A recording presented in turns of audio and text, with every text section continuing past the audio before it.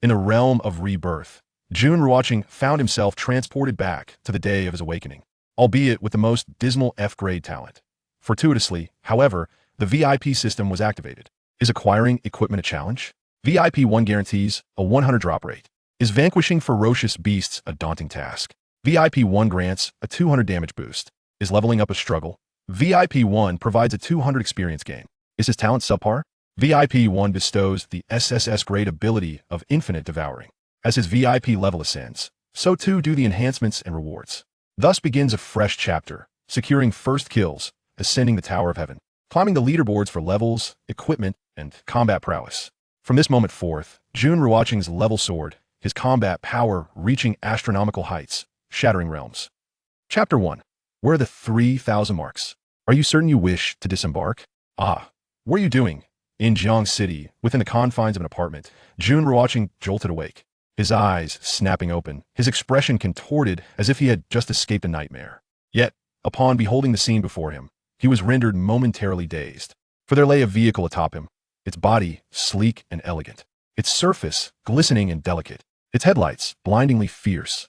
In light of this spectacle, Jun Ruochén's excitement burgeoned. Puff, puff, puff. What are you staring at? That's not the crux of the matter.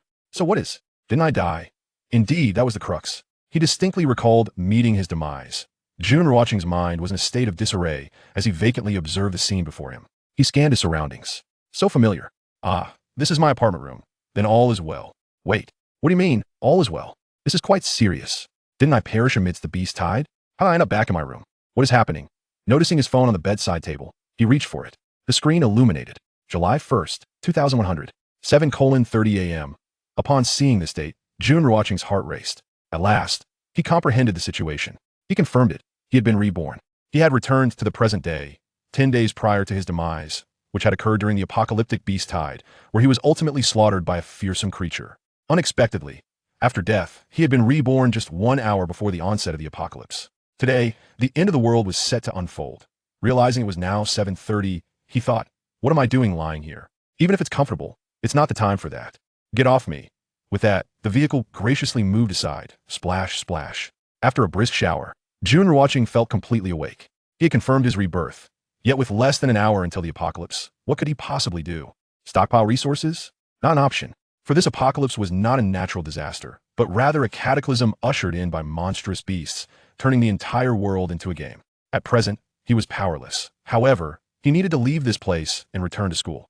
After the apocalypse commenced, all individuals would be transported to novice villages, each hosting 10,000 inhabitants. In other words, all 10,000 would be drawn to the same locale. In his previous life, the novice village he inhabited was filled with the elderly and the very young, and within a few days, it had dwindled to nearly nothing, culminating in his death during the beast tide. Thus, he needed to choose a vibrant locale. That would be his school, Jiang City University. There he would have the chance to join forces with fellow students in the same novice village, collectively facing the beast tide on the 10th day of the apocalypse, thereby increasing their odds of survival. Dressing hastily, Jun Ruochén set off in the direction of the university. This place was merely a rented apartment. Time slipped away, second by second. Boom, boom, boom. The sky, once clear, was now laden with ominous thunderclouds, a portent of the impending apocalypse. In half an hour, Jun Ruochén arrived at the university. The campus buzzed with vitality and energy. He made his way toward the male dormitory. Upon reaching the rooftop, Jun Ruochén sat, awaiting the arrival of the apocalypse. Time continued to tick away, second by second. At last, 8:30 a.m. arrived. Buzz. Buzz. The thunder ceased. The world fell into an eerie silence, devoid of sound. Yet, in the depths of the cosmos, a resonant hum echoed, and a resplendent golden light appeared before all. This extraordinary golden light illuminated the globe. In this moment, humanity stood in awe. Yet, none could utter a word, for within the golden radiance, countless black specks descended, transforming upon contact with the ground into colossal, ferocious beasts. These creatures exuded an overwhelming aura of terror. The apocalypse has arrived, bringing destruction and monstrous beings. The galactic will descends, global gamification ensues. Within the boundless golden light, a powerful voice resonated. This voice reverberated across the world, clear and distinct to all. Humanity was left stunned and motionless. What they beheld and heard left no room for disbelief. Yet, no one could voice a word, as if silenced by an unseen force. Every 10,000 individuals shall enter a novice village. Mission: Reach level 20 within 10 days. Failure to do so results in annihilation. Mission. After 10 days, the beast tide shall descend. Those who survive may return to civilization. During the novice protection period, humans are immune to attacks from their own kind. Entering the novice village. Countdown. 59.58.57.56. The voice of the galactic will resonated once more, unveiling the mission and basic rules. Simultaneously, in the void, the golden light coalesced into a vast screen upon which a countdown appeared. This can't be real. If my eyes aren't deceiving me, this is indeed real. I've witnessed countless formidable beasts. So we have all become players in a game. I wonder how challenging this mission is. If we fail to reach level 20, we'll be erased. Is this for real? I'm terrified. After completing the mission, we can return to civilization, but the beast tide sounds utterly terrifying. I've always loved real-life games. I feel an exhilarating rush. As the countdown commenced, the global populace regained their ability to speak. In an instant, the world erupted in chaos. Everyone was fraught with anxiety, their faces pale with fear, as if they had seen a ghost. On the rooftop, Jun Ruochén surveyed the ground teeming with beasts, listening to the fervent discussions and shock resonating from the school. His expression remained calm, for he had experienced this once before. In his previous life, he too had been swept away by fervor, for he is a seasoned gamer of the highest caliber. He believed he could thrive amidst the chaos of a post-apocalyptic world. Yet, what was the outcome? He awakened the most mediocre of talents in the feeblest of beginner villages. Ultimately, he found himself reborn. Though rebirth was indeed granted, when the apocalypse arrived, his sole recourse was to return to school and await the moment he would awaken his abilities upon entering the novice village. This time, will I be able to awaken a talent that is at least somewhat formidable? Jun Ruochén gazed at the countdown, murmuring softly to himself. For possessing a powerful talent is of paramount importance. 5, 4, 3, 2, 1 as the countdown concluded. A flash enveloped Jun Ruochén, and he felt a wave of dizziness. He understood that he was on the brink of entering the novice village. Chapter 2, System Activation and the 2 Supreme SSS Talents. Huff, huff. The sound of wind rustled, and before my eyes, a brilliant light emerged. Jun Ruochén found himself in a vast plaza, the air thick with a wild energy, the roars of ferocious beasts echoing in his ears. Everything felt so familiar. He scanned the plaza, taking in the multitude of people surrounding him. They were all students from Jiangxing University, but curiously, the majority of them were female. After estimating the ratio, it appeared to be approximately 4 girls to 1 boy.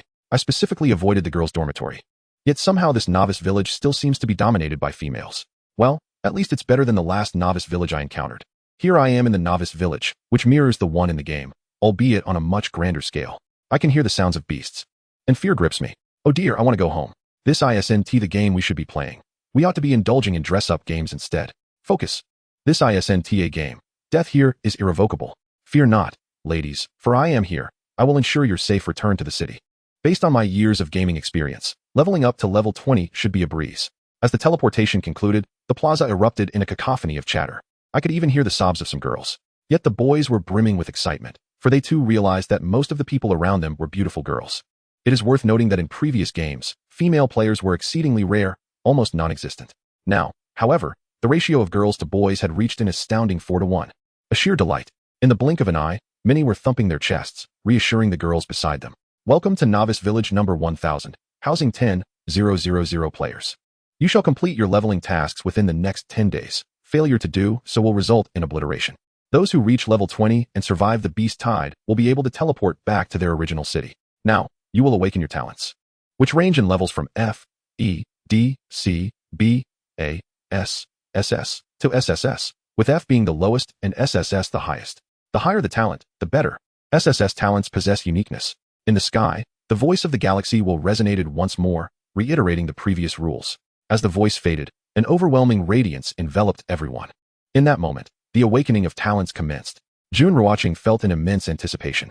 In his previous life, he had awakened the most abysmal F-level talent. Surely, this time, rebirth would not yield the same F-level talent again. After all, rebirth and transmigration often come with a golden finger, do they not? Not only was he filled with anticipation, but so too were the others, each one eager and ready to unleash their potential, feeling as if they were chosen ones destined to awaken SSS talents and soar to greatness. Whoosh! A beam of golden light entered his body, and a faint voice echoed in his mind. Suddenly, his entire being trembled. Congratulations on awakening the F-level talent, Eye of Scrutiny. The awakening of talent had occurred. Upon hearing this announcement, Jun Ruochén felt a bit dazed. More than that, he was engulfed in disappointment. Nothing had changed after his rebirth. He had awakened the F-level eye of scrutiny once more. Was this fate predetermined? Even in reincarnation, he still possessed the most inferior F-level talent. At this moment, Jun Ruochén truly wished to curse aloud. The greater the expectation, the greater the disappointment. And indeed, it turned out to be true. Ding. Detection indicates the host has awakened their talent again. VIP system activation in progress. System activation complete. Would you like to load? At this moment, a new voice rang in his mind. Not the voice of the galaxy will, but a sweet and melodious voice. Load. Without a hint of hesitation, Jun Ruochén complied. After all, having read countless novels, such occurrences were hardly surprising. Having been reborn, acquiring a golden finger and a system seemed entirely reasonable. It would be unreasonable if one did not have these. VIP system loading. Loading complete. This system is unique, aimed at assisting the host in becoming stronger. Please note, dear host, assistance, merely assistance. The system will not facilitate growth prematurely. With the system fully loaded, another prompt sounded. What are the functions of the VIP system? Jun Ruochén inquired. Assistance is assistance. Why the need for such repetition? Given my F-level talent, I'm prepared to give up, regardless of what the system offers. It should ultimately benefit me. Have you ever played games, host? If you have, you should understand what VIP entails. The system retorted. Of course I have. Let us be frank. Does VIP require monetary investment? What are the functions of VIP level 1? Jun Ruochén felt a twinge of disdain. Within this system, monetary investment is unnecessary. Simply level up to unlock higher VIP tiers. Currently, you are at VIP level 1, which will automatically upgrade to VIP level 2 upon reaching level 20, and to VIP level 3 upon reaching level 40, and so forth.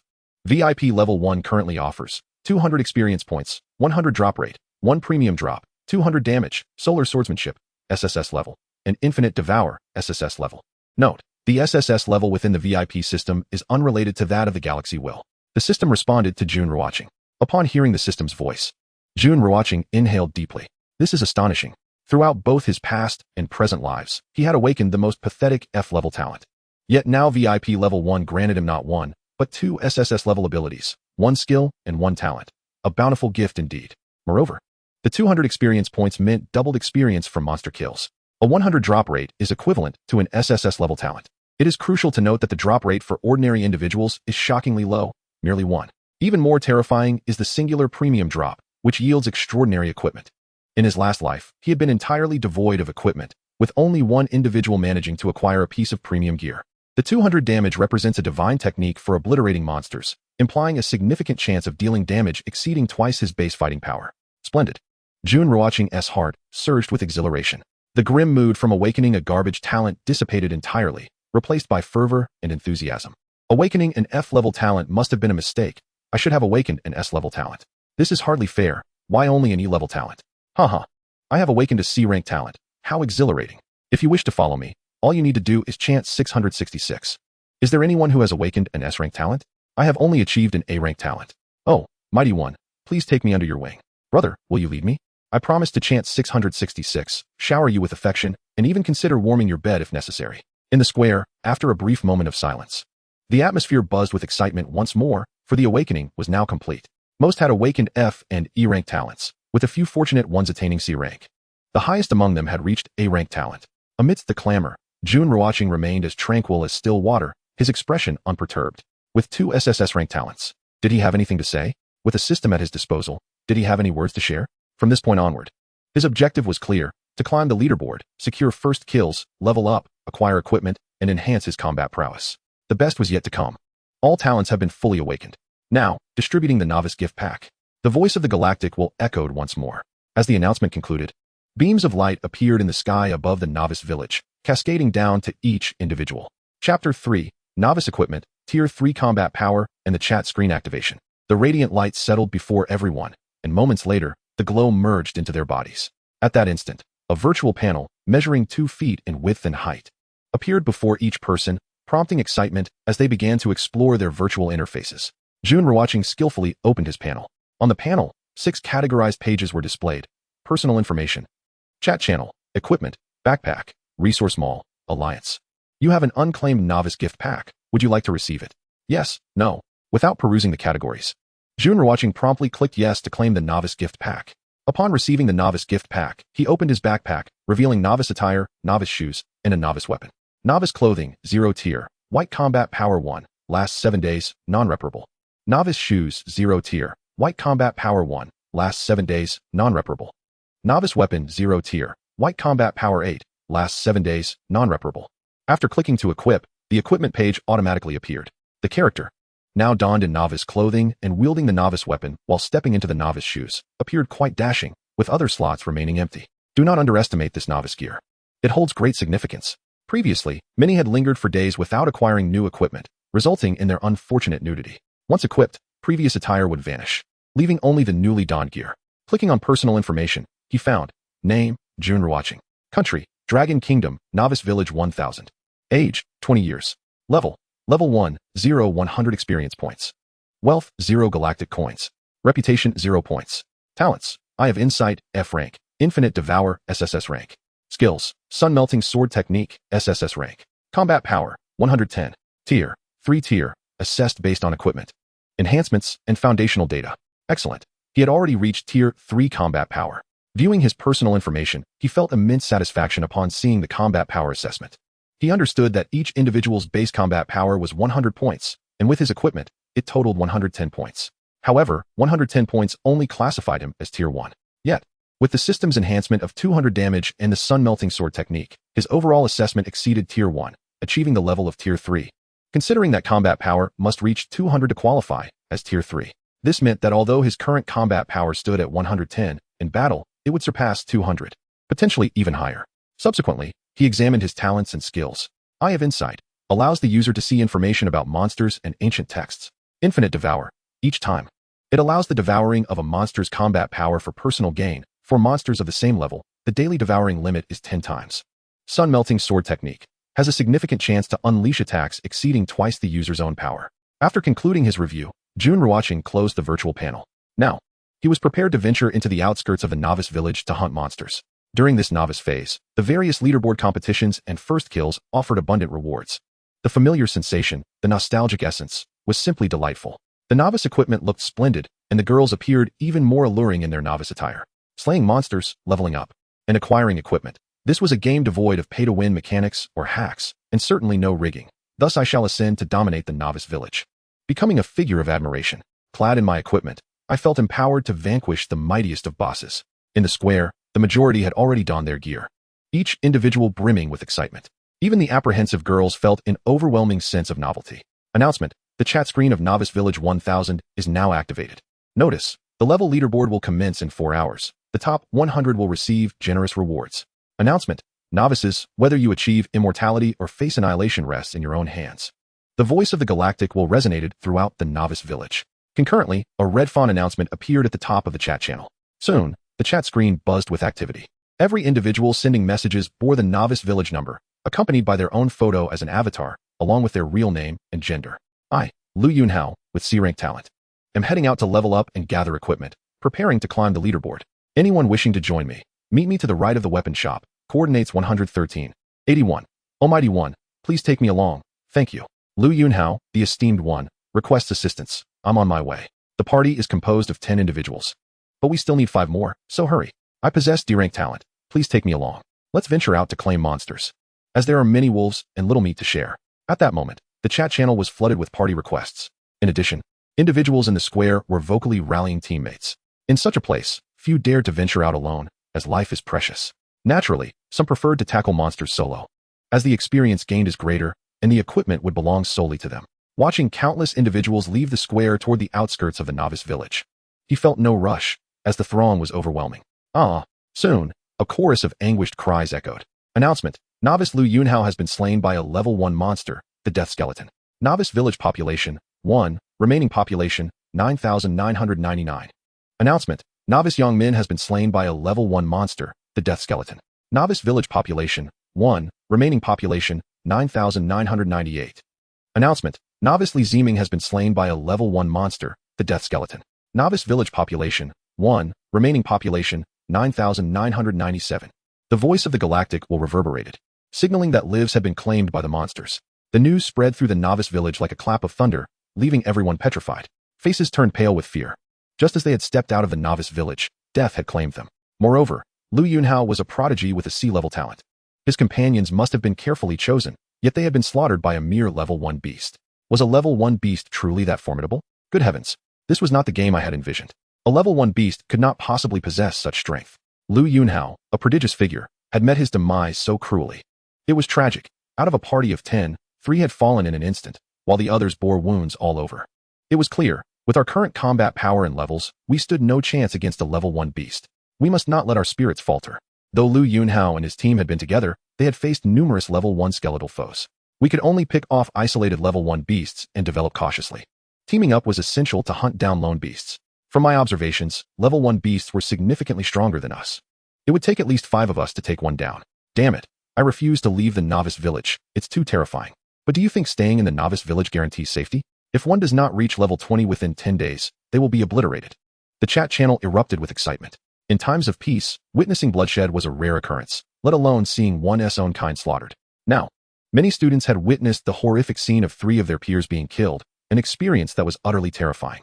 To say one was not afraid in such circumstances would be truly bizarre. Amidst the countless conversations, Jun Ruochén had already departed the novice village, navigating with ease towards a familiar direction. Previously, he had spent 10 days in the novice village and was well acquainted with the surrounding areas, aware of where to find which beasts. Soon, he arrived at a wide open space. Ahead loomed a wild bull. Peering through his observing eye, he noted, Wild Bull, Level 1. Combat Power, Tier 4. Skills, 0. Drop Rate, 1. Apologies, Brother Bull. Gazing at the wild bull, Jun Ruochén approached with his novice weapon. The last time he had seen someone slay this very bull, it had dropped a piece of equipment, leaving him speechless. A drop rate of 1. And yet a bull had yielded an item. He had thought to himself, if only he had been quicker to slay the bull. Yet, in this world, there are no ifs. Unless one is reborn.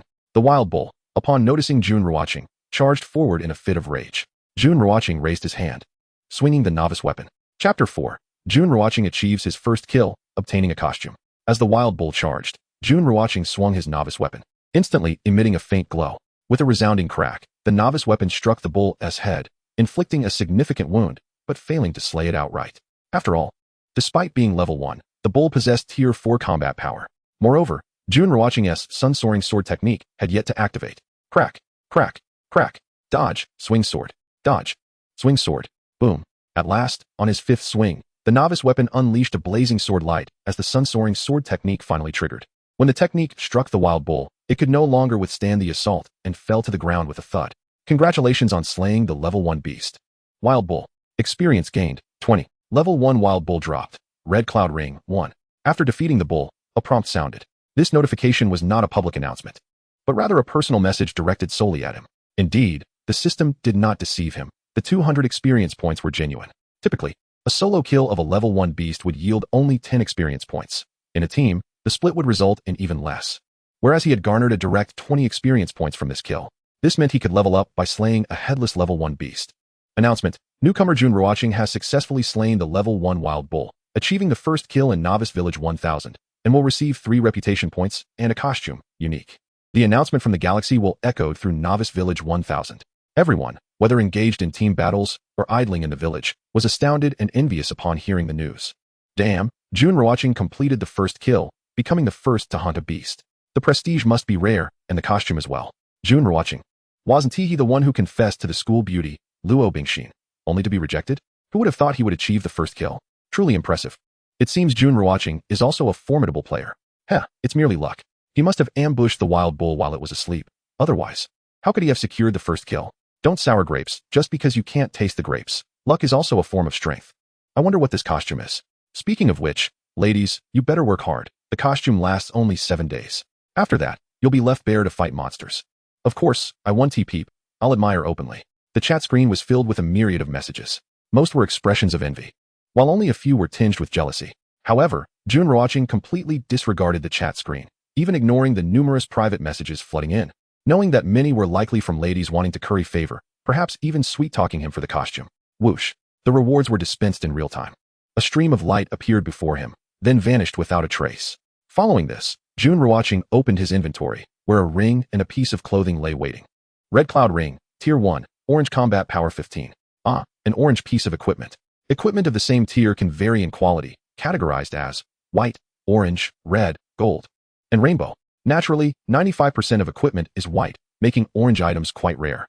As for red equipment, he hadn't seen anyone wearing it during his last stay in the Novice Village. Tier 1 equipment usually offers 10 combat power, but his Red Cloud Ring, being orange, boasted a higher combat power of 15.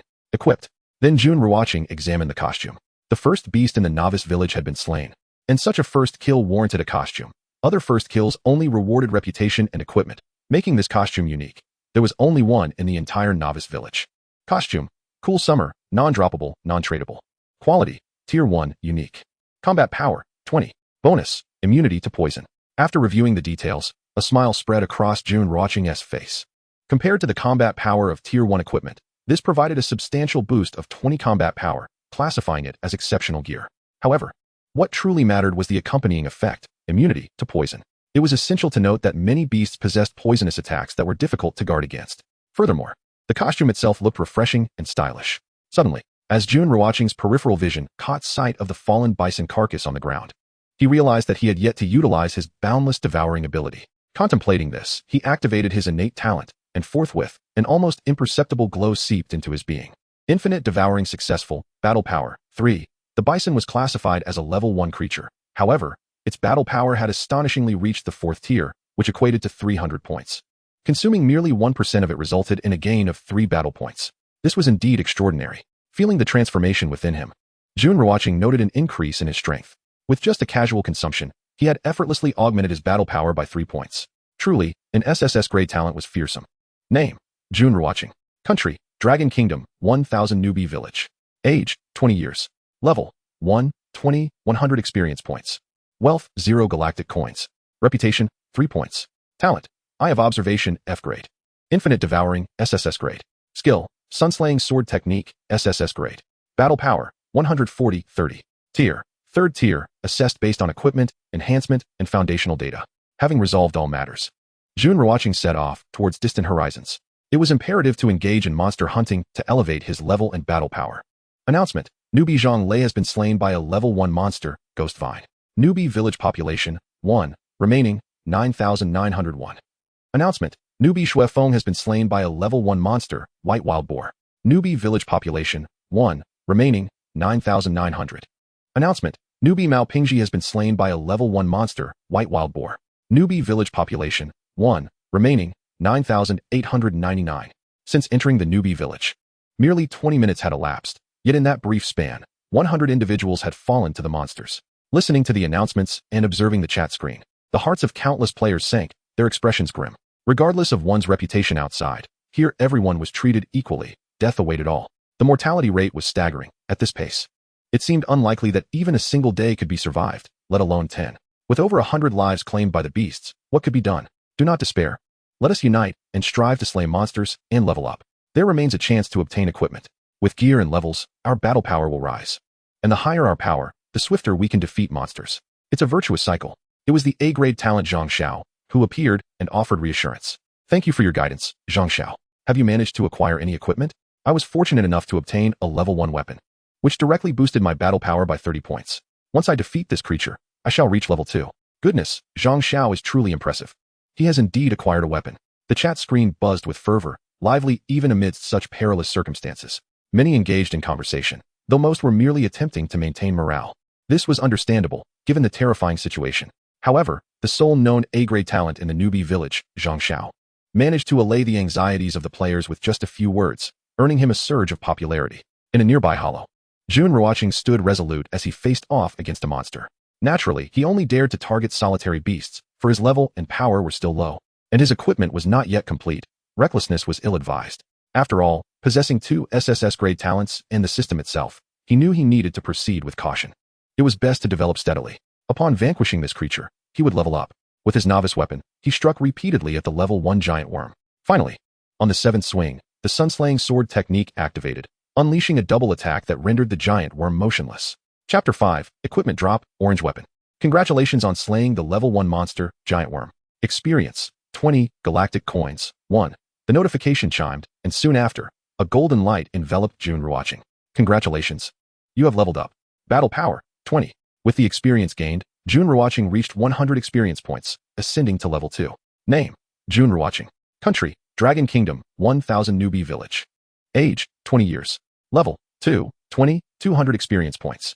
Wealth: 4 galactic coins. Reputation: 3 points. Talent: Eye of Observation, F grade. Infinite Devouring, SSS grade. Skill: Sunslaying Sword Technique, SSS grade. Battle Power: 172, 32. Tier. 4th tier, assessed based on equipment, enhancement, and foundational data. After the level increase, his battle power rose by 20 points, coupled with infinite devouring. His current battle power had reached 172 points, and a comprehensive assessment placed him at the 4th tier. This meant he could now slay level 1 monsters in 2 or 3 strikes, and with a stroke of luck. He might even dispatch one with a single blow from the sunslaying sword technique. However, luck was not entirely on his side. Despite a 100 drop rate, he had acquired no equipment, only galactic coins. The 100 drop rate implied that upon defeating a monster, something would always be obtained, be it currency or equipment, never leaving him empty-handed. This was a stark contrast to others, where one might have to slay 100 beasts for a chance of a single drop. Level 1 monsters had a notoriously low chance of dropping equipment, coupled with meager experience yields. Jun Ruochén glanced into the depths of the hollow. Therein lay level 2 monsters, which held a greater likelihood of yielding equipment. He needed to secure a full set of gear. Moreover, the experience from level 2 monsters was significantly higher than that of their level 1 counterparts. Yet, level 2 monsters posed a greater danger. In that moment, Jun Ruochén found himself torn between whether to continue hunting level 1 monsters for experience or risk facing level 2 beasts. Steady now. It's best to reach level 3 first. Swiftly, he resolved to hunt level 1 monsters. As there was no immediate peril involved, there was no need for haste. With renewed vigor, he found that upon attaining 4th tier battle power, his monster-slaying speed had significantly increased. He could now dispatch level 1 monsters with just 2 or 3 strikes, and he no longer felt the need to dodge. He was able to confront them head-on. Experience, 20 galactic coins, 1. Experience, 20 galactic coins, 1. Experience, 20 galactic coins, 1. While others struggled in teams to vanquish level 1 monsters, risking death, Jun Ruochén single-handedly dispatched them, occasionally achieving one-hit kills. More importantly, with each monster slain, he earned 1 galactic coin. This galactic coin, however, it is of paramount importance. The galactic coin is poised to become the universal currency of the future, with all transactions conducted in galactic coins. Furthermore, this currency is destined to be the sole form of money globally, despite the fact that he did not survive the last beast tide. Nevertheless, the Galactic Will has already made an announcement. Time passes, second by second. Buzz. Congratulations. You have leveled up. Combat power, 20. At long last, after slaying 10 colossal worms, Jun Ruochén's experience points reached 200, elevating him to level 3. Following the upgrade, his combat power increased by 20 points. In addition to the boost from leveling up, his infinite Devour skill allows him to absorb 3 points of combat power from each beast's corpse, totaling 30 points from the 10 beasts, resulting in an overall increase of 50 points compared to his previous level. Name, Jun Ruochén. Country, Dragon Kingdom, 1000 Novice Village.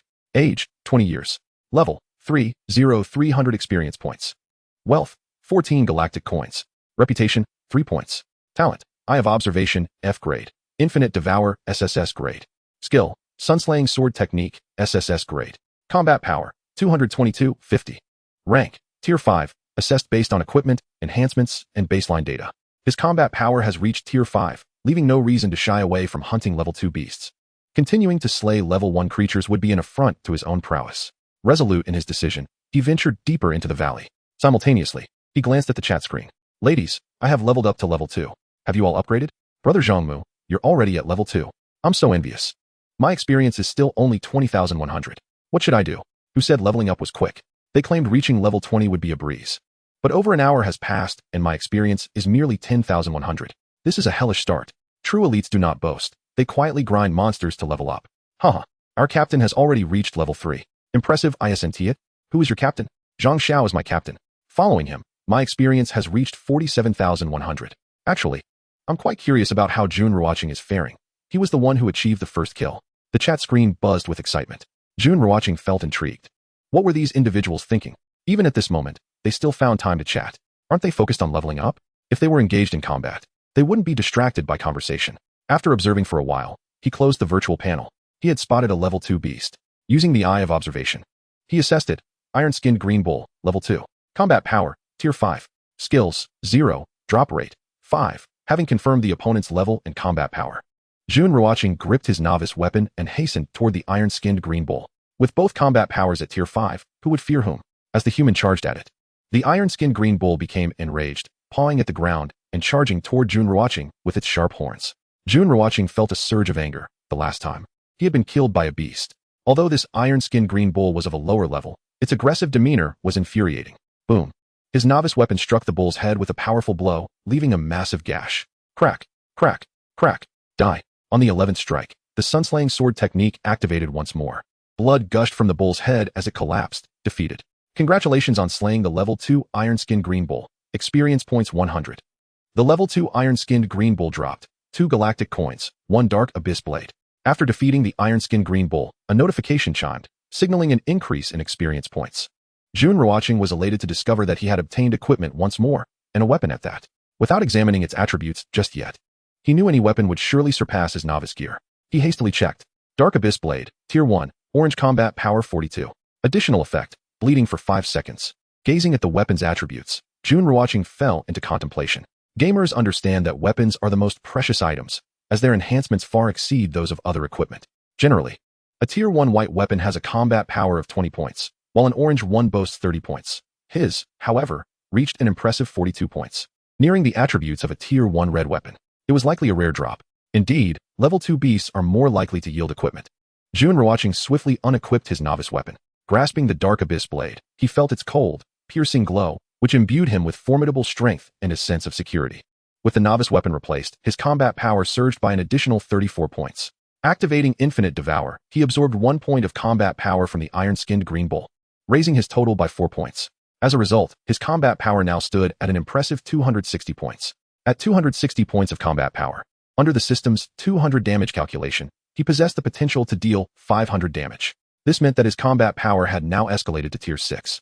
Facing a Tier 5 iron-skinned green bull was a trivial task. Determined to continue developing his strength, Jun Ruochén resolved to remain in this area.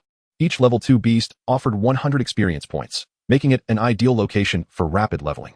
Chapter 6. Level Rankings Open. Jun Ruochén takes first place. Time passed, second by second. Unbeknownst to him, nearly 4 hours had elapsed since he entered the novice village. Announcement. The level rankings will open in 10 minutes. Announcement. The top 100 on the level rankings will receive generous rewards. Requirements for rewards. Must reach level 10 or above. Including level 10, must remain on the list for 24 hours. The voice of the galactic will resonated, reaching every year. The level rankings were finally set to open. This was a chance to gain recognition, as well as rewards. Naturally, those who could make the list were no weaklings. With the rankings about to commence, and having achieved level 3, he believed he might secure a spot. First place, don't even think about competing with me. It was rumored that Zhang Xiao had already reached level 5. He wondered if it were true. If he truly had reached level 5, he would undoubtedly secure first place. Having spent nearly 4 hours in the novice village, his experience stood at 71,100. What could he say? Fortunately, he had already reached level 2. Zhang Xiao, come on and show yourself. What level are you at? I just finished off this level 2 beast. Its hide is truly thick, 961-1000. If I slay another level 2 creature, I will reach level 5. Everyone, let us keep up the effort. As the recognized elite of Novice Village 1000, Zhang Xiao made his presence known. Indeed, he was leveling up rapidly, nearing level 5. The mere experience required to ascend from level 4 to level 5 amounts to a staggering 1,000, which is equivalent to 10 times the experience needed to progress from level 1 to level 2. Many remain at the first level, yet he is on the cusp of reaching level 5. Revered as a prominent figure, he perceives this achievement as a matter of course. Boom, boom, boom. In a desolate expanse of the novice village, where the majority of beasts are of the first level, one can occasionally encounter second-level monsters. Most individuals engage in coordinated assaults on solitary first-level beasts. In the distance, a woman clad in icy blue attire wields a staff, unleashing terrifying bolts of lightning with each flourish of her hand. Moreover, these lightning strikes are imbued with an icy chill. Her name is Luo Bingxin. The belle of Jiangxing University, ranked 8th. Humph. The top rank belongs to me, Luo Bingxin. Effortlessly, she single-handedly takes down second-level beasts. Observing her attire, it is evident that she has long surpassed novice gear, and her weaponry is likewise far from basic. Her combat prowess is undoubtedly formidable, and having awakened an S-class talent, she is indeed a paragon of excellence. However, unbeknownst to others, Novice Village number 1000 conceals the potential for an S-class talent. It is critical to understand that S-class talents possess an astonishing amplification ability, granting a 13-fold increase in experience and combat power, along with the potential to drop 5 S-class skills. Thus, she is the true hidden powerhouse. Boom, boom. Following the collapse of a second-level beast, a radiant smile graces Luo Bingxin's exquisite visage, for she has leveled up, not merely to level 5, but to level 6. She has reached level 6. Announcement. The level leaderboard is officially activated. Announcement. The leaderboard will only feature the top 100 individuals. To view the leaderboard, please navigate to the chat channel. The leaderboard updates every 10 minutes. Everyone, having entered the novice village for 4 hours, here's the voice of the galaxy will resonate. The leaderboard is officially unveiled. In an instant, countless individuals hastily conclude their battles, accessing their virtual panels to peruse the chat channel. Indeed, adjacent to the chat channel, a secondary page emerges. This page is the leaderboard. First place, Jun Ruochén, level 8. Second place, Luo Bingxin, level 6. Third place, Zhou Tianyu, level 5. Fourth place, Tang Ziming, level 5. Fifth place, Mu Siyu, level 5. Sixth place, Zhang Xiao, level 5. Seventh place, Lu Qingqing, level 5. Eighth place, Chu Mengxi, level 5. Ninth place, Murong Zi, level 5. 10th place, Murong Tian, level 4. Regardless of who it is, the first glance at the leaderboard is inevitably drawn to the top position. Following that, attention shifts to the top 10. As countless individuals behold the rankings, they are momentarily dumbfounded. Particularly Zhang Xiao, recognized by many as the foremost authority of Novice Village number 1000, finds himself in 6th place, utterly unexpected. Besides him, Luo Bingxin also furrows her brow, disheartened to discover she is not the highest rank. How could Jun Ruochén have achieved level 8? This is astonishingly rapid. How could this be accomplished? In that moment, she feels a surge of indignation. After all, just yesterday morning, Jun Ruochén had confessed his feelings to her, only to be rejected. She had believed her awakening of an S-class talent would secure her position as the unrivaled champion of the Novice Village and perhaps the entire Jiangxing. Yet here stands Jun Ruochén, surpassing her. Can you believe it? The top rank isn't Zhang Xiao. Jun Ruochén has claimed first place at level 8. It turns out that he is the true hidden powerhouse. Luo Bingxin has also reached level 6. How impressive. Indeed, those who remain silent often prove to be the strongest. None of the top 10 have made their voices heard in the chat. Achieving level 8 in 4 hours. How is this possible? Here I am, still at level 1. Hoping to reach level 2 today. Although level 8 is only 2 levels above 6, the experience gap is 7 to 8-fold. How could this be achieved? At this moment, the chat screen erupts with astonishment. Countless individuals are captivated, filled with envy and admiration. While the majority strive to reach level 2, Jun Ruochén has already attained level 8, with the lowest in the top 10 being level 4 and the 100th place at level 3. Announcement: team competitions will commence in 3 hours. Tip: the team competition pits Novice Village A against Novice Village B in a point-based contest. The village with the highest score within the allotted time shall emerge victorious, while the village with the lesser score shall face defeat. Tip: the victorious Novice Village will receive an increase of 50 points in combat power, while the defeated village will lose 50 points. Each Novice Village can challenge once a day, including defenses, and cannot refuse. Refusal results in an automatic loss. The voice of the galaxy will reverberates, heralding new announcements. In 3 hours, the team competition will commence. This contest involves the collective participation of all individuals within the Novice Village. This is not merely an individual battle, but a struggle for the entire Novice Village. The stakes are high. With inherently low combat power, a defeat that deducts 50 points will leave them in a dire state, akin to awaiting their demise. It is exceedingly ruthless. However, should they prevail, they would gain an immediate 50 points in combat power, allowing them to confront second-level beasts. This cannot be refused. It is rather alarming. At this moment, I feel a pang of anxiety. Oh great figures, please lend your voices. A steadfast leader is imperative, otherwise, we risk becoming a disjointed assembly. Jun Ruochén, Luo Bingxin, Zhou Tianyu, and all esteemed ladies, could you grace us with your thoughts? Your silence leaves me in a state of unease. In this team competition, the consequences of defeat extend far beyond mere regression. It is a matter of life and death. Upon hearing the announcement, numerous individuals are thrown into a frenzy. Upon entering the Novice Village, every participant's base combat power stands at 100, and with novice equipment, it barely reaches 110. Even under such circumstances, teamwork is essential to vanquish first-level beasts.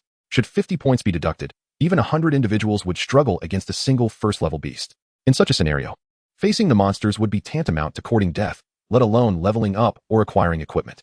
With Jun Ruochén and the esteemed ladies remaining silent, I find myself compelled to speak up, and I hope I do not offend. With 3 hours remaining, we must all diligently work on leveling up and enhancing our equipment.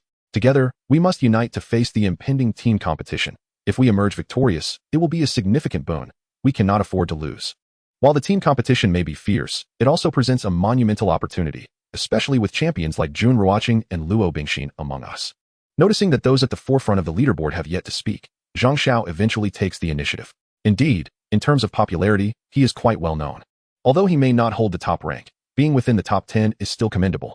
At this moment, unity is paramount, and he too must voice his thoughts. He was apprehensive that his words might offend Jun Ruochén and Luo Bingxin, so he offered a polite apology. After all, he was acutely aware of the arduous nature of leveling up. Jun Ruochén had attained level 8, and Luo Bingxin had reached level 6, far surpassing his own capabilities. In truth, he was overthinking the situation, as Jun Ruochén remained silent. engrossed in a fierce battle against a level 3 boss after entering the novice village for the first time. Chapter 7 featured colorful equipment, the Qingming gemstone, and a combat power of tier 10. Amidst the depths of the valley, where level 2 and numerous level 3 beasts roamed, Jun Ruochén fiercely wielded the shining blade against the level 3 boss. Initially, he had hunted several level 2 beasts, leveling up to 8, and had no intention of continuing that slow-paced endeavor. He sought level 3 beasts instead. Fate led him to confront a level 3 boss. Why fear? One word, engage. Otherwise, it would be a disgrace to his tier 7 combat power.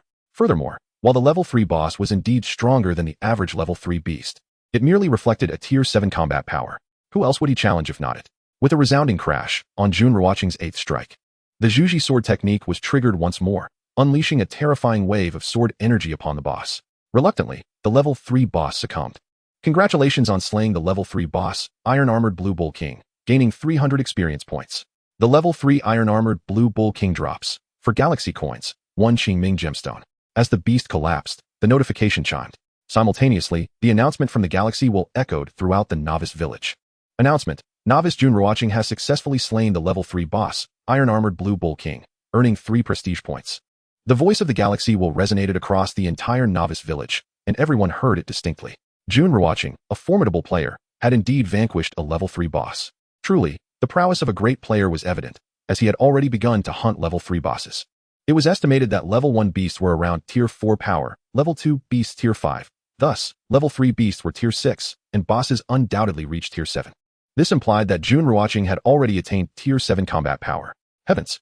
If he were to face a level 1 beast, it would be as effortless as slicing tofu. How much experience could a level 3 beast yield? The great player had been silent all along, secretly dispatching a boss. The chat screen erupted with envy upon hearing the announcement. A level 3 boss was a distant challenge for them. They struggled to team up against level 1 beasts. While Jun Ruochén had slain a level 3 boss, who could they complain to about that? In the depths of the valley, after devouring his spoils, Jun Ruochén swiftly retreated, avoiding the level 3 beasts, for he was now curious about the attributes of the Qingming gemstone. It was noteworthy that during his 10 days in the novice village, no one had dropped a gemstone. This gemstone belonged to a special category, making it rarer than other equipment. To his astonishment, he had acquired a gemstone less than a day after arriving in the novice village. Finding a safe spot devoid of beasts, Jun Ruochén opened his backpack. There lay a blue gemstone, radiating a faint glow, appearing extraordinarily beautiful. Upon examining its attributes, he found: name, Qingming gemstone grade, tier 2, colorful, attribute, combat power 150 inherent, speed 2 inherent, total combat power increased 12 times upon seeing the attributes. Jun Ruochén was initially perplexed, quickly transforming his expression into one of sheer astonishment. At that moment, he could no longer contain his excitement and exclaimed a cultural gem. Overwhelmed by joy, this was indeed a moment of elation surpassing even a lottery win. He had obtained a premium special equipment, the highest quality tier 2 special equipment. Tier 2 equipment boasted slightly superior attributes compared to tier 1, though not drastically so. However, the higher the quality, the more terrifying the attributes became. The attributes of this colorful equipment were simply astounding, with a boost of 150 combat power and an increase in speed. The most remarkable aspect was the total combat power increase of 12 times. Without hesitation, he adorned himself with the gemstone. Name: Jun Ruochén. Country: Dragon Kingdom, 1000 Novice Village. Age: 20 Level: 8, 32, 016. 000 Experience Points. Wealth: 89 Galaxy Coins. Prestige: 9 points. Talent: Eye of Observation, F grade. Infinite Devour, SSS grade. Skill: Zhuji Sword Technique, SSS grade. Combat Power: 564, 155, tier 10 assessed based on equipment, boosts, fundamentals, etc. Having donned the gemstone, the 12-fold increase brought Jun Ruochén's combat power to 564. With an additional 200 damage, his total combat power reached 1100, placing him on the cusp of tier 10. This colorful equipment was indeed extraordinary. He marveled at the potential of such power, with his foundational combat and equipment power still low. The 12 times boost would be terrifying as he leveled up. With such elevated combat power, he could effortlessly dispatch level 3 beasts and easily tackle level 4 beasts. Level 5 beasts would also pose little challenge. Based on his past experiences, he had a thorough understanding of the combat power and levels of the beasts. Level 3 beasts possessed tier 6 power, level 4 beasts tier 7, and level 5 beasts tier 8. Naturally, boss monsters and elite foes were somewhat stronger than common beasts. Therefore, he could now hunt level 5 and 6 beasts, which would be a safer choice, requiring less time. Should he choose to take risks, he could pursue level 9 beasts, though that seemed unnecessary. After several hours of grinding, he felt fatigued. Jun Ruochén opened the chat screen and noted that the prevailing topics revolved around team competitions. He recalled that in his previous life, they had faced the Korean team in a team competition and had narrowly emerged victorious. Otherwise, he would not have survived until the onslaught of the beast tide, as the novice village he once inhabited was exceedingly weak. Had he deducted 50 combat points, it would have been akin to lying down and awaiting death. Was the team competition about to commence? Jun Ruochén sent a message in the chat. As the top player, he enjoyed the privilege of a personalized chat box, which highlighted his text with a faint red border, distinguishing it from others. Oh wow, the great Jun Ruochén has made an appearance. We revere you. Hello, brother Ruochén. The top-tier deity has finally shown up. This is the first time I've seen the great Jun Ruochén speak. How rare to witness him in action. My esteemed friend. I am but a delightful little creature. Do you require a charm? Or shall it be affixed? Between your legs, perhaps? Oh, esteemed Jun Ruochén. With less than 3 hours remaining until the team competition, fear looms over us. You are the foremost among the novices of our 1000th newbie village. What insights might you share regarding the team competition? We are counting on you, for with great power comes great responsibility. Indeed, brother Ruochén. I look up to you with unwavering admiration. Upon witnessing Jun Ruochén's message, the chat screen erupted in excitement. For within our 1000th newbie village, we're out of 10,000. 8,000 are women. Chatting is a beloved pastime. Although the majority of the top 10 in the level rankings are female, their inherent nature to converse remains unchanged.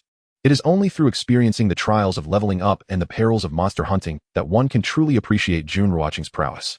In truth, team competitions rely entirely on the unity and diligence of all members, regardless of which newbie village our opponents hail from. They entered the game at the same time as us, sharing similar circumstances, based on years of gaming experience. Opponents in team competitions are matched with other novice villages from different nations. As the proud Dragon Kingdom, we ought to be the strongest, should we not?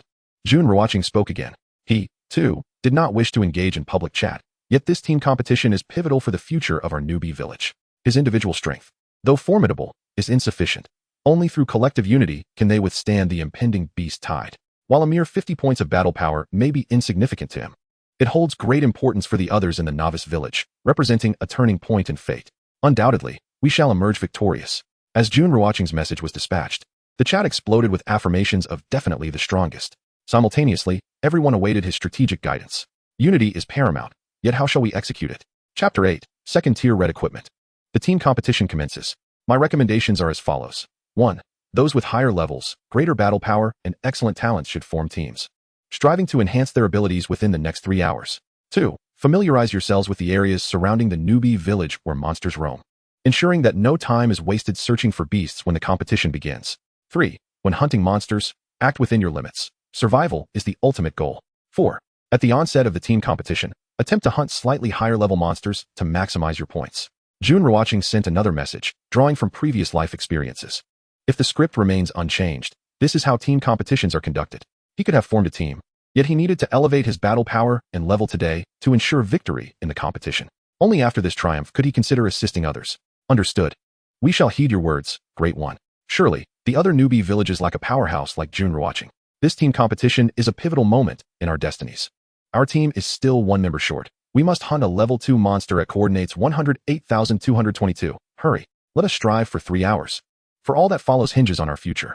If I do not reach level 4, I shall remain silent. Before level 4, feel free to scold me upon seeing me. Gradually, the messages on the chat screen dwindled as the team competition loomed ever closer. Should we fail to exert ourselves now, our fates would be sealed.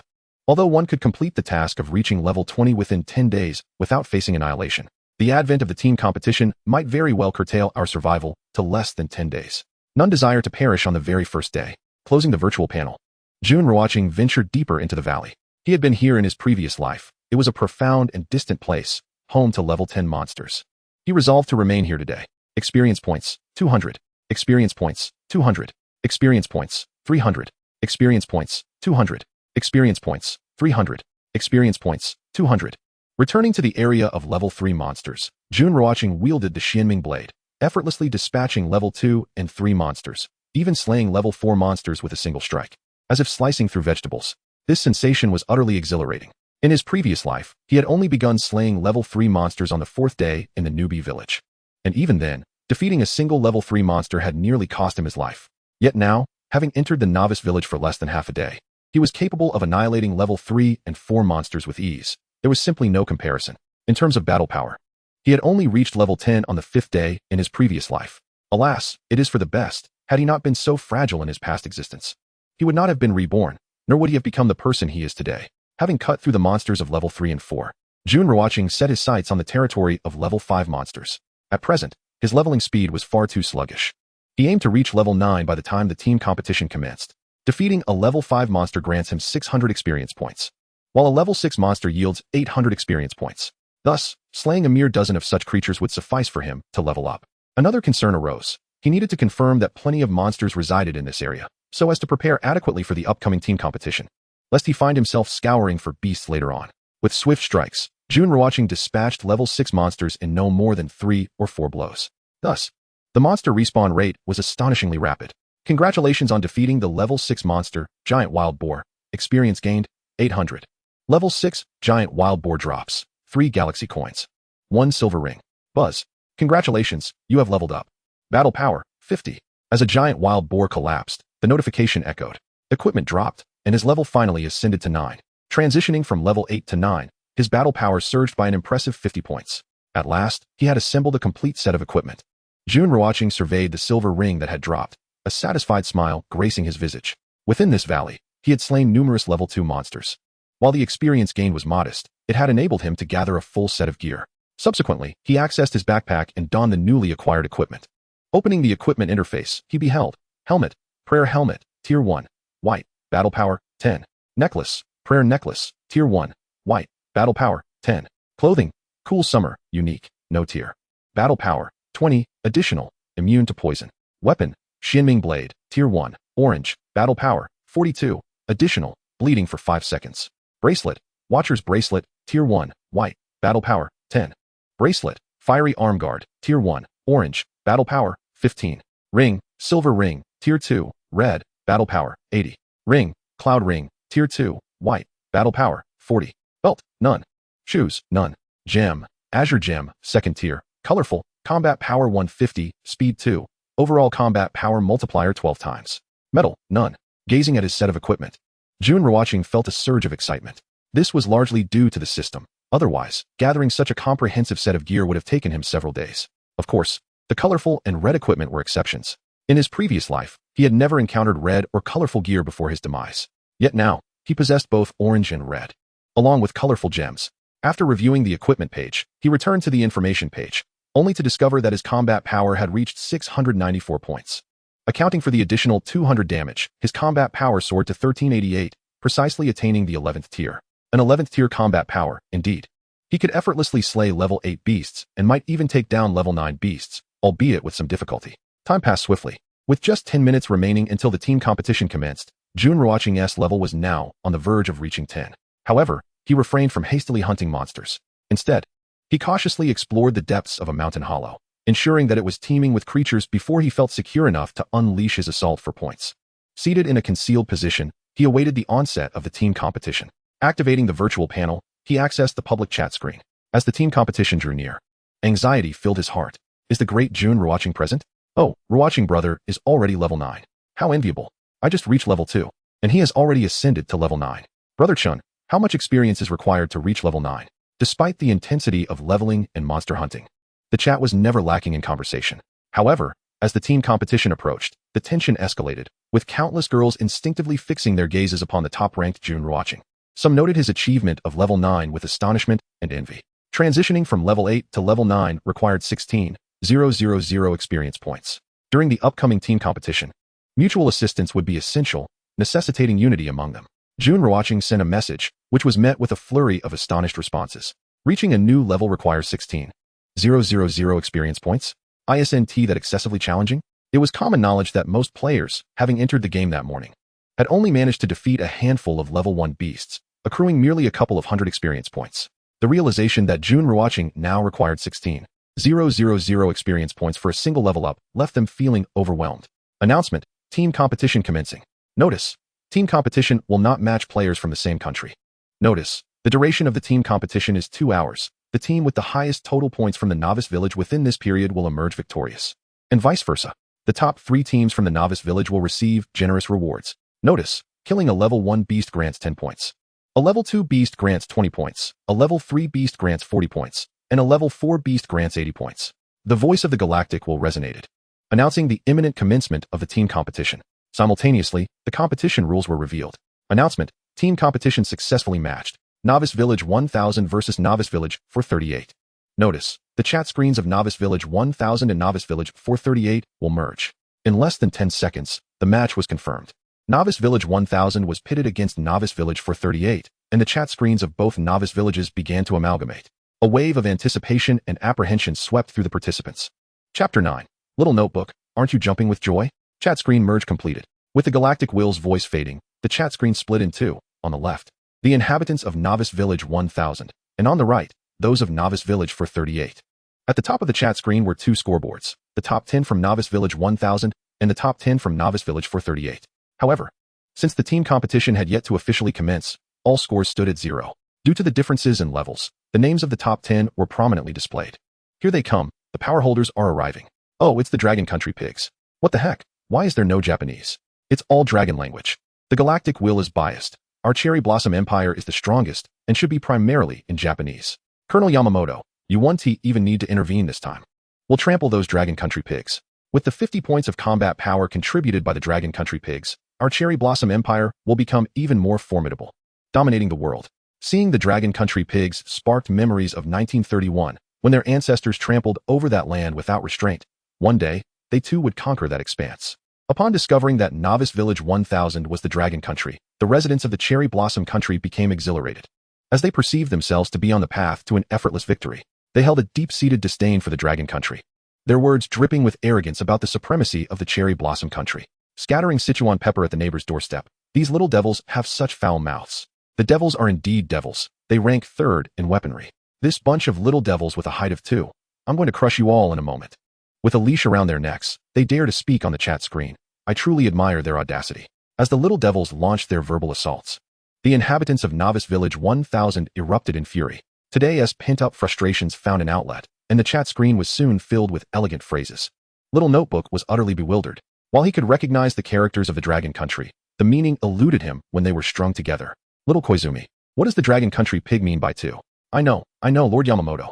2 equals 14, meaning they claim we are 14 meters tall. Baka baka.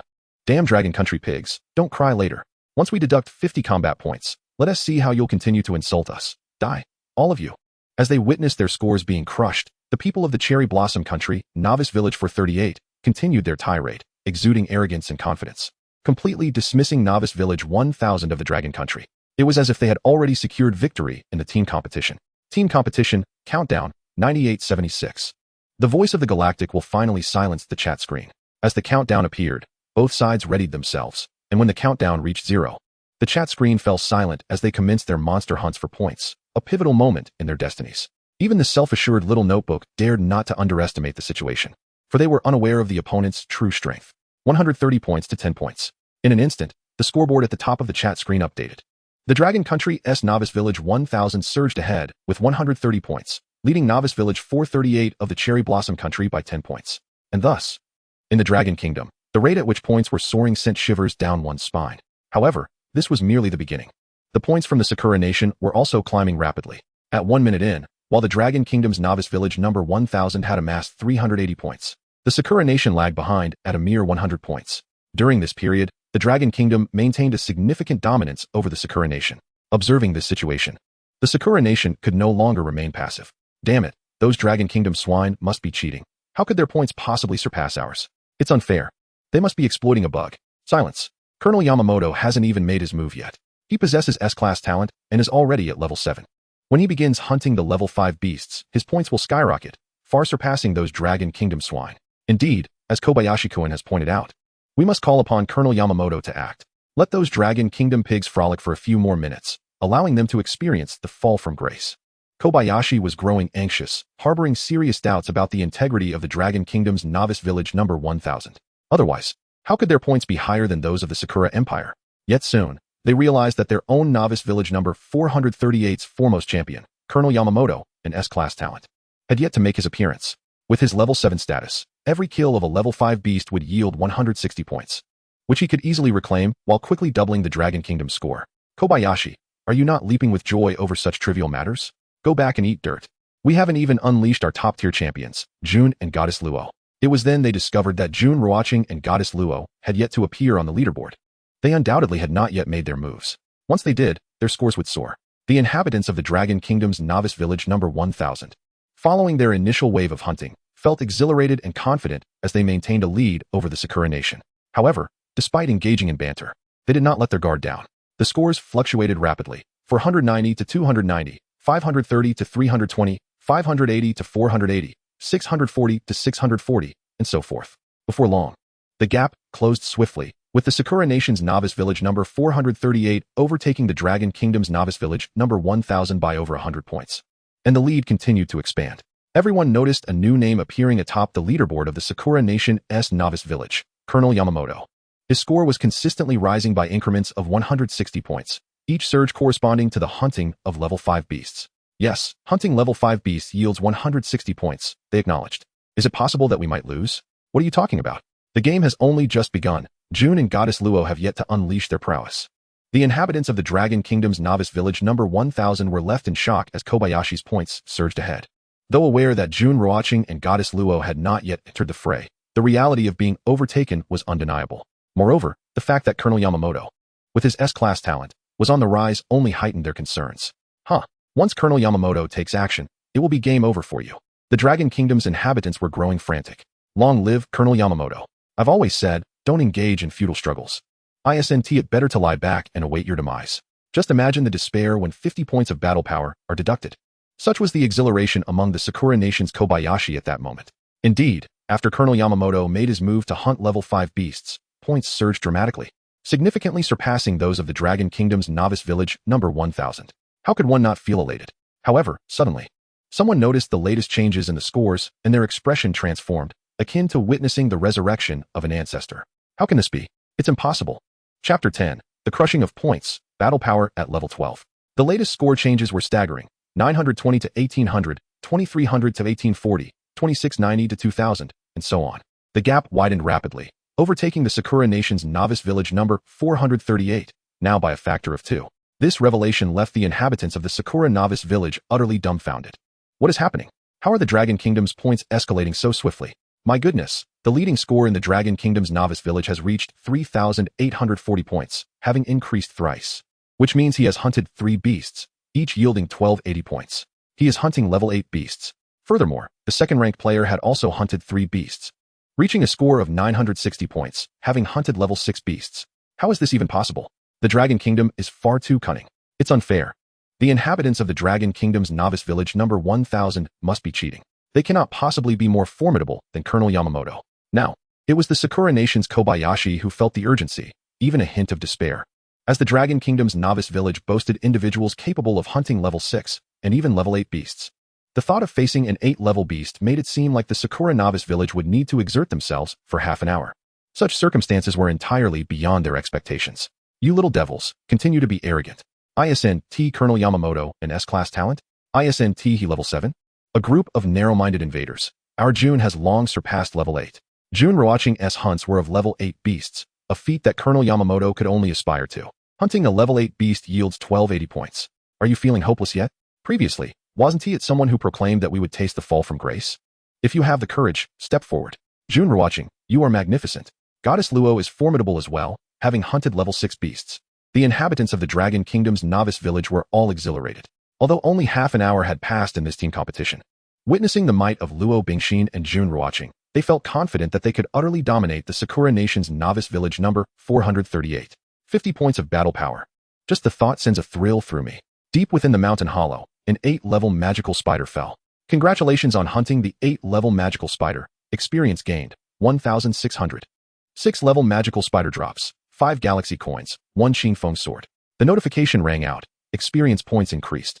Simultaneously, a hum resonated through the air. Congratulations on your advancement. Combat power, 50. A radiant golden light enveloped Jun Ruochén as his level ascended, augmenting his combat power by 50 points. A wave of warmth surged within him, and he felt a slight increase in strength. At last, he had reached level 10.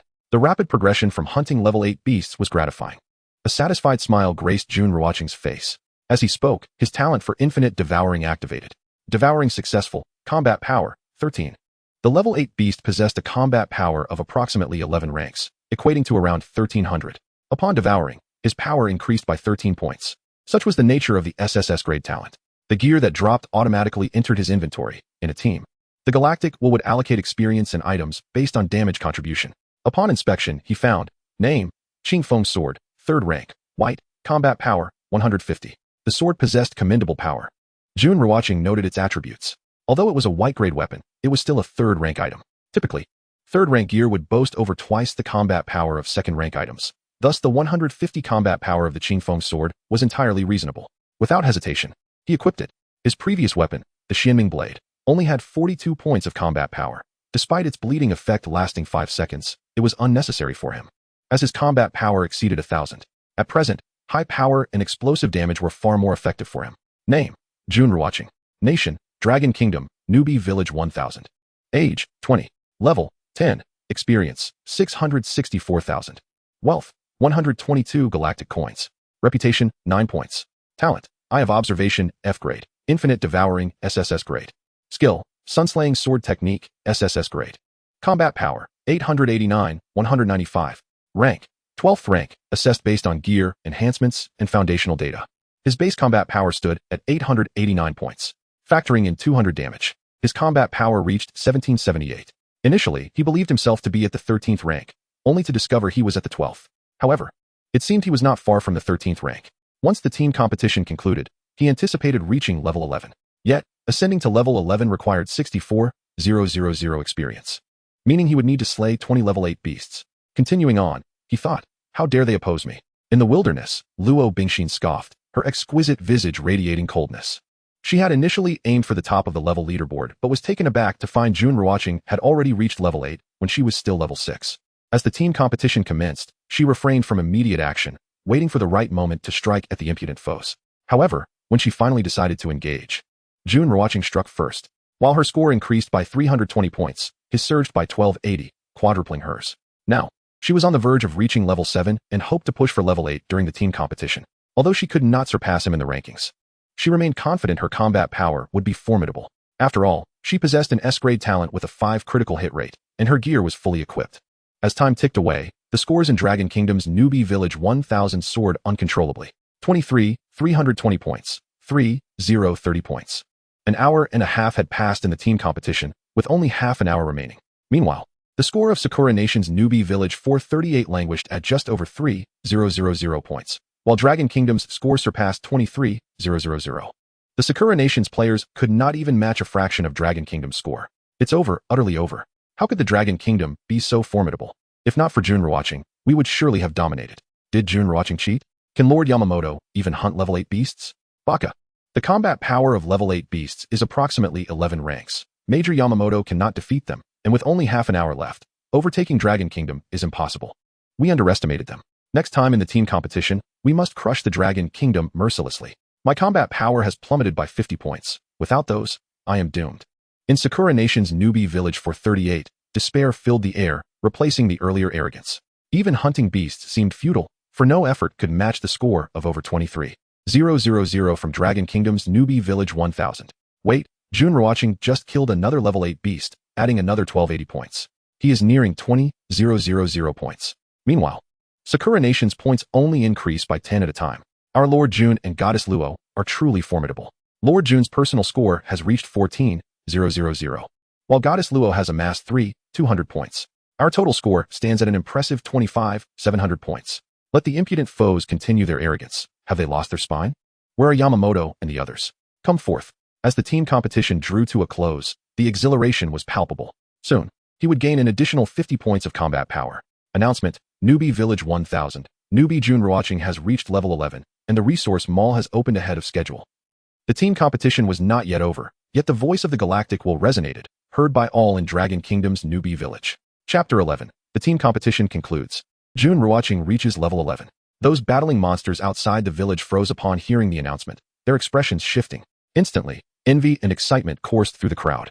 During the team competition, the leaderboard was hidden, and no one had anticipated that Lord Jun would reach level 11. Heavens! My brother Ruochén has reached level 11. I am still at level 3, and he is already 11. The gap is insurmountable. In comparison to Lord Jun, I am merely a bystander. He must be using hacks. But how could one acquire them without spending money? The early opening of the resource mall signifies that had it not been for Lord Jun reaching level 11, it would have remained closed for a while longer. Lord Jun has bewildered the galactic will by achieving level 11 on the first day. What treasures lie within the resource mall? Reaching level 11 is a lofty aspiration for the denizens of Newbie Village 1000. After all, most individuals are only at levels 2 or 3, including Luo Bingxin and her companions, who now barely reach level 7. Yet, Jun Ruochén has astonishingly attained level 11 within merely half a day of entering the novice village. Such rapid advancement seems implausible. Following the initial excitement, the chat screen fell into a brief stillness, as players focused on battling monsters or perusing the resource shop. Level 11. The Dragon Kingdom has someone who has reached level 11. Jun Ruochén has achieved this milestone. Surely he must be cheating. After all, it is inconceivable for someone to level up so swiftly while we, the esteemed Colonel Yamamoto, remain at level 7. He is indeed a formidable presence beyond our reach. Entering the novice village for just half a day and already at level 11. Could he possibly ascend to the heavens?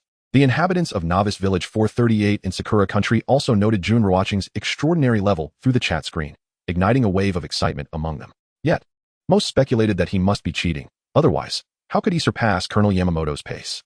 Time ticked away until the team competition concluded with a score of 34. 820 to 4, 150. The final scores were set in stone. The audacious Sakura Country ended with a mere 4, 150 points, a paltry fraction of the 34. 820 points amassed by Dragon Kingdom's Novice Village 1000. Team competition concluded. Novice Village 1000 scores 34, 820 points, victorious. Novice Village 438 scores 4, 150 points, defeated. The announcement from the Galactic will reverberated, declaring the triumph of Dragon Kingdom's Novice Village 1000 and the defeat of Sakura Country's Novice Village 438. As the announcement faded, the chat screens of both villages erupted in jubilant celebration. Victory! Victory! Victory! The chat screen was inundated with the word victory, a testament to the exhilaration of the players. A pivotal moment had arrived. They had triumphed. This marked the first genuine joy experienced since entering the Novice Village, a profound sense of accomplishment. Announcement. Congratulations to Novice Village 1000 for winning the team competition. Each participant will receive 50 points of battle power. Announcement. The first place on the leaderboard will receive quadruple rewards. Announcement. The second place will receive triple rewards. Announcement. The third place will receive double rewards. The voice of the Galactic will resonated once more. Simultaneously, golden rays of light cascaded from the sky, enveloping every individual in the Novice Village. As Jun Ruochén observed the golden light descending, it ultimately merged with his being, filling him with a warmth and an unmistakable surge of power. As the top scorer, he received quadruple rewards, amounting to an impressive 200 points of battle power. What a delightful boon. As night fell, he prepared to return to the Novice Village, gripping his Qing Feng sword tightly and heading in that direction while accessing his virtual panel to engage in the chat screen. With the additional 50 points of battle power, his total reached 330, categorizing him as a level 4, capable of effortlessly defeating level 2 monsters. He now stood among the ranks of level 5 powerhouses. This additional 50 points of battle power was truly a remarkable gift. The team competition had proven beneficial. Though 50 points may not seem substantial at this stage, it was undeniably a timely boon. For the opponents, it was akin to adding fuel to a fire, further inflating their arrogance. Jun, the true powerhouse, gained 280 points for each monster slain, leaving the opposing team in a state of bewilderment. Even the goddess Luo could easily dominate the entire Novice Village for 38. The chat screen overflowed with jubilation. After acquiring the 50 points of battle power, 90% of the participants felt as though they had received timely assistance, while the remaining 10% experienced mere embellishments to their already commendable scores. The reasons for their victory were straightforward. 1. They were predominantly youth under 30, constituting an exceptionally skilled team within the Novice Village. 2. The opposing side included individuals of all ages and conditions, thus lacking in quality compared to their own team. 3. All Novice Villages began from the same starting point. Belief in themselves was paramount. They were indeed the strongest. Jun Ruochén glanced at the chat screen and subsequently sent a message. In truth, he was unconcerned about the team competition and felt no anxiety, even without his direct involvement. Novice Village 1000 was destined for victory unless they were matched against a rival Novice Village of equal caliber. This was precisely why he was eager to return to school. Oh wow, Jun is here again. Brother Ruochén, what you said makes perfect sense. We must unite. Unity is victory. Indeed, they had managed to keep the points of the goddess Luo and Jun Ruochén apart, while the remaining scores overwhelmingly overwhelmed their opponents. However, Jun and Luo had always been the cornerstone of their team. How have you leveled up so quickly, already at level 11? By the way, have you checked the resource shop? What treasures lie within? Any equipment or artifacts? As dusk approached, it seemed that everyone was heading back to the Novice Village. Upon seeing Jun Ruochén, countless girls greeted him enthusiastically. This novice village was predominantly populated by students from Jiangxing University, with a strikingly high female-to-male ratio of 4:1, indicating a clear female predominance. Jun Ruochén found it amusing. He had intentionally avoided the female dormitory, fearing to be grouped with them, only to discover that most of the novice village's inhabitants were indeed female. It was worth noting that Jiangxing University housed nearly 50,000 students and staff. As he sped towards the novice village, the Qingming gemstone augmented his speed by 2 points, propelling him forward with astonishing swiftness. He could cover 100 meters in just 3 seconds. In fact, with just a bit more speed, he could take flight. It was indeed possible. Once a character reached level 20, they could activate sword flight and soar through the skies. Before long, Jun Ruochén arrived at the entrance of the novice village, now bathed in the hues of twilight. The sun dipped below the horizon as weary individuals made their way toward the village. A glance revealed a sea of beautiful girls. Truthfully, the novice attire worn by these females was both attractive and alluring. Look at that person's outfit. It's incredibly stylish. That's a costume. I recognize him. It's Jun. Jun. My goodness, I'm seeing the real Jun in person. I had heard of his stunning looks, but he is even more handsome than the rumors suggested. Indeed, the current Jun Ruochén was even more striking than before. Countless girls gazed at him with curiosity, captivated by his refreshing summer attire that set him apart from the crowd. While others donned the garb of mere novices, his attire stood in stark contrast, inevitably drawing attention. Swiftly, some recognized Jun Ruochén's illustrious background, igniting a fervor among the crowd, their cheers resonating in waves. In the blink of an eye, a throng of enchanting young women encircled him, their eyes sparkling with admiration. Chapter 12. The Universal Currency. Galaxy Coin. Jun Ruochén exchanged brief pleasantries with a multitude of girls before they collectively ventured into the novice village. The most vexing aspect was the eagerness of these beautiful girls to add him as a friend. The process was rather straightforward. One merely had to search for the other's name on the virtual panel and submit a friend request. Whether a friendship would blossom depended solely on the acceptance from the other party. As of yet, Jun Ruochén had not a single friend. It wasn't he that no one wished to connect with him. Rather, he had refrained from accepting any friend requests. The novice village offered 2 types of accommodations: novice wooden cabins and premium houses, the latter requiring a fee. Jun Ruochén found it necessary to remind the girls surrounding him, as many seemed to take liberties with him. He remained indifferent. After all, it was uncertain who was truly benefiting from whom. Just last night, he had spent 3,000 coins engaging in a delightful exchange with a charming young lady. The keys to these premium houses were as follows. A basic key cost 1 galaxy coin, allowing for 1 night's stay. A mid-tier key was priced at 3 galaxy coins, permitting a 5-day residence, and a high-tier key demanded 5 galaxy coins, offering a 10-day occupancy. One could hardly believe that the novice village engaged in commerce. The galaxy was quite absurd. The resource marketplace was filled with everyday necessities, utterly devoid of any equipment-related resources. A single instant noodle would set one back 1 galaxy coin, while a blanket went for 3 galaxy coins. Though lacking in equipment, these living essentials were commendable. The only drawback was their exorbitant prices. He possessed a mere 5 galaxy coins. It dawned upon many that galaxy coins were meant for such expenditures. After perusing the resource marketplace on their virtual panels, countless individuals felt the urge to curse. The world had been gamified.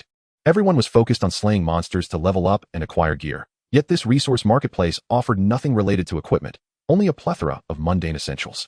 It was fair to say that anything one might require in daily life could be found within this marketplace, without exception. Announcement: Galaxy coins are the universal currency of the world. Only galaxy coins are recognized within the city. Hot weapons no longer exist globally. The galaxy will seem to sense the myriad of perplexed individuals, and the announcement chime resonated. This revelation left countless people astonished, particularly those of wealth and status, as it meant the obliteration of everything they once knew. From this point forward, it would be the realm of Jun, the great deity. Brother Ruochén, please grant us protection. No one had anticipated the scarcity of galaxy coins, which could only be acquired from the defeated beasts, an arduous task indeed. However, when measuring galaxy coins against goods, it became evident that these coins surpassed the worth of any global currency.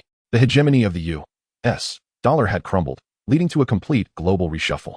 Whispers of discussion surged like a tidal wave. Shock, anticipation, and desire filled the air. The world was being redefined, and the prospect of engaging in grand endeavors loomed enticingly. By the way, I seem to recall hearing about an S-rank talent in Novice Area 438, Jun Ruochén suddenly recalled. During a team competition, he had glimpsed a message in the chat, suggesting that an S-rank talent resided in the Sakura Kingdom's Novice Village 438. Indeed. I believe it's a short fellow named Lieutenant Yamamoto, a girl eagerly replied, her excitement palpable. Tomorrow, we shall resolve the situation in Novice Area 438. By deducting 50 points from their combat power, their overall strength will decline, creating a vicious cycle until they can no longer withstand the beast tide. Jun Ruochén proclaimed.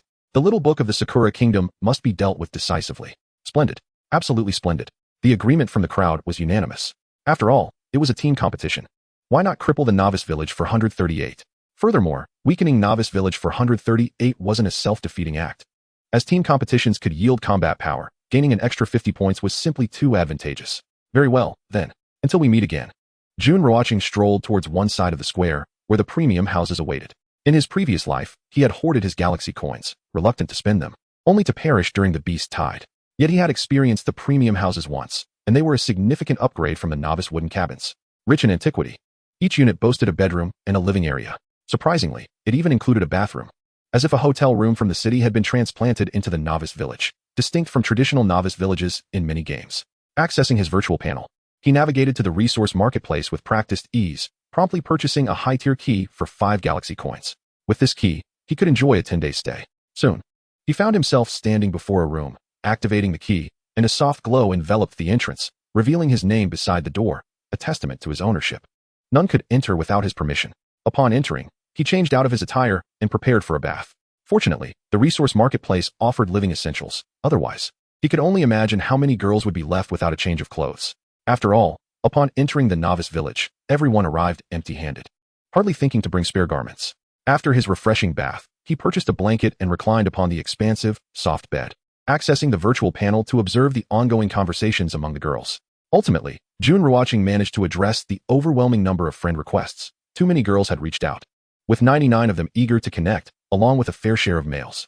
Half an hour later, he had sorted through them all, disregarding the male requests entirely, neither accepting nor rejecting them. Among the females, he accepted around 20.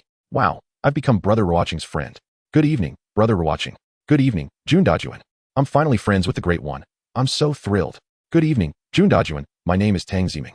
Good evening, brother. Amu see you. After accepting their requests, the girls greeted him one by one, to which Jun Ruochén responded courteously. In the novice village, one must maintain decorum. Of course, it wasn't entirely impossible for something delightful to occur, provided the circumstances were right. After all, such encounters could serve as a means of alleviating stress. Yes, precisely that, stress relief. By the way, does anyone have any galactic coins to spare? I'm in dire need of a few to purchase some inner garments. Otherwise, I might have to go without. It yearns for freedom, yet I still wish to impose some restraint. Oh, and I happen to possess an extra necklace that I could exchange for a few galactic coins. Haha, it seems you're rather impoverished upstairs. Can you not part with even a few galactic coins? Humph, as if you were wealthy. I still retain 7 galactic coins. But alas, they are not available for trade. Indeed, no trading is allowed. What are you even borrowing for? Tonight, there may be many who find themselves with nothing to do. Stop being so delicate. We are fortunate to be alive. Consider this. Our novice village comprises a total of 10,000 individuals, and in merely half a day's time, 609 have fallen victim to the beast horde. Yes, over 600 vibrant souls extinguished just like that. As the conversation continued, the atmosphere in the public chat grew somber. At the top of the chat channel, the remaining population was displayed. Currently, there are still 9,391 individuals alive, which means that in the span of half a day, 609 have perished. It is crucial to note that these are all university students, at the most beautiful age of their lives. Chapter 13. The God of War Necklace with Venomous Attacks. Combat Power Level 16. While everyone in the 1000th Novice Village rejoiced at gaining 50 points of combat power, those in the 438th Novice Village of Sakura Nation were wailing in despair. The 438th Novice Village of Sakura Nation was already disorganized, with its inhabitants being rather diminutive, placing them at a disadvantage against the beasts. Before the team competition, fewer than 7,000 remained in the 438th Novice Village, highlighting its utter weakness. Save for the one individual, Colonel Yamamoto, who had awakened an S-rank talent. The rest were but mere fodder. Following the team competition, the deduction of 50 points of combat power left half of the 438th Novice Village in a state of near death, with combat power plummeting below 100. It is essential to understand that a combat power of 100 is the standard for a healthy individual. Falling below that indicates a dire condition. Cursed be Jun Ruochén for causing us to lose 50 points of combat power. Without those 50 points, I am rendered weak. I feel as though I am on the brink of death. What am I to do? Tomorrow, I will be utterly incapable of fighting. How can I hope to progress? The most pressing concern now is the team competition tomorrow. Should we encounter another novice village that surpasses us, we shall be awaiting our demise. Within the 438th Novice Village, countless individuals from Sakura Nation appeared as though they had lost their parents. Or perhaps, even if they had lost their parents, they would not resemble their current state. In the 1000th Novice Village, the following day began early. Countless individuals departed from their rustic cabins or exquisite abodes, heading towards the outskirts of the novice village. These individuals had already arranged teams the previous night, thus saving precious time. The girls who had added him as friends were eager to team up with him, pleading for his guidance. However, Jun Ruochén had declined their requests, stating that he preferred to level up independently for a few days before helping them, as he needed to enhance his combat power to ensure victory in the team competition. Upon hearing this, they could do nothing but relent. Nonetheless, they all playfully urged him to take them along in a few days. He found their charms endearing and did not harbor any resentment towards their playful antics. Rather, he found himself somewhat enthralled. Of course, while he was captivated, he would not allow himself to be distracted by their allure. After all, this world operates on principles of fairness and equitable exchange. If a beautiful woman wishes to invest her efforts, it brings him joy, and he, in turn, must reciprocate. Yet, one could also argue that this world is inherently unjust. The strong prevail while the weak falter. When one becomes powerful, countless beautiful women are drawn to them. Whoosh, whoosh, whoosh. Jun Ruochén's speed sliced through the air with a whistling sound, a testament to his swiftness. In truth, he reminisced fondly about being at level 20, where he could activate sword flight. Of course, this required a mount or a flying sword. In his previous life, he had obtained a flying sword, allowing him to traverse great distances rapidly, even evading certain ground-based beasts. When confronted with airborne monsters, he possessed greater leverage, no longer merely standing on the ground to take hits. In the valley, the same one from yesterday, or perhaps the one from his past life, there lay level 9 and level 10 beasts, even a few bosses of similar levels.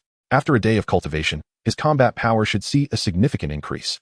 In his previous life, on the first day in the novice village, only 3,000 individuals remained.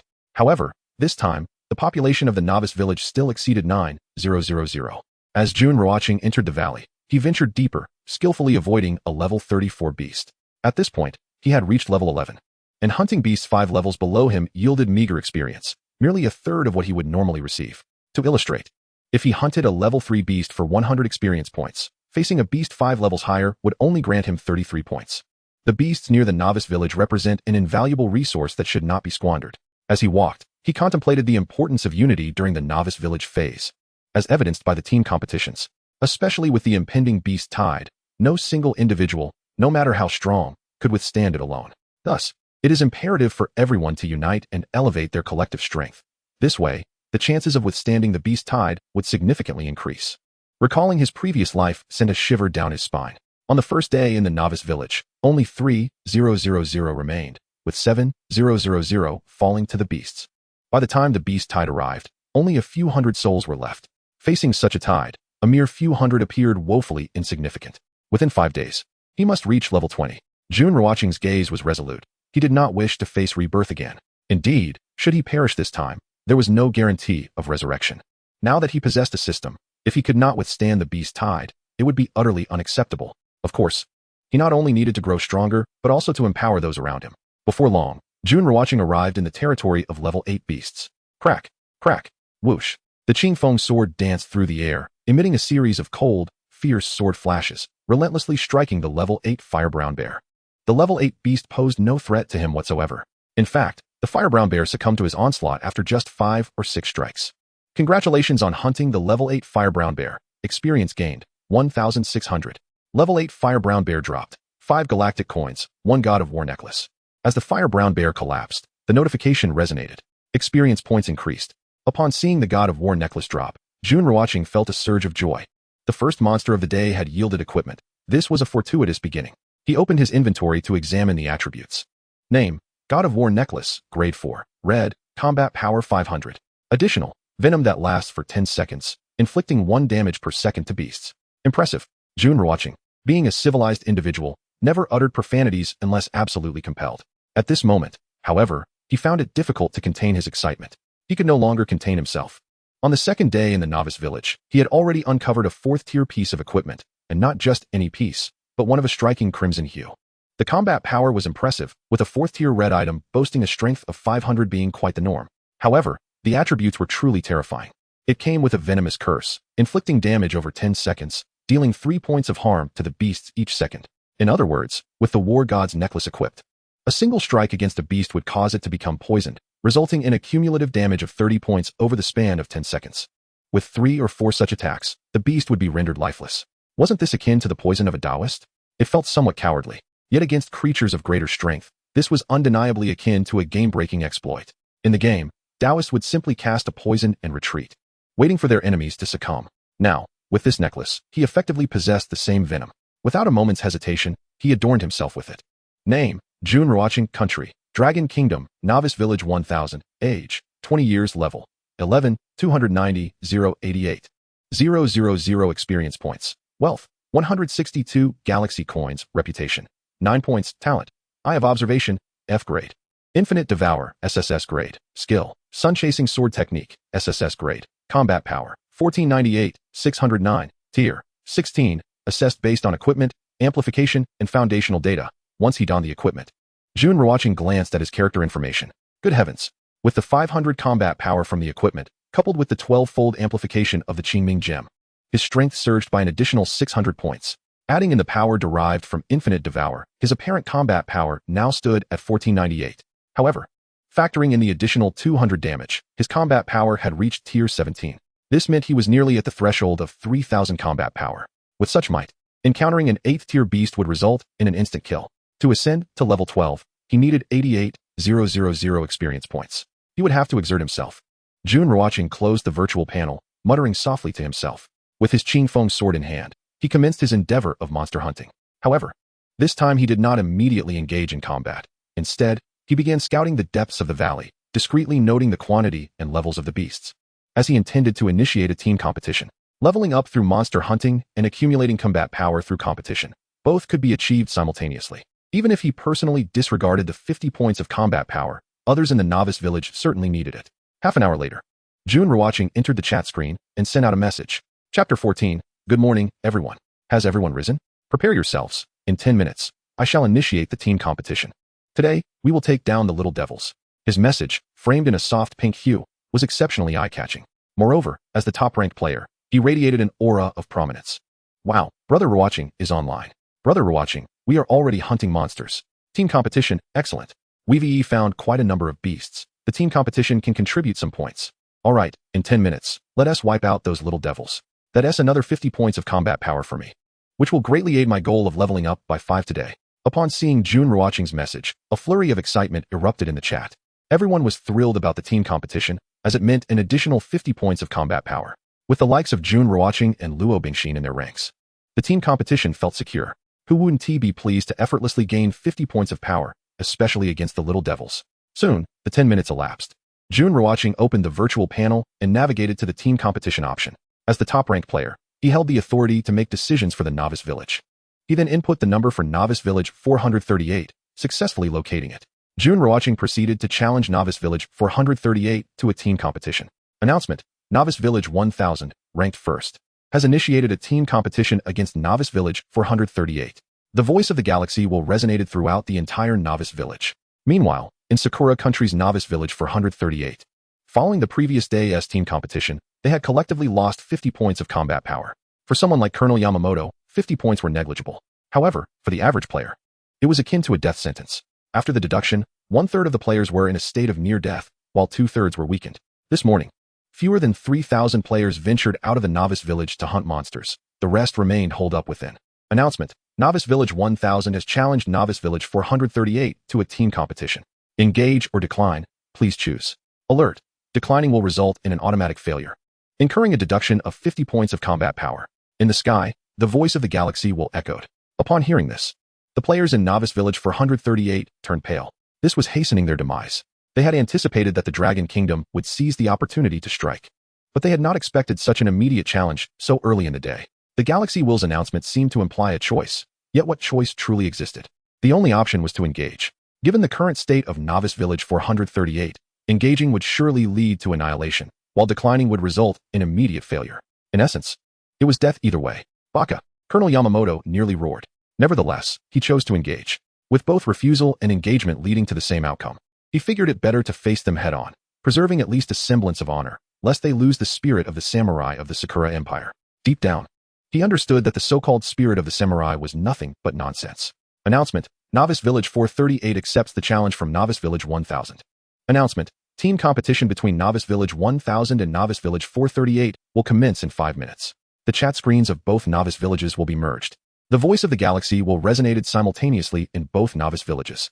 As the announcement rang out, the chat screen of both villages split in two, the left side for Novice Village 1000 and the right side for Novice Village 438, with the leaderboard replaced by the point scoreboard.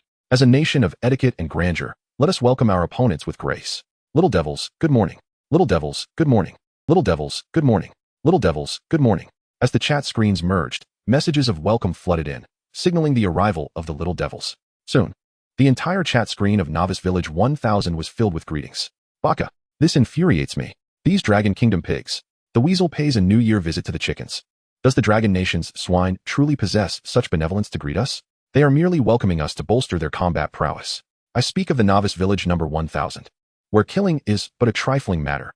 Is it not rather inhumane of you to act in such a manner? Perhaps you might consider easing the competition, allowing us to equalize our scores, thus rendering the outcome moot. We could regard it as a favor owed to you. What do you say? Indeed. Did not the people of the Dragon Nation profess to leave a line of retreat in their dealings, so that they might meet again in the future? Upon discovering the messages on the public chat screen of Novice Village number 1000, all of the Cherry Blossom Nation's soldiers were incensed. Some even shamelessly suggested that Novice Village number 1000 should ease up and settle for a draw. Should they truly allow such leniency? Rest assured they would stab the villagers of number 1000 in the back, a trait inherent to these little devils. Of course, now that they have initiated team competition, how could they possibly relent? They might show mercy to their own countrymen, but never to the little devils. These little devils can be somewhat endearing. A gaggle of marauders lower than beasts, yet they dare to speak as if human. Just yesterday, were they not brimming with arrogance and confidence? Is that 50 points of combat power truly so vital? If it holds such significance, then let them have it. Brother Jun Ruochén has declared his intent to severely weaken the soldiers of Novice Village number 438. Sisters, do not waste your breath on these little devils. Instead, prepare to slay a few more monsters once the team competition commences, so that we might send them to their doom with greater scores. Upon reading the messages from their adversaries, the inhabitants of Novice Village number 1000 could not help but chuckle at the naivete and cuteness of these little devils. They were at a loss for words. Time passed, 5 minutes elapsed.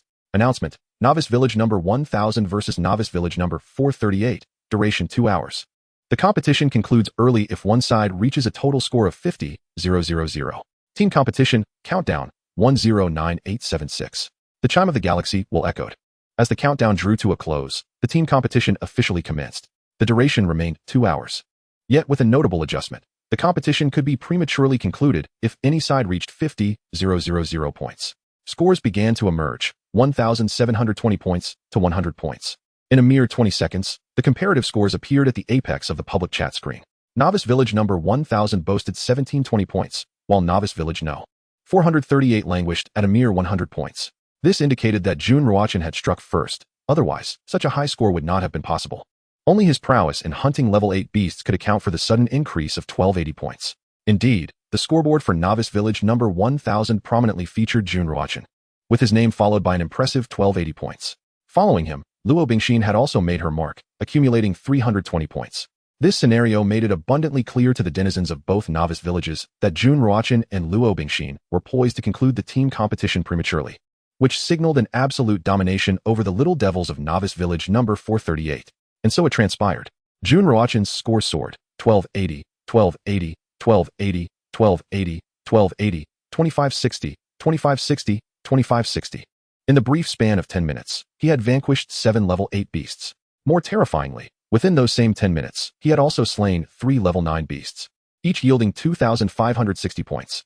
At that moment, Jun Ruochén's personal score reached a staggering 17,920 points. The second highest scorer, Luo Bingxin, achieved 5,440 points, having dispatched 17 level 6 beasts in just 10 minutes, showcasing her formidable combat prowess. Such strength made the slaying of level 7 beasts seem effortless. Surprisingly, the third place on the leaderboard was held by Tang Ziming, who also amassed a commendable 2,240 points by defeating level 6 beasts. Though her speed paled in comparison to that of Luo Bingxin, it was still impressive. At this juncture, the disparity in scores between the two novice villages had become glaringly evident, 35,140 points to 1,250 points. Novice Village No. 1,000 of the Dragon Nation had amassed a staggering 35,000 points in just 10 minutes, while Novice Village No. 438 of the Cherry Blossom Nation languished at a mere 1,250 points. This gap could hardly be deemed a difference, for it was entirely incomparable.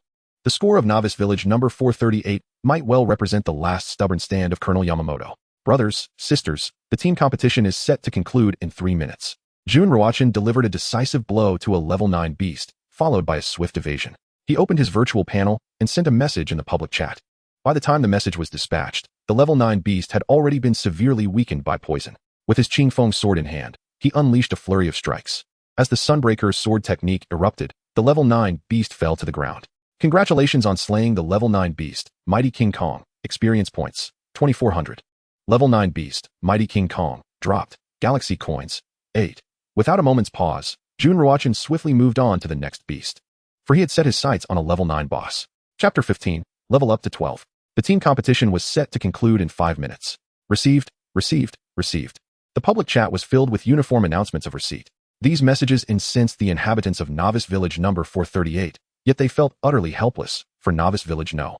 1000 of the Dragon Nation was simply too formidable. Even in their peak yesterday, Novice Village number 438 had been thoroughly outmatched by number 1000. What hope did they have today? The loss of 50 points of combat power was anticipated even before the team competition had commenced. Nevertheless, all of this bore no relevance to Jun Ruochén. At this moment, he was swiftly eliminating level 9 beasts. In his line of sight were nearly 50 level 9 beasts. With a level 9 boss at the center, he intended to claim that boss. Who knows, it might drop some excellent equipment. Today's goal was to reach level 13 and acquire a complete set of tier 3 equipment. To level up to 12, he required 88,000 experience points. Currently, slaying level 9 beasts granted him 2,400 experience points each. With the slaying of these beasts, he was assured to level up, and the team competition might conclude ahead of schedule. Experience points, 2,400. Galaxy coins, 8. Experience points, 2,400. Galaxy coins, 8. Experience points, 2,400. Galaxy coins, 8. Experience points, 2,400. Galaxy coins, 8. With his combat power ranking at tier 17, slaying level 9 beasts was child's play. His experience points continued to rise, and galaxy coins steadily dropped. Within a mere 2 minutes, he had dispatched 7 level 9 beasts. Announcement, Novice Village number 1000 has reached 50,000 points first. Current score, 57230. Team competition concluded.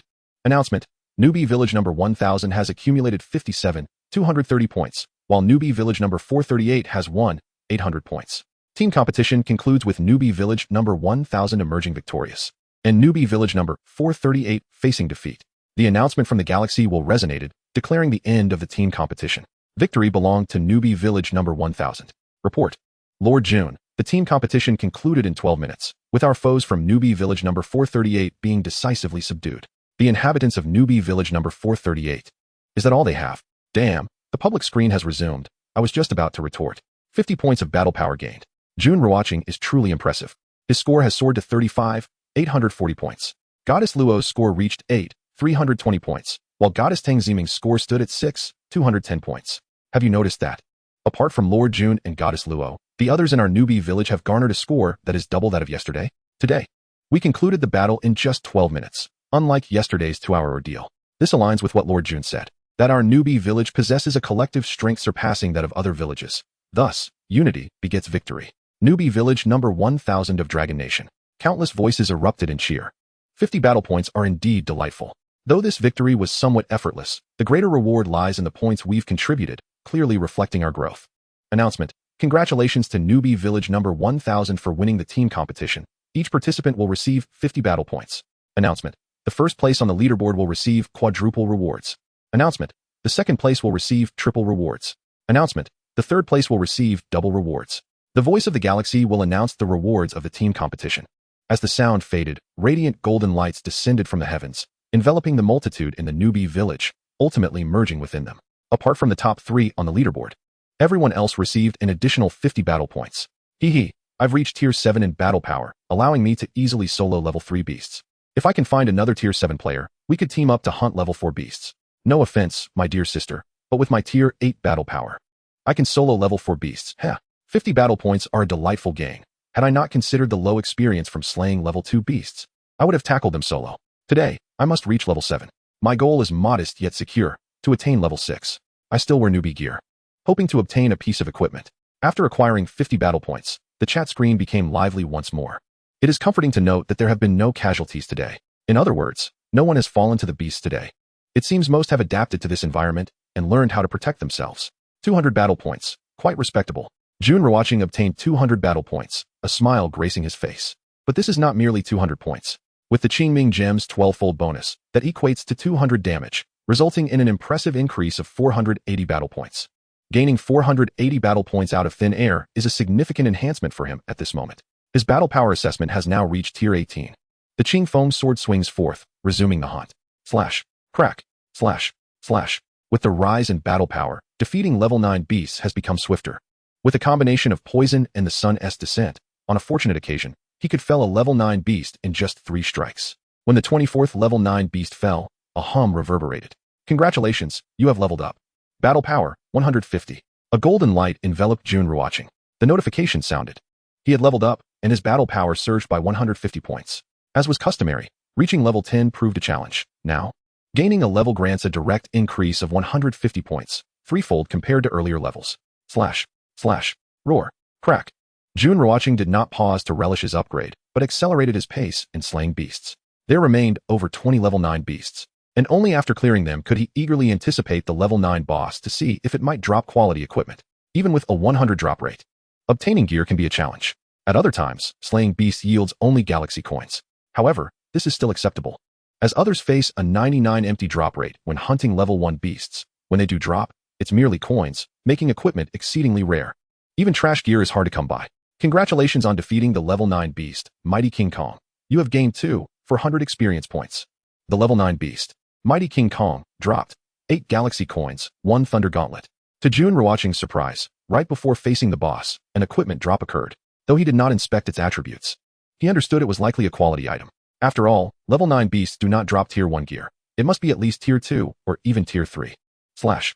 Slash. Slash. In 15 minutes, he eradicated all level 9 beasts, leaving only the level 9 boss, the two-headed King Kong. Gazing at the solitary boss, Jun Ruochén regarded it as a delectable feast. In his eyes, the level 9 boss bore no distinction from an ordinary level 9 beast, save for the potential for better drops. His battle power had already reached tier 18. Roar. The two-headed King Kong roared and charged at Jun Ruochén, its colossal arms swinging as if to crush him.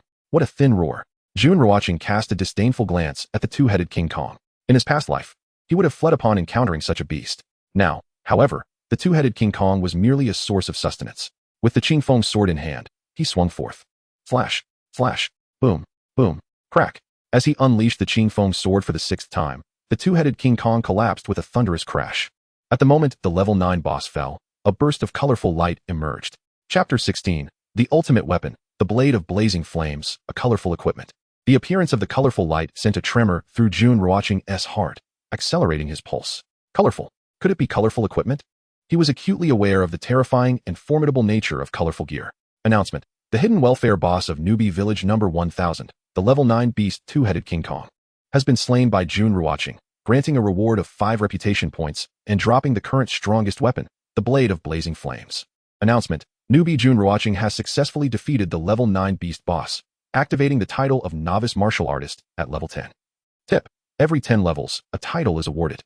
Upon reaching the corresponding level and defeating the associated beast, the title is activated. The level 9 beast hidden welfare boss is equivalent to a level 10 beast. The voice of the galaxy will echoed. This news spread throughout the entire Newbie Village. A hidden welfare boss. Such a beast exists. The level 9 beast boss has been defeated by Lord Jun, the most formidable weapon of the present day. What tier does it belong to? Indeed, I am most curious. What level of equipment is it, and what is its battle power? How enviable. Oh, esteemed Jun Ruochén, would you be so kind as to share a glimpse into your triumphs, so that we too may partake in your joy? The current strongest weapon? And a novice title as well? My envy is palpable, yet curiosity reigns supreme.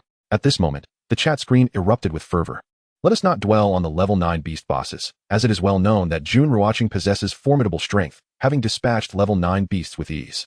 Slaying the level 9 boss would pose little challenge. However, they were astounded by the revelation of a hidden welfare boss within the novice village. This was information previously unknown to them. Furthermore, he had unveiled the current strongest weapon.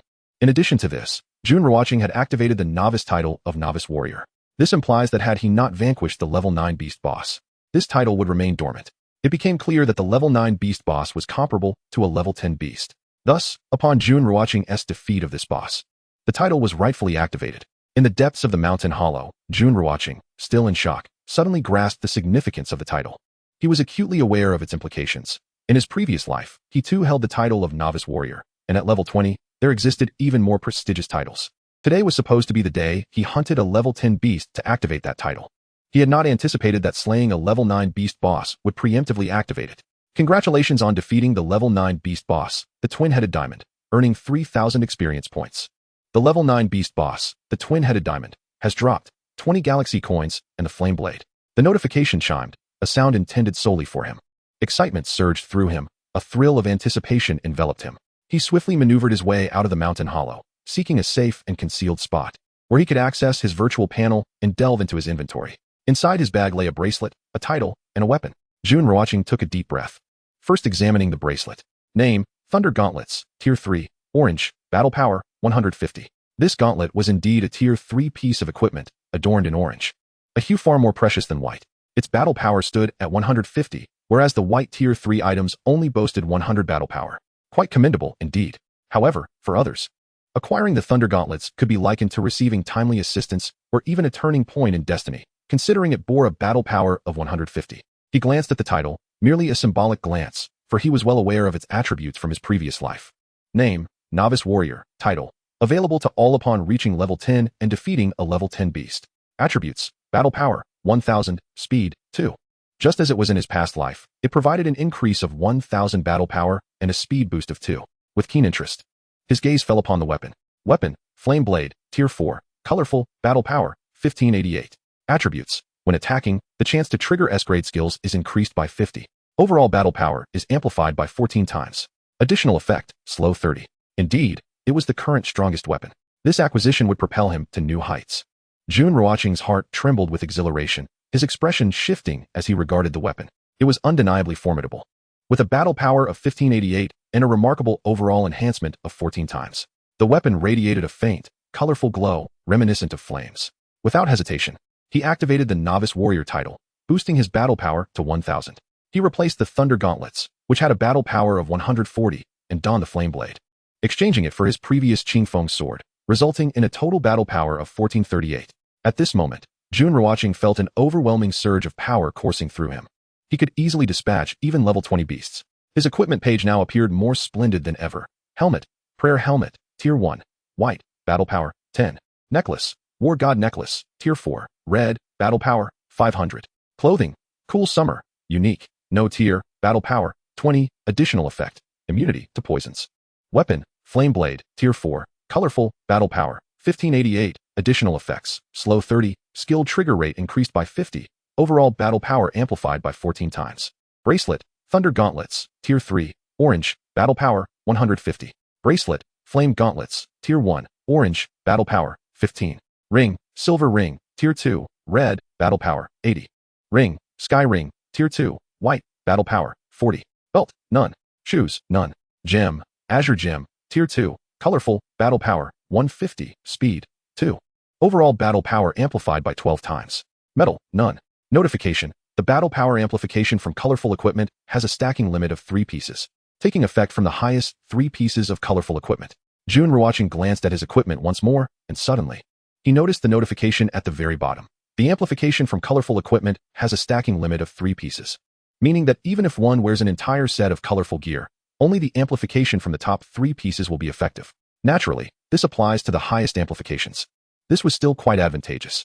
Were it possible to stack the entire set, it would be utterly overpowered. Name, Jun Ruochén. Kingdom, Dragon Kingdom, Novice Village 1000. Age, 20 years. Level 12, 53, 128 experience points. Wealth, 318 galaxy coins. Reputation, 14 points. Talent, Eye of Observation, F grade. Infinite Devour, SSS grade. Skill, Sunslaying Swordsmanship, SSS grade. Battle power, 6069, 4331. Tier, 29, evaluated based on equipment, amplification, and foundational data. With a sigh, Jun Ruochén reviewed his battle power and could not help but take a deep breath. This round had directly augmented his battle power by 4300, elevating it to 6000, equivalent to 3 or 4 times what it had been previously. Adding in the 200 damage, his battle power had surpassed 10,000. Thus, his battle power assessment reached Tier 29. In this moment, Jun Ruochén felt a swell of emotion, almost moved to tears, for in his previous life, he had never attained Tier 29 before his demise. His best piece of equipment had merely been an orange item, with the rest being ordinary white gear, the highest tier being only 5. Yet now, having entered the novice village just 2 days ago, and with the second day barely begun, his battle power had already soared to Tier 29. He possessed orange, red, and even 2 pieces of colorful equipment. With his current battle power, he could sweep away all beasts within the novice village, striving to reach level 20 in 3 days and secure a complete set of orange tier 4 equipment within 5 days. The remaining task would be to elevate everyone's strength. Jun Ruochén murmured to himself, his gaze resolute. Had it not been for the beast tide, he would undoubtedly have refrained from uplifting everyone collectively, for he was by no means a saintly figure. The impetus to enhance their overall strength stemmed solely from the sheer terror of the beast tide. Amidst his elation, he entered the public chat screen, where he beheld countless individuals in a state of shock and envy, eager to ascertain the current strongest weapon's level and combat power. After a moment of contemplation, he dispatched a message, Chapter 17, the title of Novice Martial Artist. He cautioned everyone against mere curiosity, for this title represented a genuine turning point in their destinies. The title of Novice Martial Artist conferred a combat power of 1,000 points, while the Flame Blade boasted a combat power of 1,588 points. Jun Ruochén sent forth this information, revealing that there was little to conceal. The novice title could be attained by anyone who exerted themselves slightly. Upon reaching level 10 and slaying a level 10 beast, they would earn this accolade. As for the Flame Blade, the announcement had already been made, and it was known that he possessed the current strongest weapon. Thus, disclosing its combat power was of little consequence. In fact, revealing this information would bolster everyone's confidence and inspire them to strive harder for self-improvement. When the beast tide eventually arrived, their chances of survival would be significantly enhanced. To be candid, he had perished in his previous life at the onset of the beast tide, utterly unaware of what lay beyond. The Novice Martial Artist title, with its 1,000 combat power? 1,000 combat power. The Flame Blade, adding 1,588 combat power. Oh my heavens. If only I possessed such a weapon, I could directly confront level 8 beasts. Jun is truly remarkable. I am in awe. Surely, Jun can now slay level 15 beasts, right? Just like that, Jun has increased his combat power by 2,688 points. This is a monumental leap. I must strive to level up, aiming for level 10 by this evening. By the way, Jun, could you take me along to hunt a level 10 beast? My combat power is somewhat low, and I am concerned I might not hold my own. Indeed, with a bit of effort, I could also reach level 10 today, but I fear I may falter against a level 10 beast. Upon witnessing Jun Ruochén announce the title and weapon's combat power, everyone was left astounded, shocked, exhilarated, dazed, envious, and filled with anticipation and desire. They all understood that acquiring a weapon akin to Jun Ruochén's was an impossibility, yet attaining the level 10 title was within reach. With a little effort, one could achieve level 10 and claim the title. Securing this title would augment their combat power by 1,000, a veritable leap forward. However, there was a shared anxiety regarding the formidable nature of level 10 beasts, prompting many to implore Jun Ruochén to assist them in slaying one for the sake of completing their tasks. Very well. Those who reach level 10 before evening may gather at the southernmost hillock of the novice village. I shall accompany you to hunt a level 10 beast, coordinates 103411. Of course, this is only available today. Once a few among you possess the title, mutual assistance will ensue, fostering a virtuous cycle that accelerates overall strength enhancement. Jun Ruochén sent this message forth, affirming his commitment to helping today. However, he made it clear that this offer was only valid for today. He could not endlessly assist others. Agreed, Jun. Your reasoning is sound. As soon as a few individuals obtain their titles, rapid development will follow, creating a beneficial cycle. After all, even Jun must prioritize his own leveling up. Today, the top 20 on the leaderboard should be able to reach level 10 without issue. We, too, shall strive, aiming to attain level 10 within 3 days. If we secure the title, subsequent monster hunting and leveling will accelerate. Otherwise, considering the vast experience required for future leveling, tens of thousands, or even hundreds of thousands, it is indeed daunting. Upon reading Jun Ruochén's message, everyone expressed their agreement. Jun Ruochén surveyed the messages on the chat screen and glanced at the leaderboard, nodding in satisfaction. Choosing a superior novice village was of utmost importance. Had he not returned to school, he would have undoubtedly found himself in the same novice village as in his past life, and even with a system. Survival through the beast tide would have been uncertain, given the utter weakness of that prior novice village. In contrast, the novice village of the present, number 1000, boasted an overall strength that was undoubtedly top tier. It could be said that the novice village was populated entirely by university students or military personnel, rendering it significantly more formidable than other novice villages. The data spoke volumes. In his previous life, on the first day, only over 3,000 remained in the novice village, and it was on the 6th day that level 10 individuals began to emerge. In this lifetime, nearly 20 level 10 individuals would appear by the 2nd day. After observing the chat screen for a while, Jun Ruochén closed the virtual panel and proceeded toward the end of the hillock, leaving some level 10 beasts untouched for others to tackle their tasks. Now, he aimed to hunt level 11 beasts. At the end of this path lay the fiercest of the hillock's inhabitants, the level 11 beasts. After today, he would need to venture to other areas of the novice village. With a swift motion, he arrived in the realm of level 11 beasts. the flame blade, akin to a raging inferno, struck down upon the towering level 11 beast, dispatching it in an instant. The scene before him was reminiscent of past gaming experiences. Akin to wielding a dragon-slaying sword against the novice village's fowl, it was astonishingly effortless.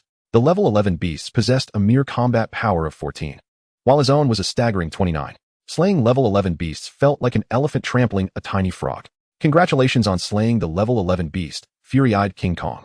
Experience gained, 3,600. Level 11 beast, Fury-Eyed King Kong, dropped, 15 galaxy coins. Congratulations on slaying the level 11 beast, Fury-Eyed King Kong. Experience gained, 3,600. Level 11 beast, Fury-Eyed King Kong, dropped, 15 galaxy coins. Congratulations on slaying the level 11 beast, Fury-Eyed King Kong. Experience gained, 3,600. Level 11 beast, Fury-Eyed King Kong, dropped, 15 galaxy coins. Congratulations on slaying the level 11 beast, Fury-Eyed King Kong. Experience gained, 3,600. Level 11 beast, Fury-Eyed King Kong, dropped, 15 galaxy coins. Jun Ruochén swiftly dispatched level 11 beasts. At this moment, the task was remarkably effortless, presenting no challenge whatsoever. 1 beast, 2 beasts, 3, 10, 20, 30. Upon slaying 30 Fury-Eyed King Kongs, he leveled up once more. Buzz. Congratulations, you have leveled up. Combat power, 150. A golden light enveloped him as the notification chimed. Now, having reached level 13, he resolved to clear this area of level 11 beasts, which should enable him to ascend to level 14. By noon, Jun Ruochén officially attained level 14. However, to progress from level 14 to 15, he would require a greater number of beasts, as transitioning from level 13 to 14 demanded 21 million experience, while ascending from 14 to 15 necessitated 1 million experience. Yet, he had no intention of leveling up further at present. There was no particular reason for him to do so. In the depths of the mountain hollow, someone has arrived. Lord Jun, Tang Ziming sent a private message, inquiring about his whereabouts. She had reached level 10 and was now intent on hunting level 10 beasts to earn her title. While her combat prowess was commendable, she hesitated to confront the level 10 monsters alone. Come to the outskirts of the level 10 beast zone. I shall wait for you here, she suggested. Jun Ruochén responded promptly and made his way toward the designated area. Upon arriving at the vicinity of the level 10 beasts, he beheld a strikingly beautiful girl. No longer clad in novice attire, she donned a more elegant feathered robe. With her tall and graceful figure, delicate features, and long, slender legs, she stood poised in a secure spot, awaiting him. Lord Jun, over here, Tang Ziming exclaimed, her eyes sparkling upon seeing him. She had heard tales of Jun Ruochén's appearance. Renowned as the most handsome figure at Jiangqing University, to her astonishment, he was even more immaculate and charming than she had imagined, exuding an ethereal aura that hinted at his formidable strength. Have you attempted to confront the level 10 beasts yet? Jun Ruochén inquired, observing the approaching Tang Ziming. She ranked third on the leaderboard, just below Luo Bingxin, who was also at level 10, boasting greater experience points, thus securing her position ahead of Tang Ziming. My combat power is at level 10, but I dare not engage, Tang Ziming replied, pursing her rosy lips. With level 10 combat strength, it's unwise to challenge level 10 beasts, especially since my earlier hunts involved level 6 monsters. It would be reckless to leap straight into battling level 10 beasts. Therefore, she sought out Jun Ruochén instead. Let us form a team, he proposed. All right, she nodded, promptly sending a party invitation, which he accepted, forming their team. You initiate the attack, then retreat after your strike, he instructed. This is merely a quest. The amount of experience gained is inconsequential. As they were in a team mode, the defeat of the level 10 beast would also count towards Tang Ziming's quest. Thank you, Lord, she replied with a beaming smile, fully aware of his intentions. Engaging a level 10 beast with her combat power would be tantamount to courting disaster. By striking first and then withdrawing, she would avoid its retaliation, allowing Jun Ruochén to deliver the final blow, thereby completing her quest.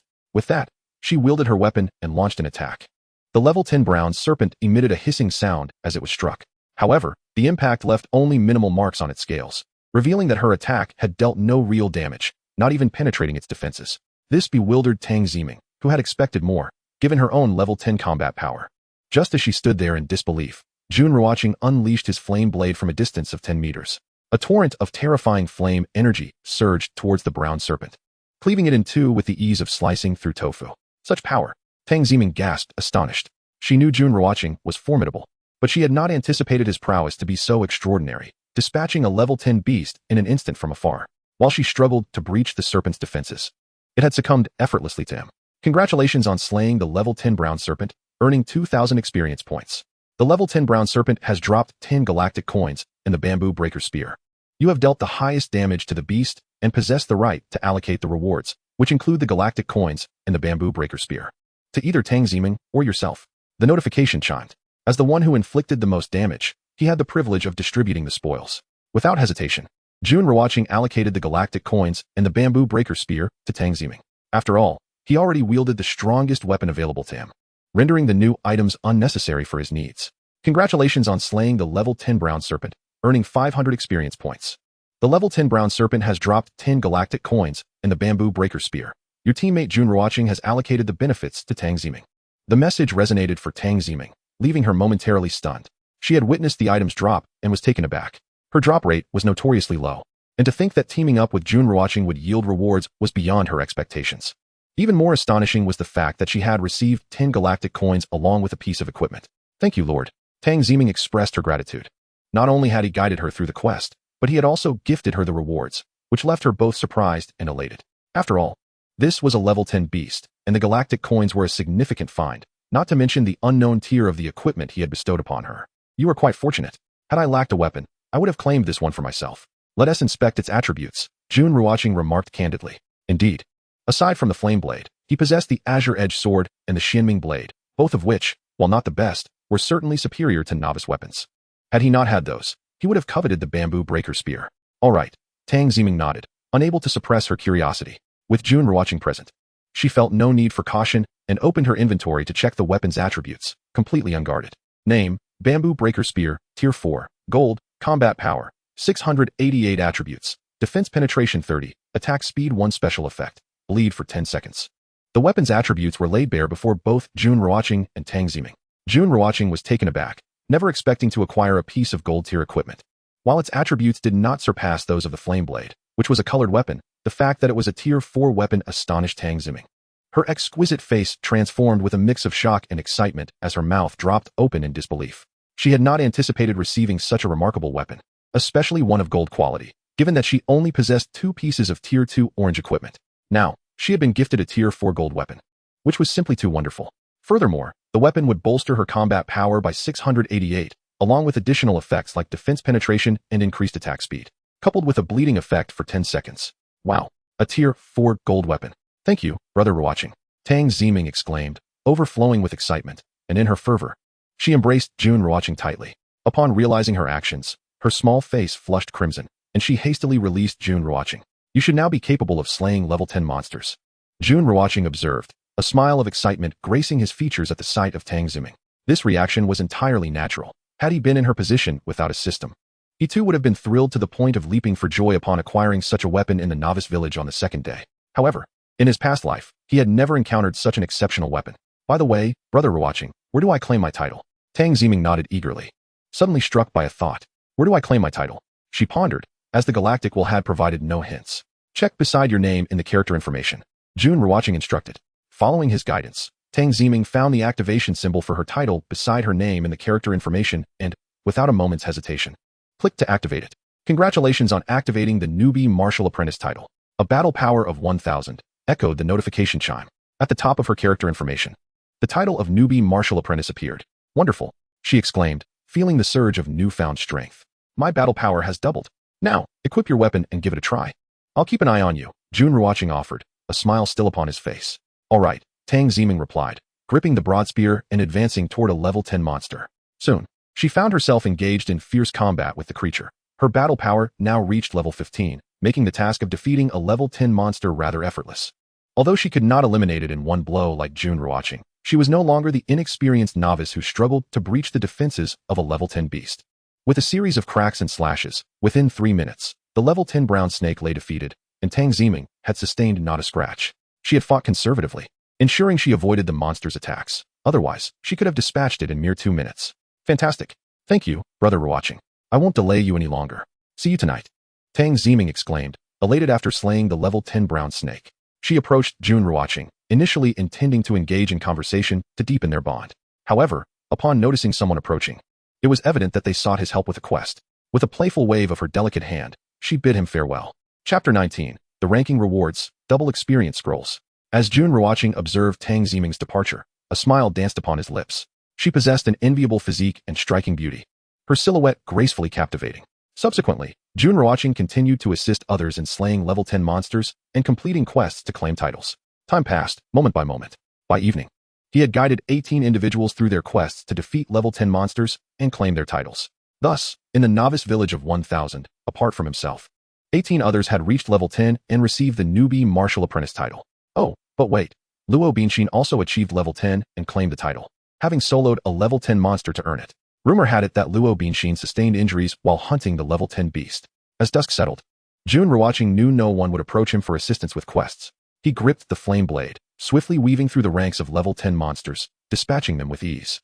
In just 10 minutes, he cleared the entire area of level 10 monsters and even eliminated the level 11 beasts.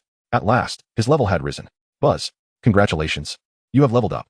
Battle power of 150. At long last, he had reached level 15. Upon leveling up, Jun Ruochén hastened towards the novice village, returning within 10 minutes.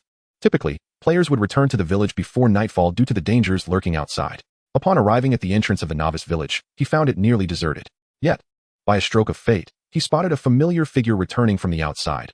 Luo Binshin, the second-ranked player on the leaderboard and the second in points. Jun Ruochén was well acquainted with her, having once confessed his feelings to her only to be met with rejection. After that, he had spent 3,000 to engage in conversation with a beautiful young lady about life and exercise. This marked the first time he encountered her since arriving at the novice village, which created an awkward atmosphere. Luo Binshin also noticed Jun Ruochén. He bore a smile as he walked towards the plaza, opting not to greet her.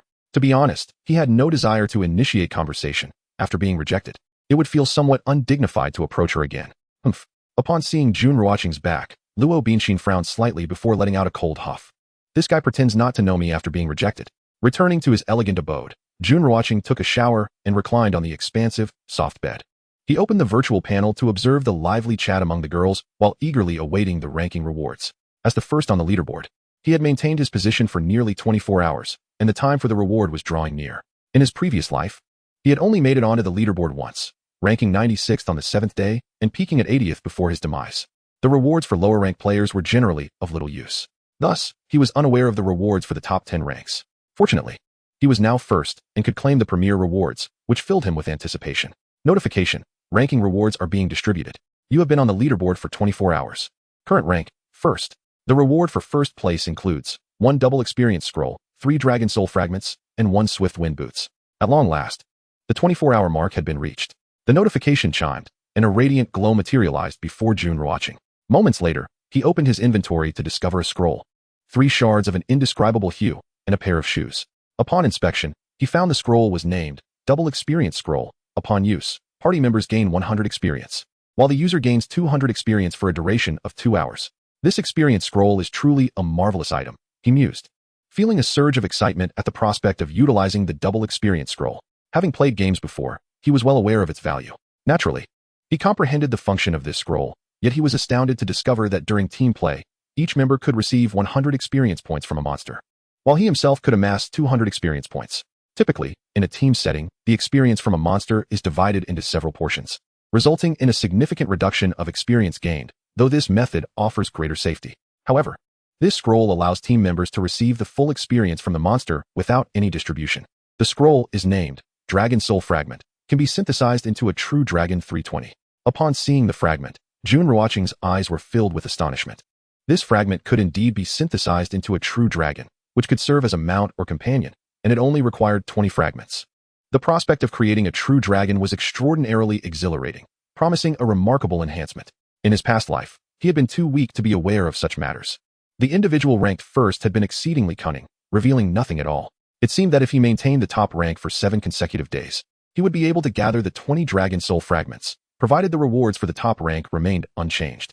If he succeeded in collecting these fragments, he could synthesize a true dragon. Just the thought of it set his heart racing. Item: Gale Boots, 4th tier, orange, combat power 300. Attribute: speed 5. Special effect: 50 immunity to slow effects. What a splendid item. Setting aside the combat power, the 5 points in speed were incredibly precious. With this boost, his movements would become significantly swifter. At least until he activated the sword flight ability, his speed would reach a truly terrifying level. Additionally, the 50 immunity to slow effects was invaluable, as certain beasts possessed skills that inflicted slowing effects, rendering one helpless and merely a target for attacks. With the Gale Boots, he would have a 50 chance to evade such debilitating slows. Tomorrow, he planned to team up for 2 hours, accepting registrations for level 10 players. The first to register would be deemed valid. Donning the Gale boots, Jun Ruochén sent a message in the public chat. If the top rank rewards remained constant, then he would receive a double experience scroll each day. He intended to level up anyway, so he could assist others without any loss to his own experience. Oh, Brother Ruochén, please take me along. Great God Jun, I want to join. Brother, please. The female players engaged in the chat, upon seeing Jun Ruochén's message, typed with a speed that surpassed that of seasoned typists, hastily sending messages to register, with some even resorting to single-character replies to save time. Before long, Jun Ruochén captured a screenshot. The first 9 registrants were valid and could join him in the team. In truth, the number of registrants was not overwhelming, as the requirement was to reach level 10. On the leaderboard, only 20 players had achieved level 10. The names included Tang Ziming, Mu Xiu, Morongzi, Lu Qingqing, Chu Mingxi, Yun Yao, Zhang Xiao, Zhou Tianyu, and Ling Ling. Tomorrow morning at 7 o'clock, let us gather at the entrance of the novice village. Jun Ruochén informed the first 9 registrants, instructing them to assemble at the designated location. Received. Confirmed. Understood. The chat screen buzzed with confirmations. Subsequently, Jun Ruochén closed the virtual panel and fell into a deep slumber. Chapter 20. The third day in the novice village, team leveling up. The second day in the novice village had come to a close. Across the globe, the number of novice villages was incalculable. However, novice village No. 1000 was undoubtedly a haven of tranquility, as on the second day, no one had perished at the hands of beasts, instilling a greater sense of confidence within its inhabitants. Conversely, novice village number 438 in the Cherry Blossom Kingdom was shrouded in a chilling silence, reminiscent of hell itself. On the first day, before team competitions had commenced, novice village number 438 had already suffered a loss of over 3,000 players. After the initiation of team competitions, the deduction of 50 combat power left countless players in a near-death state, with many succumbing to the beasts. By the second day, only around 2,000 players had managed to venture out from the novice village to hunt monsters, while the others remained bedridden. Following this, novice village No. 1000 launched its team competitions, resulting in another deduction of 50 combat power for village number 438. This blow was akin to a death knell for them. Now, only 3,000 players remained alive in village number 438, but among them, merely a handful possessed any combat capability, while the rest languished in weakness or near death. The entire novice village number 438 resembled a purgatory on Earth. Baka, how could this happen? Colonel Yamamoto's eyes blazed crimson with madness. The warriors of the Cherry Blossom Empire cannot perish here. It is inconceivable that we would be defeated by the pigs of the Dragon Kingdom. 2 days of losing 100 combat power meant little to him. He was now level 9, yet his novice village had dwindled to only a few dozen capable fighters. The rest were dead, dying, or weakened. Under such circumstances, facing a beast tide was out of the question. Will the Dragon Kingdom's pigs challenge us again tomorrow? Asked Koizumi Shunichiro, his face pale and weakened. His eyes were filled with dread and terror of death. More terrifying was the burgeoning fear he felt towards the Dragon Kingdom, coupled with a disheartening realization of his own nation's fragility before them. Previously, he had been so arrogant and self-assured. How ludicrous it now seemed. Indeed, Colonel Yamamoto nodded, fully aware of the Dragon Kingdom's deep-seated hatred for the Cherry Blossom Empire, for they had committed unforgivable transgressions against humanity. Given the chance, they would undoubtedly seek to annihilate the Cherry Blossom inhabitants. What shall we do? Koizumi Shunichiro inquired. With only a few dozen players capable of hunting monsters to level up in village number 438, they were no match for village number 1000. If another deduction of combat power occurred, village number 438 would be utterly finished. Battle. If we fail, Shunichiro, you shall commit seppuku for me. Colonel Yamamoto's gaze was icy. As a warrior of the great Cherry Blossom Empire, surrender was not an option. Even in defeat, the most he could do was take his own life, but not his own. In the novice village, early in the morning, it marked the beginning of the third day for all players. After waking, Jun Ruochén performed a brief morning routine before departing from his exquisite abode, heading towards the entrance of the novice village. Although the hour was still early, countless players had risen at dawn to hunt beasts and level up, driven by the urgency to reach level 20 within 10 days, lest they face obliteration. Furthermore, the impending beast tide loomed ominously. In the novice village number 1000, the inhabitants are predominantly university students, mostly aged 18 to 19 or 21 to 22, all in the prime of their youth, and naturally, none of them yearn for death. Moreover, with the advent of the apocalypse, a global reshuffling has occurred, ushering in a new paradigm of survival. Everyone is eager to make their mark. Good morning, Lord Jun. Good morning, esteemed leader. Morning, Brother Ruochén. Lord Jun, good morning. As Jun Ruochén made his way through the village, countless individuals greeted him, their faces alight with joy and anticipation. For they had witnessed the formidable weapon in Tang Ziming's hands, a 4th-tier golden weapon that augmented her combat power by a staggering 688 points. Their eyes gleamed with envy. fully aware that this weapon had dropped during the quest Jun Ruochén had led her through. Such luck was unparalleled. They harbored no illusions about obtaining equipment by teaming up with Jun Ruochén. Rather, they hoped for swift leveling up. Curiosity piqued. They wondered why Jun Ruochén had chosen to lead them in leveling up today, especially since they had only teamed up for 2 hours. Yesterday's leaderboard rewards had granted him a double experience scroll, valid for 2 hours. After exchanging pleasantries with the group, Jun Ruochén spoke. Wow, a double experience scroll, how wonderful. With Brother Ruochén guiding us, we can accumulate a significant amount of experience in just 2 hours. Being at the top of the leaderboard has its perks. Lord Jun, where shall we venture to level up? Shall we hunt level 10 beasts? We can handle level 10 beasts with ease now. Upon hearing about the double experience scroll, their excitement surged. The name alone conveyed its purpose and effect. However, with a mere 2-hour duration, they understood the importance of maximizing their time and strategizing their monster encounters to avoid wasting the scroll. Let us go, we'll find out soon enough, Jun Ruochén declared, darting towards the southern edge of the novice village with astonishing speed, akin to a gust of wind. The others hurriedly followed, having all reached level 10, their strength formidable. While their speed did not match Jun Ruochén's, they managed to keep pace. After 10 minutes of travel, Jun Ruochén halted. They found themselves at a canyon. The distant roars of beasts echoing ominously, accompanied by a violent aura that sent shivers down their spines. Tang Ziming and Mu Siyu felt their hearts race with trepidation.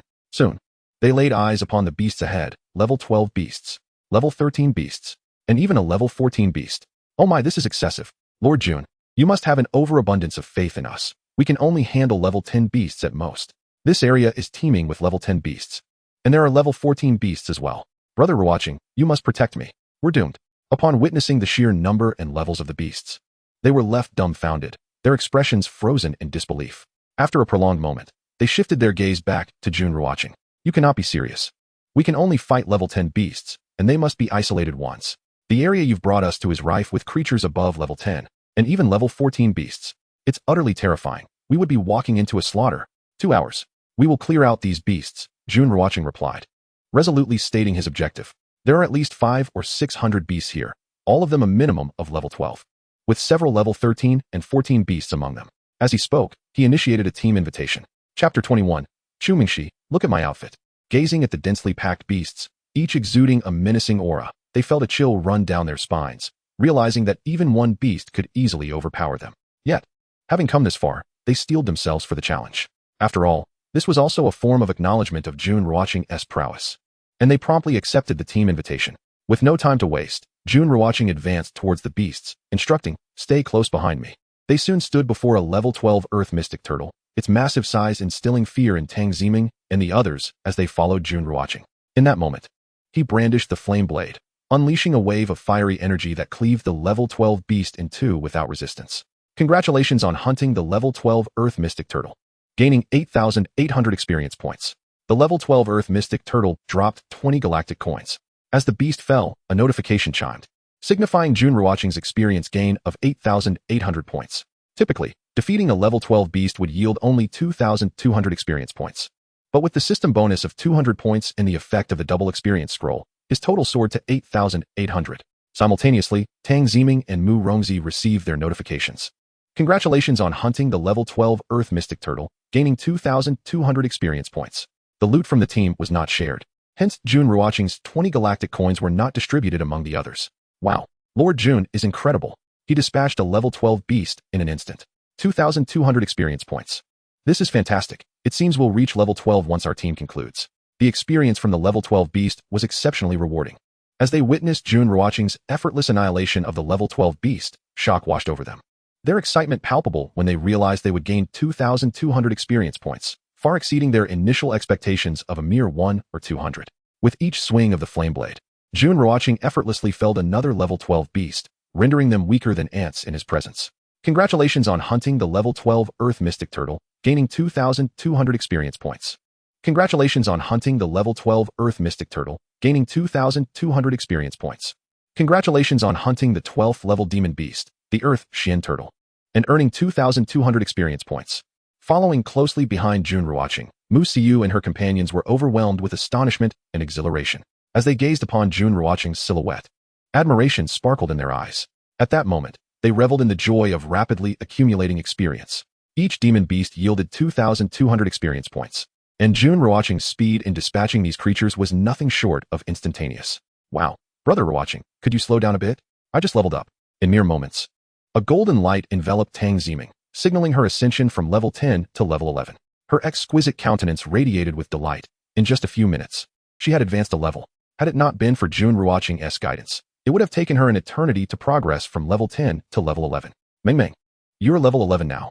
Mu Siyu remarked, a mischievous glint in her eyes. Yes. Aren't you envious? Tang Ximing nodded vigorously. Not envious at all. I leveled up too, Mu Siyu burst into laughter.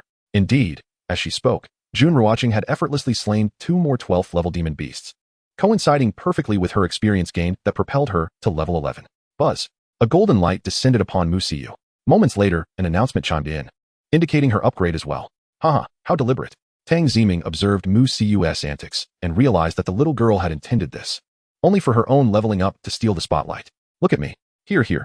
At that moment, Chu Mengxi interjected, pointing her delicate, fair fingers towards herself, drawing the attention of Tang Ximing and the others. Nothing has changed. You didn't reach D cup yet. Eyes off the forbidden fruit. Tang Ximing and her companions rolled their eyes at Chu Mengxi's gesture. What are you all talking about? Look at my outfit. Chu Mengxi, catching on to their banter, suddenly realized her hand was pointing at her chest, causing her cheeks to flush crimson, her earlobes turning pink as well. After all, there were boys present. Have you not noticed the main point? The main point is not merely about 2 little dots. Wow, Mengxi, did you just score some gear? What level? That outfit is stunning. What tier is it? I want that outfit too. Upon hearing Chu Mengxi's exclamation, the girls finally grasped the crux of the matter, noticing the gorgeous attire adorning her frame. It was no ordinary garment, but high-tier equipment that enhanced both attack and defense, making it a rare delight for any girl. Just dropped. A 4th-tier crimson set, battle power 500, and it has the effective immunity to all poisons. Chu Mengxi gleefully shared, her joy radiating from her expression. Wow. A 4th-tier crimson outfit, how enviable. Is it because you teamed up with Brother Ruochén that the drop rate is so high? By the way, Jun Shun, what is your talent? We're so curious. Mind sharing? If it's inconvenient, we understand. As they admired Chu Mengxi's equipment, their gazes shifted toward Jun Ruochén. Their curiosity piqued.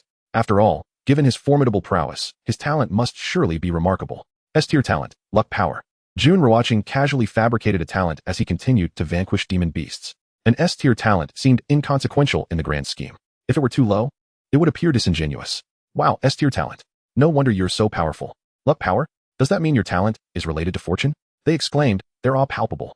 The name itself suggested a correlation with luck, which likely influenced drop rates. Higher drop rates yield superior equipment, leading to increased battle power, accelerating monster slaying and leveling, an ideal cycle indeed. A true child of destiny.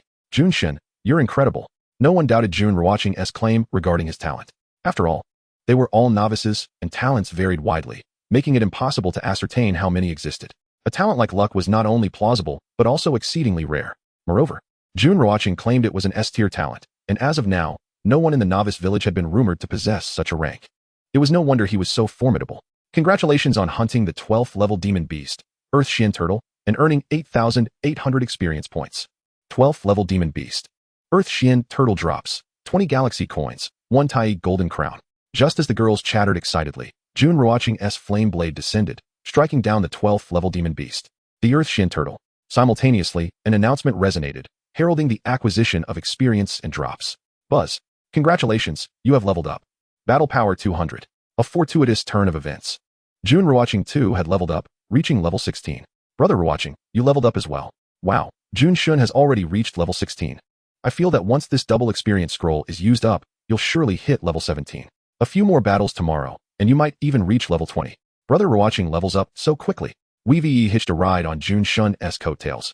We might even make it to level 13 today. The golden light of his ascension was evident to all, and naturally, they couldn't miss it. Besides, the leaderboard was visible to everyone, and he stood at the top, drawing constant attention. Have you all forgotten something? Jun Ruochén remarked as he continued to slay monsters. For now, he had no intention of changing equipment, as his battle power was sufficient to annihilate all the demon beasts within the novice village, and the experience scrolls were precious. Time should not be wasted. What is that? What is that? They inquired, somewhat bewildered. The little brat from Novice Village 438 is still alive, Jun Ruochén stated, not having forgotten about eliminating that nuisance. Oh, I completely forgot. I thought Brother Ruochén was waiting until we formed a team before initiating the team competition. Caught up in the excitement. I didn't even remember such an important matter. Let us take care of that little pest. Yes, Jun Shun, initiate the team competition. Upon Jun Ruochén's mention, they all suddenly remembered, realizing they had overlooked this task. Announcement, Novice Village 1000, ranked first on the leaderboard, challenges Novice Village 438 to a team competition. Jun Ruochén took a moment to issue the challenge. The announcement reverberated throughout the entirety of Novice Village, reaching every ear. A few seconds later, the announcement echoed again. Announcement: Novice Village 438 responds to the challenge from Novice Village 1000. Announcement: Team competition between Newbie Village 1000 and Newbie Village 438 will commence in 5 minutes. The chat screens of both villages will now be merged. The inhabitants of Newbie Village 1000 were quite taken aback by the swift response from the opposing team. Their readiness was almost palpable, as if they had been anticipating this moment. Good morning, little jotters. Oh, it seems not many of the little jotters are online. Have they all perished? Impossible. Colonel Yamamoto is a level 7 powerhouse. He will undoubtedly lead the little jotters to victory. They cannot possibly lose. Perhaps they are merely sleeping. Yes, they must be asleep. Otherwise, they would have already bounced back, brimming with bravado. What about Little Hound? Why is he silent? After the chat screens merged, the denizens of Newbie Village 1000 noticed a conspicuous absence of individuals from Newbie Village 438 on the public screen, piquing their curiosity. Have all the little jotters truly been wiped out? In a moment, the chat erupted with speculations. Announcement: Newbie Village 1000 versus Newbie Village 438, duration set at 2 hours. The competition will conclude early if one side reaches a total score of 100,000.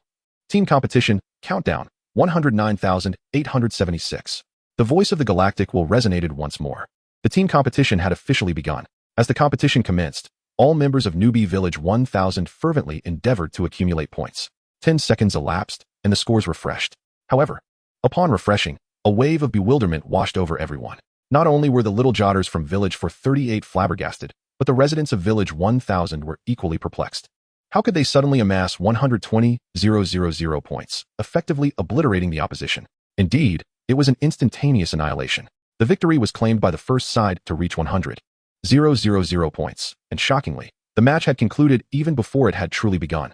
Soon, they beheld the leaderboard. Jun Ruochén claimed the top spot with a staggering 122,880 points, followed by Luo Bingxin with 560 points, and Zhou Yuping with 640 points.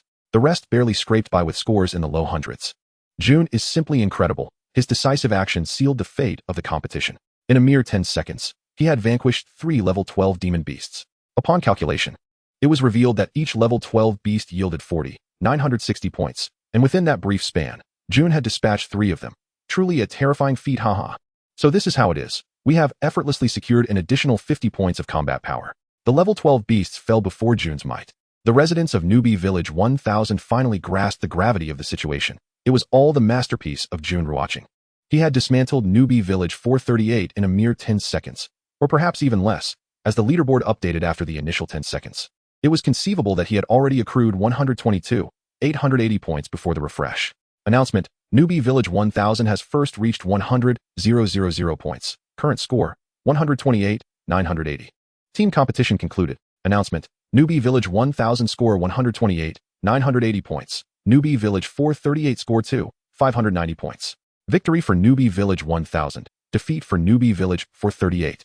The voice of the Galactic will proclaim the end of the team competition. It could be said that from the moment the Galactic will announce the commencement to the conclusion, only 10 seconds had transpired.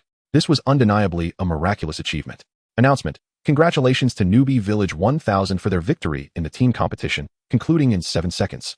Triggering the heart of the galaxy. Each participant will receive 200 points of combat power and a random piece of Tier 2 exceptional equipment.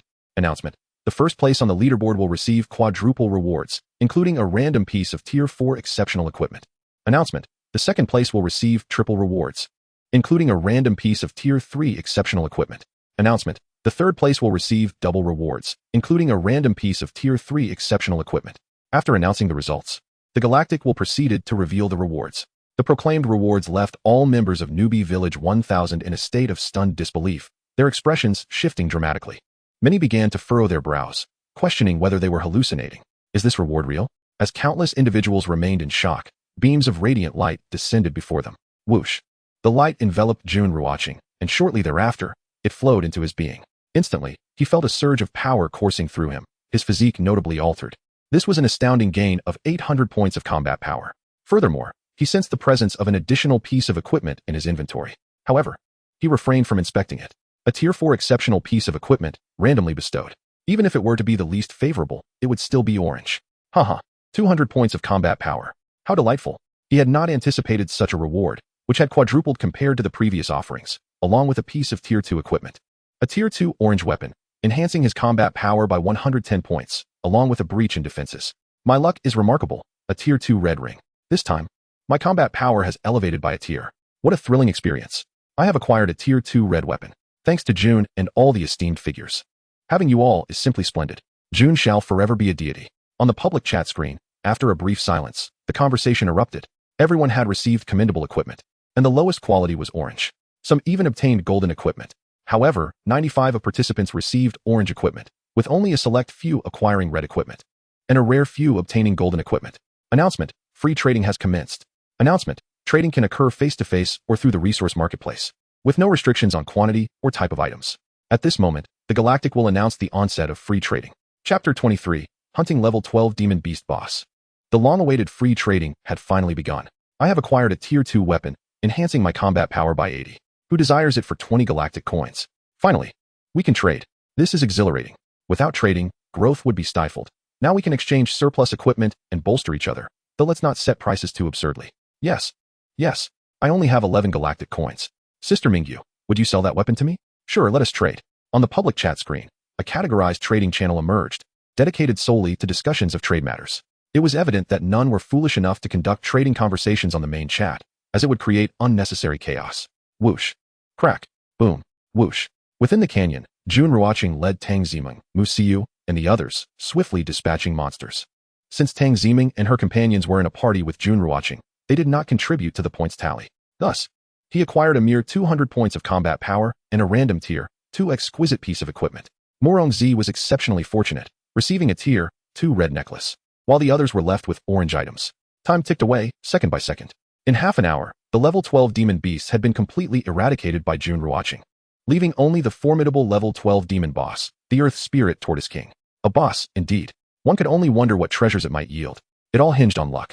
Ideally, a Tier 4 equipment piece would materialize. As they gazed upon the boss, which was several times larger than a typical Earth Spirit tortoise, excitement surged within them.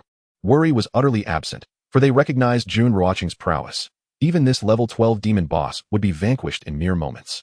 At this moment, their greatest curiosity lay in whether the boss would drop any equipment.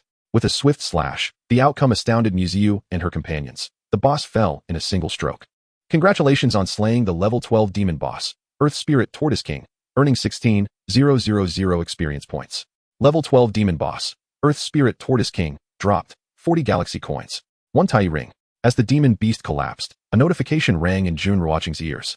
Experience points increased, and the galaxy coins along with the equipment seamlessly entered his inventory. Without pause, he continued to hunt the demon beasts. Congratulations on slaying the level 12 demon boss, Earth Spirit Tortoise King, earning 4,000 experience points. Level 12 demon boss, Earth Spirit Tortoise King, dropped 20 galaxy coins, 1 clear breeze shoes. A notification echoed in Chu Mingxi's ears. Upon hearing the drop of galaxy coins and equipment, her joy was immeasurable. Observing the others, it was clear that their expressions remained unchanged. They had not received any galaxy coins or equipment. Cici, did you obtain equipment? Murongzi inquired. How did you know? Chu Mingxi responded, curiosity piqued. Just look at you. It's evident as if you stumbled upon treasure, Murongzi remarked. The others regarded her with expressions mirroring Murongzi's. It was unnecessary to guess. Her delight was palpable. Let me see. A Tier 4 red ring. Combat power 400. Chu Mingxi opened her backpack to inspect. Subsequently, she announced the name and combat power of the equipment. In truth, she was equally astonished upon discovering it was a Tier 4 red ring. Today was her lucky day. It was as if the goddess of fortune had smiled upon her. Having previously acquired a Tier 4 red garment, she now possessed yet another Tier 4 red accessory, far exceeding her expectations. Cici, are you perhaps under the influence of Junshin? In just half an hour, you've acquired 2 Tier 4 red pieces. Is there some hidden affair between you? Another Tier 4 red. What can I even say? I can only express envy for your 2 Tier 4 red items. Upon hearing Chu Mingxi's words, everyone was left speechless. The drop rate was astonishingly high. Moreover, she alone had obtained 2 Tier 4 red pieces. What incredible luck was this? In an instant, envy surged among them all. Congratulations on slaying the level 13 demon beast, Flame Chain Snake, earning 9,200 experience points. Level 13 demon beast, Flame Chain Snake, dropped 25 galaxy coins. Jun Ruochén had now begun to clear the level 13 demon beasts. The base experience for a level 13 beast was 2,600, which, when doubled by the experience scroll, reached a staggering 9,200 points. Congratulations on slaying the level 13 demon beast, Flame Chain Snake, earning 600 experience points. The others heard the notification as well, noting an increase of 400 points in experience. Time passed, minute by minute. Unbeknownst to them, 2 hours had slipped away. The effect of the double experience scroll had expired. At this point, all the demon beasts within the gorge had been eliminated by Jun Ruochén, including the level 13 and level 14 demon bosses. The gorge lay desolate, littered with demon beast carcasses. In 2 hours, they reached level 14, acquiring 2 tier, 3 pieces and 1 tier, 4 piece. What a delightful haul. I am also level 14 now, having obtained 1 tier, 3 and 1 tier, 4 piece. Today, I shall strive to reach level 15. Thank you, Brother Ruochén. Gratitude to Jun Shun. Farewell, Brother Ruochén. With the demon beasts eradicated, their harvest was bountiful. Tang Ziming and her companions all achieved level 14, each with significant gains, having at least 1 tier, 3 piece, and some even secured tier, for items. The luckiest among them was Chu Mengshi, who reached level 14 with 2 tier, 4 red pieces, and 2 tier, 3 pieces. After disbanding the team, they were filled with gratitude. Finally, they bid farewell to Jun Ruochén. It was still morning, the perfect time to continue their efforts in hunting demon beasts to level up and acquire more equipment. As they departed, Jun Ruochén smiled and waved goodbye to Tang Ziming and the others. Once they were gone, he opened the virtual panel to assess his own morning's bounty. First and foremost, he had leveled up. He now stood at level 17. The experience required for subsequent levels was indeed substantial, and the demon beasts within the gorge had only allowed him to reach level 17. Nevertheless, he was confident he could elevate his level to 20 today. In addition to his level increase, he had also acquired several pieces of equipment. Initially, he had been engrossed in slaying monsters, neglecting to check his inventory. Now that the double experience scroll had expired, he could take a moment to reflect on his gains and don new equipment. With a 100 drop rate, he was certain his rewards would rival those of Chu Mengshi. Opening his backpack, he beheld several orange and red equipment pieces, even a solitary golden piece. Although he was yet to ascertain their levels and attributes, the radiance they emitted clearly indicated their quality. White signified ordinary equipment, orange denoted orange equipment. Red glowed with red light, and golden items radiated with golden brilliance. Without a hint of hesitation, his gaze fell upon the Tai golden crown, the first item he had acquired, and he began to examine it closely. Chapter 24, Combat Power Level 34, Announcement of the Tower of Heaven. Inspection initiated. Name, Tai golden crown, 4th tier, red, combat power 500. Bonus, defense increased by 30. Inspection. Name, Tai ring, 4th tier, red, combat power 500. Bonus, toxicity for 10 seconds. Inflicting 4 damage on each beast. Inspection. Name, Qingdi Jade Belt, 4th tier, gold, combat power 500. Bonus, backpack capacity increased by 100. After a moment, Jun Ruochén reviewed all the equipment in his inventory, and the smile on his face grew ever wider, as he was tantalizingly close to assembling a complete set of 4th tier orange gear. Subsequently, he proceeded to equip these items. Helmet, Tai golden crown, 4th tier, red, combat power 500. Necklace, War God necklace, 4th tier, red, combat power 500. Garment, Cool summer, none, unique, combat power 20. Weapon, Blade of Flames, 4th tier, colorful, combat power 1588. Bonus, slow 30, skill trigger rate increased by 50. Overall combat power multiplied by 14 times. Bracelet, Thunderclap bracers, 3rd tier, orange, combat power 150. Bracelet, Mysterious Battle bracelet, 4th tier, orange, combat power 300. Ring, Silver ring, 2nd tier, red, combat power 80. Ring, Tai ring, 4th tier, red, combat power 500. Belt, Qingdi Jade belt, 4th tier, gold, combat power 500. Shoes, Swiftwind footwear, 4th tier, orange, combat power 300, speed 5. Gemstone, Qiming gemstone, 2nd tier, colorful, combat power 150, speed 2. Overall combat power multiplied by 12 times. Metal, none. The entire ensemble appeared remarkably impressive. The objective was a complete set of 4th tier orange gear. Now, only 1 bracelet remained to be acquired. Of course, the gap between 3rd tier orange and 4th tier orange was not vast. As for the garment, there was no immediate need for a change. He could wear it for a while longer. Regarding the gemstone, a 12-fold increase in combat power was not something one would easily forsake. Unless he encountered a 4th tier colorful gemstone, there was simply no need for a change. Name, Jun Ruochén. Nation, Dragon Kingdom, Novice Village 1000. Age, 20 years. Level, 17, 384,000 experience points. Wealth, 1490 galaxy coins. Reputation, 31 points. Talent, Eye of Observation, F grade. Infinite Devouring, SSS grade. Skill, Sun Chasing Sword Technique, SSS grade. Combat Power, 11,964, 5,895. Tier, 34. Assessed based on comprehensive data including equipment, enhancements, and fundamentals.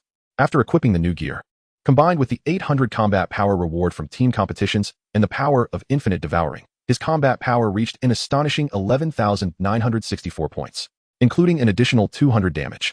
His effective combat power amounted to 23,000, corresponding to a 34th tier strength. Delighted, Jun Ruochén placed some of the equipment he no longer required in the resource mall. This way, he not only garnered galaxy coins for himself, but also strengthened others, thereby enhancing the chances of survival against the impending beast tide. Although at a 34th tier, no single individual could rival the overwhelming force of a beast tide. The beast tide, an unrelenting onslaught of formidable beasts, would be a sight to behold. The public chat screen was bustling with activity, except during the late hours of the night. Today marked the third day since entering the Novice Village. In Novice Village 1000, only 9,388 individuals remained. Aside from the first day, only 3 had perished on the second day. It appeared that, barring unforeseen circumstances, Novice Village 1000 would not suffer significant attrition. By the time the beast tide arrived, the population should be maintained above 9,000. Have you seen? The level leaderboard has refreshed. Jun Ruochén is now level 17, and Tang Ziming has reached level 14. Mu Siyu and the others are all at level 14 as well. What is going on?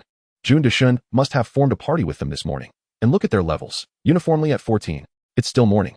It seems they will surely reach level 15 before evening.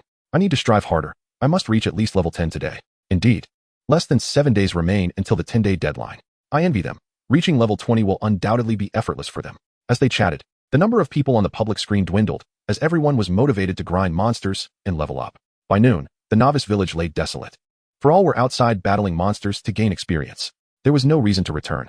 In truth, what purpose would it serve to come back? One could hardly fabricate an excuse to take a midday break. Furthermore, even if one wished to rest, they could find a relatively secluded spot and utilize galaxy coins in the resource mall to purchase food, then resume their monster hunting after a brief respite. After 2 days, the nearby monsters had been completely eradicated.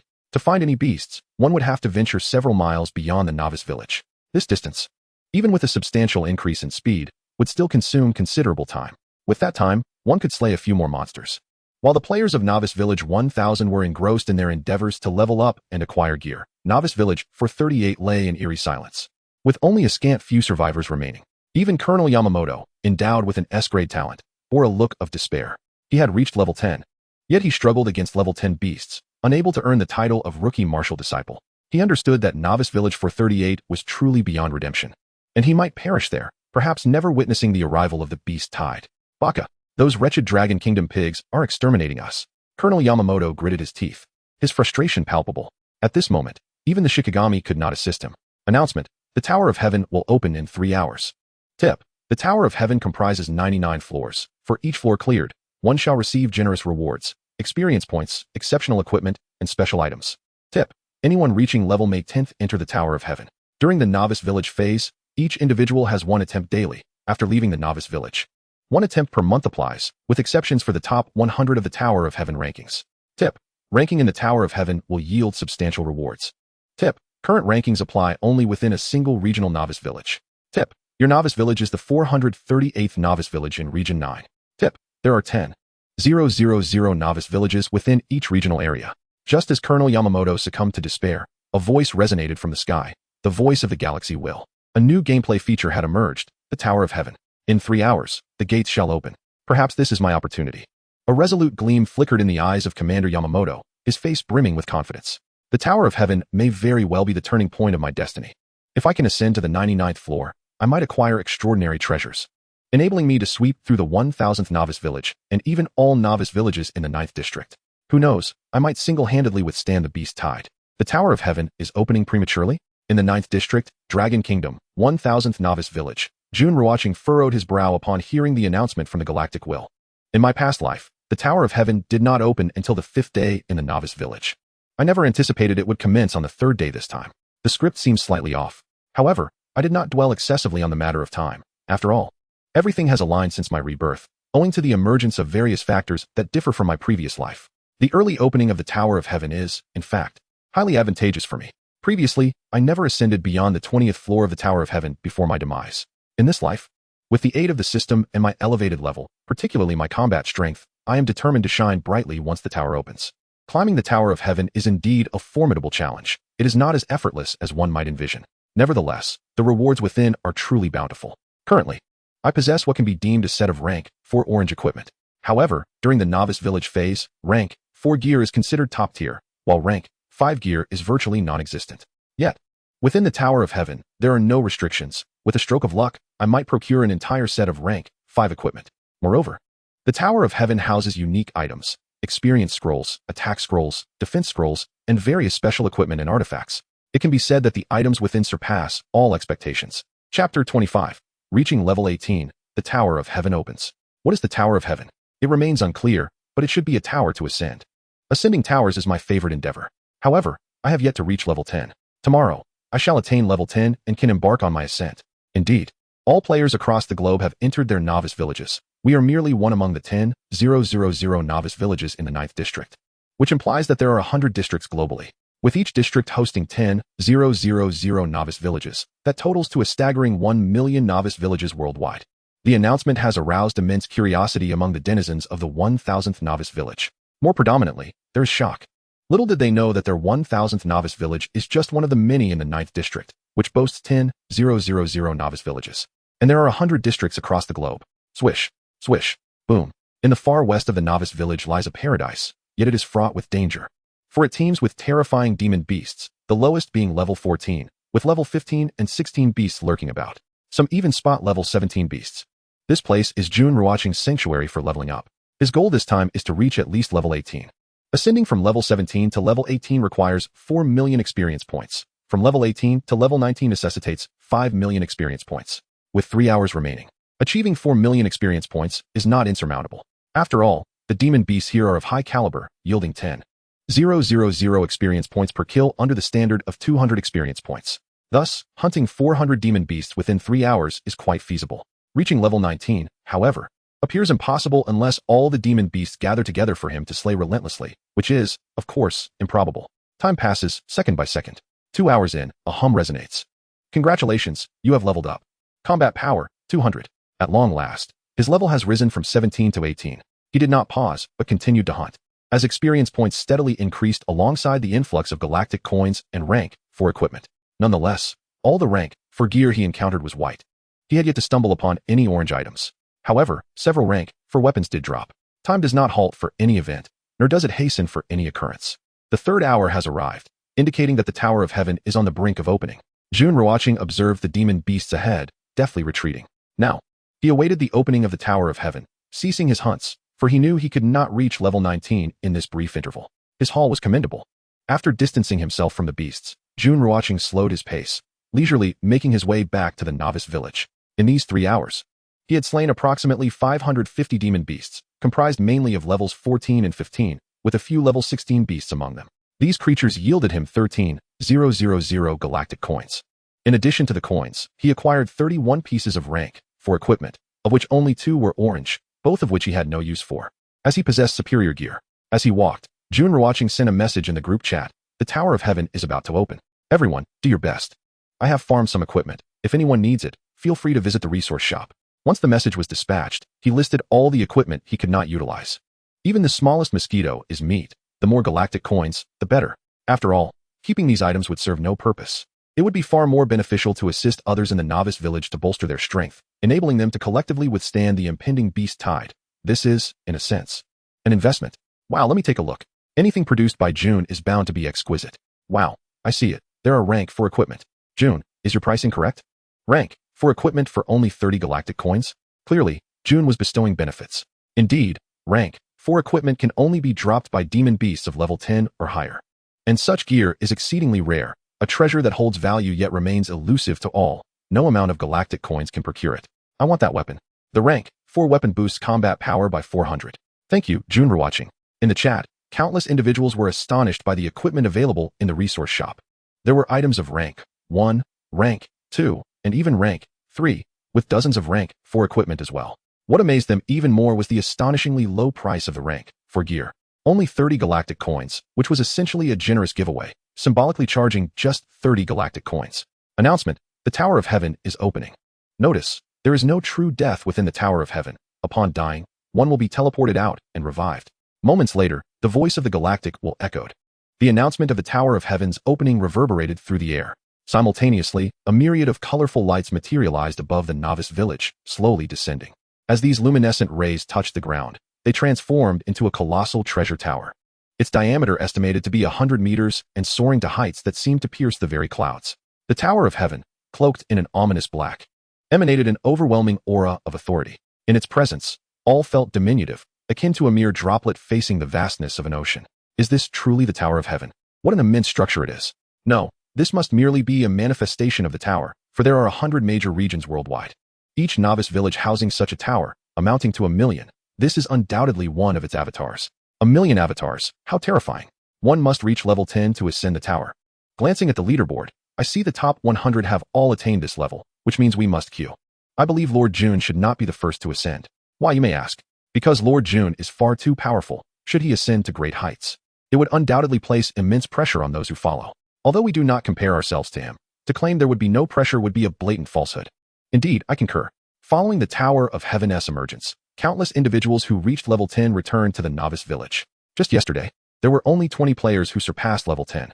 Now, the entire leaderboard is filled with those at level 10, indicating at least 100 individuals have achieved this milestone. Soon, someone proposed that Jun Ruochén refrain from being the first to ascend, as it would impose undue stress upon them. Very well, you shall go first. The beasts within the tower may be even more formidable than those outside. Based on years of gaming experience, ascending the tower may be time-dependent. So let us proceed with efficiency. Jun Ruochén acknowledged the suggestions expressed in the public chat. Indeed, given his current capabilities, his ascent would surely yield significant accomplishments. If he were to lead, it would undoubtedly exert excessive pressure on those behind him. Subsequently, Jun Ruochén offered them advice for their ascent. Thank you, Lord Jun. Very well. Lord Jun, then let us commence our queue. Climbing the tower should not consume too much time. Let us move swiftly. Watch me shine within the Tower of Heaven.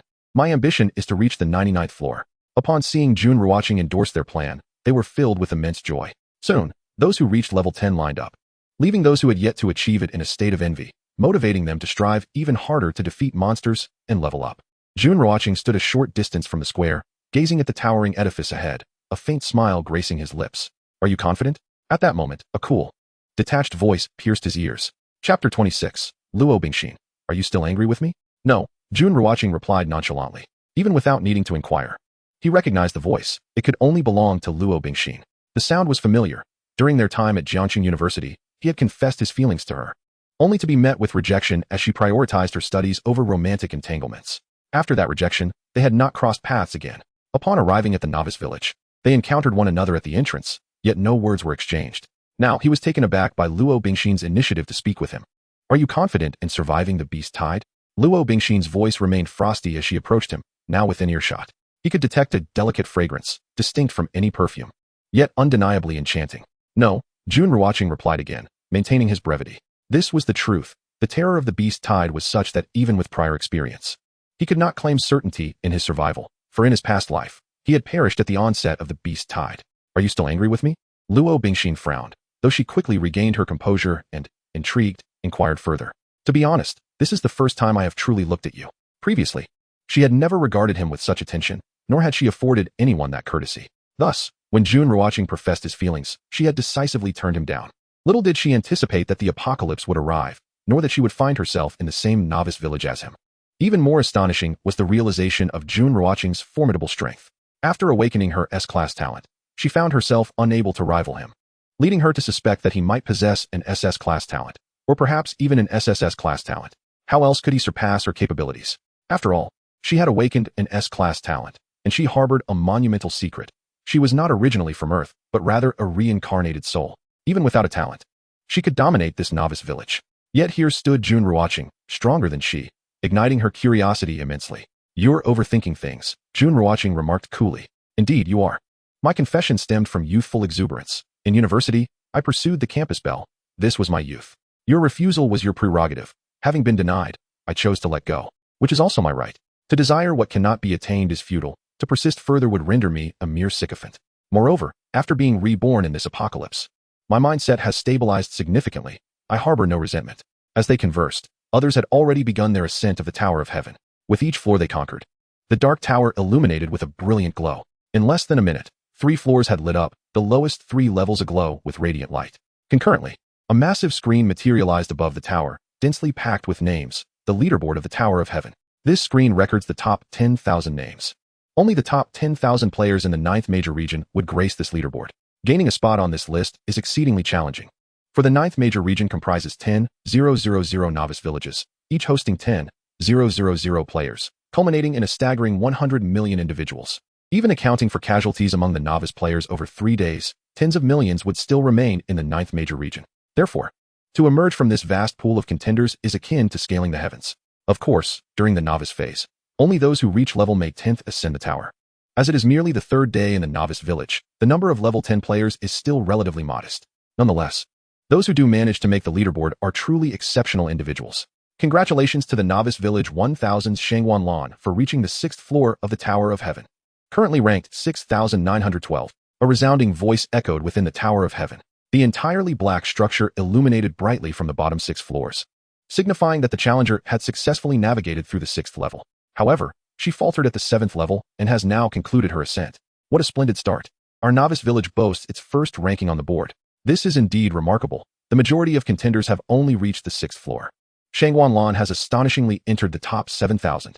The highest rank is held by a person named Yun Xiao from Novice Village 9, who astonishingly ascended to the 18th level.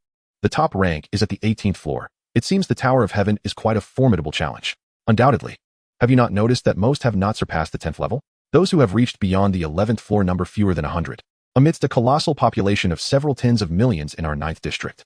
That top contender, Yun Xiao, must be a figure akin to Jun Ruochén. As the first challenger completed their ascent, the chat screen erupted with excitement. Many were astonished by the tower's difficulty, as even the leading player from the 9th district merely reached the 18th floor, with less than 100 individuals breaching the 11th level. The majority languished between the 5th and 6th floors, with a few in the 8th and 9th, and some at the 10th level. It is worth noting that there are likely several tens of millions still alive in the 9th district. Among those who have reached level 10, there should be several thousand. With such a vast number of individuals, it is surprising that the highest rank is merely at the 18th floor. Novice Village 9 is exceptionally strong, with a total of 33 individuals making it onto the leaderboard. Luo Bingxin remarked, indeed. The leaderboard encompasses the top 10,000 players, clearly displaying who is ranked. Formatted as follows. For instance, the first place is Yun Xiao, 18th floor, Novice Village 9. Thus, it is immediately apparent which novice village they hail from and the level they have reached in the Tower of Heaven. However, it does not display their detailed profile information. Out of 10,000 novice villages, it is astonishing that Novice Village 9 has 33 individuals on the list, reflecting its strength. Jun Ruochén remained silent, perhaps contemplating that Novice Village 9, much like Novice Village 1000, is composed entirely of university students or military personnel. Otherwise, such prowess would be inexplicable. As time ticked away, the inhabitants of Novice Village 1000 who had reached level 10 predominantly ventured into the Tower of Heaven. Nevertheless, their outcomes did not meet their expectations, as the tower proved exceedingly challenging, with increasing difficulties as one ascended. Congratulations to Novice Village 1000's Mu Siyu for reaching the 11th floor of the Tower of Heaven. Currently ranked 89. Congratulations to Novice Village 1000's Tang Ziming for reaching the 14th floor of the Tower of Heaven. Currently ranked 33. Congratulations to Novice Village 1000's Murong Zi for reaching the 11th floor of the Tower of Heaven. Currently ranked 96. Congratulations to Novice Village 1000's Chu Mingxi for reaching the 14th floor of the Tower of Heaven. Currently ranked 39. Congratulations to Novice Village 1000's Murong Tian for reaching the 10th floor of the Tower of Heaven. Currently ranked 161. With the passage of time, Tang Ziming and others emerged from the Tower of Heaven. The highest achievements were by Tang Ziming and Chu Mingxi, both of whom, equipped with superior gear, reached the 14th floor and secured positions within the top 40 ranks. Aside from these two, there were also 2 others from Novice Village 1000 who made it into the top 100. Within the top 10,000, Novice Village 1000 had 27 representatives. Based on the number of individuals listed, Novice Village 1000 ranked 3rd within the 9th district, with Novice Village 9 in 1st place and Novice Village 1 in 2nd. However, 2 individuals from Novice Village 1000 had yet to attempt the tower. They were Jun Ruochén and Luo Bingxin, both recognized as the strongest in the Novice Village, and their ascent to the leaderboard was assured. It remained to be seen how far they could go. Noticing Jun Ruochén's stillness, Luo Bingxin approached the Tower of Heaven. Chapter 27. Luo Bingxin, 2nd place, Tower of Heaven 17th floor. Luo Bingxin stepped into the Tower of Heaven, where formidable beasts lurked. Yet, with her current prowess, the initial levels posed no challenge. Buzz, buzz, buzz. In an instant, the dark edifice of the Tower of Heaven illuminated layer by layer, with the speed of illumination far surpassing that of others, indicating her rapid progression. The 8th layer cleared. The 9th layer cleared. The 10th layer cleared. In less than 2 minutes, Luo Bingxin surpassed the 10th floor of the Tower of Heaven, and her pace showed little sign of waning. This velocity suggested she might surpass the 14th floor. Our novice village could only look to Jun Ruochén and Goddess Luo. Jun Ruochén was the most likely to exceed Yan Xiao. And even if he could not surpass Yan Xiao, he might still have a chance to outdo the second-place rank held by Lu Tianxiang, who was at the 16th floor. One could hardly fathom the difficulty beyond the 10th layer. Have you noticed? Someone remarked, the time consumed within the Tower of Heaven differs from that outside. Only just realized. The time within the tower must follow a different ratio compared to the outside world, perhaps around 5:1. There must be a time differential, otherwise it would be impossible to wait. The novice village was increasingly bustling with activity, creating a lively atmosphere. Besides the novice village, the chat screen was also abuzz. Congratulations to Novice Village 1000's Luo Bingxin for reaching the 17th floor of the Tower of Heaven. Currently ranked 2.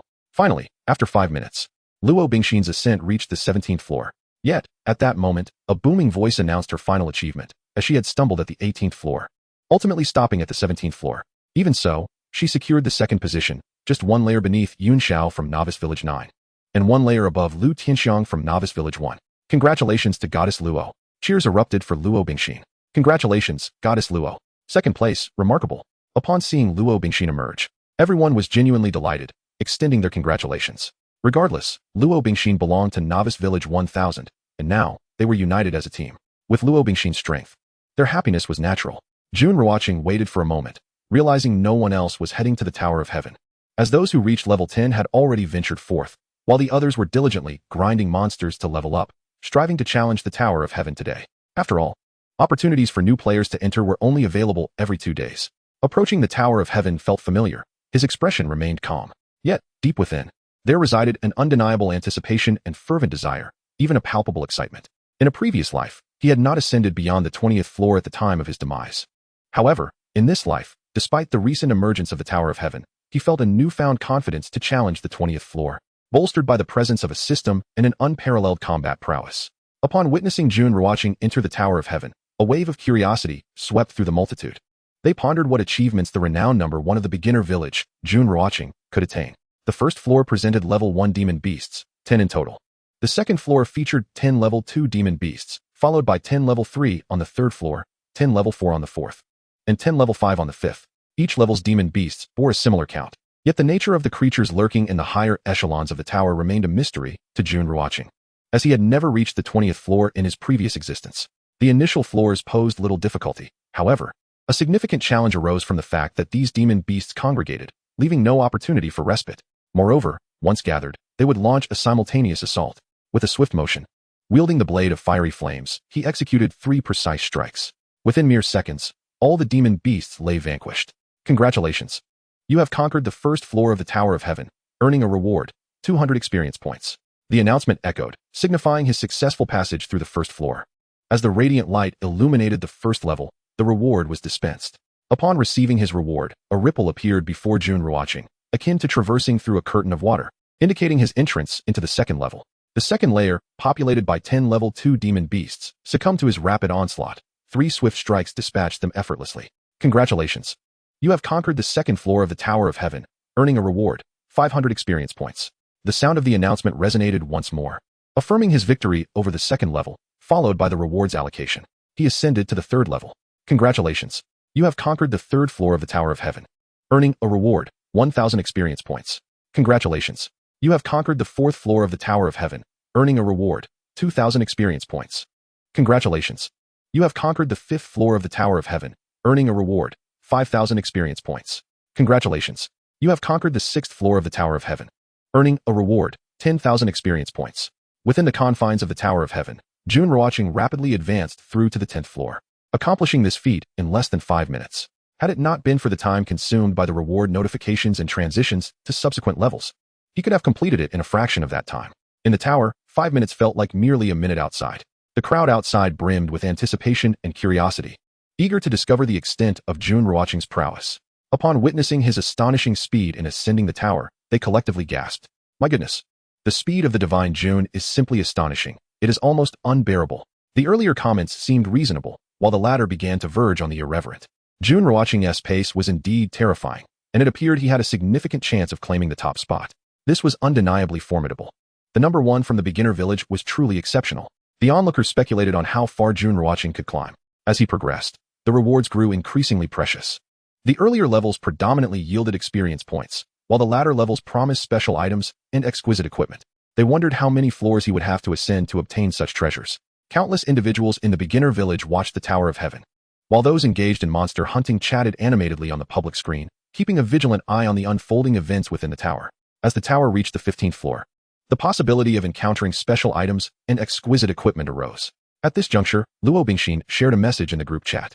In the 1000th beginner village, I currently hold the highest ranking, being the only one to surpass the 15th floor. On the 15th level of the Tower of Heaven, I acquired a top tier, level 4 red weapon. On the 16th floor, I obtained a scroll granting 15 times experience, and on the 17th floor, I secured another experience scroll, albeit one that grants only double experience points.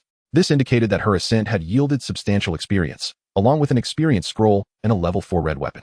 Indeed, the rewards within the Tower of Heaven were bountiful, far surpassing those gained from slaying monsters. Naturally, while the rewards were impressive, the dangers within were equally formidable. The taste of death at the hands of demon beasts was far from pleasant, though one would resurrect upon being teleported out. Wow, truly? Goddess Luo, what splendid rewards did you acquire? Do share. Others chimed in. Yes, please. It would motivate us to strive harder. The notion that only at the 15th floor would rewards other than experience be granted seemed daunting. I feel it's impossible for me to reach the 15th floor in the beginner village. Upon reading Luo Bingxin's message, curiosity surged among the others, eager to learn about the rewards that awaited beyond the 15th floor of the Tower of Heaven. A glimpse into Luo Bingxin's rewards at the 15th level offered a tantalizing insight into the potential riches awaiting within the tower, especially since that was when the rewards began to extend beyond mere experience points. Chapter 28. The Tower of Heaven, 19th floor, ranked first. Beyond the 15th floor, the rewards included a level 4 red weapon, with the 16th and 17th floors yielding experience scrolls of 15 times and double experience, respectively. Luo Bingxin recounted her gains in the public chat, sharing her experiences. Her demeanor was cool, not born of malice or aloofness, but rather a reflection of her personality. Despite her playful rivalry with Jun Ruochén, longing for him to look up to her and reluctant to concede his superiority, she recognized that he might indeed surpass her in the tower today. Yet, she remained determined to maintain an air of superiority in the future, proving her strength to him. Thus, she felt no need to conceal the rewards she had obtained from reaching the 17th floor, for there was little left to hide. What? The 15th floor of the Tower of Heaven rewarded a level 4 red weapon. Could it be that the rewards are uniform throughout the tower? The excitement was palpable. I too aspire to reach the 15th floor, but alas, I am only at the 7th. The Tower of Heaven was truly a treasure trove, with rewards of incredible strength. I must hasten to level 10 and then climb the tower. Ascending the tower brings exhilaration and fortitude. The public chat buzzed with fervor, a veritable frenzy. The revelation of the level 4 red weapon was beyond their expectations. Beasts of level 10 and above possess a chance to drop rare items. However, high-quality ones are exceedingly scarce. Within the entire novice village, it is a rare occurrence to obtain even a single piece of 4th-tier orange equipment in a day. As for red equipment, it is an arduous endeavor indeed. Yet, within the Tower of Heaven, one can astonishingly earn 4th-tier red equipment as a reward. How could that not evoke excitement? Furthermore, it offers both 15-fold and double experience scrolls. Buzz, buzz, buzz. The Tower of Heaven glows, layer by layer. In less than 3 minutes, the once pitch-black structure has illuminated up to the 15th floor. Congratulations on conquering the 15th floor of the Tower of Heaven. Rewards, 400,000 experience points. Thunder Sword, X1. Upon reaching the 15th floor, he receives a remarkable reward of 400,000 experience points along with a Thunder Sword. Although its nature remains a mystery, one can trust that the products of the Tower of Heaven are of exceptional quality. Moreover, this is the 15th floor. Whoosh. Jun Ruochén has no time to examine the weapon, for he has already entered the 16th floor of the Tower of Heaven. On this floor dwell 10 formidable level 16 beasts. Yet, to Jun Ruochén, level 16 beasts are utterly trivial. Slash, slash, slash. Instant kills, all instant kills. Congratulations on conquering the 16th floor of the Tower of Heaven. Rewards, 500,000 experience points. Solar God Medal X1. Easily surpassing the 16th floor. He now stands at 5th place in the 9th district, even if he chose to halt his ascent.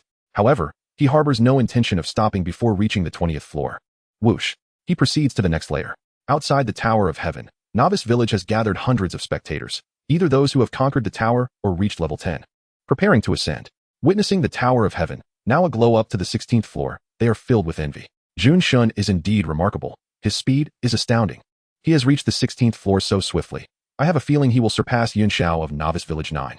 After this tower climb, Jun Shun has become even more powerful. How enviable are the rewards within the tower. They are simply irresistible. I wonder what rewards Brother Ruochén has obtained. The chat screen is abuzz with excitement. Although they are not present within the tower, They can follow every development through the chat interface. Whoosh, whoosh, whoosh.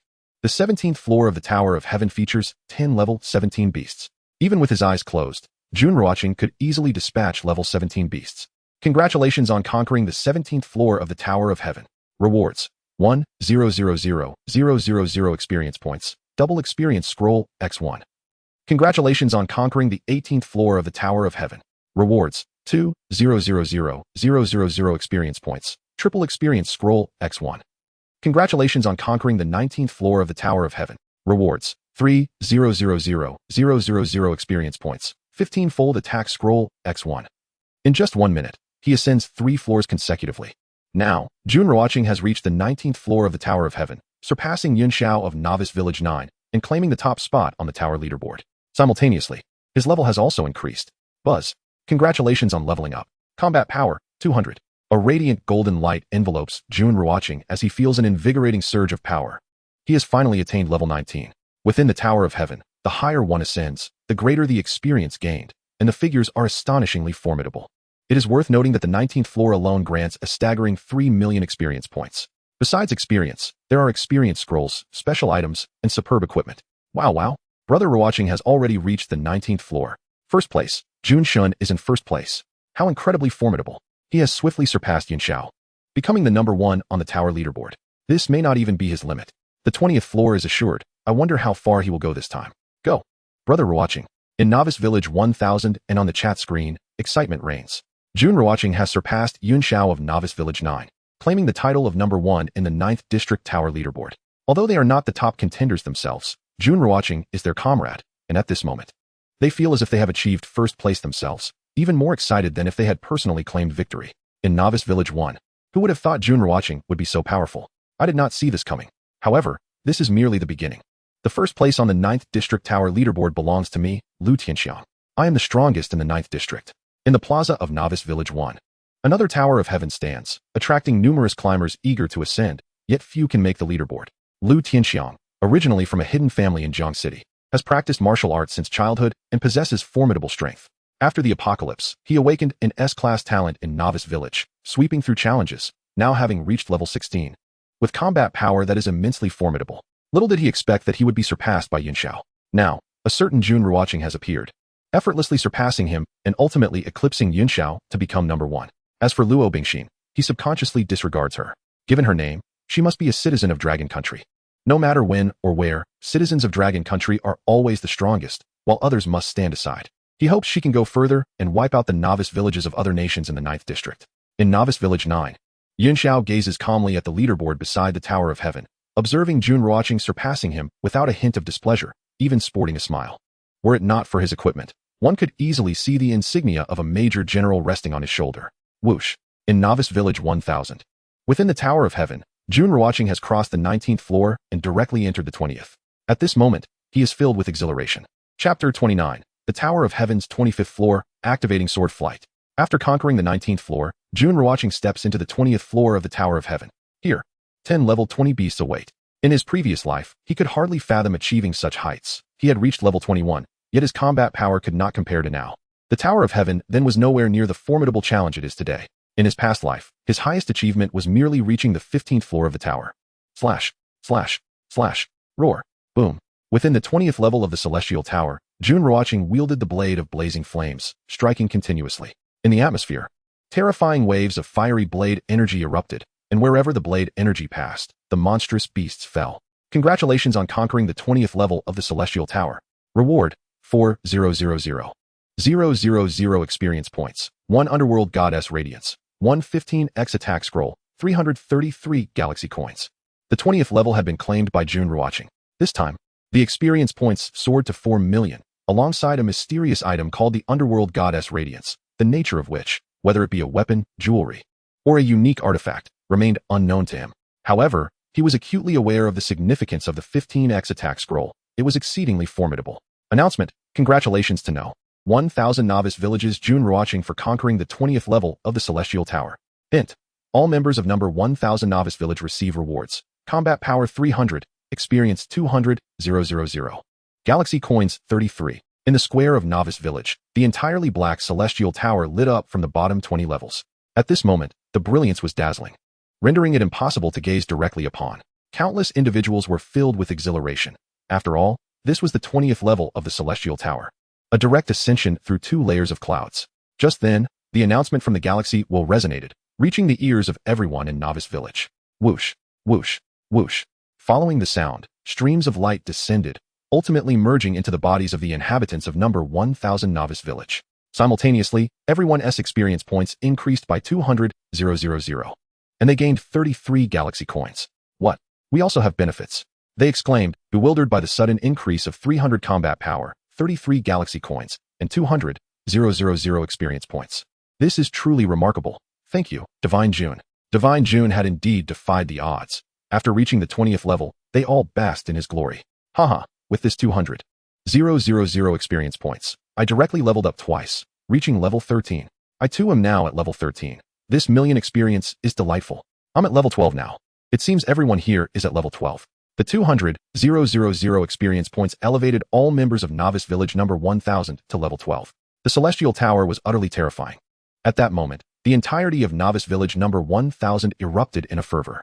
With 200,000 experience points, those below level 10 could leap 3 or even 4 levels, propelling everyone to above level 10. All reached levels 11 and 12, and many even ascended to levels 13 or 14 due to the influx of experience points. Whoosh, whoosh, whoosh. Within the 21st level of the Celestial Tower, all beasts were of level 21. Yet, Jun Ruochén regarded them with indifference. His combat power was nearing level 35, enabling him to slay even level 30 beasts. Of course, if he were to encounter a swarm of level 30 beasts, he might still face peril. Nevertheless, within the 30th level of the Celestial Tower, he indeed held the potential to fight, with a chance to reach that level. Congratulations on conquering the 21st level of the Celestial Tower. Reward: 5,000,000 experience points, 1 double experience scroll, 1 Heart of Destiny. In no time, Jun Ruochén had passed through the 21st level of the Celestial Tower, his experience points surging. Buzz. Congratulations, you have leveled up. Combat power 200. At last, his level reached 20. Level 20. He could now activate Sword Flight. However, there was no urgency. He would activate it after completing the Celestial Tower. Leveling up within the tower was simply delightful, garnering 4 to 5 million experience points for each level conquered. Whoosh, whoosh, whoosh. Congratulations on conquering the 22nd level of the Celestial Tower. Reward: 6,000,000 experience points, 1 double attack scroll. Congratulations on conquering the 23rd level of the Celestial Tower. Reward: 7,000,000 experience points, 1 triple experience scroll. Congratulations on conquering the 24th level of the Celestial Tower. Reward: 8,000,000 experience points, 1 triple experience scroll. Congratulations on conquering the 25th level of the Celestial Tower. Reward: 9,000,000 experience points, 1 triple experience scroll, 1 Thunder Spear, 1 Tai Xian Feather Garment. 3 minutes passed swiftly as Jun Ruochén conquered for consecutive levels of the Celestial Tower. Now, he had successfully traversed the 25th level. During this period, he had leveled up twice, bringing his level to 22. I'll pause for now, he murmured to himself, his gaze slightly closed. To surpass 25 levels was truly extraordinary. Such feats could not continue unabated. Initially, with his combat power, he was assured of reaching the 29th level. But whether he could conquer the 30th level would depend on fortune, perhaps a 50-50 chance. Rather than pressing on, it would be wiser to wait, concealing his true strength. Whoosh. Soon, Jun Ruochén was teleported out of the Celestial Tower and into the square. However, he was unlike others. While they emerged lifeless, he exited vibrantly alive. Level 25. Truly defying the heavens, Divine Jun. Brother Ruochén is simply incredible. Level 25, I can hardly fathom it. I wonder what rare treasures Divine Jun acquired within the Celestial Tower. I envy him so much, though more than envy. I am curious, for this tower is truly wondrous. The 25th level of the Celestial Tower was an aspiration for all. It was believed that most villagers in Novice Village could not aspire to reach level 25. During their time in Novice Village, achieving level 15 was already commendable. Sigh. Let us continue to strive. Divine Jun has bestowed us with so much. Without him, we would still be below level 10, with combat power that is utterly abysmal. Indeed. Let us endeavor not to squander the blessings brought by Divine Jun. In Novice Village, the chat screens were abuzz with shock and admiration. Ultimately, those who leveled up did so, while others took their rest, returning to their routine.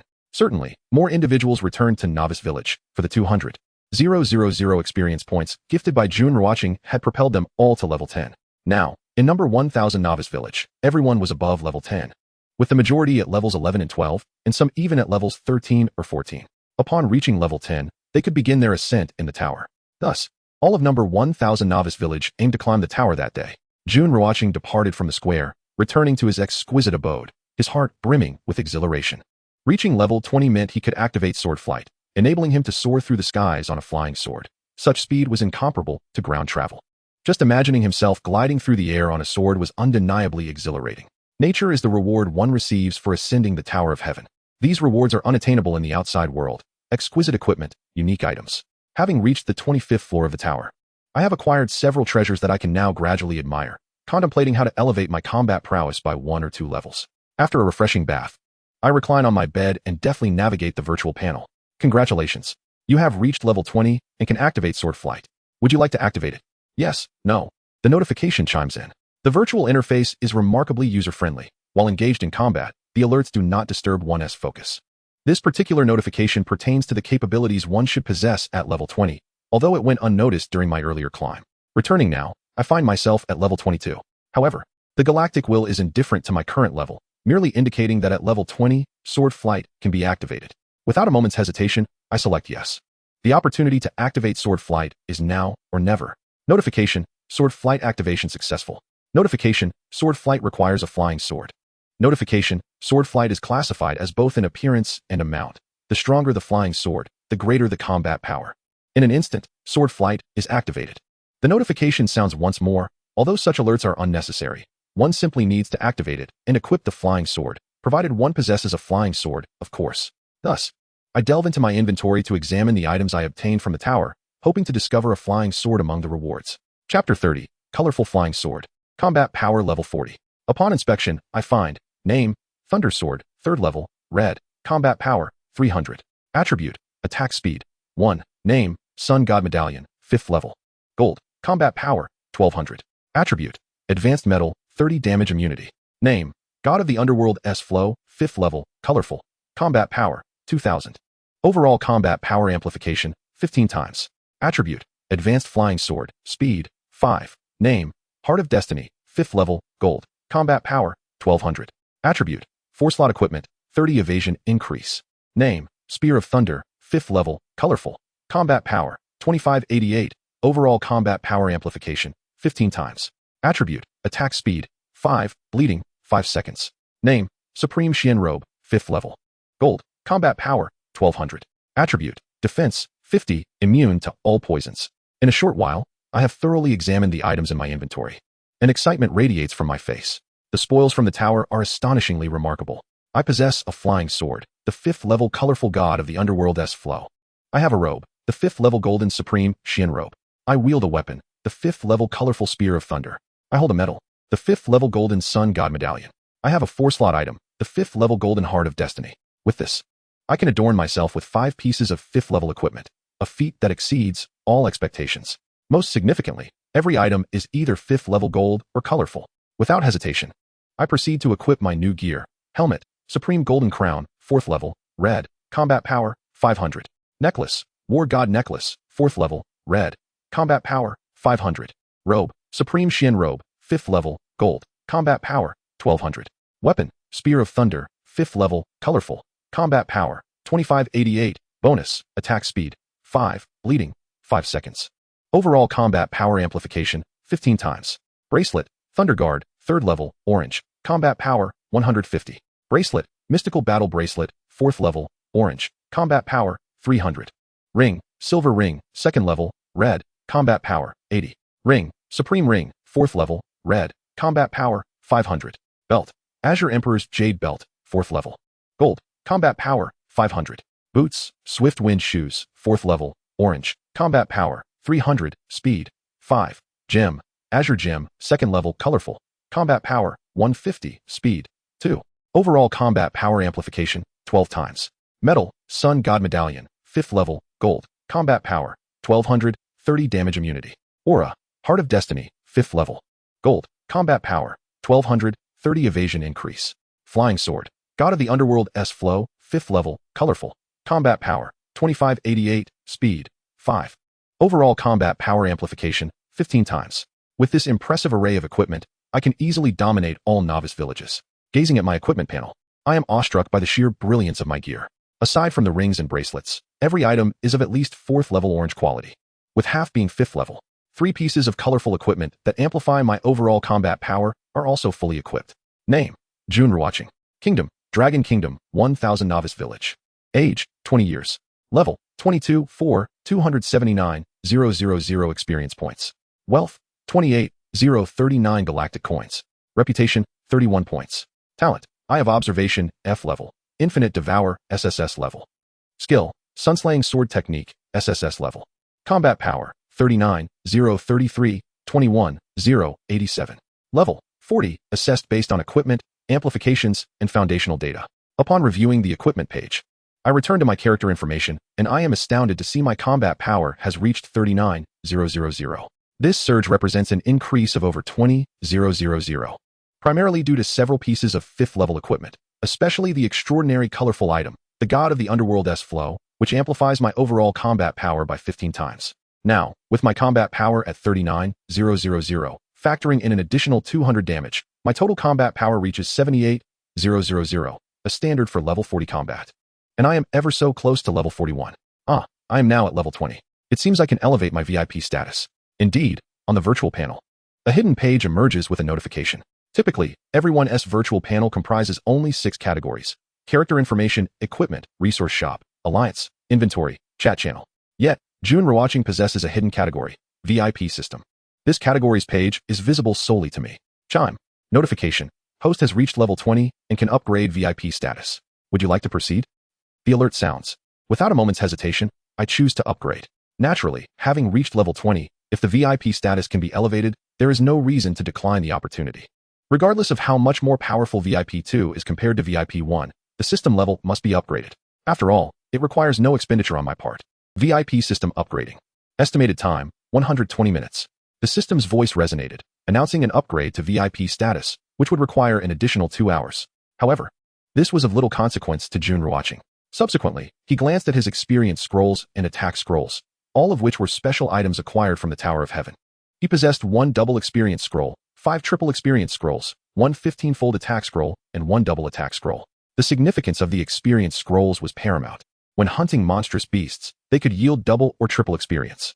The attack scrolls were even more formidable, enhancing one's combat power to either 15-fold or double. Of course, these items were time-sensitive. A notable drawback was their ineffectiveness within the Tower of Heaven itself. Using them there rendered them void. At the 25th level of the Tower of Heaven, the reward of experience was precisely sufficient for him to level up. It seemed plausible that he could reach level 30 or above during his time in the Novice Village. Jun Ruochén contemplated the rewards within the Tower of Heaven. The 25th level granted a staggering 9 million experience points, while ascending from level 22 to 23 required precisely the same amount. Thus, it became evident that he could rely on climbing the tower to level up during the remaining days in the Novice Village. As he pondered, a message appeared on the chat screen. In the 9th district, the strongest remains are Jun Ruochén. Indeed, it was true. Jun Ruochén had already reached level 22 and ascended to the 25th level of the Tower of Heaven, a feat unmatched by others, many of whom were still struggling on the 4th or 5th levels. Have you noticed? The number of individuals from our Novice Village on the Tower of Heaven's leaderboard has reached 41. Hence, it is no wonder that our Novice Village number 1000 is the strongest in the 9th district. As the 3rd day in the Novice Village came to a close, thanks to Jun Ruochén's prowess, he had achieved level 13. With 7 days remaining to complete the Novice Village tasks, he needed to reach level 20 within that time frame. Level 20 was merely the first hurdle. The true peril lay in the beast tide. I wonder how many tiers of combat power Jun Ruochén possesses? Based on the difficulty of the Tower of Heaven, achieving the 25th level implied that Jun Ruochén could hunt at least 10 level 25 monstrous beasts in a short span. Level 25 beasts required a minimum of 28 tiers of combat power, if not more. Facing 10 of them simultaneously would multiply the challenge. Thus, without 30 tiers of combat power, one could not surpass the 25th level. This indicated that Jun Ruochén had indeed attained 30 tiers of combat power. Finally, he received the title of Novice Martial Disciple, boasting a combat power of 1000. The chat screen was predominantly filled with discussions about Jun Ruochén. After all, he was the soul of Novice Village number 1000, the strongest among them, with the highest level and ranking. Moreover, within Novice Village 1000, 75 to 80% of the population were female, and when girls congregated, their favorite pastime was chatting, even amidst the dangers of the Novice Village. As he gazed at the chat screen, Jun Ruochén suddenly recalled something. Am I not at level 20? I can claim a new title. He almost forgot this crucial matter. With a hand pressed against his forehead, he realized how significant it was. Having just swapped equipment, he had overlooked it. Without further hesitation, he navigated back to his character information, and indeed, there was a new title waiting to be activated beside his name. Without a moment's hesitation, he activated it. Chapter 31. The Combat Power Ranking is unveiled. Jun Ruochén's Combat Power, 100,000. Congratulations on reaching level 20. You have successfully acquired the title of Black Iron Warrior. The activation sound echoed. Jun Ruochén donned the title of Black Iron Warrior, which automatically replaced the Novice Martial Disciple title, the latter vanishing from sight. Now, he bore the title, Black Iron Warrior. Attributes, Combat Power 55-55. In his previous life, he had also received this title and knew that the combat power attribute of the Black Iron Warrior was a staggering 4,555 higher than that of the Novice Martial Disciple. Coupled with the combat power enhancement and an additional 200 damage, this title alone elevated his combat power by 22,957. Upon checking his character information, his combat power had precisely reached tier 42, equating to a grand total of 100,000 combat power. Reflecting on both his past and present, he felt a twinge of melancholy. In his previous life, he had barely reached tier 30 by the time of his demise, as his combat power had not even breached 10,000. Yet, in this life, on merely the third day of the Novice Village, he had already attained tier 42 and surpassed the 10,000 mark. The two experiences were incomparable. Announcement: the combat power ranking is now active. Notification: the top 100 combat power rankings will receive generous rewards for remaining on the leaderboard for 24 hours. The ranking refreshes every 10 minutes and displays only current equipment, without disclosing exact combat power data. As evening fell, countless individuals returned to the Novice Village. In the sky, the voice of the galactic will proclaim the commencement of the combat power ranking. Once the ranking was unveiled, the equipment worn by the ranked individuals would become apparent. Of course, many pieces of equipment bore both overt and hidden attributes, rendering precise combat power calculations quite challenging. Only the data released by the galactic could be deemed authoritative. With the combat power ranking now active, one wondered if their combat power of 2,200 would suffice to make the list. It seemed that, aside from the top 100 in the level rankings, most individuals' combat power hovered around 2,000.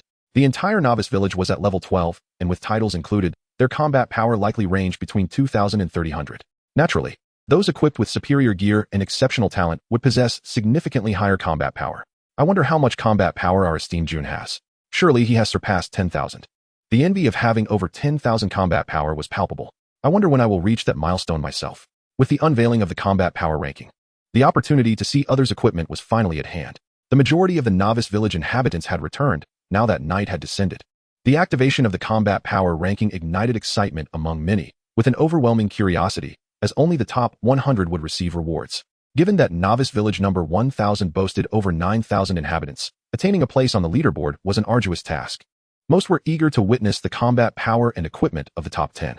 Soon, beside the level rankings, a brand new leaderboard emerged on the chat screen. The combat power ranking. First place, Jun Ruochén, 182 combat power. Second place, Luo Bingxin, 711 combat power. Third place, Chu Mingxi, 444 combat power. Fourth place, Tang Ziming, 508 combat power. Fifth place, Mu Xiyu, 490 combat power. Sixth place, Murong Tian, 10 combat power. Seventh place, Lu Qingqing, 108 combat power. 100th place, Zhang Tianyu, 802 combat power. In mere seconds, the combat power ranking refreshed, displaying the top 100 names on the leaderboard. When the names and power rankings appeared on the leaderboard, everyone was utterly astonished. The first place, Jun Ruochén, had a staggering combat power exceeding 100,000. In stark contrast, the second place boasted a mere 7,000 points. The disparity was simply too vast, far beyond anyone's expectations. While they had believed that Jun Ruochén's strength might surpass 10,000, they had not anticipated it would soar to over 100,000. The combined power of the 2nd to the 10th ranked players could not even begin to compare to Jun Ruochén's prowess.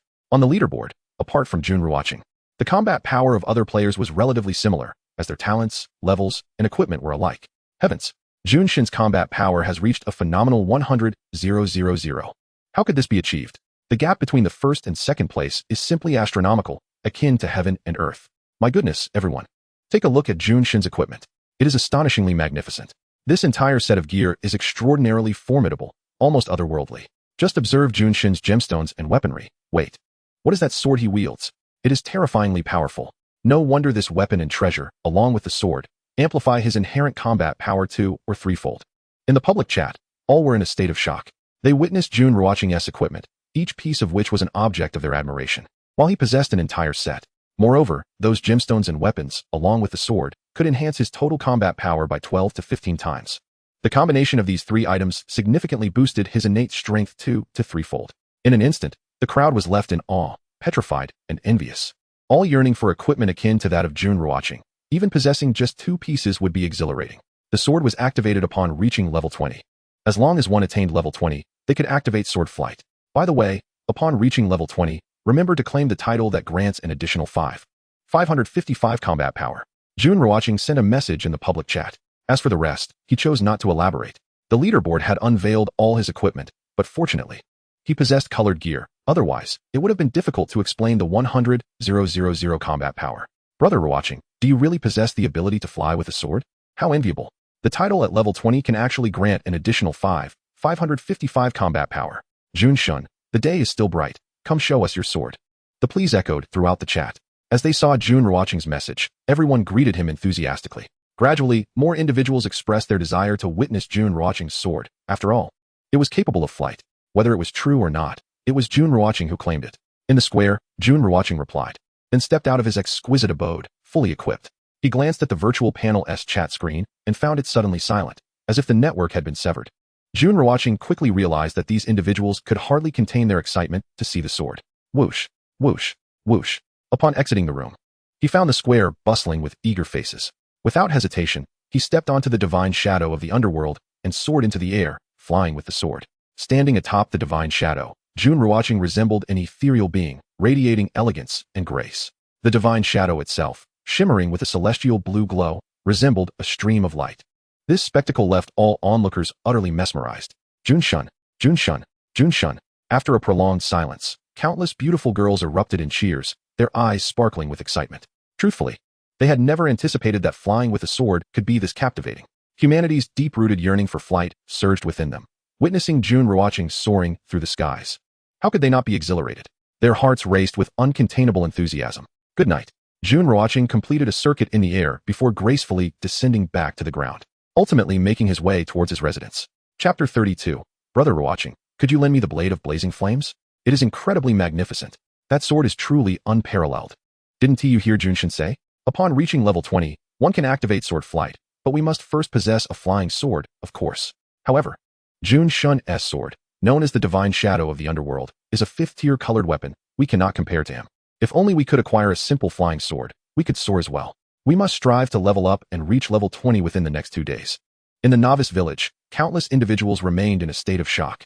Each person bore expressions of astonishment and envy. Even after Jun Ruochén returned to his room, they lingered in the square.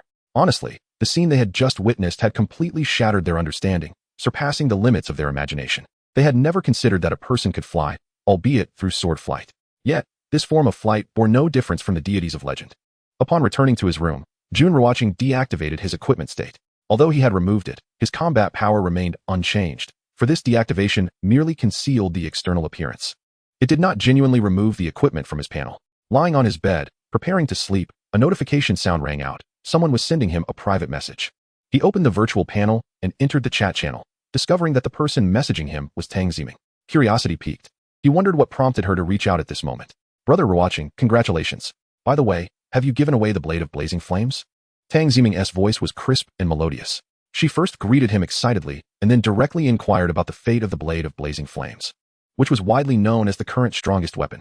Of course, the strongest weapon remained in Jun Ruochén's possession, as he was now wielding a 5th-tier colored weapon. In his response, Jun Ruochén reflected that the weapon served little purpose for him. He could sell it for galactic coins. But the individuals in the novice village were all weaker than him and possessed virtually no galactic coins. Moreover, the 4th-tier colored weapon, the blade of blazing flames, was not something that could be purchased for a few hundred galactic coins. After all, this weapon could amplify one's combat power by 14 times. Additionally, a few hundred galactic coins held little value for him. Thus, the 4th-tier blade of blazing flames was certainly destined to be gifted away. Brother Ruochén, could you possibly grant me the blade of flames? You may set any price you desire, including myself. Hehe. Tang Ziming asserted her intentions with unwavering candor, expressing her desire for the coveted blade of flames. She was well aware that the number of individuals yearning for this weapon was overwhelming. In the novice village number 1000, there was no shortage of girls, particularly those of stunning beauty. However, someone like Jun Ruochén was a rarity, the sole exemplar of strength within the entire novice village. and arguably the most formidable character in the entire 9th District. In this apocalyptic scenario, one must seek a reliable ally, and without a doubt, Jun Ruochén was her most favorable option. Thus, she half-jokingly, half-seriously prompted him to name his price, emphasizing her willingness to be included, for as a girl, she felt a tinge of bashfulness in making such a forthright proposition. All right, it's yours. Jun Ruochén responded, simultaneously initiating a transaction with Tang Ziming, placing the Blade of Flames on offer. Ah, thank you, Brother Ruochén. Should I come over now? Tang Ziming exclaimed in excitement upon seeing the Blade of Flames in the transaction window, her heart racing not only from anticipation, but also from the realization that Jun Ruochén had agreed to her request. She proceeded with the transaction, accepted the Blade of Flames, expressed her gratitude, and tentatively inquired whether Jun Ruochén wished for her to visit him at that moment. Yet, an inner conflict brewed within her. Was she truly ready to offer herself? After all, she was merely an innocent girl. However, having received the Blade of Flames and desiring Jun Ruochén as her protector, she decided to cast her hesitation aside. Let us just survive and leave the novice village first, Jun Ruochén messaged back. What a joke. In this scenario, I must focus on enhancing my equipment and increasing my combat power. Survival is paramount. Tang Ziming was undeniably beautiful, rivaling the top 10 beauties of Jiangxing University. Nevertheless, Jun Ruochén was not inclined to indulge in distractions. He believed that once he survived the beast tide and returned to the city, there would be ample time ahead. Patience was key, provided that Tang Ziming could endure the beast tide. Otherwise, all efforts would be in vain. He could not bear to witness Tang Ziming perish amidst the chaos, which was the reason for his temporary refusal. Okay, I'll remember your words, Brother Ruochén. Please take good care of me in the future. Hehe. Tang Ziming felt a wave of relief wash over her upon receiving Jun Ruochén's message. Yet, a flicker of disappointment soon arose within her. Was she truly so lacking in charm? Was she not attractive enough? Why did it seem like a veiled rejection? Nevertheless, this might be for the best. She would focus on surviving the novice village first. Perhaps, by then, her heart would have genuinely accepted him. Good night. Jun Ruochén typed before shutting off his virtual panel and collapsing into sleep.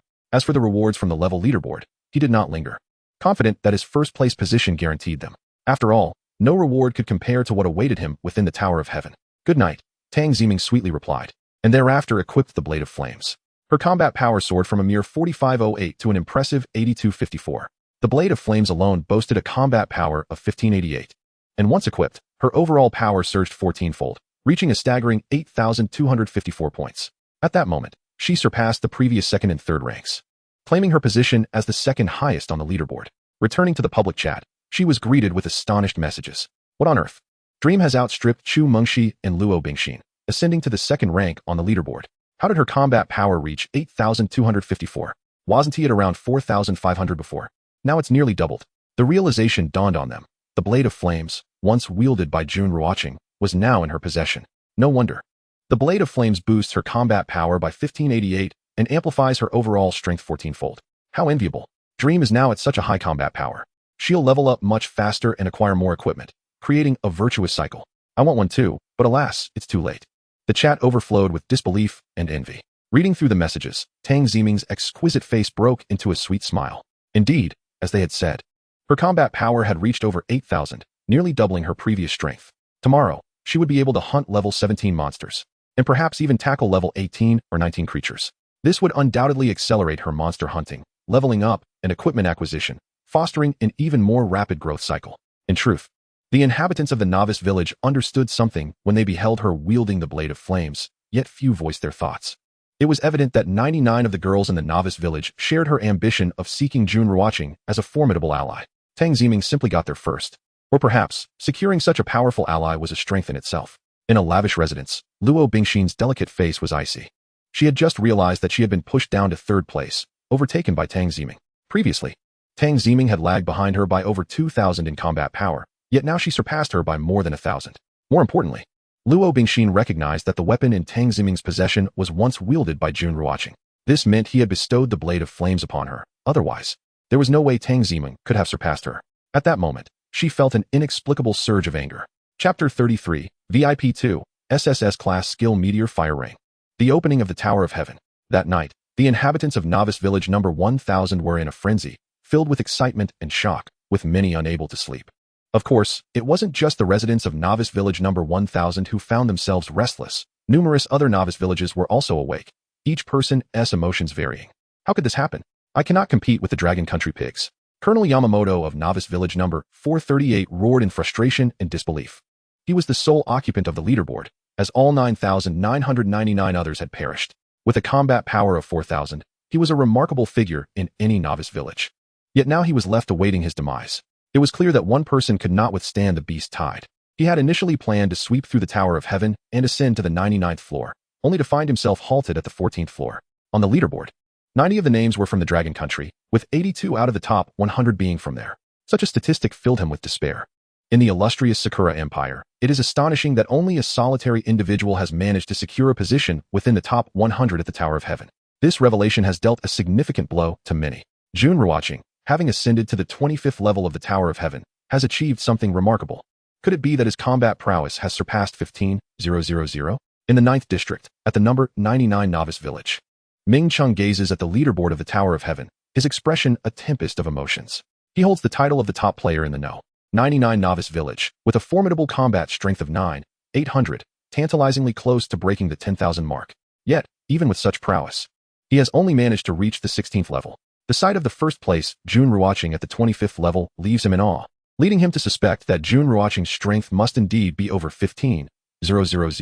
Otherwise, it would be inconceivable for him to reach such heights. This individual is truly terrifying. Moreover, the number 1000 novice village has displayed remarkable talent, with an astonishing 93 individuals currently listed on the leaderboard. Such prodigious ability is rare. In the No. 1 novice village, Lu Tianxiang wears a grave expression. Initially, when he witnessed Jun Ruochén surpass him, he remained confident in his own strength, firmly believing himself to be the strongest in the 9th district. However, now, with Jun Ruochén sitting at the 25th level, his confidence has been shaken. Isn't Jun Ruochén a student from Jiangxing University? He muses, astonished by the sheer talent he possesses. To add to his intrigue, he realizes that Jun Ruochén shares a novice village with Luo Bingxin. In the number 88 novice village, Murong Yao gazes at the Tower of Heaven leaderboard, her heart racing with astonishment. She stands as the top player in both the level and combat strength rankings of her village, yet has only reached the 15th level in the tower. The fact that Jun Ruochén has ascended to the 25th level is simply unfathomable. Suddenly, she recalls that both Luo Bingxin and Jun Ruochén are from the same novice village, confirming that he is indeed a student from Jiangxing University. Furthermore, she is his mentor, a revered figure at Jiangxing University, comparable to the top 10 campus beauties. Jun Ruochén must be from my homeland, she reflects, and he is undoubtedly the strongest among us. Look at him, ranked first in the Tower of Heaven at the 25th level, while nearly 100 individuals from the number 1000 novice village have made it onto the leaderboard. It seems that the number 1000 novice village is the pinnacle of our homeland's novice villages. In the No. 222 novice village, Park Zhongryol stands as the top combatant, boasting a strength of 7,501 and having reached level 17. Yet, he finds himself lacking in the tower. Having only progressed to the 14th level, he acknowledges that he has been somewhat careless but believes that with renewed effort, he can achieve level 20 on his next ascent. However, upon seeing Jun Ruochén at the 25th level, he can only look up in admiration.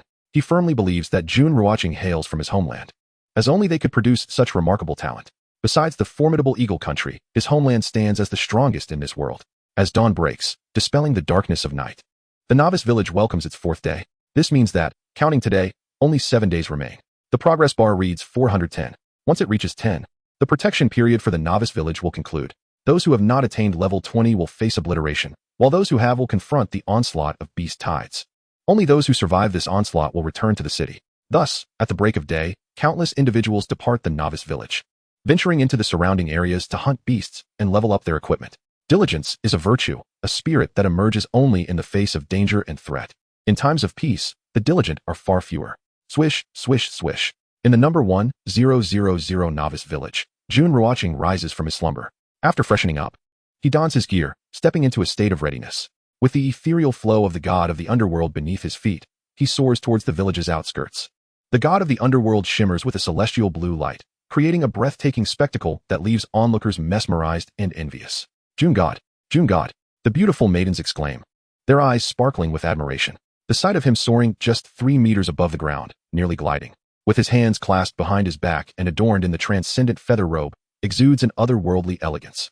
Jun Ruochén gives a slight nod as he flies towards the westernmost region of the novice village, his speed astonishing. In the blink of an eye, he has traversed 30 miles from the village, arriving in an area inhabited by level 20 beasts. Today, he intends to hunt these creatures, striving to elevate his level further while simultaneously acquiring equipment and galactic coins. Now at level 22, with combat power reaching the 42nd tier, He recognizes that this is not his ultimate potential. Thus, he must persist in his quest for advancement and equipment. The experience points within the Tower of Heaven are substantial, and the rewards are bountiful. However, relying solely on the tower is not a sustainable strategy. Level 20 beasts offer a base experience of 8,000 points. And with his double and triple experience scrolls, coupled with system assistance, the potential for rapid leveling is significant. Gaining 1 or 2 levels in a single day is quite feasible. Oh, VIP upgrades only take 2 hours. Jun Ruochén suddenly remembers. He had been upgrading his VIP status the previous night, but as it required 120 minutes, he had decided to rest instead of waiting. Promptly forgetting about the VIP upgrade upon waking and heading out, he swiftly opens his virtual panel to access the system page. Ding! VIP upgrade complete. Current status, VIP 2. Auxiliary functions, 150 drop rate, 3 premium drops, 300 damage, 300 experience, meteor shower, SSS level. As soon as he opens the system page, the system's voice announces that the upgrade is complete. He is now at VIP 2, with the auxiliary functions clearly laid out. His drop rate has increased. Premium drops have been enhanced, and both damage and experience have reached 300. Most astonishingly, he has acquired an SSS level skill, Meteor Shower, a formidable area attack ability. The higher the VIP level, the stronger the auxiliary functions become. He cannot help but wonder just how formidable VIP 3 will be at level 40. After reviewing the auxiliary functions of VIP 2, Jun Ruochén is left in awe. This is truly astounding. What about VIP 3? VIP 4? The possibilities are almost unimaginable. He examines the details of Meteor Shower, SSS level, Divine Skill, current attack radius, 100 meters, cooldown time, 20 seconds. Indeed, it is a divine skill. Chapter 34, Brother Ruochén. Ming is here. Time to level up. Jun Ruochén closes the virtual panel and activates one of his triple experience scrolls. Triple experience scroll, upon activation. Experience points are tripled for a duration of 2 hours. Calculating the benefits, slaying a level 20 beast yields 8,000 experience points. With the use of the triple experience scroll, this escalates to 24,000, adding in the 300 experience points from VIP status. Defeating a single level 20 beast allows one to amass a staggering 72,000 experience points, equivalent to the efforts of others who would need to vanquish 9 such creatures. With a damage output of 300, his combat strength surpasses 100,000, reaching an impressive 150,000.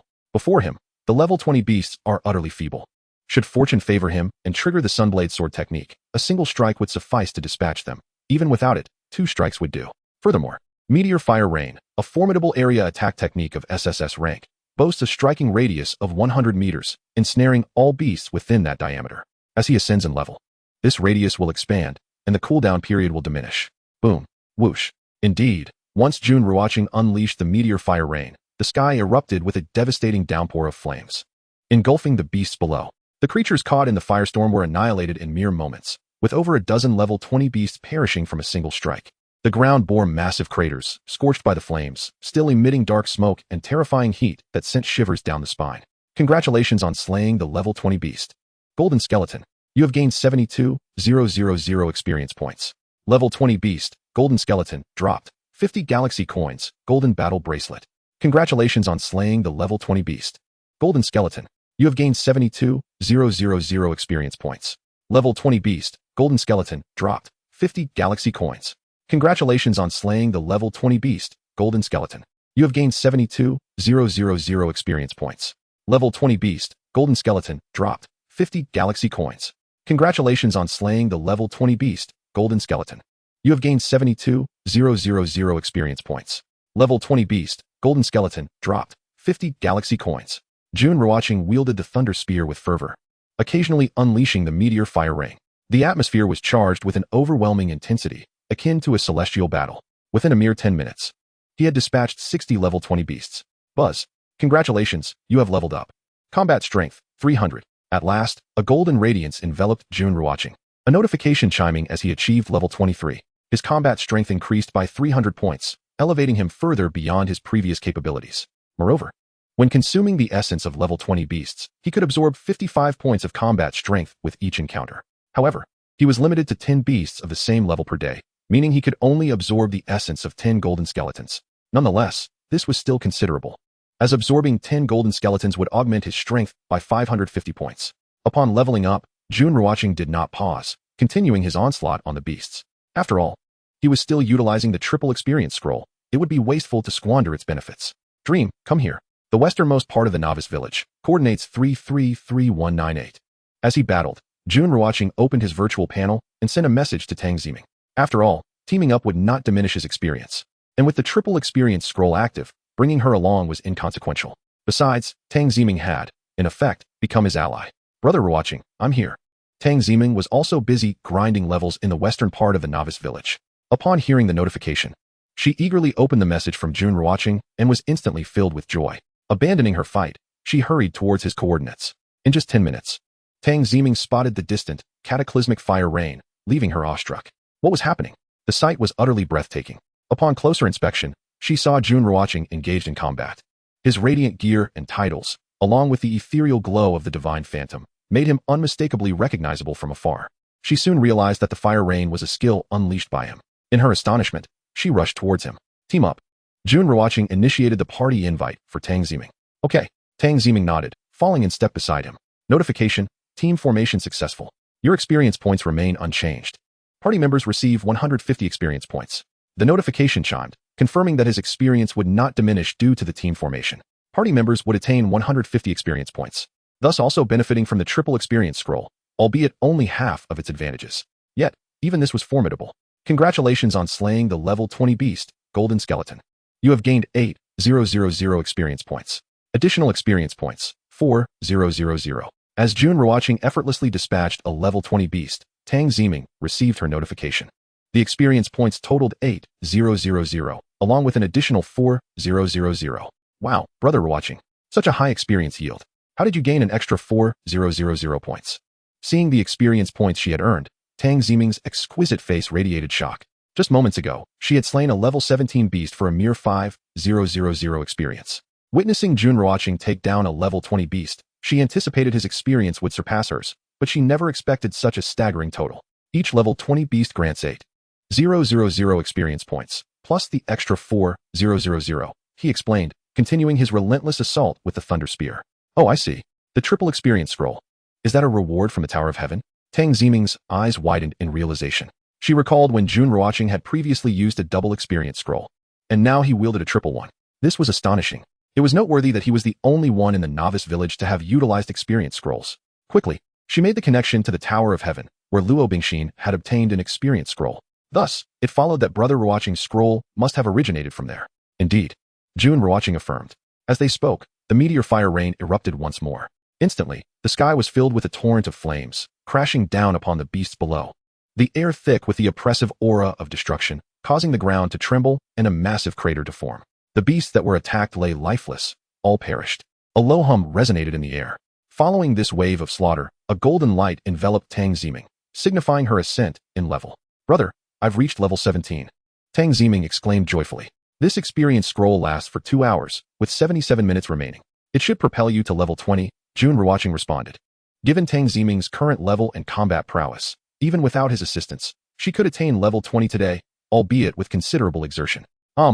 Thank you, brother, Tang Ximing nodded enthusiastically, her delight palpable. At level 20, she would unlock the ability to fly on a sword and illuminate new titles. With a swift motion, the level 20 beast stood before Jun Ruochén like an insignificant ant, presenting no challenge whatsoever. Time passed, each second ticking away. Congratulations on slaying the level 20 beast. Golden Skeleton. You have gained 8,000 experience points. Additional experience gained, 4,000. Loot from the level 20 beast, Golden Skeleton. 50 galaxy coins, 1 Tianjiang purple garment. Suddenly, Tang Ximing heard a notification sound in her ears, one that was distinct from the others. For this time, it signified the acquisition of items, including not only galaxy coins, but also equipment. Chapter 35, Cross-Server Battle Preview. Hastily, she opened her virtual panel to check her inventory. Within lay a stunning piece of attire. Upon inspection, she found, name, Tianjiang purple garment, 5th tier, red, combat power, 1000. Attributes, defense increased by 30. Special effect, immune to all poisons. Upon concluding her examination, a radiant smile spread across Tang Ximing's face, her joy so intense that she seemed ready to leap for joy. What equipment did you acquire? Jun Ruochén inquired, immediately deducing from her elation that she had indeed obtained something significant, and it appeared to be of high quality. Look, a 5th tier red garment with a combat power of 1000, Tang Ximing declared as she donned the attire. Instantly, a beautiful garment adorned her figure. Fortune smiles upon you, Jun Ruochén remarked. They continued to vanquish monsters as time flew by. Eventually, the effects of the triple experience scroll expired. prompting Jun Ruochén to guide Tang Ziming away from the beasts before coming to a halt. This scroll had elevated his level to 25. Tang Ziming had just reached level 20. After tallying their spoils, his level stood at 25, with 11 pieces of 4th tier equipment and 4 pieces of 5th tier, most being white, save for 1 orange piece, which was indeed commendable. Tang Ziming, meanwhile, had attained level 20, with 2 pieces of 4th tier equipment and 1 piece of 5th tier. Brother, I've activated sword flight, but alas, I lack a flying sword. However, I have received a new title, Black Iron Warrior, which has boosted my combat power by 45-55, Tang Ziming exclaimed, eager to demonstrate her newfound abilities. Yet, without a flying sword, she lamented its rarity. Flying swords are elusive. We must rely on luck, Jun Ruochén mused, observing Tang Ziming's adorable pout. Unlike ordinary equipment, flying swords are exceedingly rare. In his previous life, he had managed to obtain a flying sword while grinding monsters, yet in this life, despite having system assistance far superior to before, he had yet to acquire one. Tang Ziming nodded obediently. Soon after, she prepared to depart. Not wishing to impede Jun Ruochén's progress in leveling up, having already aided her to level 20. Given her current level and combat prowess, she could easily hunt level 20 beasts solo. Moreover, with her level 20 quest completed and ample time remaining, she could leisurely grind monsters or assist others in leveling up, rather than delaying Jun Ruochén. Here, take these. They won't work in the Tower of Heaven. Jun Ruochén handed her a double experience scroll, a triple experience scroll, and a 15x attack scroll, cautioning her. Thank you, brother, she replied, a mischievous glint in her beautiful eyes. Approaching him, she rose onto her toes and planted a kiss on his cheek before dashing away. Once at a distance, she waved her delicate hand in farewell. Announcement: the cross-server battle commences in 3 hours. Notice: upon the initiation of the cross-server battle, all novice villages in the 9th district will merge fairly. There are 2 types of cross-server battles. One is 1v1 confrontations between 2 novice villages, and the other allows for free combat between novice villages. In 1v1 confrontations, akin to team competitions, the victor will receive 500 combat power, while the loser will forfeit 500 combat power. In free combat, both sides can have up to 10 novice villages, and bets can be placed freely. The minimum combat power differential must not be less than 500 points. Equipment must not be lower than 4th tier, and galaxy coins must not be less than 200. In cross-server battles, all novice villages must participate at least once a day, and battles cannot occur between villages of the same nation. As Jun Ruochén prepared to continue grinding monsters, the voice of the galaxy will echoed, announcing the commencement of the cross-server battle. This battle bore resemblance to team competitions, yet the combat power was tenfold greater. Team competitions involved 50 points, while cross-server battles demanded 500 points. Additionally, a new gameplay mode was introduced, free combat, allowing for 1vn or nvn scenarios, where rewards and penalties could be mutually decided. Participation in cross-server battles was mandatory, with each village required to engage at least once, and battles between the same nation prohibited. Isn't this just an enhanced version of team competitions? It sounds quite brutal, Jun Ruochén pondered. As levels advanced, the gameplay announced by the galaxy will become increasingly formidable. This implied that battles could not occur within one's own nation, essentially urging players to confront others, suggesting a strategy to eliminate rival nations. With 3 hours remaining, they could target the Sakura nation's lesser players. Winning just once at 500 combat power would equate to acquiring 2 or 3 pieces of 4th tier equipment. This sounds perilous, yet I find myself rather eager for it. With the presence of the revered Jun God, the inter-server battle signifies a moment of seizing power for us. At this instant, the entire population of 10,000 in the 9th district's novice village stirred with fervor, as if preparing for a grand endeavor. The denizens of novice village 1000 were particularly eager for the inter-server battle, for within their midst resided Jun Ruochén, a figure unmatched in both power and level. His elevated rank and prowess ensured a swift accumulation of points. Furthermore, the collective strength of novice village 1000 was formidable, as evidenced by the rankings on the Tower of Heaven. Swiftly, Jun Ruochén traversed to the westernmost reaches of the novice village, where he engaged in a relentless pursuit of demon beasts, his experience steadily rising. After 3 hours of diligent effort, he aimed to elevate his level to 27. However, he recognized the necessity of preparation to secure victory in the impending inter-server clash. This battle resembled team competitions, wherein all members endeavored to upgrade their capabilities while also familiarizing themselves with the locations and numbers of demon beasts in anticipation of the battle. While dispatching monsters, Jun Ruochén accessed his virtual panel and entered the public chat screen, dispatching a message into the digital ether. The response was instantaneous, flooding the screen with acknowledgements. Observing the unanimous replies, Jun Ruochén felt a sense of satisfaction. A novice village is akin to a collective, and unity among its members is paramount to withstand the impending beast tide. As time inexorably marched on, 2 hours and 50 minutes elapsed. The thunder spear in Jun Ruochén's grasp struck down, and a proclamation echoed. Congratulations, you have leveled up. A radiant golden light enveloped him as he ascended once more. Now reaching level 27. With a swift motion, he retreated to a safe distance. Only 10 minutes remaining until the inter-server battle commenced. Now was the time to prepare. To replace his gear, having spent nearly 6 hours grinding monsters and accumulating various equipment, he could at least exchange his second-tier and third-tier gear. For although they were red and orange, respectively, their low quality was visually displeasing. Chapter 36. The inter-server battle begins. With merely 10 minutes left, Jun Ruochén navigated his virtual panel. In his inventory lay over 20 pieces of 4th-tier equipment and 6 5th-tier items, predominantly white, yet a few were orange and one red. Without hesitation, he donned the replacements. Helmet, Tai Golden Crown, 4th tier, red, power, 500. Necklace, War God Necklace, 4th tier, red, power, 500. Clothing, Tai Xian Feather Garment, 5th tier, gold, power, 1200. Weapon, Thunder Spear, 5th tier, colorful, power, 2588, with bonuses, attack speed 5, bleeding for 5 seconds. Overall power increase, 15 times. Bracelet, Golden Battle Bracelet, 5th tier, red, power, 1200. Bracelet, Mysterious Battle Bracelet, 4th tier, orange, power, 300. Ring, Luminous Ring, 5th tier, orange, power, 800. Ring, Tai Ring, 4th tier, red, power, 500. Belt, Qing Emperor's Jade Belt, 4th tier, gold, power, 500. Shoes, Gale Shoes, 4th tier, orange, power, 300, speed, 5. Gem, Qingming Gem, 2nd tier, colorful, power, 150, speed, 2. Overall power increase, 12 times. Metal, Sun God Metal, 5th tier, gold, power, 1200, damage immunity, 30. Aura, Heart of Destiny, 5th tier, gold, power, 1200, evasion increase, 30. Sword, Underworld Divine Light, 5th tier, colorful, power, 2588, speed, 5. Overall power increase, 15 times. Now, apart from the 2nd tier gem, all his equipment was 4th tier or higher, with the majority being 5th tier. It was a much more visually appealing ensemble.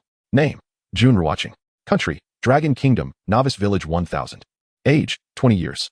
Level, 27. Experience, 2. 818. 000. Wealth, 68. 039 galactic coins. Reputation, 31 points. Talent, Eye of Observation, F grade. Infinite Devour, SSS grade. Skills, Sun Crossing Sword Technique, SSS grade. Meteor Fire Rain, SSS grade. Power, 184, 420, 67, 320. Calculated based on Equipment Enhancement System Damage Assessment. Tier, 44. Returning to his character information, Jun Ruochén noted a change in how power was calculated. Previously, system damage was not included, but now a direct addition of 300 had significantly increased his power from over 60, 000 to 180, 000. This implied a more intuitive understanding of his combat prowess moving forward. The base power combined with the enhancement from colorful equipment, alongside system-assisted damage, constituted his true strength. At present, he had achieved a power level of 44. This strength, while perhaps not rivaling other districts, undoubtedly positioned him as the foremost in the 9th district. There was a possibility of amassing a complete set of 5th-tier gear within the novice village, with hopes of procuring 2 6th-tier items from the Tower of Heaven. A smile graced Jun Ruochén's face. This level, this equipment, this power, simply magnificent. Following the inter-server battle, he planned to venture into the Tower of Heaven and brace for the impending beast tide, all the while fostering the growth of the denizens of Novice Village 1000. The inter-server battle was on the horizon, and the resource market contained various items. Jun Ruochén shared a message in the public chat while listing his surplus equipment. The white gear may not serve him, yet it could benefit others. Regardless, white equipment remained the mainstream choice, and the items he had acquired were predominantly 4th tier and 5th tier. Undoubtedly top tier for the rest of the novice village. Oh, and there's a 2nd tier red ring. I must have it, he thought, having saved his galactic coins in eager anticipation of Jun Goddess equipment. After the inter-server battle, will we engage in one-on-one combat, or will it be free-for-all? This query was crucial. The decision of the Great One would determine whether they would simply bask in victory. In the chat, each time Jun Ruochén contributed, it incited a wave of excitement. Trading equipment and engaging in conversation seamlessly intertwined. Acquiring equipment of the 4th and 5th tiers is not a feat that just anyone can achieve. After all, a 4th tier item is priced at 100 galactic coins, while a 5th tier item costs 150 galactic coins. It is widely acknowledged that such prices are almost akin to being given away for free. Nevertheless, for the average individual, 100 galactic coins represent a substantial fortune. Considering that under a drop rate of 1, relentless monster hunting throughout the day yields only a handful of galactic coins. Earning 150 galactic coins in a day by slaying monsters of level 10 or higher is already commendable. Conversely, Jun Ruochén, if he diligently hunts level 20 beasts, can amass a staggering 30,000 galactic coins in a single day. It is worth noting that his current drop rate stands at 150, meaning that every monster he defeats drops galactic coins, with the quantity being multiplied by 15. Thus, each beast drops 75 galactic coins. Announcement: the cross-server battle has commenced. Announcement: the cross-server battle leaderboard ranks based on total points, with the top 100 novice villages receiving additional generous rewards, and the top 100 individual scores also receiving substantial bonuses. Tip: the cross-server battle replaces team competitions. Tip: each novice village must participate in the cross-server battle at least once a day, whether through active or passive challenges. Declining a passive challenge counts as a loss, limited to 3 times. Tip: the cross-server chat screen for novice villages in Zone 9 has been activated. The voice of the galactic will resonate. The cross-server battle had officially begun. Simultaneously, the cross-server chat screen was also activated. All individuals in the novice villages of Zone 9 noticed the appearance of a cross-server public screen beside the chat channel, allowing them to communicate across the entire zone. However, they soon realized that the number of speaking opportunities was limited, with each person allowed only 10 utterances. With the commencement of the cross-server battle and the restricted chat opportunities, I, who relish gossip, found the situation somewhat unfriendly. Jun Ruochén from Novice Village 1000 here. I hail from Pickled Vegetable Nation, Novice Village 222, declared one. Haha. Some fools think Novice Village 1000 belongs to Pickled Vegetable Nation. The person above must be from Dragon Nation. Novice Village 1000 is undoubtedly from Pickled Vegetable Nation, retorted another. You imbecile from Novice Village 222, Novice Village 1000 is from Dragon Nation, not your Pickled Vegetable Nation. Hey, Yamamoto from Novice Village 438, whom are you insulting? How dare you claim that Novice Village 1000 belongs to Dragon Nation? That is an affront to my Pickled Vegetable Nation. Do you not understand? On the cross-server chat screen, each participant's remarks were tagged with their Novice Village number and nation. As the public screen opened, the atmosphere became electrifyingly chaotic, gradually escalating into a barrage of insults between the Cherry Blossom Nation and the Pickled Vegetable Nation regarding the ownership of Novice Village 1000. However, more prominently, the citizens of the United States and Pickled Vegetable Nation openly scorned Dragon Nation. Remember their numbers, Jun Ruochén noted in the chat, urging others to memorize these Novice Village identifiers. Although they could not check the leaderboards, they could challenge them to a cross-server battle. Receiving acknowledgement, the chat screen buzzed with responses to Jun Ruochén's message. Meanwhile, Jun Ruochén stood at the westernmost edge of the Novice Village, his gaze fixed upon the virtual panel. Soon, he selected his target. Chapter 37. Points reach 100 million, entering a frenzied state. Having chosen his target, it was time to initiate the cross-server battle. In his previous life, he had participated in cross-server battles, albeit as a passive challenger. It was said that the rewards for the cross-server battle leaderboard were formidable, rivaling those of the Tower of Heaven. Announcement: Novice Village 1000 has initiated a free cross-server battle. Challenge targets: Novice Village 438, Novice Village 222, Novice Village 439, Novice Village 93. Stakes: 2,000 battle power, 200 galactic coins, and the 2 best pieces of equipment on hand. In Zone 9, the voice of the galactic will echoed, announcing that Novice Village 1000 had initiated a cross-server battle, and it was a free-for-all. The rewards and penalties included 2,000 battle power, 200 galactic coins, and the 2 finest pieces of equipment possessed. Wow, Jun Ruochén is truly formidable, daring to take on 4 opponents alone, exclaimed a voice. How could Jun Ruochén from Novice Village 1000 challenge us? There must be some mistake. Another voice chimed in. Fool, Novice Village 1000 belongs to Dragon Nation. The chat screen erupted with excitement as no one anticipated such an audacious start, directly wagering 2,000 battle power and 200 galactic coins, along with their best equipment. What confidence! We accept the challenge, came the enthusiastic responses from the United States, Pickled Vegetable Nation, and Cherry Blossom Nation alike. Announcement: Novice Village 222 accepts the challenge. Announcement: Novice Village 438 accepts the challenge. Announcement: Novice Village 93 accepts the challenge. Announcement: Novice Village 439 accepts the challenge. Tip: the battle between Novice Village 1000 and Novice Villages 438, 439, 93, and 222 will officially commence in 5 minutes. The team with the highest points within 2 hours will win. Tip: members of the winning side will receive 2,000 battle power, 200 galactic coins, and 2 pieces of equipment equivalent to their own level. Tip: members of the losing side will lose 2,000 battle power, 200 galactic coins, and their 2 best pieces of equipment must not be below tier 4. If one piece is missing, a deduction of 1,000 battle power will occur. Note: slaying beasts below level 5 will no longer yield points. Level 5 beasts yield 10 points. Level 6 beasts yield 20 points. Level 7 beasts yield 40 points. And level 8 beasts yield 80 points. The voice of the galactic will proclaim the establishment of the free-for-all battle and reiterated the rules of winning and losing. Upon hearing the terms, everyone felt a shiver run down their spines. It was exceedingly brutal, a loss could cripple an entire novice village, with those unable to produce equipment facing a deduction of either 1,000 or 2,000 battle power. Such deductions could spell doom. However, victory would yield tremendous rewards. A terrifying yet exhilarating prospect. In the cross-server chat screen, countless individuals were left in awe, all fixated on the public screen displaying the leaderboard. The blue side represented Novice Village 1000, while the red side comprised Novice Village 222 and its allies. Are you all prepared? Dragon Nation. In the Novice Village number 1000. Jun Ruochén sent a message. I'm ready. Let us make a grand effort. Brother Ruochén, you must give it your all. Our future depends on you, Jun Shin. Everyone must strive. This is yet another turning point in our destiny. If we succeed this time, we will soar to new heights. Indeed, the potential for our combat power to double is palpable. Let us go. Let us go.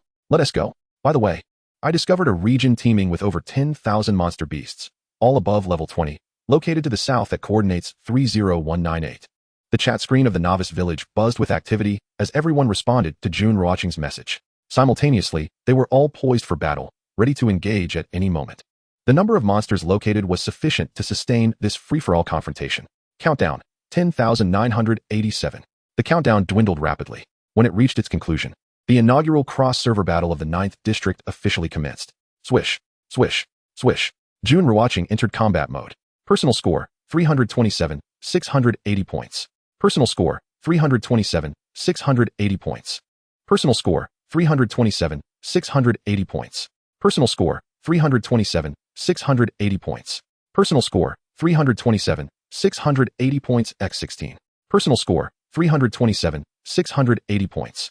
Personal score, 327, 680 points. In a mere 10 seconds, Jun Ruochén executed a series of instant kills, taking down 8 level 20 monster beasts, and with a meteor shower-like attack, obliterated 16 more. Now, each level 20 beast he hunted granted him 327, 680 points. Thus, in those 10 seconds, Jun Ruochén amassed a staggering 864, 320 points. Yet, he did not pause for a moment. After all, this was the pivotal moment for Novice Village number 1000. Securing victory in this wave would mean a doubling of their combat power and a direct ascent, while simultaneously annihilating the opposing 4 Novice Villages. The leaderboard refreshed. Blue Team 10, 464, 320 points versus Red Team 2, 901, 200 points. Was this disparity not excessive? In just 10 seconds, Novice Village number 1000 accrued 10 million points, while the 4 Red Team Novice Villages combined only reached 9 million, being utterly crushed. Look at Jun Ruochén's individual score. He alone garnered nearly 8 million points. Even if the rest of Novice Village number 1000 contributed a collective 6 million points, it indicated that they could hold their own against the other 4 Novice Villages, even without Jun Ruochén.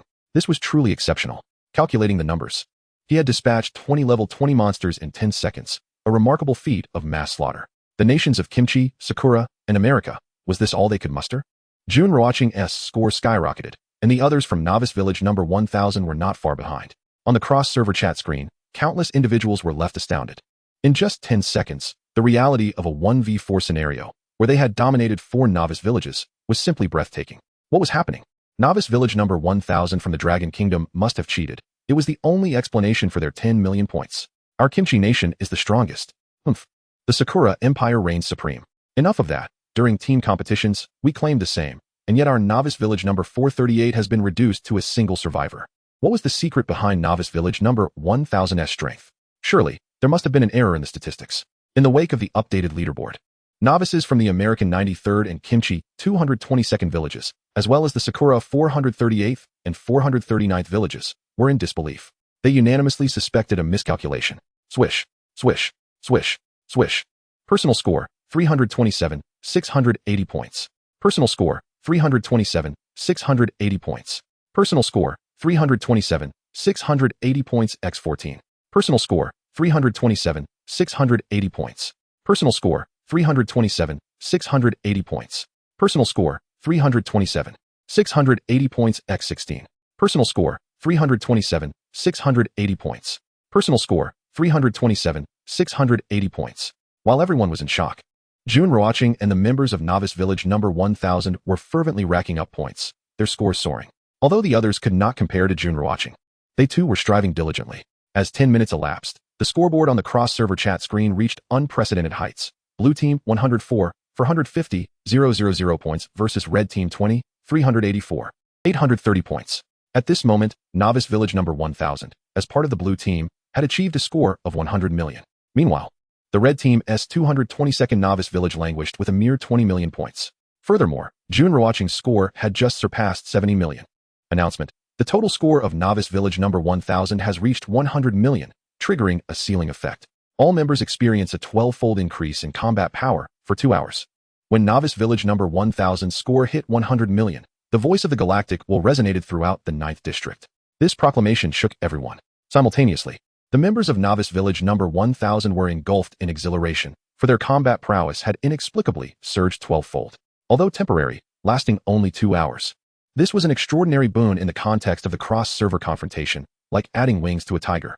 Chapter 38, Aura of the Village King.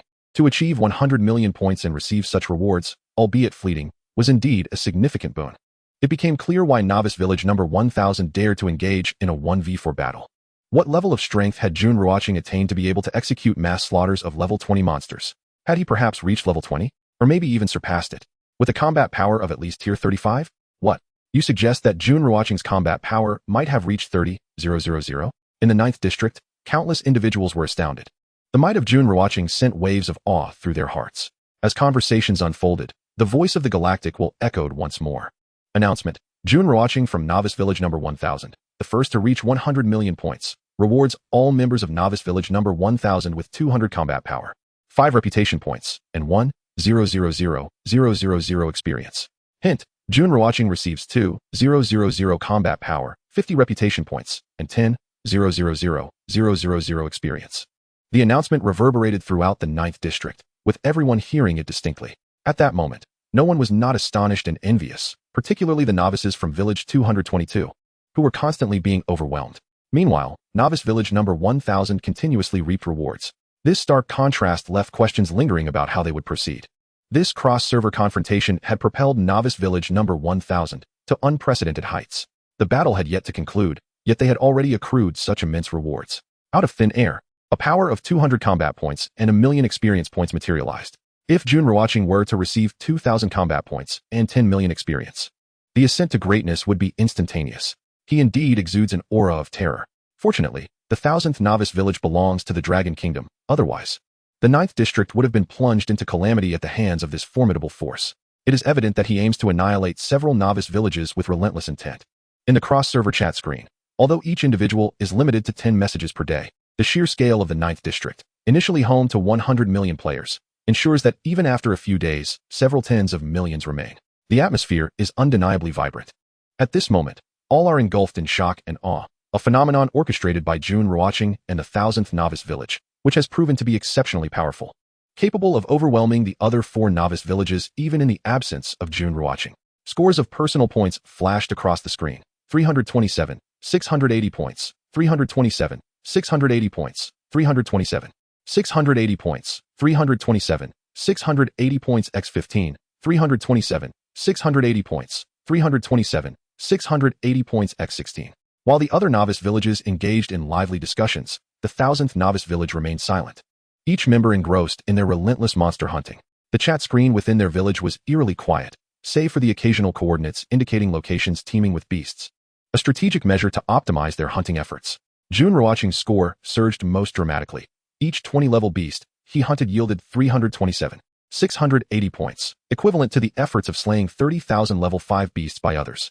Naturally, with the novice players predominantly in their teens, they were incapable of targeting beasts below level 10. Announcement: Jun Ruochén of the 1000th Novice Village achieves the first score of 300 million, granting all members 500 combat points, 10 reputation points, and 2 million experience. Tip: Jun Ruochén is awarded 5,000 combat points, 100 reputation points, and 20 million experience. Announcement: the 1000th Novice Village reaches a total score of 400 million, achieving godlike status, with all members' combat power increasing by 15 times for 2 hours. An hour passed, and the voice of the galactic will resonated once more, declaring Jun Ruochén's score reached 300 million, rewarding all members of the 1000th Novice Village with 500 combat points, 10 reputation points, and 2 million experience. Jun Ruochén himself gained 5,000 combat points, 100 reputation points, and 20 million experience. Yet, this was not the end.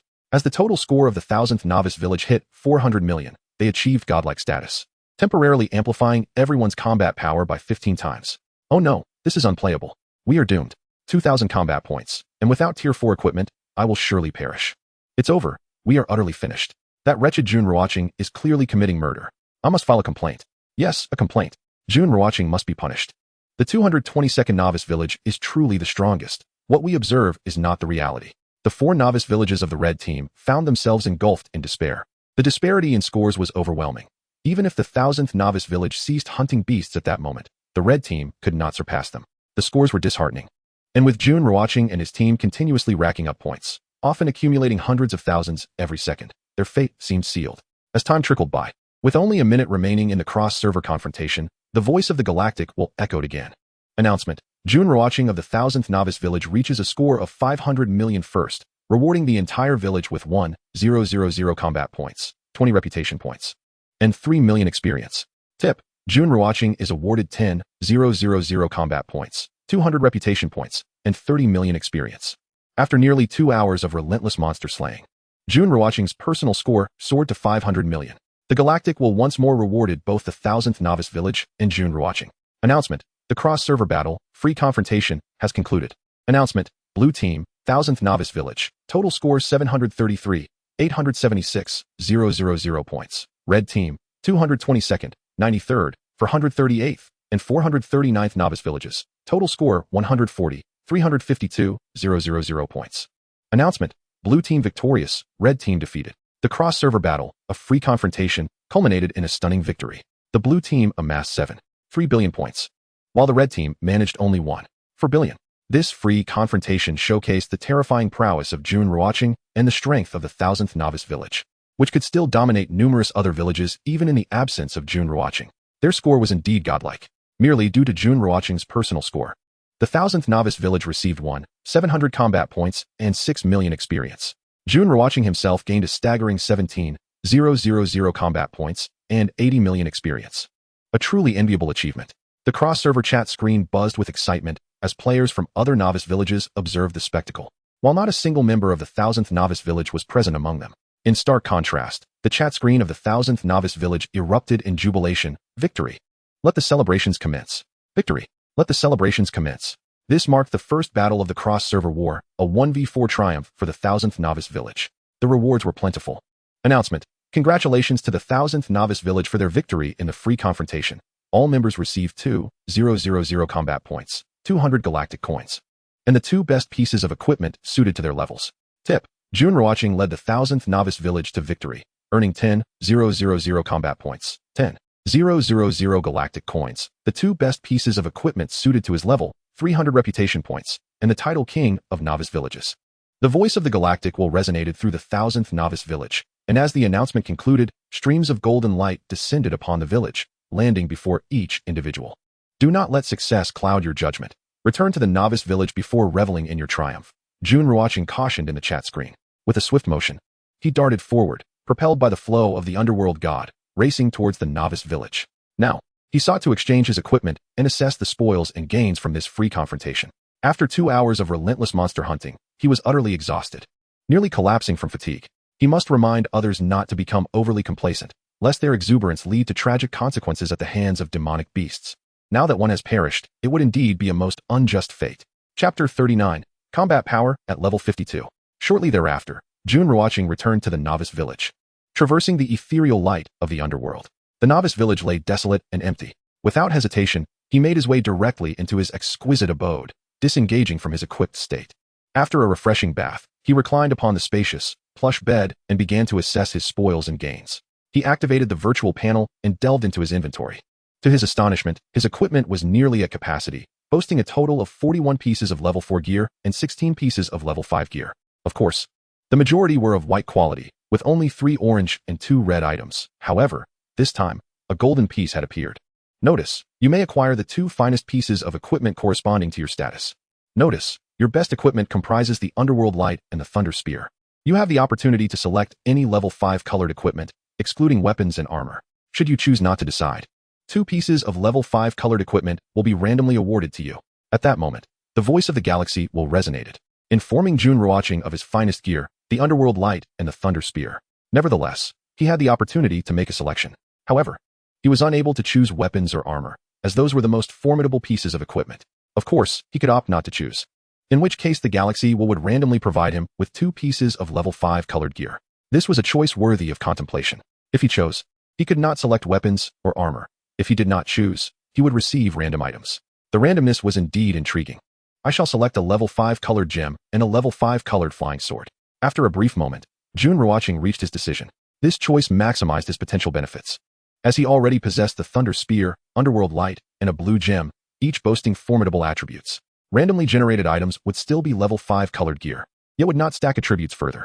Thus, he intended to select a gem, for a level 5 gem would enhance his attributes more significantly than a level 2 artifact. As for the flying sword, it would be perfect for tangziming. It should be noted that while wearing an additional colored item would only increase his combat power by a little over 1,000 points. Bestowing it upon tangziming would amplify her power by 15-fold. Buzz, buzz, the light swirled, and soon a resplendent gem and a beautiful flying sword materialized in his inventory. Upon inspection, he found, name, Heart of the Ocean, level 5, colored, combat power 1588, speed 5, overall combat power increased by 15 times. Without a moment's hesitation, he adorned himself with it, replacing the blue gem. Subsequently, Jun Ruochén began to examine the attributes of the other equipment in his inventory. Name, War Goddess Boots, level 5, red, combat power 1200, speed 5. Name, Heavenly Dragon Battle Bracelet, level 5, gold, combat power 1400. Name, Heavenly Dragon Ring, level 5, red, combat power 1200. He only scrutinized these 3 items, dismissing the rest, which were predominantly white and orange. These 3 were indeed useful to him, and he equipped them accordingly. Next, his gaze fell upon the halo in his inventory, his expression brimming with anticipation.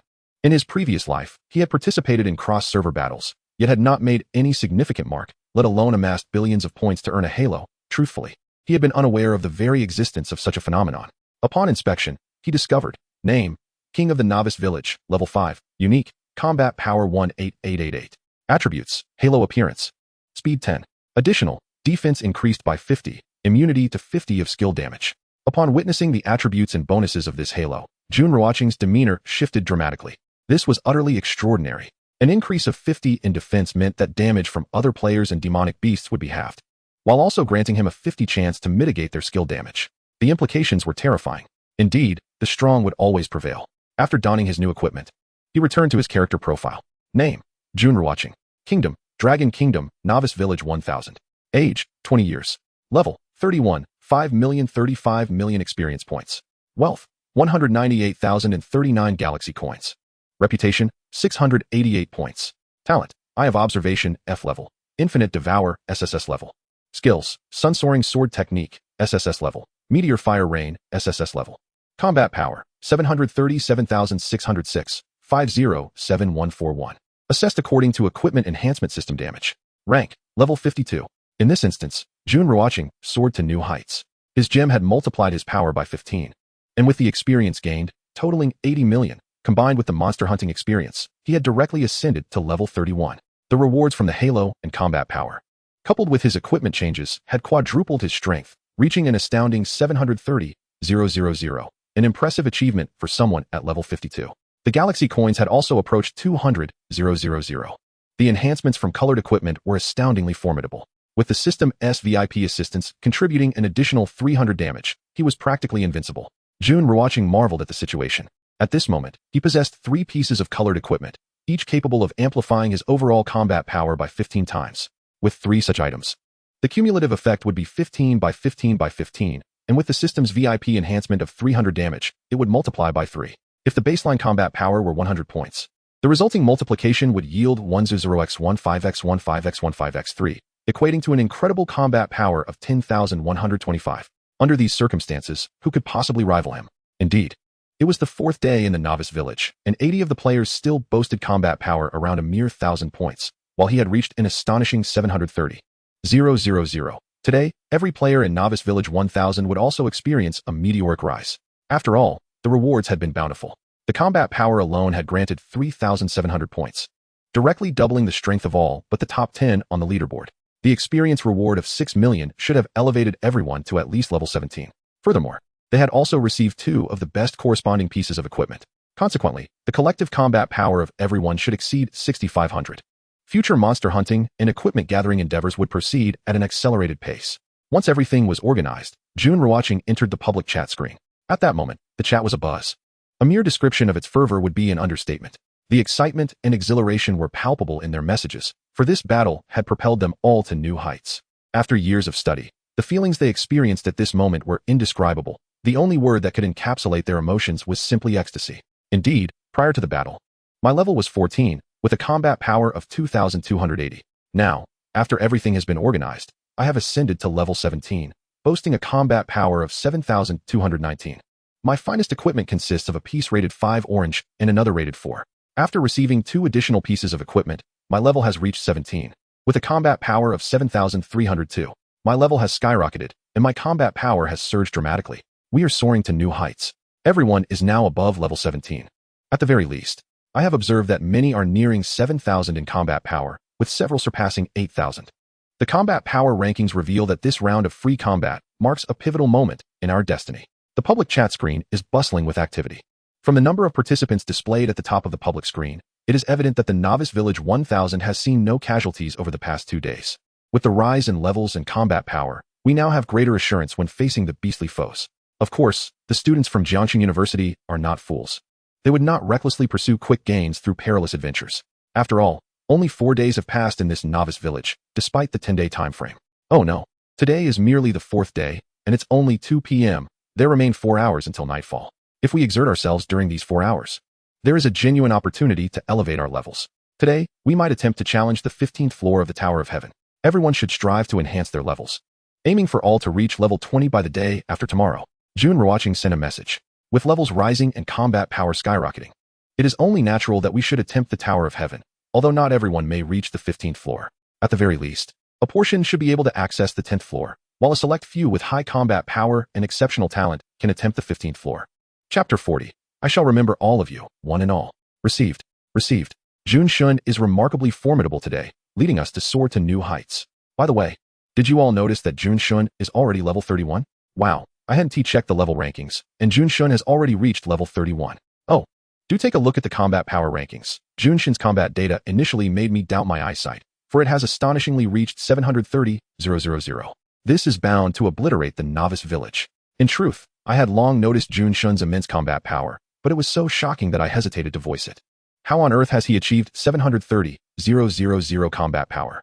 Just examine Jun Ruochén's equipment. He possesses nearly a full set rated 5, all in red and gold, and even 3 pieces of colored equipment rated 5. With 15 times the gems, 15 times the weapons, and 15 times the flying swords, it is utterly extraordinary.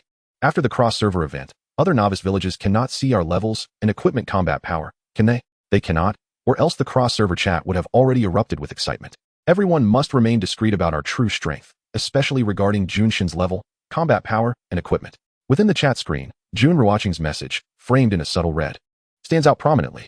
Upon seeing his message, there was a moment of silence before replies began to flow in. Jun Ruochén's level, combat power, and equipment left everyone in awe and envy, with many feeling numb in response. Although astonished and envious, they all understood one thing. We must not reveal the true strength of Novice Village 1000, nor disclose Jun Ruochén's level, combat power, or equipment. This is a closely guarded secret of Novice Village 1000. The Tower of Heaven rankings and this round of free combat have made countless individuals aware of Jun Ruochén's prowess. However, they remain oblivious to the extent of his terrifying strength, which will remain the trump card for Novice Village 1000. By the way, while farming monsters, some equipment was obtained. You should check the resource marketplace yourselves. Jun Ruochén placed his surplus equipment in the resource marketplace and then sent a message on the public chat screen. Even the smallest mosquito is still meat. Furthermore, with only 64 slots in the backpack, one cannot carry much equipment, since I have no use for it. Selling it can earn some galactic coins while strengthening the overall power of the Novice Village. In the 9th district, some rejoice while others lament. Novice Village 1000 initiated a free combat event, triumphing in a 1v4 against Novice Villages 222, 438, 439, and 93, sending shockwaves throughout the 9th district. In truth, they knew the outcome within 10 seconds after the battle commenced, as the scores refreshed. Yet, the interim rewards incited envy among countless spectators. With the conclusion of the free combat, Novice Village 1000 achieved a crushing victory. This marked a significant leap for Novice Village 1000. While the 4 Novice Villages 222 found themselves engulfed in despair, that accursed Jun Ruochén has shown no mercy. I had 2,000 combat power, but after deductions, I am left in a near-death state. Damn it, without a piece of grade 4 equipment, I lose 4,000 combat power, but my base is merely 2,200. This deduction would lead to my demise, which is not the ending I desire. The Dragon Country pigs are truly infuriating, causing our novice village to lose 3,000 members, leaving the remainder in a half-dead state. Our novice village is doomed. How can the Dragon Country pigs be so powerful? What is the secret? Does Jun Ruochén possess an SSS level talent? It is too terrifying. The free combat has nearly led to our annihilation. My 2,000 combat power, villages 222, 93, and 439 are engulfed in lamentation. As for novice village 438, it was already reduced to only Yamamoto Daisuke, but now, with a deduction of 2,000 combat power and the loss of 2 top-tier pieces of equipment, his combat power now stands at a mere 1,500. Such feeble power is utterly ineffective. With vacant eyes, he gazes skyward. A scream escapes from Yamamoto Daisuke's lips. In that moment, he took his own life. Announcement: no one survives in Novice Village 438. Announcement: Novice Village 438 belongs to the Sakura Country. Due to the disappearance of Novice Village 438, all novice villages belonging to Sakura Country will have 200 combat power deducted. With the suicide of Yamamoto Daisuke, the voice of the Galactic will resonate. The announcement declared the disappearance of Novice Village 438, as not a single soul remained alive. Simultaneously, due to the disappearance of Novice Village 438, every novice village belonging to Sakura Country will face a deduction of 200 combat power. What on earth is happening? What? Novice Village 438 has vanished. In the 9th district, only 9,999 novice villages remain. Those damn Dragon Country pigs. If it weren't for Novice Village 1000, Novice Village 438 would not have perished. Indeed, I, from the Kinshi Country, must file a complaint against Jun Ruochén of Novice Village 1000. No, the entire Novice Village 1000 must face charges. The aftermath is devastating. Following the free combat, Novice Village 438 has been obliterated. It is said that in the Novice Village number 439, approximately 3,000 individuals are languishing in a state of near death, with only a few hundred capable of engaging in combat and monster hunting. A similar plight befalls Novice Village number 93. In contrast, Novice Village number 222 fares slightly better, with over 1,000 still able to battle, while the remainder teeter between half-life and weakness. The cross-server chat screen is ablaze with fervent discussions. Naturally, the novice villages of the Dragon Kingdom bask in joy, while those of other nations unleash a torrent of vitriol, blaming Novice Village No. 1000 for the dire circumstances and even threatening to lodge complaints against it. Well then, I shall remember each and every one of you. Jun Ruochén cast a glance at the cross-server chat screen and sent a message. As the top scorer of Zone 9 and the leading figure on the Tower of Heaven rankings, his message appeared in a soft crimson hue, more prominent and larger than others, and crucially, it was pinned at the top of the chat for 60 seconds. Thus, anyone perusing the chat could not miss his words. What of it? Can you truly bite back? Indeed, do you think you hold any significance? You wretched swine of the Dragon Kingdom. Fool, cease your prattling. You have been singled out. Do you comprehend the burden you cast upon your entire novice village? Damn it, how could my pickled cabbage kingdom harbor such a fool? You hailing from Novice Village number 101, once Jun Ruochén remembers you, he shall unleash a free-for-all upon your village, obliterating you. Jun, I have erred. Father, my tongue is my enemy. Please, do not hold it against me. Jun Ruochén, I can offer my mother to you. Please do not initiate a free-for-all against our Novice Village number 85, if you would be so kind. Those who initially hurled insults at Jun Ruochén were suddenly awakened by their compatriots and swiftly began to express their regrets, pleading for his forgiveness and hoping he would not remember them. They trembled in fear, for the might of Novice Village number 1000 was now common knowledge. Being remembered by Jun Ruochén felt akin to being marked by the King of Hell. Their apologies, however, went unnoticed by Jun Ruochén, for he had long since logged off. Today had been exceedingly exhausting. He simply needed a good night's sleep, with little else to concern himself about. Unbeknownst to him, ever since he had sent that message, the chatter on the cross-server screen had dwindled, making it increasingly rare to see individuals from Sakura Nation or Pickled Cabbage Nation, all fearful of having their Novice Village numbers remembered and concerned about retaliation from Novice Village number 1000.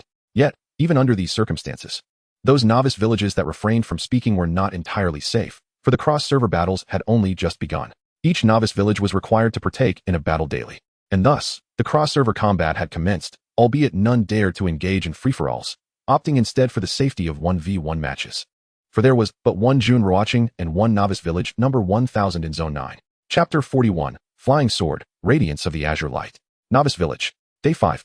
Early in the morning, Jun Ruochén awoke, brimming with vitality and infused with destructive power. After freshening up, he accessed his virtual panel. Notification: you have consecutively held the top position on the level leaderboard for 4 days, earning 3 double experience scrolls, 1 Sun God Medal, and 3 Dragon Soul Fragments. Notification: you have successfully claimed the top rank on the Tower of Heaven leaderboard, earning 1 double attack scroll, 5 million experience points, and 1 radiant jade crown. Upon opening the virtual panel, he was greeted with notifications he had grown accustomed to, having claimed the rewards for being the top-level scorer 4 times already. The reward from the Tower of Heaven leaderboard, however, was unprecedented. The Galaxy Will had previously indicated that all leaderboards distributed rewards every 24 hours. Indeed, the rewards from the Tower of Heaven were lavish. Jun Ruochén found himself astonished by the bounty from the Tower of Heaven. In his previous life, he had never received rewards from the Tower of Heaven nor from the level leaderboard. To discover that the first-place reward from the Tower of Heaven was a double attack scroll and 5 million experience points, along with a piece of equipment, was a pleasant surprise. 5 million experience points might not seem significant to him now, but for others, it required a day or 2 of hard work. Upon inspection, he found, name, Radiant Jade Crown, 5th grade, gold, combat power, 1400. This combat power was impressive, and crucially, it was something he could equip. He donned it immediately. His combat power surged from 900 to 1400, enhancing his original helmet's combat power from 500 to a staggering 900 upon replacement. However, after various augmentations, it amounted to not merely 900, but rather 9,000. Thus, every time Jun Ruochén changed a piece of equipment or increased his combat power, the increments multiplied by 10 due to the enhancements. On the 25th floor of the Tower of Heaven, the reward for the top rank is a 5th grade piece of equipment and 5 million experience points. Could it be that rewards improve as one ascends higher in the tower? A thought struck him. He was currently on the 25th floor, receiving a 5th grade equipment reward. What if he were to reach the 30th floor? Would the rewards be even more enticing? Perhaps a 6th grade equipment would await him. First, he resolved to level up. After a moment of contemplation, Jun Ruochén stepped outside. It was early morning, a perfect time to stretch his limbs and hunt monsters for equipment. Naturally, he was now nearly fully equipped with 5th grade gear, and the novice village's monsters did not drop 6th grade equipment. Even hunting 30-level monsters would yield no such rewards. In his previous life, while perusing the cross-server chat, he had heard others mention that no one had ever seen a drop of 6th grade equipment in the novice village. From this, one could deduce that the drop rates in novice villages were limited, capped at 5th grade. To acquire 6th grade equipment, one would have to venture into the Tower of Heaven. Whoosh, whoosh, whoosh. Leaving the novice village, Jun Ruochén flew westward. After a brief flight, he spotted a familiar figure, Tang Ziming. Clad in a deep purple feathered attire, she appeared breathtakingly beautiful, accentuating her long, slender legs, which were both enticing and graceful, glimmering like jewels. Alongside her were several others, seemingly gathering to form a party for monster hunting. Brother. Upon hearing the sound of rushing air, Tang Ziming and her companions turned to look. Upon spotting Jun Ruochén, Tang Ziming joyfully exclaimed, and the others greeted him as well. Mu Siu, Chu Mingxi, Morongzi, and Lu Qingqing. Indeed, beautiful women tend to congregate, sharing common interests, and their levels and combat powers were notably high, naturally choosing to team up with those of similar strength. I have something for you. An idea struck Jun Ruochén, and he promptly initiated a trade with Tang Ziming, offering the Tai Golden Crown, the Qingming Gem, and a flying sword. Tang Ziming was momentarily taken aback. Suddenly coming to her senses, Tang Ziming exclaimed, "Wow, thank you, brother." Overwhelmed with shock and excitement, she expressed her heartfelt gratitude. Her rosy lips couldn't resist planting a kiss on Jun Ruochén's, momentarily oblivious to the presence of others nearby. Were it not for Mu Siu and the others, she would have undoubtedly nestled against him. Hey, Ming Ming, what are you doing? Do you treat us as air? Mu Siu interjected, her voice tinged with mock outrage. Hey, Junshin is mine. You can't just kiss him like that. You've tarnished my Ruochén, oh dear. Mu Siu and the others were momentarily stunned by the sight of Tang Ziming and Jun Ruochén. Upon regaining their composure, they began to chatter excitedly, almost wishing to tear Tang Ziming apart. Hee, brother, this is Ming Ming's first kiss. Tang Ziming teased, sticking out her tongue at Mu Siu and the others. Lowering her head, she spoke softly to Jun Ruochén, put on the gear. Jun Ruochén was momentarily taken aback. He had not anticipated that Tang Ziming would kiss him in front of so many people. She quickly nodded in response, then began to examine the equipment. The Qingming Gem and Tai Golden Crown. She was well aware of their attributes. Her gaze lingered on the flying sword in her backpack. Having reached level 22 yesterday, she had yet to acquire a flying sword. To her surprise, today, Jun Ruochén gifted her one, radiating a resplendent array of colors. Without a doubt, this was a colorful piece of equipment. Whether it was of the 1st or 2nd tier, it was exceptionally valuable, considering how rare flying swords were. Without a flying sword, even activating sword flight would be futile. Upon inspecting it, she saw, name, Radiant Light of Qingyao, 5th tier, colorful, combat power, 2588, speed, 5. Overall combat power increase, 15 times. Her heart trembled as she absorbed the attributes. Earlier, upon seeing the flying sword and Qingming Gem, she was already ecstatic. Now, fully understanding the flying sword's properties, her heartbeat quickened. Without hesitation, she equipped it. Whoosh, whoosh. The moment she donned the equipment, Tang Ziming soared into the air on her flying sword, producing a soft whooshing sound as she ascended 2 meters above the ground, appearing as if she were a celestial maiden descending from the divine realms. Wow, so beautiful. Ming Ming, you have a flying sword now. I'm so envious. It's so mesmerizing. Chu Mingxi and the others gazed at Tang Ziming's flying sword with wide-eyed admiration, much like little girls seeing candy. Indeed, her combat power has reached 60,000. Jun Ruochén noted as he glanced at the combat power leaderboard. At this moment, Tang Ziming ranked second, her power exceeding 40,000, with the equipment augmenting her combat power. It was truly extraordinary. Now, her combat power multiplied by 12 and 15, and the flying sword added another 2,588 combat power. Mengming's combat power is now 60,000. That's incredible. This flying sword is truly extraordinary. Brother Ruochén, you're biased. You gave the flame blade and the flying sword, along with the gem, all to Ming Ming. I want a piece of equipment that enhances my combat power too. Yes, I want a colorful piece of equipment as well. Upon witnessing Tang Ziming's impressive combat power, Mu Siyu, Chu Mingxi, Morongzi, and Lu Qingqing all turned their hopeful gazes toward Jun Ruochén, yearning for their own colorful gear. Colorful equipment is exceedingly rare. I haven't obtained any either. How about this? Today, I'll take you all to level up, and I'll save any good equipment for you in the future, Jun Ruochén replied.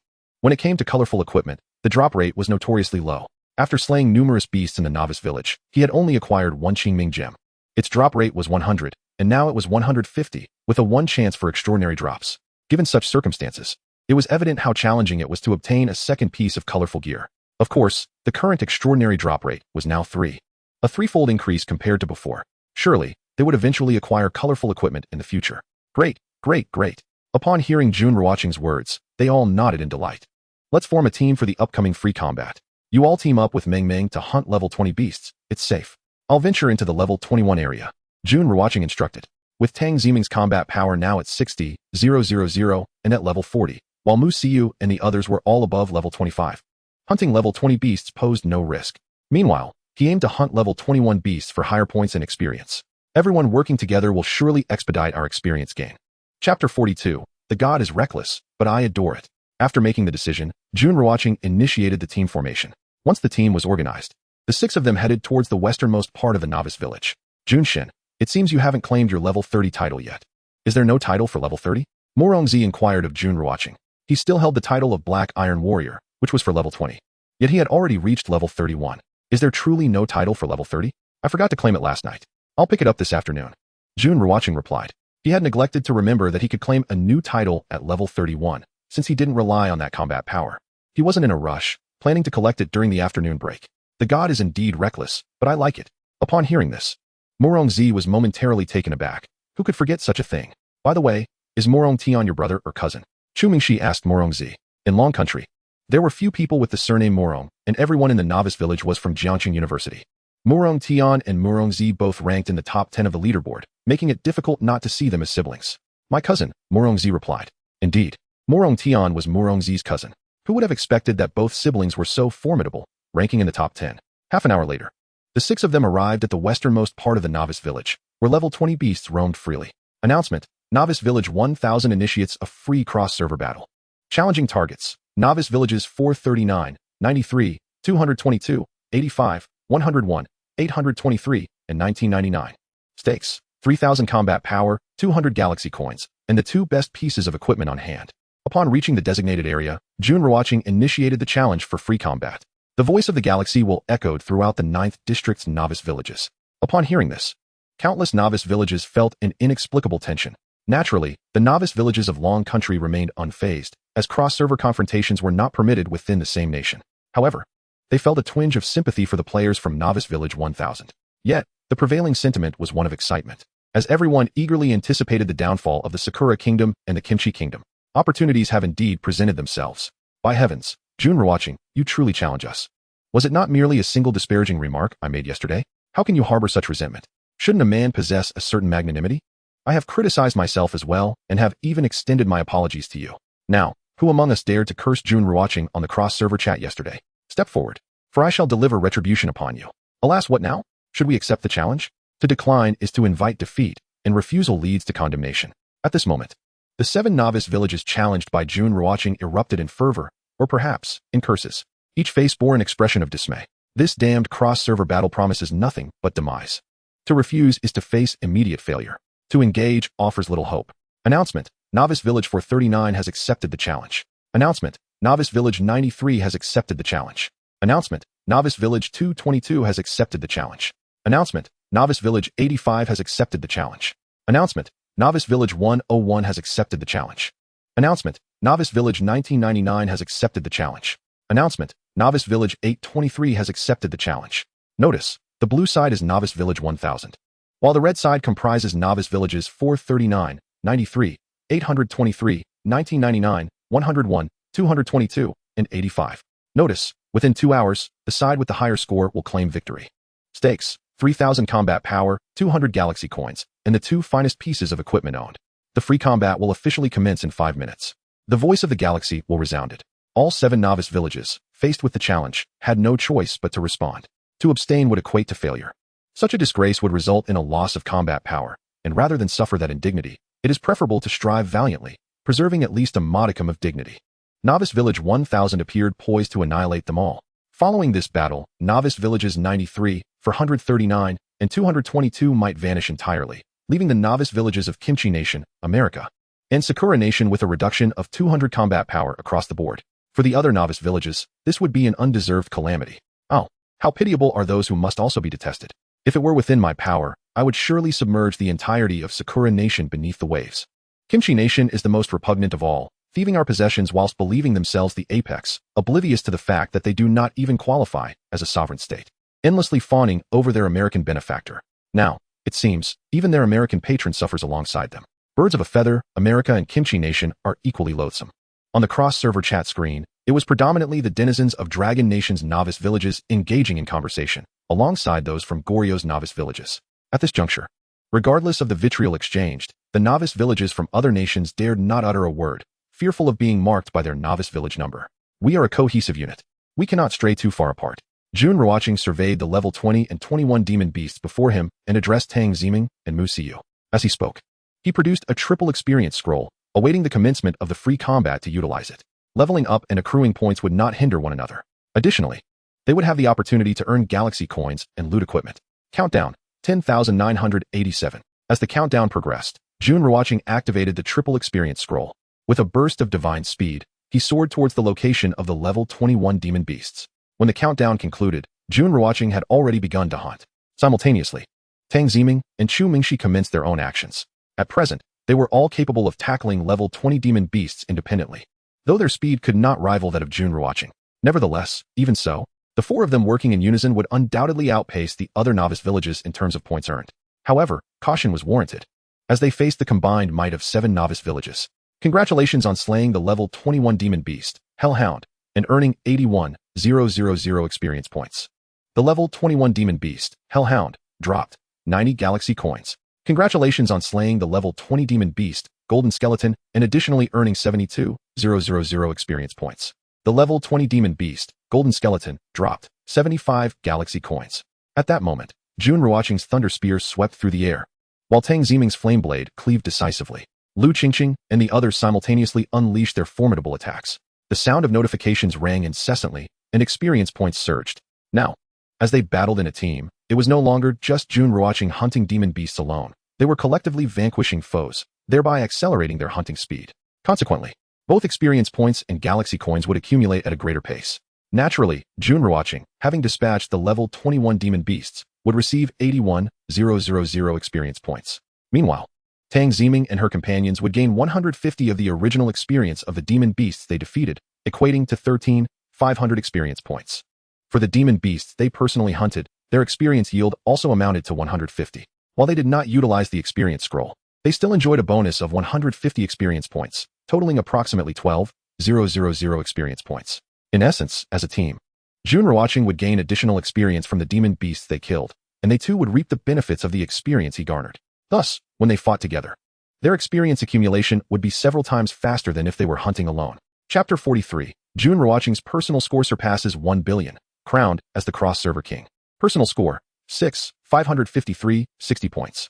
Personal score, 6,553, 60 points. Personal score, 6,553, 60 points x 13. Personal score, 6,553, 60 points. Personal score, 6,553, 60 points. Personal score, 6, 553, 60 points x 16. With each swift thrust of Jun Ruochén's Thunder Spear, level 21 demon beasts fell one after another, while his personal score skyrocketed. Amidst the meteor shower of explosions, swathes of demon beasts succumbed. In mere 10 seconds, the scores for the free combat were refreshed. Blue side, 29 for 135,000 points versus red side, 14,003, 200 points. As ever, echoing yesterday's performance, Novice Village 1000 trampled the 7 red novice villages within 10 seconds. The score precisely doubled that of the 7 red novice villages. Jun Ruochén's score on the personal leaderboard soared to 21,626, 880 points, with Tang Ziming in second place, accumulating 655, 360 points, and Mu Siyu and her companions securing 327, 680 points collectively. This clearly illustrated that while Jun Ruochén hunted level 21 demon beasts, Tang Ziming and her team engaged level 20 demon beasts. Apart from the 4 of them and Jun Ruochén, the other inhabitants of Novice Village 1000 also amassed over 6 million points within 10 seconds. The strength of the 7 novice villages today has increased 3 to 4-fold compared to the 4 novice villages of yesterday, as the 7 villages are fully prepared. Furthermore, among the 4 novice villages yesterday, the 438th village was virtually negligible, consisting of merely a single individual. This implies that yesterday, 3 novice villages confronted the 1000th village, whereas today, 7 authentic and formidable novice villages are taking on the 1000th village. This is evident from the score within the initial 10 seconds. Nevertheless, even under these circumstances, the 7 novice villages were overwhelmed by the 1000th village. Today, although the red team was crushed, their score was markedly more impressive than yesterday's performance. This is indeed the case. However, yesterday's South 438th village was utterly ineffective, barely qualifying as a complete village. Today, the 7 novice villages are genuine and significantly stronger than their predecessors. The free-for-all competition today might prove to be precarious. Precarious, indeed, no matter how strong they are. Can they surpass Jun Ruochén? Witness the terrifying speed at which Jun Ruochén's score escalates. He annihilates level 21 beasts in droves. This mass extermination is indicative of an exceptionally powerful skill, perhaps even a natural talent of his. The cross-server chat screen is abuzz with excitement. All eyes fixated on the soaring scores, though merely the beginning 10 seconds. It illustrates the might of the 1000th novice village and the resilience of the 7 red novice villages. They may not possess much of a chance, yet they are determined to take a gamble. Should they emerge victorious, it would mark their ascent. At the very least, they would not suffer deductions in strength or equipment. Scores are soaring rapidly, and experience points are climbing swiftly as time ticks by. When 3 minutes elapsed, an announcement declared. Announcement: the total score of the 1000th novice village has reached 100 million, entering a frenzy state, with all members gaining a combat power multiplier of 12 for 2 hours. In just 3 minutes, the 1000th novice village accumulated an astounding 100 million points. At this moment, the entire 1000th novice village's combat power surged to 12 times, albeit temporarily. This enhanced strength is only effective during the free-for-all. Once it concludes, the 12-fold boost will dissipate. Within these 3 minutes, the blue team, the 1000th novice village, amassed 100 million points, while the 7 red novice villages managed a mere 36,001, 200 points. Their score gap widening ever further. As the free-for-all continued, half an hour passed. Announcement: the total score of the 1000th novice village has reached 400 million, achieving a godlike status, with all members gaining a combat power multiplier of 15 for 2 hours. Within just half an hour, the 1000th novice village reached a staggering 400 million points. Such speed evokes a tremor of awe. Yesterday, all novice villages in the 9th district participated in cross-server battles. Yet all were limited to 1v1 matches, and not a single one reached 100 million points before the battles concluded. They understood well how challenging it is to accumulate points. Yet here, with Jun Ruochén and his team, it has become astonishingly effortless. This realization breeds deep-seated suspicion among them, questioning whether Jun Ruochén's team is battling against false beasts, while they contend with the true ones. With a combat power multiplier of 15, the speed at which their scores escalate accelerates even further. At this juncture, the 7 red novice villages find themselves in a state of despondency, having barely reached 100 million points after half an hour, while the blue team, the 1000th novice village, surged to 400 million. Time continues to slip away. Announcement: Jun Ruochén of the 1000th novice village has achieved a personal score of 500 million, awarding all members 2,000 combat power, 20 prestige, 1,000 galaxy coins, and 5 million experience points. Tip: Jun Ruochén is rewarded with 10,000 combat power, 200 prestige, 20,000 galaxy coins, and 50 million experience points.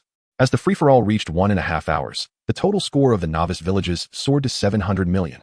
With Jun Ruochén's personal score hitting 500 million, the voice of the galaxy will echoed. announcing rewards for the 1000th novice village. Before the audience could fully absorb the shock, the voice resounded again. Announcement: Jun Ruochén of the 1000th novice village has surpassed a total personal score of 1 billion, granting all members 3,000 combat power, 50 prestige, 2,000 galaxy coins, and 10 million experience points. Tip: Jun Ruochén is awarded 20,000 combat power, 400 prestige, 50,000 galaxy coins, and nearly 999 million experience points, along with the title of cross-server king. This time, the announcement heralded Jun Ruochén's personal total score surpassing 1 billion, leading to yet another reward for the entire 1000th novice village. In less than 20 seconds, each member of the 1000th novice village inexplicably gained 5,000 combat power, 15 million experience points, 70 prestige, and 3,000 galaxy coins. The most terrifying aspect remains Jun Ruochén, who received 30,000 combat power, 600 prestige, 70,000 galaxy coins, and nearly 1.5 billion experience points. As for the title of cross-server king, its significance remains unclear, but it is undoubtedly a coveted accolade. What can one say? The strong continue to grow stronger. If this trend persists, no one will stand a chance against him, at least not in the 9th district. The 1000th novice village is truly fortunate to have Jun Ruochén among them. While the reasons behind the 1000th novice village's strength remain a mystery, it is undoubtedly closely tied to Jun Ruochén, establishing a virtuous cycle. He has undoubtedly played a pivotal role. In just 2 free-for-all matches, he has bestowed upon the 1000th novice village immense combat power and countless experience points. The rewards we have witnessed alone are sufficient to overshadow all others. It is certain that during this novice village period, he must have vanquished dozens of novice villages. On the cross-server chat screen, beyond the astonishment, there is a unanimous acknowledgement of Jun Ruochén. His existence is undoubtedly a nightmare for other nations in the 9th district. Fortunately, he hails from the Dragon Country's novice village. Otherwise, the situation would be drastically different, with a substantial portion of the Dragon Country's novice village likely facing a grim fate. Time continues to pass. As the free-for-all reached the 2-hour mark, announcement: the free-for-all has concluded. Tip: the blue team, the 1000th novice village, has amassed 971,028, 760 points. The red team, consisting of the 439th, 85th, 222nd, 101st, 1999th, 823rd, and 93rd novice villages, has accrued 281,927, 600 points. Tip: the blue team is victorious.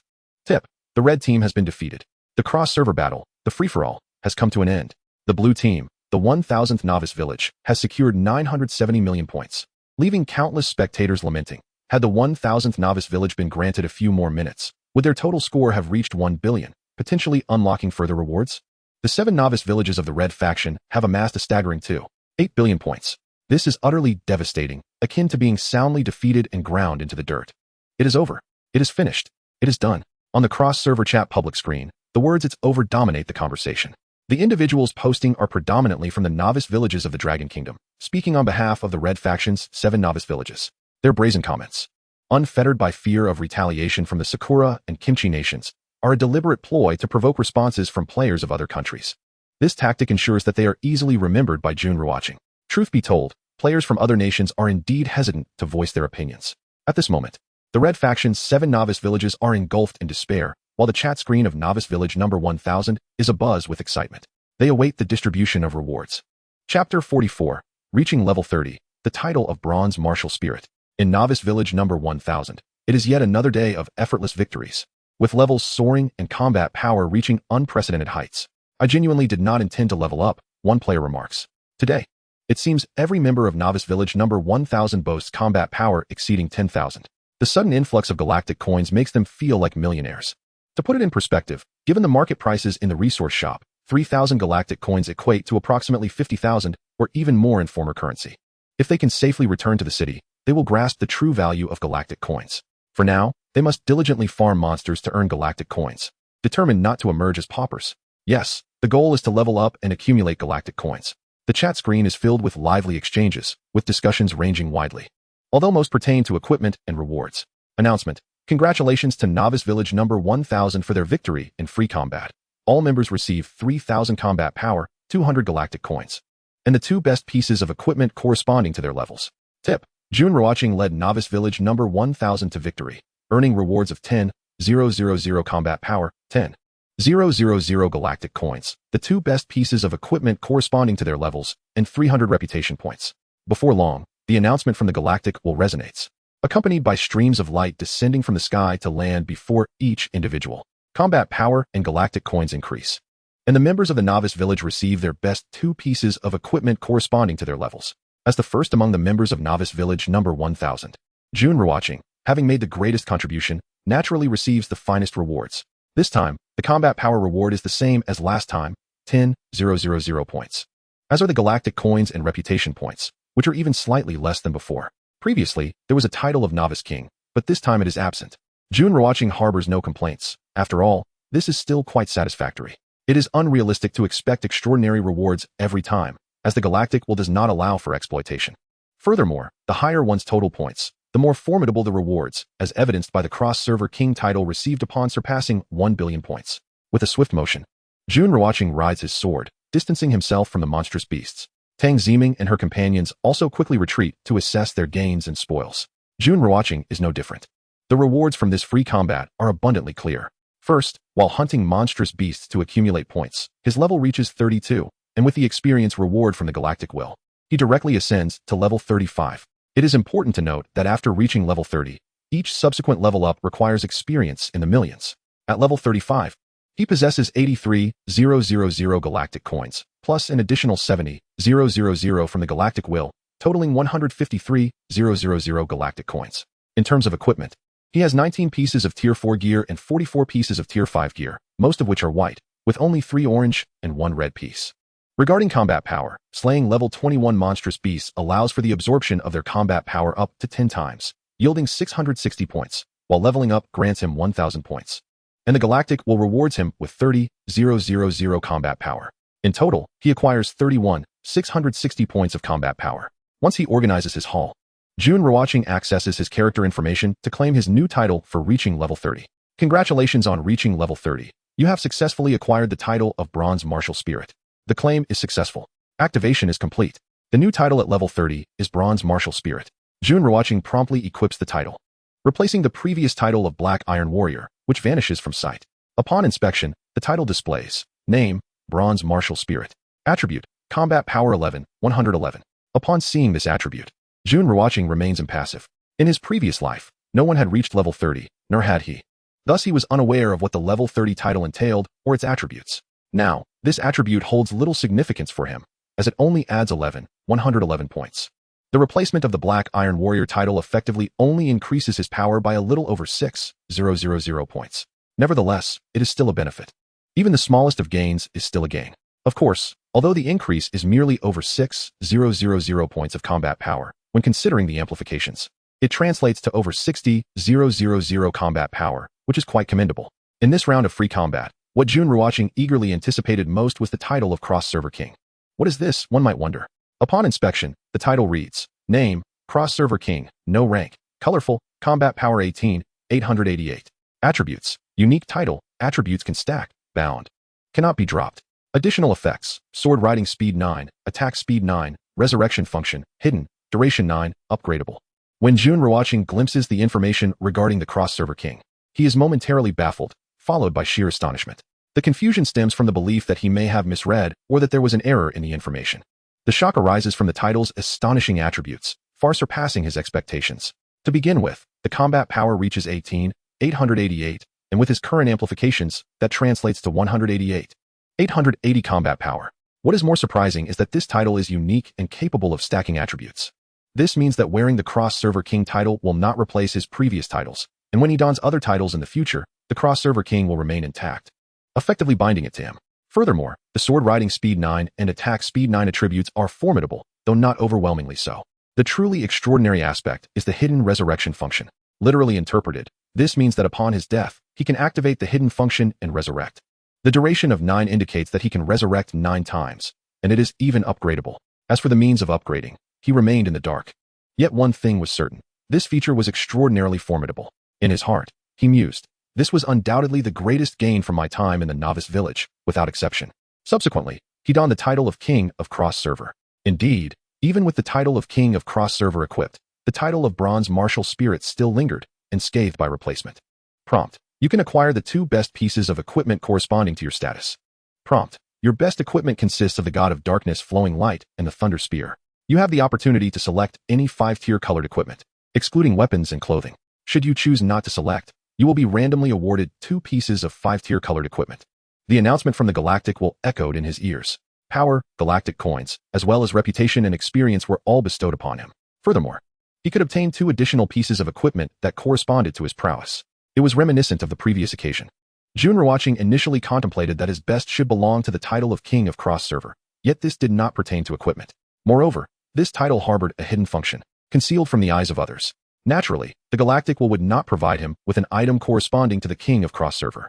He glanced at his equipment, noting that only his necklace and belt were somewhat lacking. Thus, he opted to choose these 2 items. Swiftly, the luminous flow swirled, and 2 pieces of colored equipment materialized in his backpack, a colored necklace and a colored belt. Upon inspection, he found, name, Emperor's Jade Belt, Tier 5, colored, power, 1588. Enhancing overall power by 15 times. Attribute, increases backpack space by 300. Name, Raging Dragon Necklace, Tier 5, colored, power, 1588. Enhancing overall power by 15 times. Attribute, causes bleeding for 10 seconds and poison for 10 seconds. Gazing at the 2 pieces of colored equipment, Jun Ruochén could not help but sigh. In his previous life, he had been oblivious to the existence of colored equipment, yet now he had acquired 2 pieces. The overall power enhancement of 15 times was indeed impressive. Alas, the maximum stacking limit for colored equipment was 3 pieces. Thus, the additional attributes would not accumulate, meaning these 2 pieces would only marginally increase his power.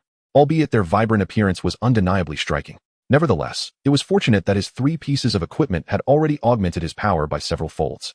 Chapter 45, Power Surpassing 1 Million, Tier 56. With the equipment replacement complete and titles donned, everything was in order. At that moment, Jun Ruochén's strength was at an all-time high. On the equipment page, while not entirely clad in color, he possessed 5 pieces of colored equipment, alongside others in gold and red, creating a splendidly dazzling sight, particularly with the title of King of Cross Server enhancing his appearance to one of grandeur. However, the aura of King of Novice Village seemed a bit diminished in comparison. Of course, he was indeed the King of the Novice Village for now. Name, Jun Ruochén. Country, Dragon Kingdom, Novice Village 1000. Age, 20 years. Level, 35, 1, 245, 500 experience points. Wealth, 351, 039 galactic coins. Reputation, 1, 348 points. Talent, Eye of Observation, F rank, Infinite Devour, SSS rank. Skills, Sun Sword Technique, SSS rank, Meteor Fire Rain, SSS rank. Power, 1, 271, 436, 533, 830. Assessed based on Equipment Enhancement System damage. Tier, 56. His power had surpassed 1 million, achieving Tier 56. Remarkably, it was only the 5th day in the Novice Village. With 5 days remaining, he anticipated further enhancements to his power, albeit perhaps not as rapidly as before, since the various enhancements had appeared concurrently, creating an illusion of a meteoric rise in strength. Now, his objectives were clear: to ascend the Celestial Tower to at least the 30th floor and elevate his level to above 40. The additional benefits and enhancements could be considered a bonus. Attaining these 2 goals seemed quite feasible, especially since he had already amassed a power exceeding 1 million. He chuckled. Power was indeed surging. From a distance, the sweet, melodious laughter of Chu Mengxi reached his ears, a clear indication of her elation. Jun Ruochén closed the virtual panel and approached her. Brother, I have given that gem to Shi, Tang Ziming remarked as she noticed him approaching. Her best equipment was naturally the Light of Blue Radiance and Blade of Flames. Consequently, she had acquired a Tier 4 colored item and a Tier 5 colored item. After the replacements, she now possessed 3 colored items, enabling her to amplify her overall power, meaning the stacking attributes of the gem would not take effect. Thus, she contemplated giving it to Mu Siyu or Chu Mengxi. She also thought of Jun Ruochén, yet she realized that the gem was a gift from him, and he would not be able to utilize it. Indeed, the limit for power enhancement from colored equipment is 3 items. Having more would yield minimal additional power. If given to Shi, her power could be enhanced by 12 times. Jun Ruochén acknowledged with a nod. If we engage in a few more free combats, might we not acquire even more colored equipment? Mu Siyu suggested. Free combat. If it continues like this, within a few days, we could each obtain a colored item. Unlikely. The Galactic would not permit us to exploit the system to such an extent. There should be limitations on frequency or restrictions in place, Jun Ruochén countered. In truth, he was well aware of the rules governing free combat. There were indeed restrictions on frequency and limits. Otherwise, everyone would be able to exploit the system. According to intel from his previous life, free combat had no limit on the number of times, but the stakes were restricted, preventing the same novice village from winning more than 3 pieces of equipment tied to stakes. This meant that while the stakes could be freely set, the Galactic would not allow any single novice village to win more than 6 pieces of equipment. Therefore, for Novice Village 1000, There remained one opportunity for free combat with stakes tied to equipment. Subsequent free combats would not allow for equipment stakes. In the presence of Mu Siyu and the others, he chose not to elaborate further. Indeed, there should be limitations. But what if I desire colored equipment? Mu Siyu pouted, her beautiful eyes gazing at Jun Ruochén. He shook his head, indicating his own helplessness, for they were all bound to adhere to the galactic will. Reaching level 20 means I can claim a new title and activate sword flying. Alas, I lack a flying sword. Wow, I have a flying sword in my backpack. How wonderful. Following this, Chu Mingxi and the others began to claim their new titles and activate sword flying. At this moment, they had all reached level 20. Tang Ziming reached the pinnacle of her level, attaining an impressive 24. Whoosh, whoosh, whoosh. Upon activating her sword flight, Morongzi donned her sword with finesse. Instantly, she soared into the air, her feet poised upon the flying sword. Although her weapon was merely a 4th-tier white sword, lacking the elegance of Jun Ruochén and Tang Ziming's, it exuded a certain charm, appearing simple yet ancient, adorned with a faint halo. Rising 3 meters above the ground, she was elated beyond measure. Upon witnessing this, Chu Mingxi and her companions were filled with envy. Yet, such flying swords were exceedingly rare. In the Red faction, the 7 novice villages, 222, 93, 439, 101, 823, 1999, and 85, were suddenly enveloped by an announcement from the Galactic Will. Announcement. In the Red faction, novice villages 222, 93, 439, 101, 823, 1999, and 85 have suffered defeat in free combat, with all members losing 3,000 battle power, 200 galactic coins, and the 2 best pieces of equipment they possess. Tip. Battle power below 100 indicates weakness, below 50 signifies a state of near death, below 10 denotes death. Tip. Lacking equipment of 4th tier or above results in a deduction of 1,000 battle power for each missing item. As the announcement echoed across the Red faction's 7 novice villages, a crimson light illuminated the sky. As this radiance descended, countless individuals found their battle power diminished. Typically, members of novice villages had battle powers around 1,000, while those above level 10 hovered near 2,000. Yet, the majority of novices were merely at level 10, with few reaching level 15, thus their battle power generally exceeded only slightly over 2,000. In an instant, the deduction of 3,000 battle power, compounded with the loss of their finest equipment, led to the demise of numerous players. I don't want to die? Oh heavens, my battle power is gone. I'm doomed. Lamented many. Cursed Dragon Kingdom Pigs, accursed Jun Ruochén. Our novice village 439 is finished. The 7 novice villages of the Red faction resembled a hellish nightmare. In mere seconds, the survivors dwindled to a mere fraction. Those who remained were left in a state of weakness or near death, with only a handful retaining any combat ability. Yet, the scant battle power that remained could only be used against 3rd or 4th tier beasts. Announcement. No one survives in Novice Village 222. Announcement. Novice Village 222 belongs to the Kimchi Nation. Due to its annihilation, all novice villages of the Kimchi Nation will have their battle power reduced by 300 points. Announcement. No one survives in Novice Village 439. Announcement. Novice Village 439 belongs to the Sakura Nation. Due to its annihilation, all novice villages of the Sakura Nation will have their battle power reduced by 300 points. Announcement. No one survives in Novice Village 93.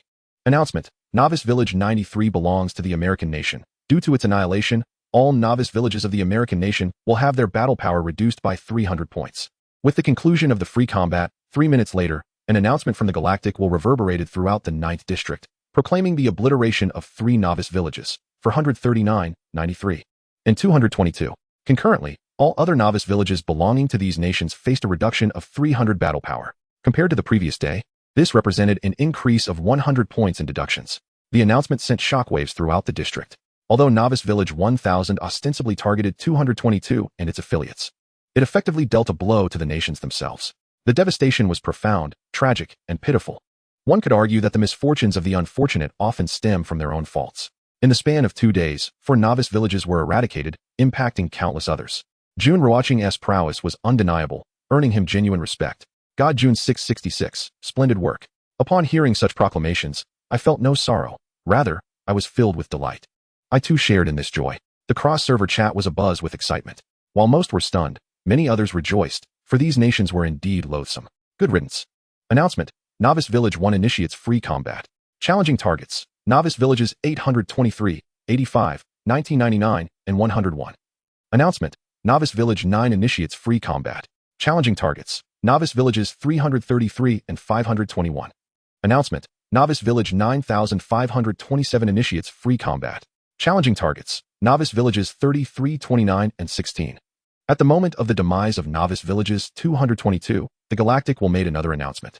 As new Novice Villages initiated free combat. More significantly, all initiating villages were from the Dragon Kingdom, targeting the Sakura, American, and Kimchi nations.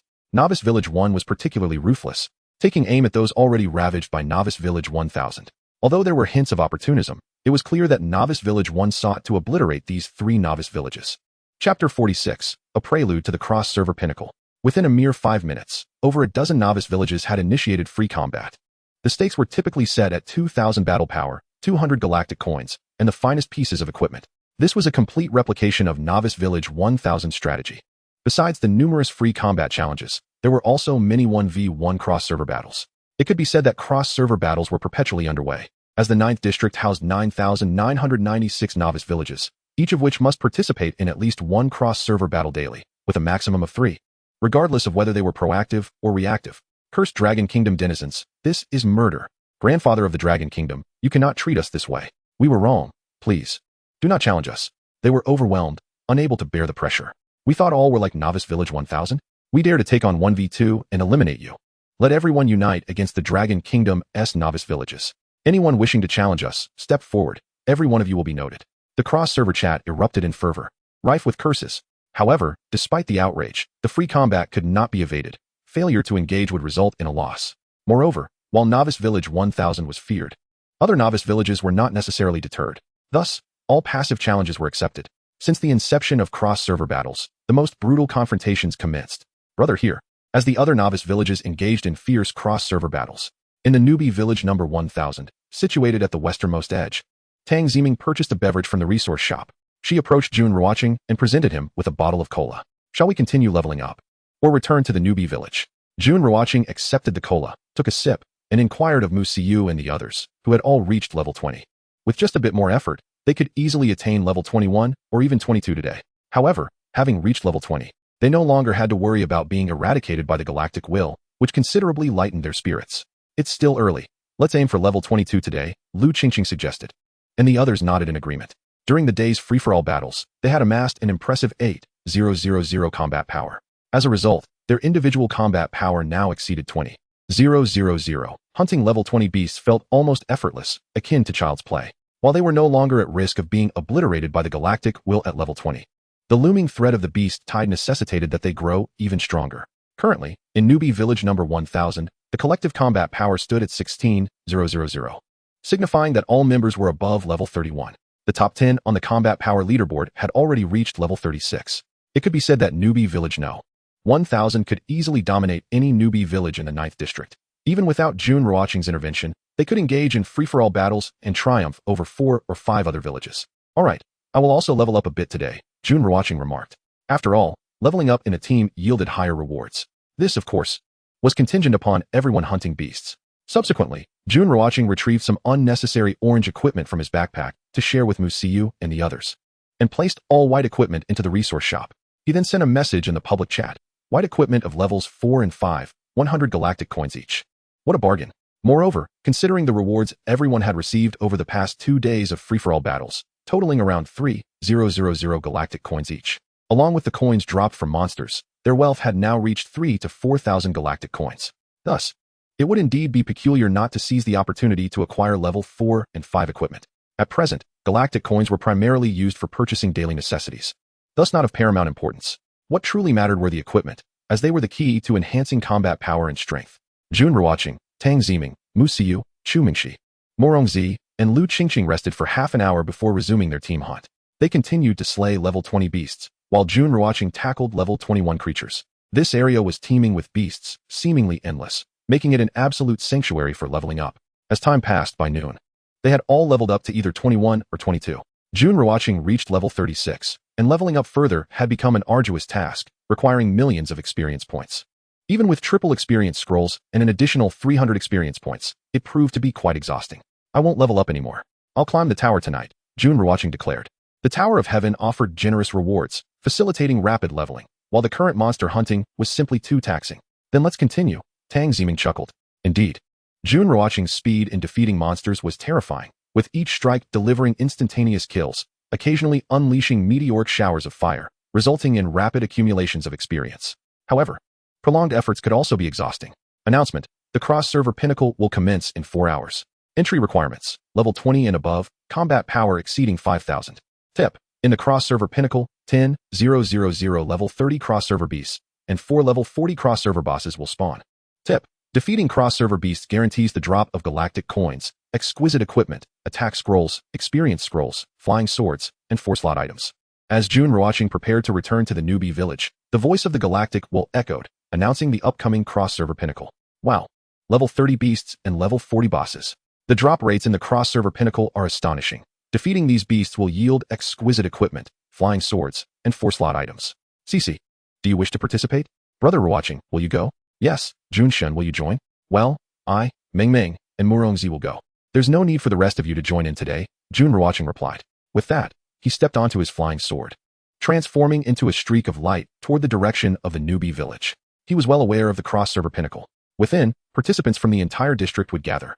Upon reaching level 20, the protection for newbies would cease, making it easy to be killed. Naturally, he wouldn't elaborate too much on this. Entering the cross-server pinnacle posed no risk for him, as he could easily dominate. As for Tang Ziming, her combat power had already surpassed 80,000. Coupled with a flying sword, she was in no danger. Murongzi, while not as powerful as Tang Ziming, had achieved a combat power of 30,000.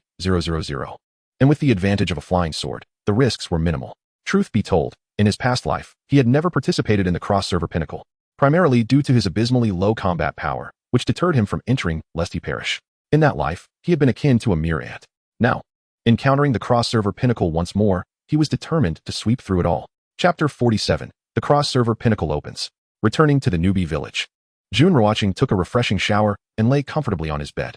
The sensation was utterly delightful. Based on his experiences from his past life, he knew what to expect during the newbie village phase. The leaderboard for levels, the combat power leaderboard, the Tower of Heaven rankings, the individual points leaderboard for cross-server battle, and the points leaderboard for the cross-server pinnacle. Following these, there would be the faction wars. Once the faction wars concluded, the Galactic would eradicate anyone who had not reached level 20, while those who survived at level 20 would have to face the impending beast tide.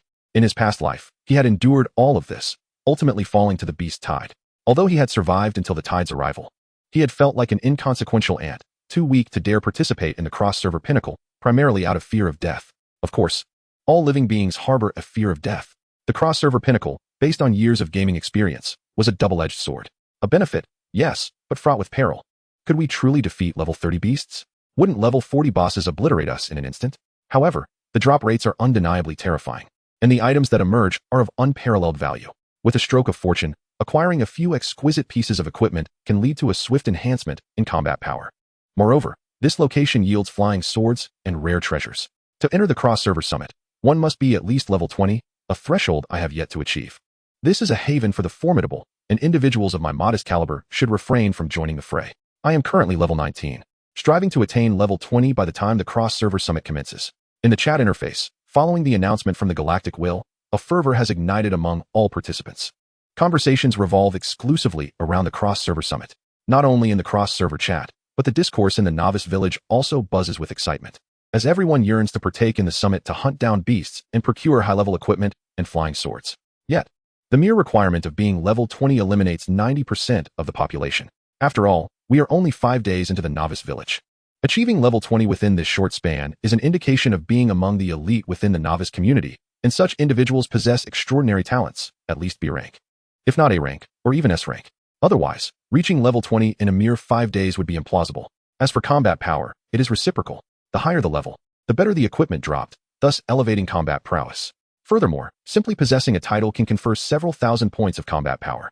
In the chat interface of Novice Village No. 1000, the top 10 players have all reached level 20. It remains uncertain whether they will participate in the cross-server summit, an event promising exquisite equipment and flying swords. If the summit occurs tomorrow, I too shall be eligible to join. Jun Ruochén might participate, having attained level 36. The cross-server summit is indeed a paradise for the strong. Tomorrow, it is likely that most of us in the novice village will reach level 20, given that our combat power exceeds level 30. It appears that within 2 days, the entire novice village could achieve level 20. The cross-server summit is undoubtedly a splendid destination, albeit fraught with peril. The chat interface of the novice village is inundated with messages, the topic naturally centering on the recently announced cross-server summit. Novice Village No. 1000 seems to be in good spirits, eager to join, yet not overly zealous, as most have attained combat power exceeding level 30. and reaching level 20 is merely a matter of days. There is no need for haste. Rather, we must prioritize stability. When the time comes, we shall collectively withstand the onslaught of beasts. In stark contrast, other novice villages still harbor a significant number of individuals who have yet to reach level 10, with combat power lingering below 1,000. For the cross-server summit, without a combat power exceeding 30,000 and lacking flying swords, there is little reason to venture forth. Today, I will assess the situation. During my time in the novice village, I must focus on two objectives: reaching level 20 and resisting the beast tide. Amidst the vibrant chatter of countless individuals, Jun Ruochén sent a message stating that currently, there is no necessity to risk a venture to the cross-server summit. Safe development around the novice village is the most prudent choice. Acknowledged. Understood. Therefore, it seems unnecessary for us to participate in the cross-server summit. Jun Shun's words resonate with wisdom. The dangers within the summit are excessive, and there is no need for us to take such risks. 10,000 level 30 beasts, with nearly 10,000 novice villagers vying for them, would make it nearly impossible to secure any. Entering would likely lead to being besieged, and a misstep could result in dire consequences. Upon seeing Jun Ruochén's message, everyone responded in agreement. They concurred with Jun Ruochén's sentiments. Of course, Jun Ruochén merely offered a gentle reminder. Whether anyone will venture to the cross-server summit in the coming days remains uncertain, as human nature tends to rebel against restrictions. The more one is discouraged, the stronger the desire to partake. Clinging to a glimmer of hope, one might indeed acquire exquisite equipment and ascend to greatness. As long as the majority heed his advice, our chances of withstanding the beast tide will significantly increase. Time flowed inexorably, and before long, for hours had elapsed. Announcement: the cross-server summit is now open. Notice: achieving level 20 and a combat power of 5,000 grants eligibility for the cross-server summit. Entering the scene will lead to slaughter, with allies offering no protection, while compatriots are immune to damage. Notice: the cross-server scene will feature 10,000 level 30 cross-server beasts and 4 cross-server bosses.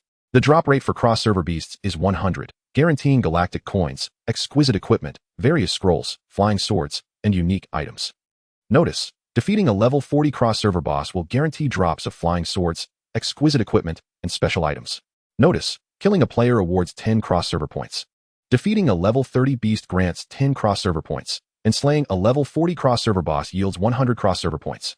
Notice: the top 10 on the cross-server points leaderboard will receive generous rewards, including flying swords, galactic coins, exquisite equipment, special items, and aura titles. The cross-server summit lasts for 60 minutes. A teleportation portal will appear in the novice village, opening in 10 minutes. The voice of the galactic will resonate throughout District 9, clearly audible to all inhabitants of the novice village. The rewards stirred the blood of countless individuals. The cross-server summit has finally commenced, and the prospect of high-level equipment and unique items is tantalizing.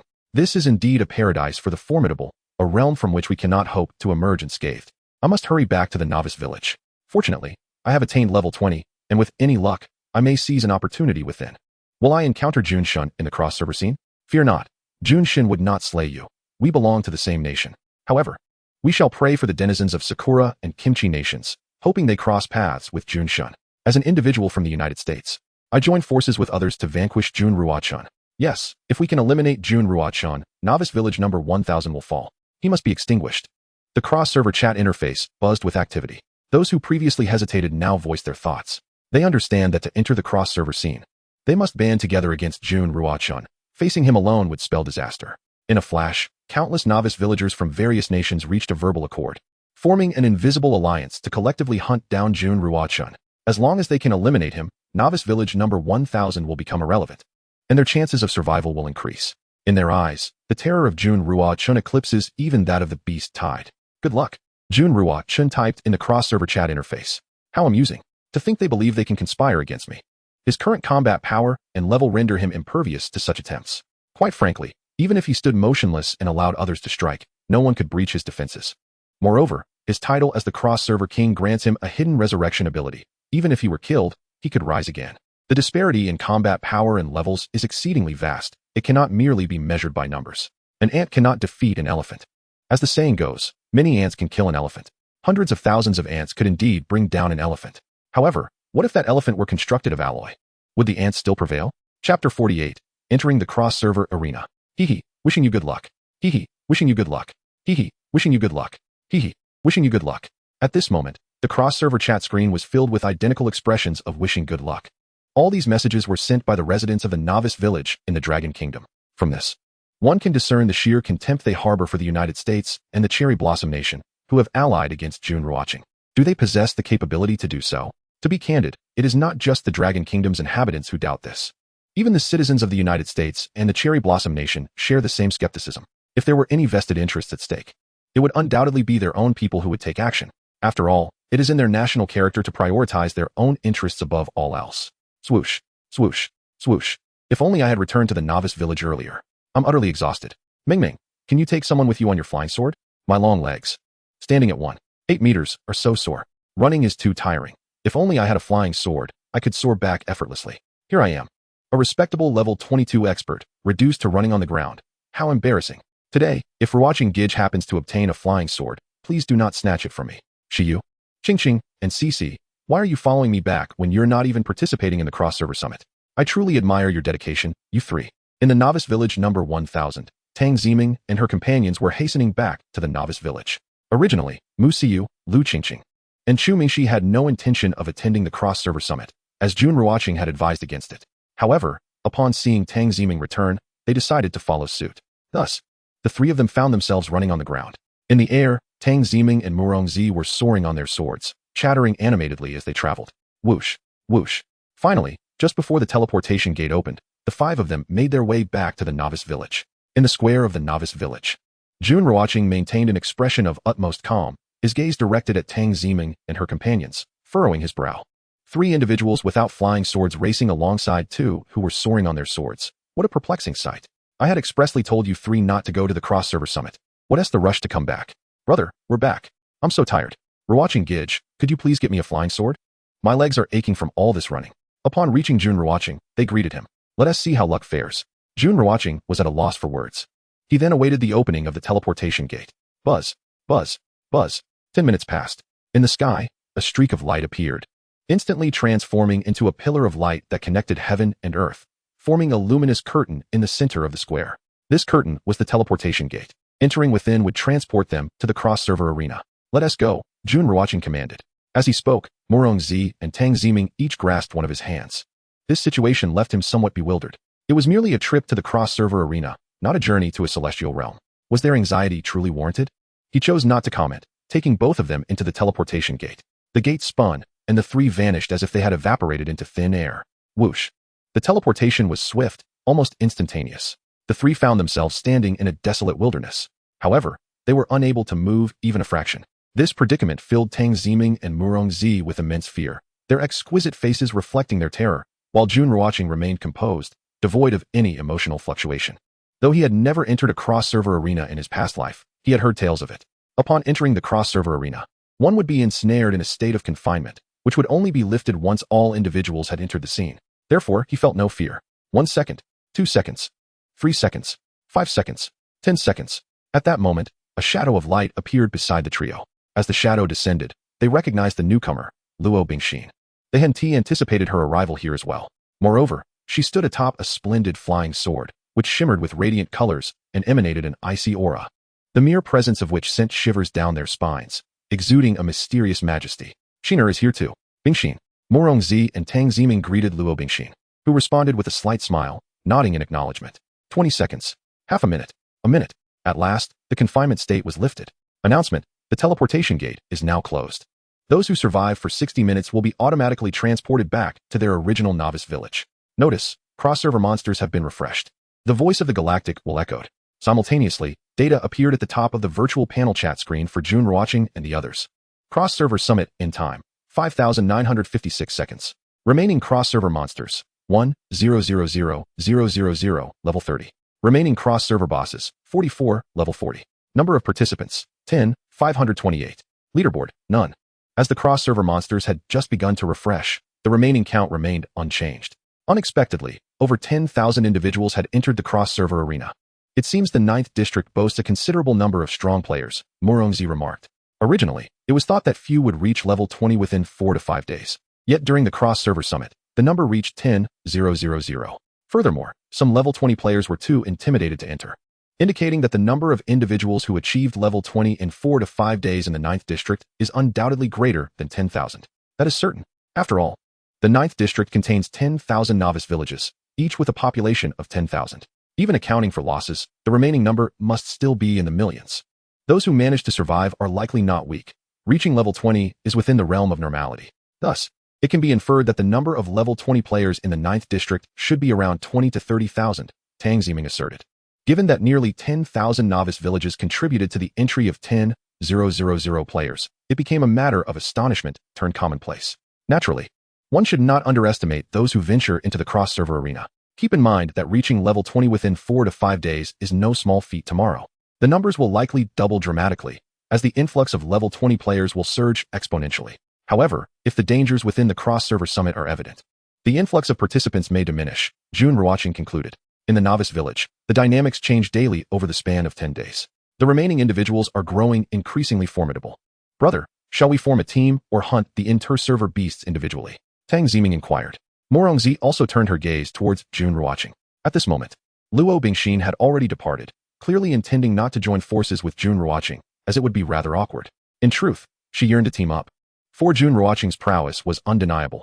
Accompanying him might yield fewer points, yet it offered a sense of security in this realm teeming with powerful adversaries.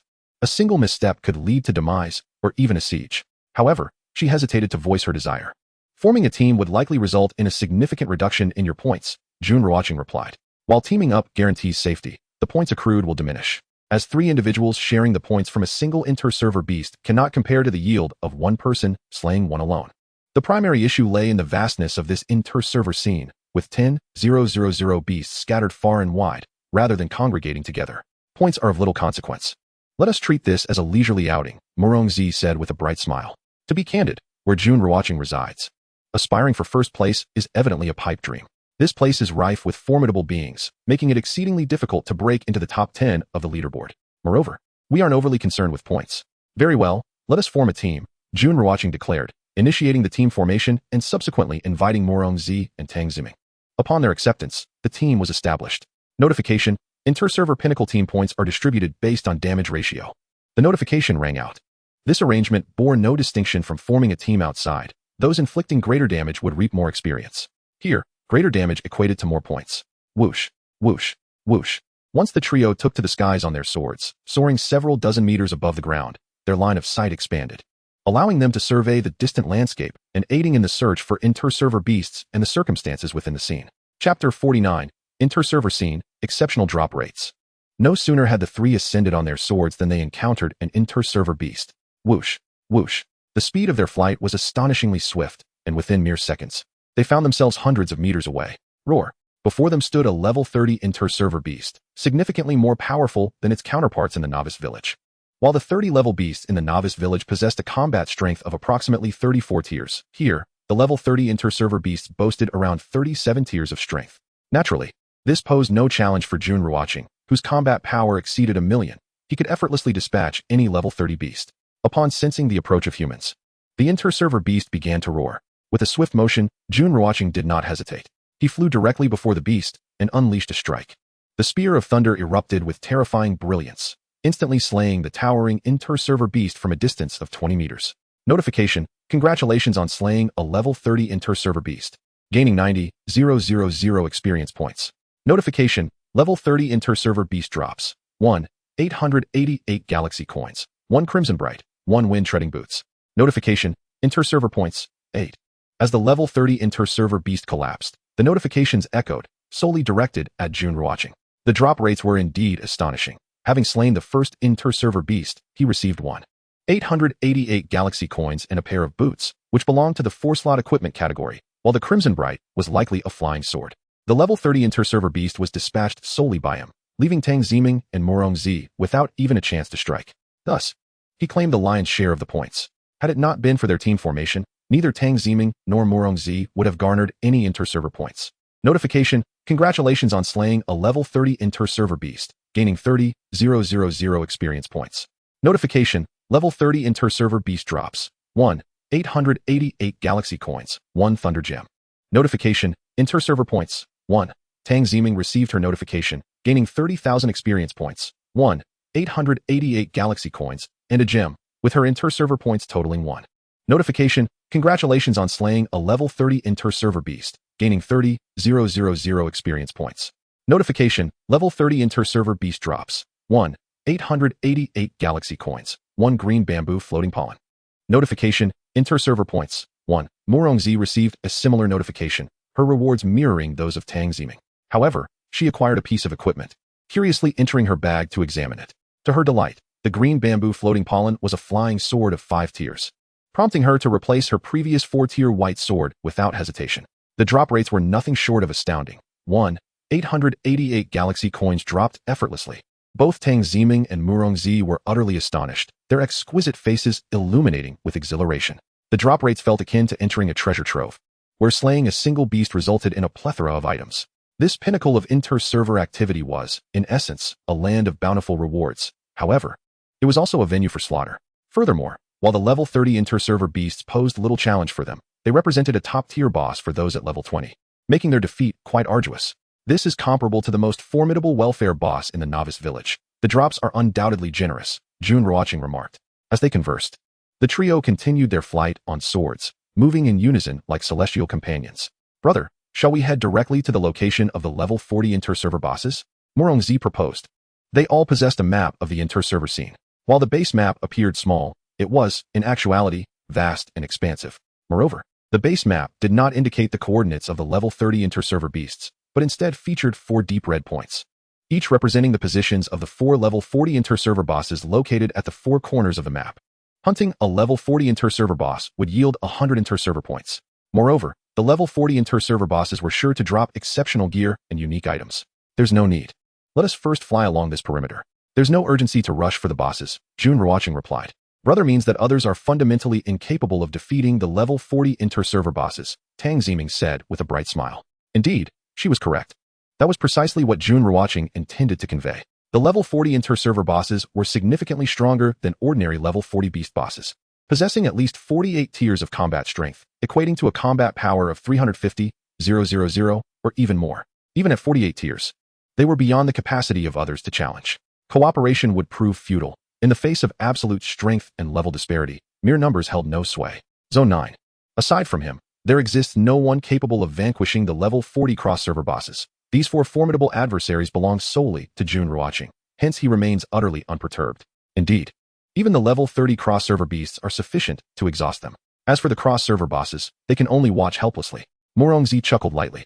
As she spoke, a figure materialized within their line of sight. From the land of cherry blossoms, Jun Ruochén remarked. The speed of the dark goddess flow surged instantaneously. In the air, a powerful gust formed, producing a resounding roar. In the blink of an eye, Jun Ruochén had already appeared a short distance from that figure. With a flick of the thunder spear in hand, a piercing sound filled the air as it cleaved through the atmosphere. Baka! The individual from the land of cherry blossoms instinctively turned upon sensing the impending danger. Upon witnessing the attack, he cursed, and before he could utter another word, he collapsed to the ground. At level 20, with a battle power of 5 to 6,000, he was as insignificant to Jun Ruochén as squashing a mere ant.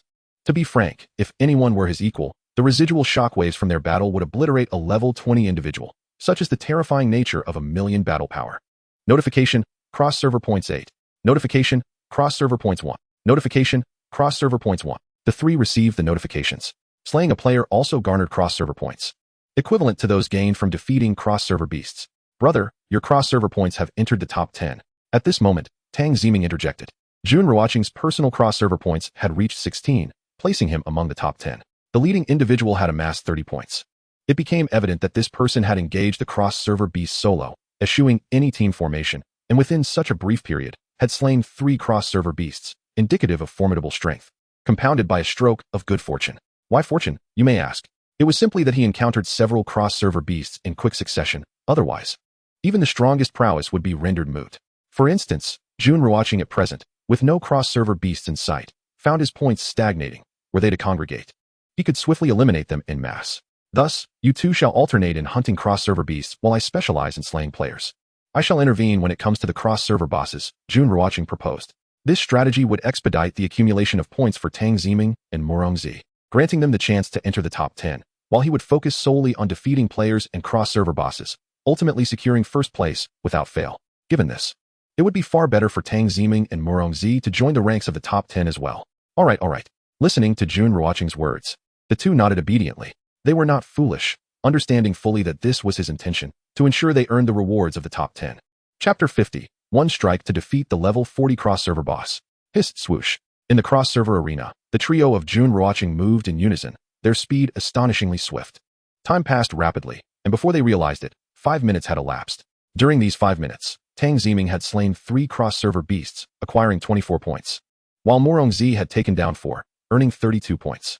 Jun Ruochén had eliminated 3 players, netting 24 points. The level 30 cross-server beasts were easily dispatched by Tang Ziming, who could defeat them in a single strike, while Morongzi required 3 or 4 blows to do the same. Warning, level 40 cross-server boss has appeared. Warning, level 40 cross-server boss has appeared. Warning, level 40 cross-server boss has appeared. At this moment, the notification sounded. No, this was a warning, indicating that the opponent was a formidable boss. In truth, Jun Ruochén and his companions had come specifically to hunt this cross-server boss, soaring through the skies on their swords. They beheld the towering, terrifying beast looming before them, its sheer size sending shivers down their spines. Remember, this was a level 40 cross-server boss. Peering through his eyes of insight, he discerned, Taowu, level 40 cross-server boss. Battle power, 49th tier. Skills, heaven-splitting demon horn, grievous poison feast. Loot drop rate, 100. Goodness. It was even stronger than he had anticipated, with a battle power reaching the 49th tier, equivalent to 400,000 battle power. Such immense strength rendered its defenses nearly impenetrable. Without a battle power of at least 200,000, one could not even breach Taowu's defenses. Should Taowu land a blow, it could instantaneously eliminate anyone with a battle power below 50,000. You all should maintain your distance. This Taowu possesses 49th tier battle power. A mere touch could be fatal, Jun Ruochén cautioned, urging Tang Ziming and Morongzi to keep their distance from Taowu, lest they fall victim to its assault. Given their battle power, a single strike from Taowu could spell doom for them. Brother, please be careful, Tang Ziming expressed her concern. Truthfully, this was her first encounter with such a terrifying beast, even with her battle power reaching 80,000. She felt a tremor of fear, an instinctual aversion to such a formidable creature. Fear not, it will be but a single strike, Jun Ruochén chuckled. To others in the 9th district, a 49th tier battle power was an insurmountable terror, yet before his own 56th tier prowess, it was akin to an insignificant insect. With a mere flick of his wrist, he could dispatch it in an instant. As he spoke, the dark goddess flow beneath him accelerated, and in the blink of an eye, he stood before Taowu. The towering beast, upon sensing the presence of a human, immediately rose to its full height. The ground trembled at that moment. Swish, crack, roar, boom. Jun Ruochén raised the thunder spear in his hand and swung it forth. Instantly, a terrifying surge of power erupted forth. A brilliant light cleaved through the air, striking Taowu. A faint sound resonated, followed by the beast's enraged roar, before Taowu collapsed to the ground, causing the earth to quake as if mountains were crumbling. The atmosphere tore apart. Announcement. The level 40 cross-server boss Taowu has been slain by Jun Ruochén of Newbie Village number 1000. All participants receive 500 battle power, 5 million experience, 500 galaxy coins, and 50 points of reputation. Announcement. Jun Ruochén achieves the first kill of the level 40 cross-server boss. Cross-server points are doubled, and he receives 888 galaxy coins as a reward. The voice of the galaxy will echoed, clear and resonant to all in the 9th district. It proclaimed that Jun Ruochén of Newbie Village number 1000 had slain the level 40 cross-server boss Taowu, granting all members of Newbie Village No.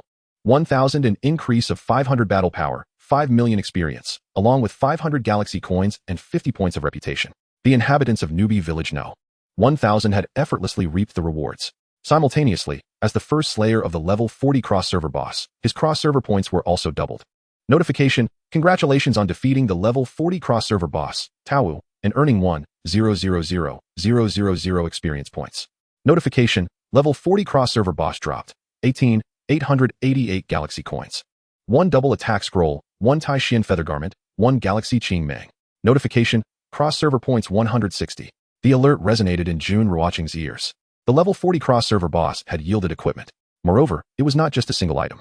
The 888 galaxy coins alone were an astronomical figure for others.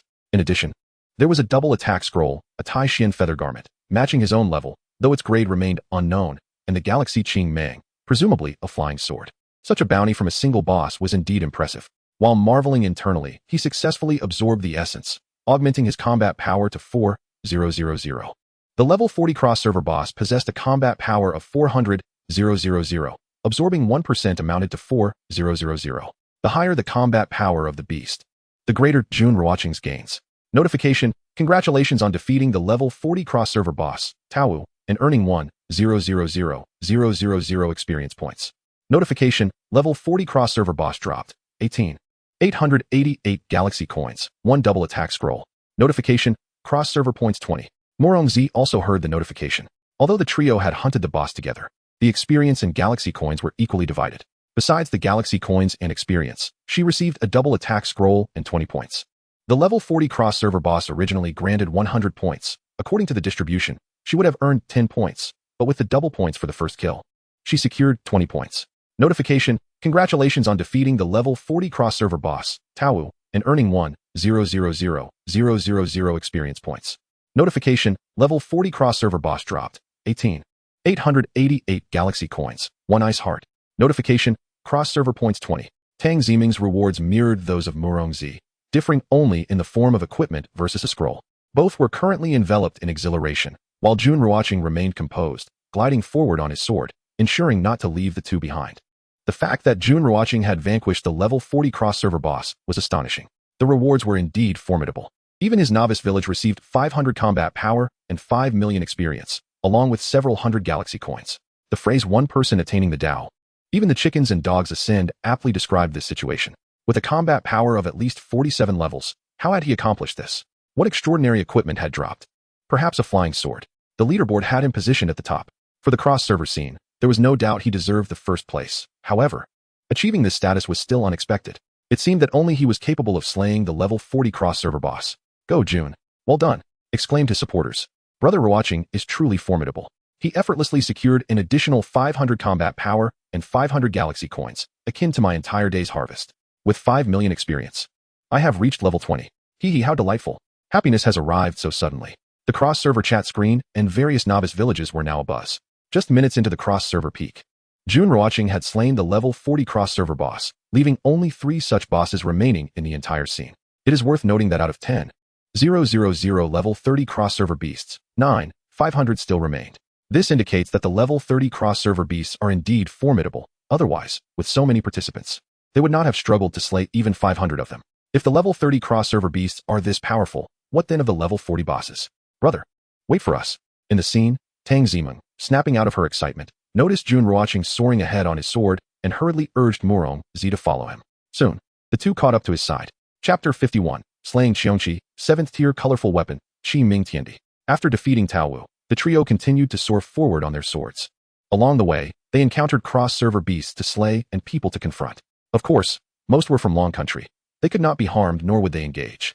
Those who saw Jun Ruochén greeted him courteously. Notification, congratulations on hunting a level 30 cross-server beast, earning 90,000 experience points. Notification, level 30 cross-server beast dropped. 1. 888 galaxy coins, 1 radiant ring, 1 double experience scroll.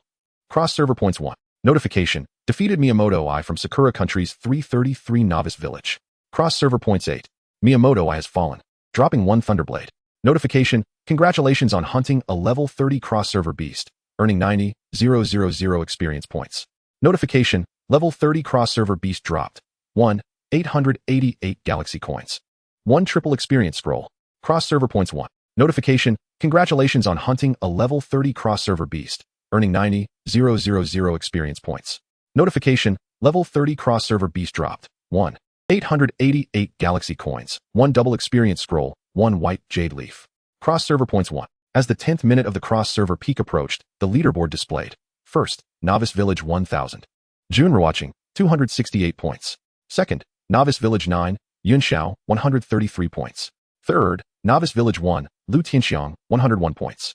Fourth, Novice Village 6309, and Tianlang, 77 points. Fifth, Novice Village 4, Jin Yunhao, 71 points. Sixth, Novice Village 1000, Luo Bingxin, 70 points. Seventh, Novice Village 1000, Tang Ziming, 68 points. Eighth, Novice Village 1000, Muroung-Z, 68 points. Ninth, Novice Village 9009, Zhang Tianjing, 50 points. 10th, Novice Village 208, Yu Qingyao, 40 points. In this cross-server points leaderboard, Novice Village 1000 claimed 4 spots. Jun Ruochén was in first place. During these 10 minutes, he focused solely on defeating opponents, while Tang Ziming and Muroung-Z took charge of hunting cross-server beasts. They alternated their efforts, maximizing their point gains while honing their combat skills. The drop rate from cross-server beasts was remarkably high. Nearly every beast yielded galaxy coins and equipment. Honestly, the drop rate is astonishing, Tang Ziming remarked. I've already swapped out 2 pieces of equipment, one of 5th tier orange and the other of 5th tier red. I've acquired 3 flying swords and a double attack scroll. This cross-server peak venture has netted me at least 100,000 galaxy coins. Morongzi added. It's primarily due to the 1,888 galaxy coins obtained from each cross-server beast slain. Currently, only 10 minutes have passed, and there are still 9,000 cross-server beasts and 3 level 40 cross-server bosses remaining. At this rate, in the cross-server arena, the level 30 cross-server beasts seemed inescapable. Tang Ziming remarked. Indeed. The primary issue lies in the insufficient number of participants, Morongzi concurred. It is not merely a matter of numbers, but rather the inadequacy of levels and combat power. Jun Ruochén stated. With over 10,000 individuals present in the cross-server scene, if each were to hunt a single cross-server beast, there would still be an insufficient supply. Yet, with 1/6 of the time elapsed, fewer than 1,000 cross-server beasts have been slain. This pace is far too languid. Yes, indeed. As more participants arrive tomorrow, the cross-server beasts will be eradicated. Tang Ziming nodded in agreement. Our primary focus should be on hunting the 4 cross-server bosses, as they are the most rewarding. Jun Ruochén asserted. The trio engaged in conversation while soaring through the skies on their swords, heading towards the direction of the next cross-server boss. The bosses were positioned at the 4 cardinal points of the map. Fortunately, they possessed flying swords. Otherwise, it would be impossible to traverse this expanse in just 60 minutes. Let alone hunt the bosses. Only Jun Ruochén could vanquish a cross-server boss instantaneously without wasting any time. If that were not the case, the opportunity to confront the 4 bosses would be squandered. Whoosh, whoosh, whoosh. The trio glided through the air like celestial sword immortals. Observing the scene below, it was apparent that 99 of the participants were running on the ground, as they lacked flying swords. Those who possessed flying swords soared above, effortlessly navigating the skies. Warning, level 40 cross-server boss has appeared. Warning, level 40 cross-server boss has appeared. Warning, level 40 cross-server boss has appeared. As the clock marked 15 minutes, the warning sounded, indicating they were approaching the location of the level 40 cross-server boss. Sure enough, from their vantage point atop their flying swords, they spotted a massive, grayish beast looming 1,000 meters away. The creature was colossal, resembling a small mountain, exuding an aura of terror that created an overwhelming sense of pressure even from a distance. The cross-server boss, Xiongqi, sensed the presence of humans and raised its immense claw, striking towards Jun Ruochén. Although separated by 1,000 meters, the terrifying force tore through the very fabric of space, sending a gray beam hurtling towards him. Ants. Jun Ruochén scoffed, gazing at the towering Xiongqi with disdain.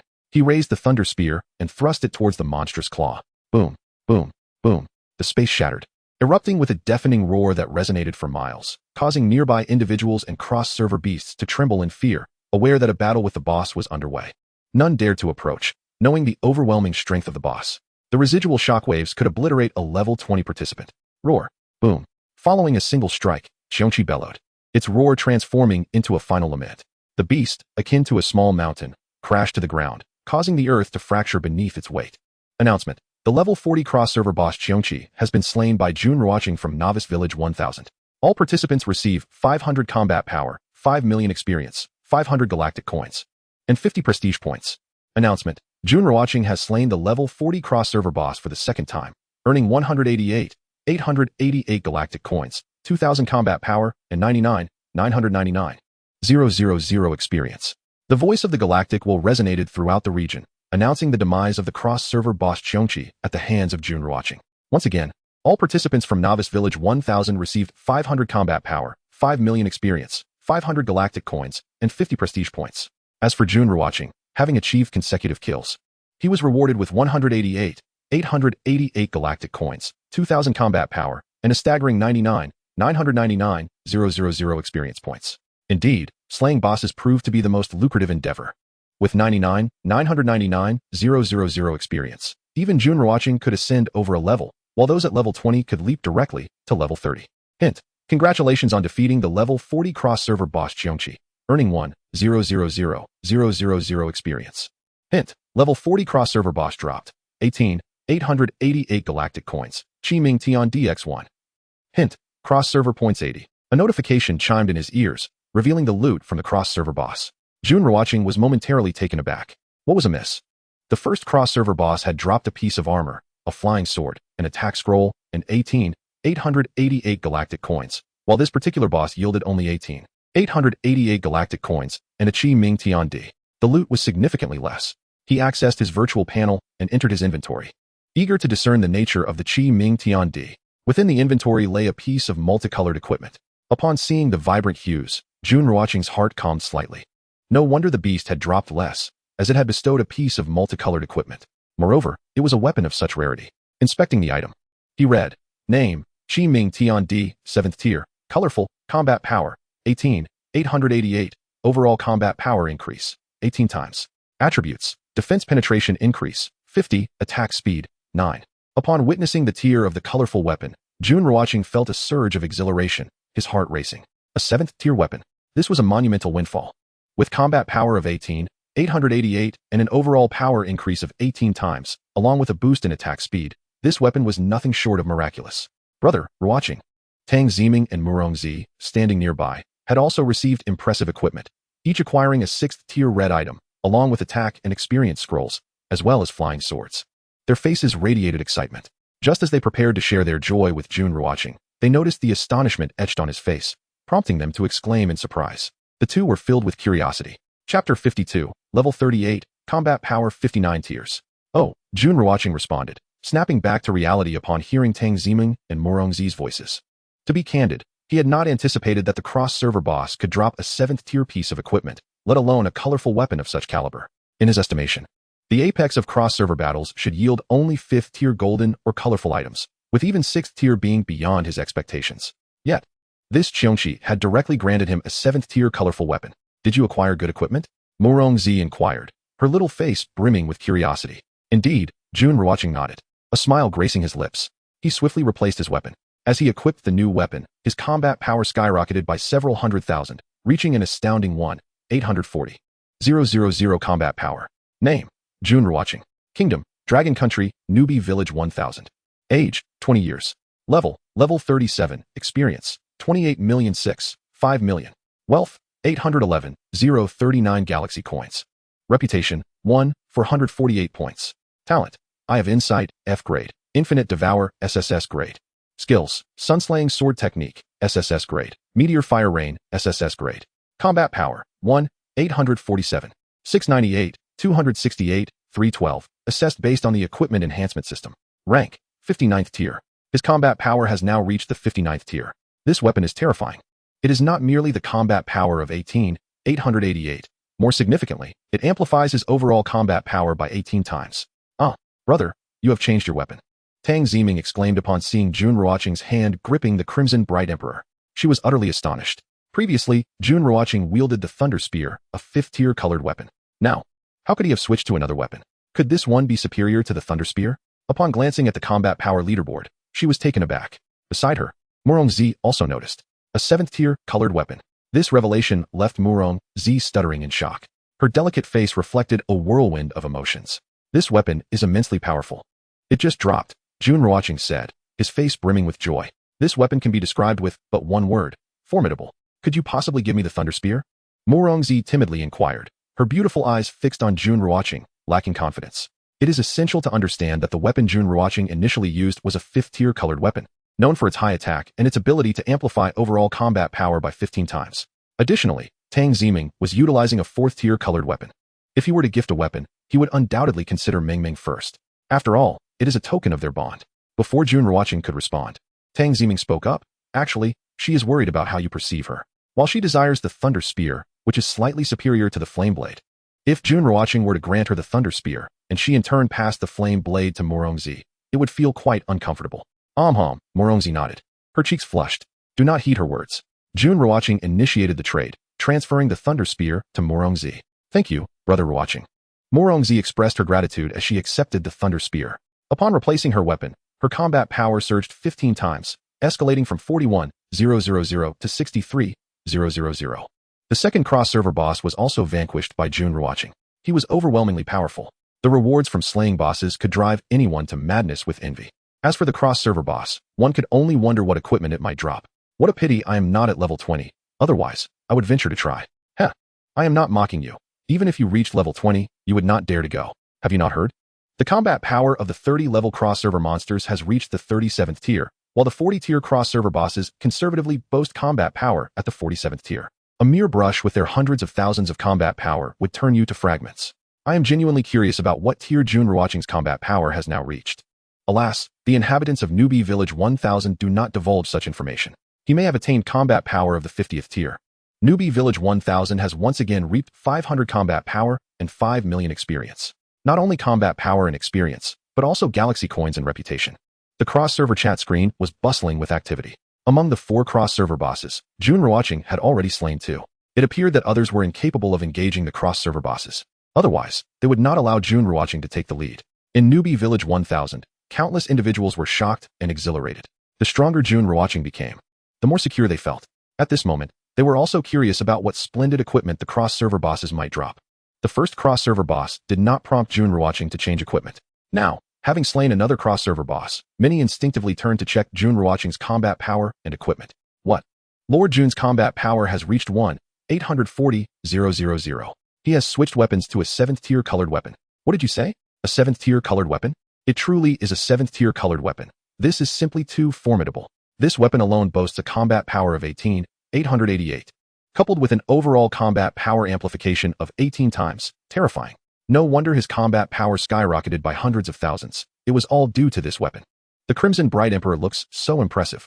Upon witnessing Jun Ruochén's combat power and weapon, everyone was left in astonishment. In an instant, the chat screen erupted with excitement.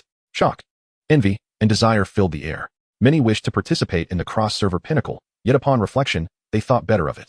Even if they attended, they could only contend with the 30-level cross-server monsters, while the cross-server bosses were simply too daunting to approach. Those cross-server bosses, with their hundreds of thousands of combat power, would obliterate them with a mere touch. Nevertheless, hunting the 30-level cross-server monsters was still commendable, provided everyone formed a team. Scattering would make them easy prey. They also noted that deaths occurred rapidly within the cross-server scene. Originally, 528 individuals had entered the cross-server scene. After merely 20 minutes, how many remained? Only 8. 102 were left. This meant that within those 20 minutes, 426 individuals had perished, whether at the hands of others or the cross-server monsters remained a mystery to those outside. Regardless of whether they fell to monsters or human hands, they were dead. It is crucial to remember that those entering the cross-server scene were all above level 20 and possessed combat power exceeding 5,000. Swish, swish, swish. Within the cross-server scene, Jun Ruochén and his companions soared through the skies on their swords, moving with incredible speed. Wherever they passed, the cross-server monsters were slain, and the new players from enemy villages fell in an instant. The trio's points surged rapidly. On the leaderboard, Tang Ziming had already claimed 3rd place, while Murongzi held the 5th position, with Luo Bingxin ahead of her. Notification: congratulations on slaying a 30-level cross-server monster. You have gained 90,000 experience points. Notification: 30-level cross-server monster dropped. 1,888 galaxy coins. 1 flame armor. Notification: cross-server points. 1. Notification: congratulations on slaying a 30-level cross-server monster. You have gained 90,000 experience points. Notification: 30-level cross-server monster dropped. 1,888 galaxy coins. 1 double attack scroll. 1 fluorescent. Notification: cross-server points. 1. Notification: killed Hongjing from Newbie Village 514 of the Pickled Vegetable Nation. Cross-server points. 8. Unbeknownst to them, Jun Ruochén had already slain 50 individuals. Announcement: player Jun Ruochén of Novice Village number 1000 has slain 50 opponents, achieving a godlike status and increasing combat power by 15 times within 60 minutes. Tip: Jun Ruochén has reached a total of 50 kills across servers, earning a reward of 188 galaxy coins, a killing medal, and 50 million experience points. As Jun Ruochén hunted down his 50th victim, the voice of the galaxy will resonated. Everyone in the 9th district heard it. With the kill count reaching 50, substantial rewards were bestowed: 888 galaxy coins, a medal, and a staggering 50 million experience points. Ahum echoed. Congratulations, you have leveled up. Combat power, 400. A golden light emanated from Jun Ruochén, and he could distinctly feel an increase in strength within him. He had leveled up again, now reaching level 38. Congratulations, brother. Ruochén. You're already level 38, exclaimed Tang Ziming and Murongzi. Upon witnessing the golden glow surrounding Jun Ruochén, they immediately grasped that he had leveled up after receiving the 50 million experience points. A glance at the leaderboard confirmed that Jun Ruochén was indeed at level 38. Both of them felt a mix of envy and joy. The stronger Jun Ruochén became, the more advantageous it was for them. What about you? Jun Ruochén inquired, not bothering to check the leaderboard. Such a task was overly tedious when a simple question sufficed. Chapter 53. Lord Jun, please show mercy. Brother, I'm level 26 now. I might reach level 27 today, Tang Ziming replied, brimming with delight. Although her level paled in comparison to Jun Ruochén's, she ranked second on the leaderboard, 2 levels above Luo Bingxin, who was currently at level 24. Ruochén, I'm at level 23 and I'll soon be level 24, Morongzi announced. Before teaming up with Jun Ruochén, Tang Ziming had already leveled up through their previous collaboration, hence she was naturally ahead. Nevertheless, level 23 was commendable, especially considering the circumstances of hunting cross-server bosses, which could yield additional rewards to propel her to level 24. It was now the 5th day in Novice Village, and by the 10th day, reaching level 30 was inevitable. Let us hasten our pace. We're not far from the cross-server boss. Jun Ruochén nodded and stated. He continued. There are still 2 bosses left in the cross-server scene, and we have 35 minutes remaining. We cannot afford to delay. They both nodded in agreement and accelerated their sword flying, soaring towards the next cross-server boss. Swish, swish, swish. After 3 minutes of flight, Jun Ruochén and the 2 women arrived at the location of the 3rd cross-server boss, albeit from a distance. They observed the situation. A dozen individuals were engaged in battle. However, it was evident that they were not cooperating to defeat the cross-server boss, but rather uniting to besiege a lone female figure. Among them were 4 wielding flying swords. Upon closer inspection, they recognized that the one being targeted was Luo Bingxin. Her combat power was formidable, even with the combined efforts of over 10 individuals. They could not vanquish her, though she bore significant injuries and had already downed 5 or 6 adversaries. With a smirk, Jun Ruochén approached the skirmish, his expression radiating a chilling calmness. The audacity of the Americans, Koreans, Japanese, and Indians to conspire against a citizen of the Dragon Kingdom, particularly one from Novice Village No. 1000, was astounding. The cross-server king, Jun Ruochén. He had arrived. Let us retreat. The presence of Jun Ruochén was immediately recognized by the Americans and Japanese, their fears palpable. His title as the cross-server king was unmistakable, and with his striking appearance, only a fool would fail to identify him, though they had never faced him in battle. The name Jun Ruochén loomed as a shadow in their hearts. Capable of slaying a level 40 cross-server boss, his combat power must be at least level 50. This implied that Jun Ruochén was even more terrifying than the level 40 boss. If there was a moment to flee, it was now. Thinking of escaping? Jun Ruochén chuckled. The celestial emperor of the Red Dawn unleashed a fearsome cold light that seemed to split the sky in 2, racing towards those attempting to flee on their swords. The speed of their flight was no match for his strike, and he swiftly dispatched the 4 individuals wielding flying swords. In a mere second, Jun Ruochén executed 4 lethal strikes. Blood erupted into the air, accompanied by anguished cries as the 4 assailants plummeted to the ground, lifeless. Please, Jun Ruochén, spare me. Grandfather, grant me my life. Jun Ruochén, how dare you kill? Lord Jun, please show mercy. Oh my god, oh my god. Witnessing Jun Ruochén's swift execution of the 4 fleeing swordsmen, the remaining assailants were paralyzed with fear, collapsing to the ground, their faces ashen and their expressions utterly disheveled. Jun Ruochén paid them no heed. He invoked the meteor fire rain, and instantly, the heavens unleashed a torrent of devastating flames. The inferno descended upon them, creating a pitch-black crater where the onlookers had stood, leaving no trace behind. Thank you, Luo Bingxin said coldly, her voice laced with embarrassment. Since she had declined Jun Ruochén's confession, she had made an effort to avoid him in Novice Village. Yet, each encounter left her feeling increasingly awkward.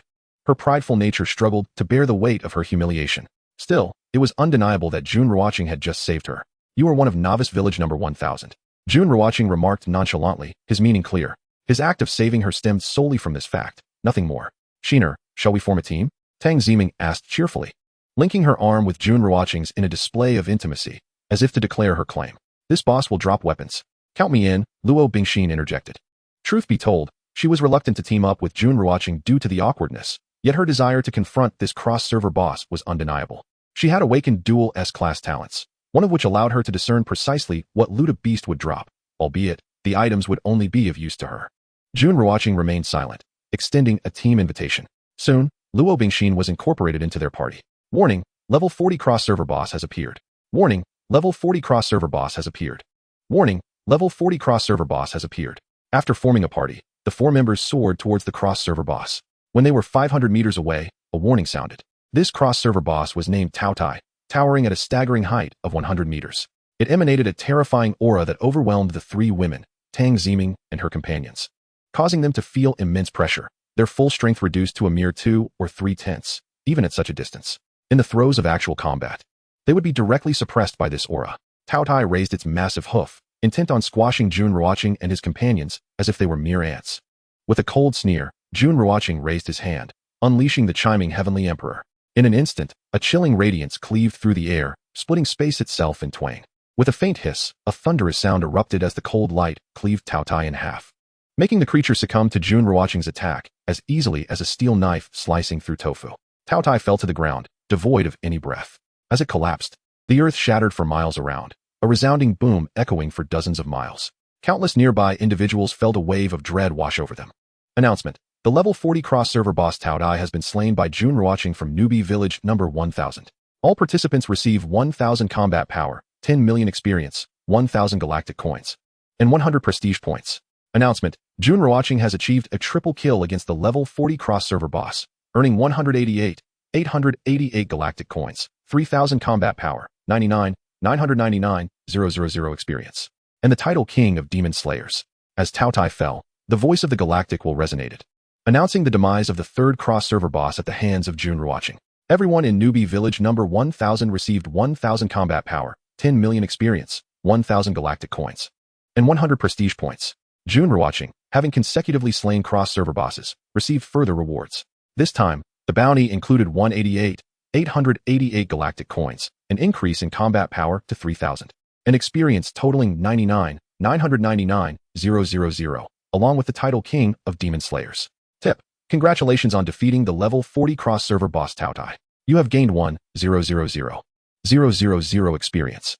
Tip: level 40 cross-server boss drops 888 galactic coins, Shura Sword X1, Tian Yao X1.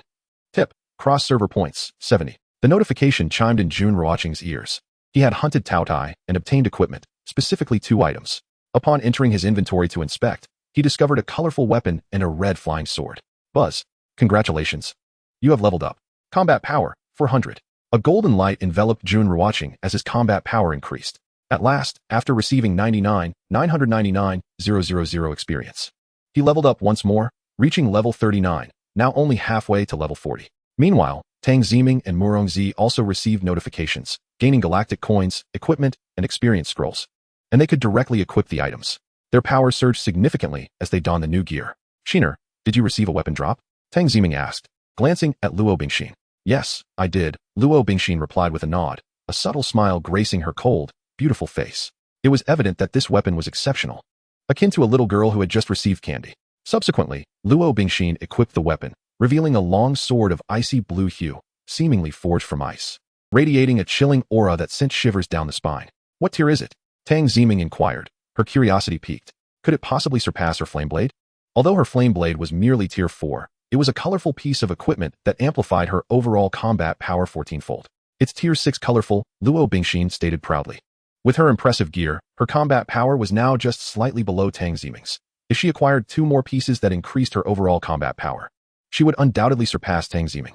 Of course, she never considered surpassing Jun Ruochén, for he was far too formidable. Wow, Shiner, you are incredibly lucky, Tang Ziming exclaimed, filled with envy upon hearing this. A tier 6 colorful weapon was vastly superior to her tier 4 colorful weapon. You were fortunate as well, Jun Ruochén remarked. I just obtained a tier 6 red equipment. Tang Ziming, initially puzzled, quickly realized that Cao Tai had dropped a tier 6 red equipment. Although her luck could not compare to Luo Bingxin's, it was still commendable. After all, this was a tier 6 piece of equipment, and red in color. Return my flame blade, Jun Ruochén said, initiating a trade with Tang Ziming simultaneously. Tang Ziming paused, uncertain of Jun Ruochén's intent. Yet she did not hesitate to remove her equipped flame blade and place it in the trade window. At that moment, she noticed Jun Ruochén had placed a colorful weapon in return, causing her heart to race inexplicably. The trade was successful. Tang Ziming eagerly opened her inventory to inspect the newly acquired item. Name: Shura Sword, tier 6, colorful, combat power, 9888 overall combat power increase, 16-fold attributes, attack speed, 5. Defense penetration increase, 50 additional effects, bleed for 10 seconds, poison for 10 seconds. As Tang Ziming beheld the tier of this colorful weapon, her heart trembled with excitement. A warm sensation enveloped her, filling her with sweetness as she realized the meaning behind Jun Ruochén's earlier words. You were fortunate as well. It dawned on her that while she had not received a tier 6 colorful weapon, Jun Ruochén had obtained one, and he had intended to gift it to her from the outset. Thus, her luck was indeed commendable. Thank you, brother, Tang Ziming exclaimed, exhilarated as she equipped the Shura sword, unable to resist planting a kiss on Jun Ruochén's cheek, completely disregarding the presence of others nearby. Her excitement was too overwhelming to contain. Murongzi and Luo Bingxin exchanged puzzled glances, bewildered by Tang Ziming's exuberance. Seeing Tang Ziming's joyful kiss on Jun Ruochén only added to their confusion. What could warrant such excitement? Meng, your weapon. Murongzi suddenly realized that. Having removed the flame blade from her grasp, she now wielded a slender longsword that emanated a terrifying aura of slaughter. This revelation left Muronzi astounded, filled with curiosity. A 6th-tier colored weapon. Hee, Tang Ziming giggled, her delight palpable. Wow, Muronzi exclaimed, consumed by envy. More than that, she felt genuine happiness for Tang Ziming. When Jun Ruochén had presented her with the Thunder Spear, it was Tang Ziming who immediately nodded in agreement. She was not foolish. She understood the underlying reasoning. Tang Ziming had utilized the flame blade to persuade Jun Ruochén to bestow upon her an even superior Thunder Spear. Now, with her acquisition of a finer weapon, all Muronzi could feel was envy mixed with joy for her friend. Thank you for the team, Luo Bingxin remarked before exiting the party and soaring ahead on her sword. At that moment, she realized that her own 6th-tier colored weapon had lost its appeal. Just moments ago, she had acquired an excellent weapon, only for Jun Ruochén to gift Tang Ziming another 6th-tier colored weapon. Upon witnessing Luo Bingxin's departure from the team, both Tang Ziming and Muronzi were left perplexed. Although they had previously discussed teaming up to slay the Tao Tai, there had been no mention of a continual partnership, making her exit somewhat enigmatic. Soon, Tang Ziming and Muronzi came to understand the situation. The third cross-server boss had been vanquished, and it was none other than Jun Ruochén who had achieved the kill. Aside from him, no one else was capable of defeating the cross-server boss. In this instance, the novice village number 1000 had inadvertently reaped several thousand battle points and countless experience. They envied those in the 1000 novice village. They should count themselves fortunate that Jun Ruochén hailed from the Dragon Kingdom's novice village. Otherwise, the 9th district would face an unimaginable disaster. It was indeed the case that the final cross-server boss would also belong to him. One could only wonder what exceptional gear the cross-server boss might drop. Surely, a flying sword would be among the spoils, and whether it would be of orange or red quality remained to be seen. It was expected that the cross-server boss would yield 6th-tier equipment. As the announcement from the Galactic Will echoed, the cross-server chat screen erupted with excitement, filled with envy and astonishment. Naturally, jealousy was rampant, though few dared to voice it. The cross-server peak had only 60 minutes. And regardless of whether all the cross-server beasts had been hunted, the time limit would result in their expulsion. Now, 40 minutes had elapsed. Yet half of the cross-server beasts remained. Time remaining at the cross-server peak, 1956 seconds. Remaining cross-server beasts, 502-51000, level 30. Remaining cross-server bosses, 14, level 40. Number of participants, 6890. Scoreboard. First place, Novice Village number 1000's Jun Ruochén, with 1015 cross-server points. Jun Ruochén's lead in cross-server points was insurmountable, with the second place holding only 458. It was clear that surpassing Jun Ruochén was an impossible feat. After all, he could slay the cross-server bosses and eliminate any opponent with ease. As time approached the 58th minute, a flurry of light streaked past. Jun Ruochén, Tang Ziming, and Muronzi hovered in the air, their feet upon flying swords, gazing into the distance with serene smiles. At last, they had not missed their opportunity. Earlier, they had hunted some additional cross-server beasts and players from the Pickled Vegetable Nation, delaying their arrival to confront this final cross-server boss. They had arrived just in time. Muronzi was filled with joy, anticipating what treasures might drop from this last cross-server boss. This journey to the cross-server peak had been bountiful for her, yielding attack scrolls, experience scrolls, 5th-tier and 6th-tier equipment, experience points, flying swords, and galactic coins, all in abundance. This single excursion has significantly elevated our levels and battle prowess, Tang Ziming remarked.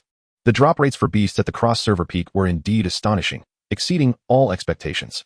It felt as though this place was a treasure trove, with the Galactic Will generously bestowing rewards. Warning, level 40 cross-server boss has appeared. Warning, level 40 cross-server boss has appeared. Warning, level 40 cross-server boss has appeared.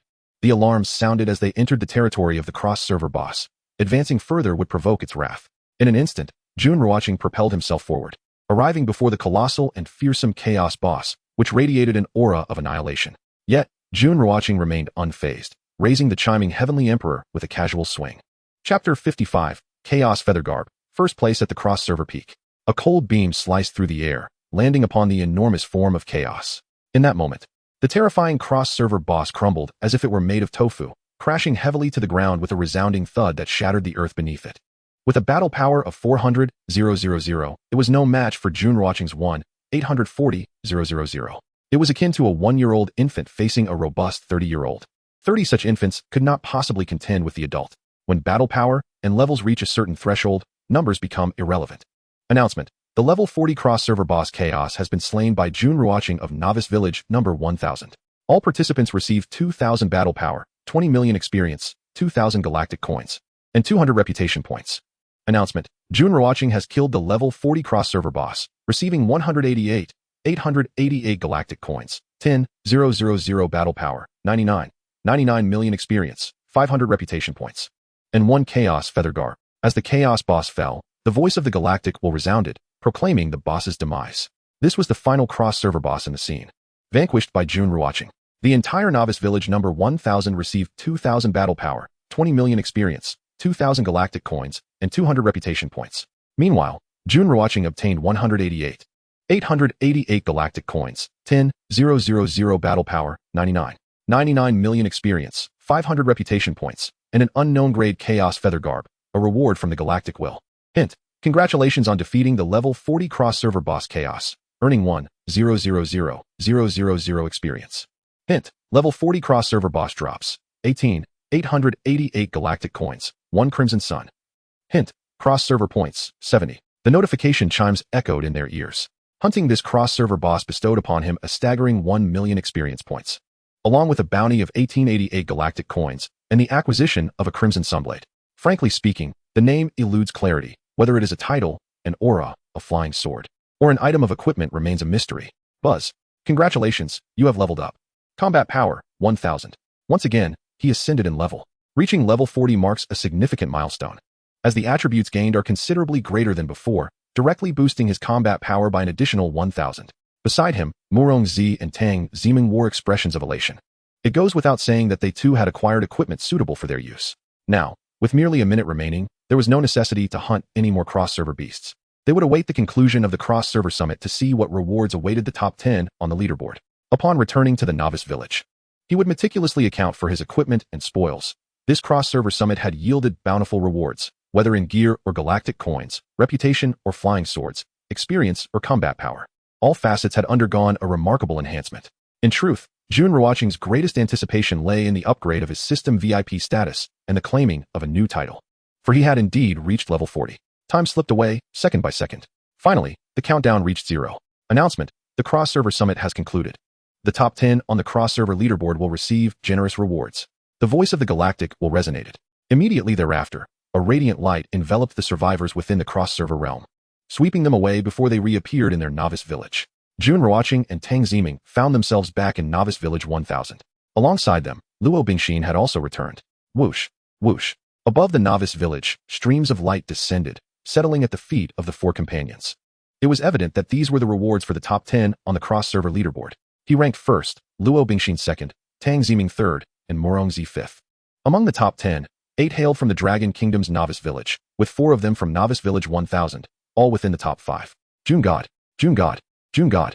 At this moment, a considerable crowd had gathered in the novice village, and as dusk fell, most had begun to return to the village, resulting in a bustling square. Upon seeing Jun Ruochén and his companions, the crowd erupted in jubilant cheers. This was primarily due to Jun Ruochén's formidable prowess, which had brought them immense gains and benefits. Jun Ruochén smiled, nodding slightly in acknowledgement. Brother, I'm heading back now. Goodbye. Tang Ziming waved to Jun Ruochén as she returned to her exquisite abode.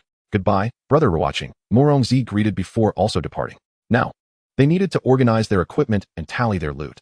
This cross-server summit had been a resounding success, resulting in a transformative change compared to their circumstances before entering the cross-server summit. Moreover, the rewards from the leaderboard awaited their inspection, piquing their curiosity about what these rewards might entail. Shortly thereafter, Jun Ruochén returned to his own splendid residence. In the cross-server realm, he had checked his inventory. Now, he intended to take a shower and then recline on his bed to assess his spoils and equipment, alongside reviewing the rewards, as well as upgrading his VIP status and claiming his new title. There were indeed numerous tasks to attend to, but all of them promised to elevate his combat power significantly. Anticipation surged within him. Splash, splash, splash. A man's shower is a matter of mere minutes.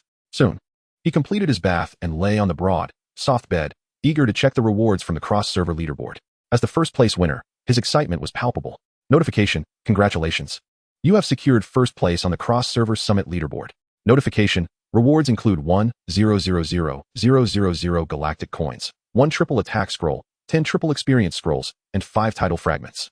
He accessed the virtual panel, and the notification sounded, unveiling the rewards before him. As the first place on the leaderboard, he was awarded 1 million galactic coins, a truly substantial amount. 1 million. Upon returning to the city, galactic coins would be the sole currency. They were also needed in the resource marketplace. One could say that without galactic coins, one would be rendered immobile. The single triple attack scroll was formidable, despite being a consumable item. The 10 triple experience scrolls were equally advantageous. As for the title fragments, what purpose do they serve? To synthesize a title? Regardless. He set aside those thoughts for the moment. It was clear that the leaderboard rewards were beneficial, and even in the absence of these rewards, he had already reaped substantial gains in the cross-server summit. Now, he would switch out his equipment, adjust his titles, and see what items in his inventory he could utilize. As long as they could enhance his combat power, he would make the necessary changes. However, he would not don any white gear. Only the higher-tier orange items would suffice, primarily for aesthetic purposes. After all, he was not overly concerned about minor increments in combat power. Thus, he focused solely on the 6th-tier orange equipment, replacing what he wore with what he could utilize, of course, without parting with any colorful items. He examined. Name: Windwalker S Boots, 6th tier. Red, combat power, 1600. Attributes: Speed 5. Name: Chaos Feather Garb, 7th tier. Colorful, combat power, 15888. Total combat power amplification, 18 times. Attributes: Speed 9. Additional, Reflect Damage 10. Name: Slaughter Metal, 6th tier. Colorful, combat power, 3000. Total combat power amplification, 16 times. Attributes: Damage Immunity 30. Name: King of Demon Slayers, 6th tier. Unique, combat power, 18888. Attributes: High-level title, Attribute Stack, Speed 5. After reviewing, he marveled at the 6th tier colorful metal and the 7th tier colorful garb. The rewards and drop rates from the cross-server summit were astonishing. Jun Ruochén was left astounded. To be honest, he had not anticipated that the Chaos Feather Garb would be a 7th tier colorful item, nor did he foresee that the reward of the Slaughter Metal would be 6th tier colorful. The cross-server summit had utterly surpassed his expectations. Perhaps it had been similar in his past life, yet he had never dared to participate in the cross-server summit. Nor had anyone been capable of hunting cross-server bosses, which is why he had never discovered the summit's true strength. In the midst of his astonishment, he donned the new equipment and proceeded to claim his new title. Aside from the level-related titles, the attributes of other titles could stack. Even if the title was not displayed, the attributes remained, allowing Jun Ruochén to confidently claim his new title. Congratulations on reaching level 40 and successfully receiving the title of Silver Martial Artist. Claim successful. Activate. View. Name: Silver Martial Artist title. Attributes: Combat Power 33, 333. Upon donning the Silver Martial Artist title, the Bronze Martial Spirit title vanished, replaced by the Silver Martial Artist title. However, the title of Cross-Server King remains irreplaceable. Subsequently, Jun Ruochén returned to the character information. Chapter 56, Newbie Village Number 1000, with an overall combat power of 20,000. Name: Jun Ruochén. Nation: Dragon Kingdom, Newbie Village No. 1000. Age: 20 years. Level: 40, 68 million out of 80 million experience points. Wealth: 2, 906, 455 galaxy coins. Reputation: 2, 208 points. Talent: Eye of Insight, F grade. Infinite Devour, SSS grade. Skills: Sun Chasing Sword Technique, SSS grade. Meteor Fire Rain, SSS grade. Combat Power: 2, 775, 159, 320, 395. Assessed based on Equipment Enhancement System Damage Evaluation. Rank: 61st tier.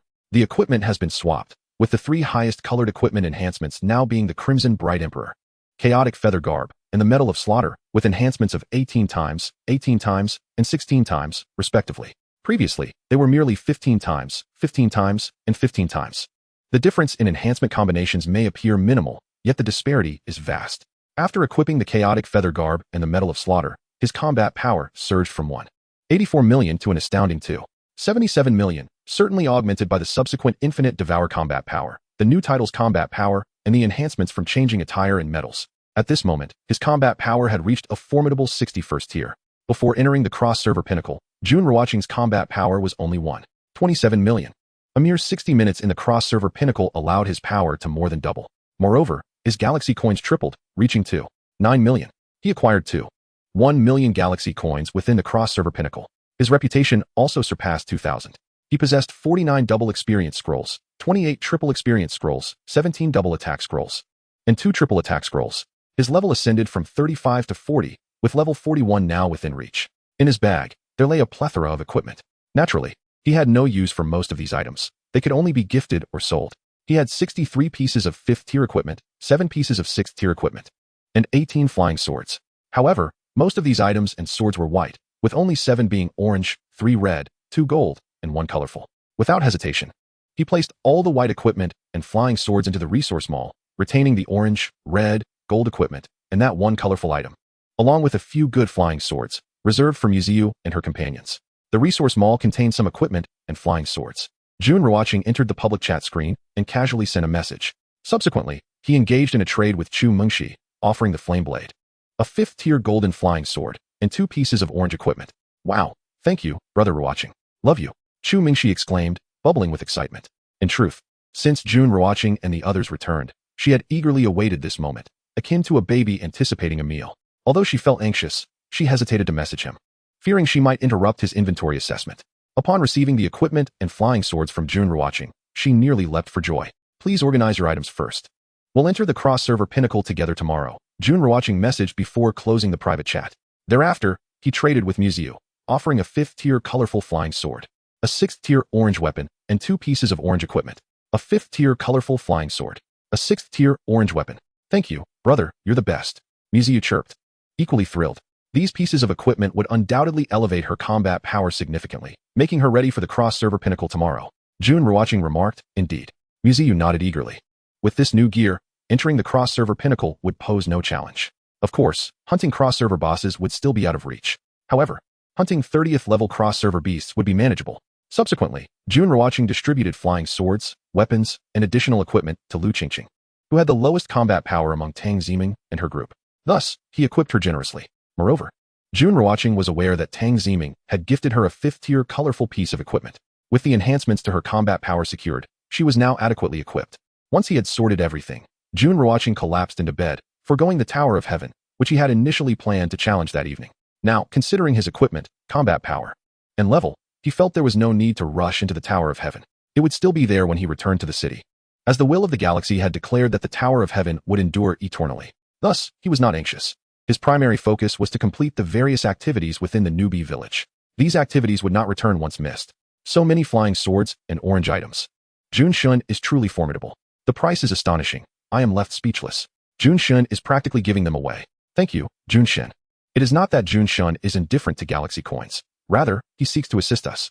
Indeed, these items, based on their tier, combat power, and rarity, are valued at no less than 2,000 galaxy coins. Yet Jun Shun sells them for only a couple of hundred. During their time in the newbie village, everyone worked hard to better withstand the beast tide, united in their efforts to return to the city unscathed. I am now level 20.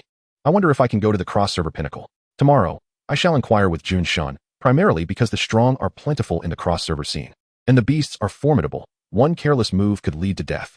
It is indeed terrifying. Yesterday, 528 individuals entered, yet only 855 survived to the last minute, with more than half perishing within. In our newbie village, everyone's combat power should now be around 20,000 in just 3 days. The benefits from free combat and Jun Shun's aid have contributed 18,000 points, plus levels and equipment, ensuring our combat power exceeds 20,000. In newbie village number 1000, the chat screen buzzed with activity. Unbeknownst to them, the entire village now boasted a combat power of 20,000. If other newbie villages were to learn of this, their jaws would surely drop, because a combat power of 20,000 would place them among the top 10 in other newbie villages, where most individuals barely exceed 2,000 points, and only those around level 20 reach 5,000. Yet in newbie village number 1000 the foundational strength is a staggering 20,000. There is simply no way to compare. This is to be expected, for after the cross-server transition, the denizens of the 1000th novice village have effortlessly secured over 10,000 in battle power, amassed millions in experience, accrued hundreds of prestige points, and collected thousands of galactic coins, all thanks to Jun Ruochén. Of course, the inhabitants of the 1000th novice village have not been idle. They have been diligently grinding monsters, leveling up, and acquiring equipment. In this collective effort, the battle power of all has reached 20,000. It is both reasonable and unexpected. Alas, the Dragon Kingdom has slain Lord Miyamoto. These Dragon Kingdom brutes are utterly detestable. The vile Jun Ruochén seeks nothing less than total annihilation. According to statistics, he has eliminated at least 80 individuals in the cross-server arena, predominantly from our Sakura Nation and Kimchi Nation, and has also dispatched numerous from the United States and India. The galactic will is unjust. It is only right that our Sakura Empire emerges as the strongest. In various novice villages of the Sakura Nation, many formidable level 20 players have ventured into the cross-server pinnacle and have not returned, for a significant number have perished there, most at the hands of Jun Ruochén. Observers have noted that Jun Ruochén has been on a relentless rampage, effortlessly dispatching individuals from the Sakura Nation, Kimchi Nation, as well as the United States and India with a single strike. It is not solely the Sakura Nation that is incensed. The novice villagers of the Kimchi Nation, India, and the United States are equally furious, yearning to rend Jun Ruochén to shreds. Many others wish to castigate him, their expressions contorted with unutterable rage. Yet, they dare not voice their grievances in the cross-server chat, fearing the remembrance of their novice village number, which may provoke a retaliatory challenge from the 1000th novice village. Chapter 57. Damn it, I haven't even put on my pants. The 6th day has arrived in the novice village. The dawn of the 610th day breaks. Early in the morning, the villagers rise like diligent little bees. As the first light of day emerges, they depart in small groups from the novice village to hunt beasts, level up, and gather equipment.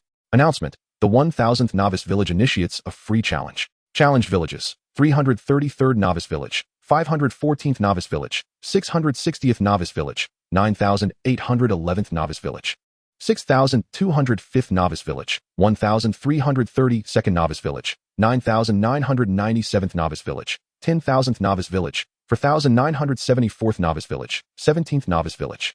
Stakes: 5,000 battle power, 1,000 galactic coins, and the 2 best pieces of equipment. The voice of the galactic will resonates. This is the first announcement of the 6th day. In truth, it is still early. Some, a tad lazy, remain fast asleep, while many have yet to venture beyond the confines of the novice village. With the announcement that the 1000th novice village has initiated a free challenge, they now confront 10 other novice villages in a 1v10 scenario. Jun Ruochén is relentless. It seems he is dragging them out to face the daybreak even before they have fully awakened. They must be distressed, yet I find this rather amusing. The stakes of 5,000 battle power indicate a desire for total annihilation.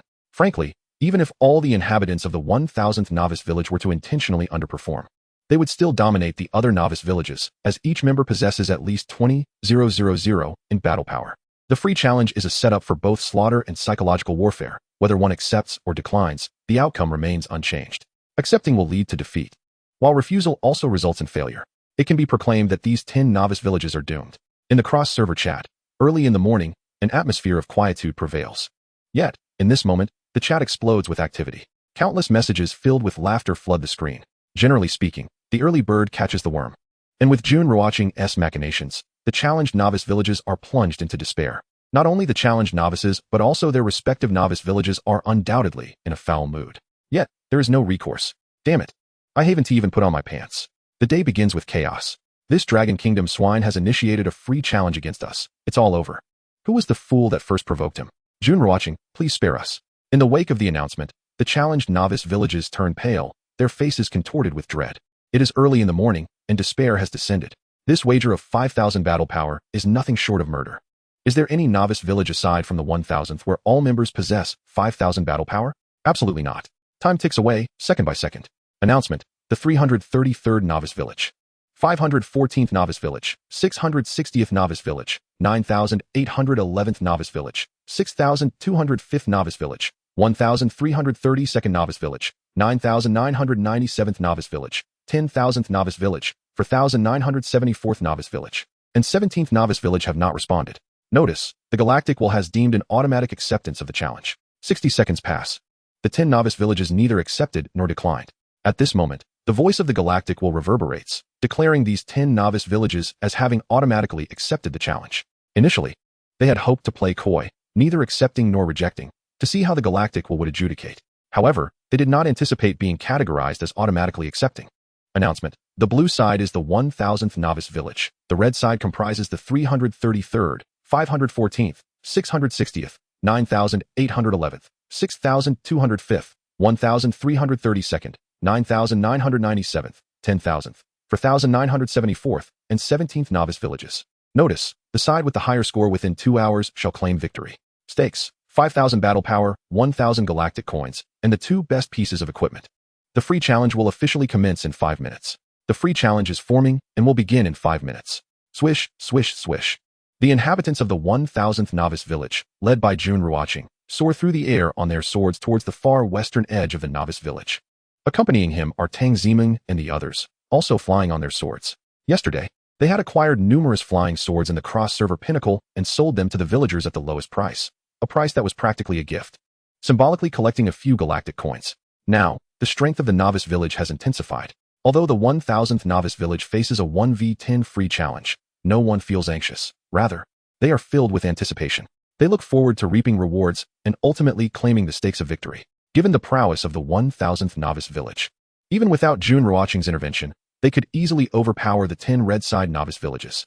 With strength comes confidence, and so they remain unperturbed. They treat it as a morning exercise, for they intend to level up and gather equipment, all while securing a few thousand battle power. The concept of free combat is indeed a splendid notion. The crux lies in having a sovereign presence, which fosters a virtuous cycle among us. Today, I reached level 20. Prior to that, I spent the entire night tirelessly battling monsters. I suspect that most players have also achieved level 20 by now.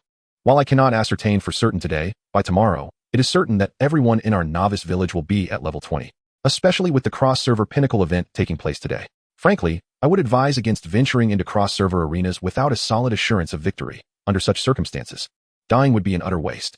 Yes, it is indeed more prudent to play it safe. The denizens of the novice village engage in conversation while journeying forth.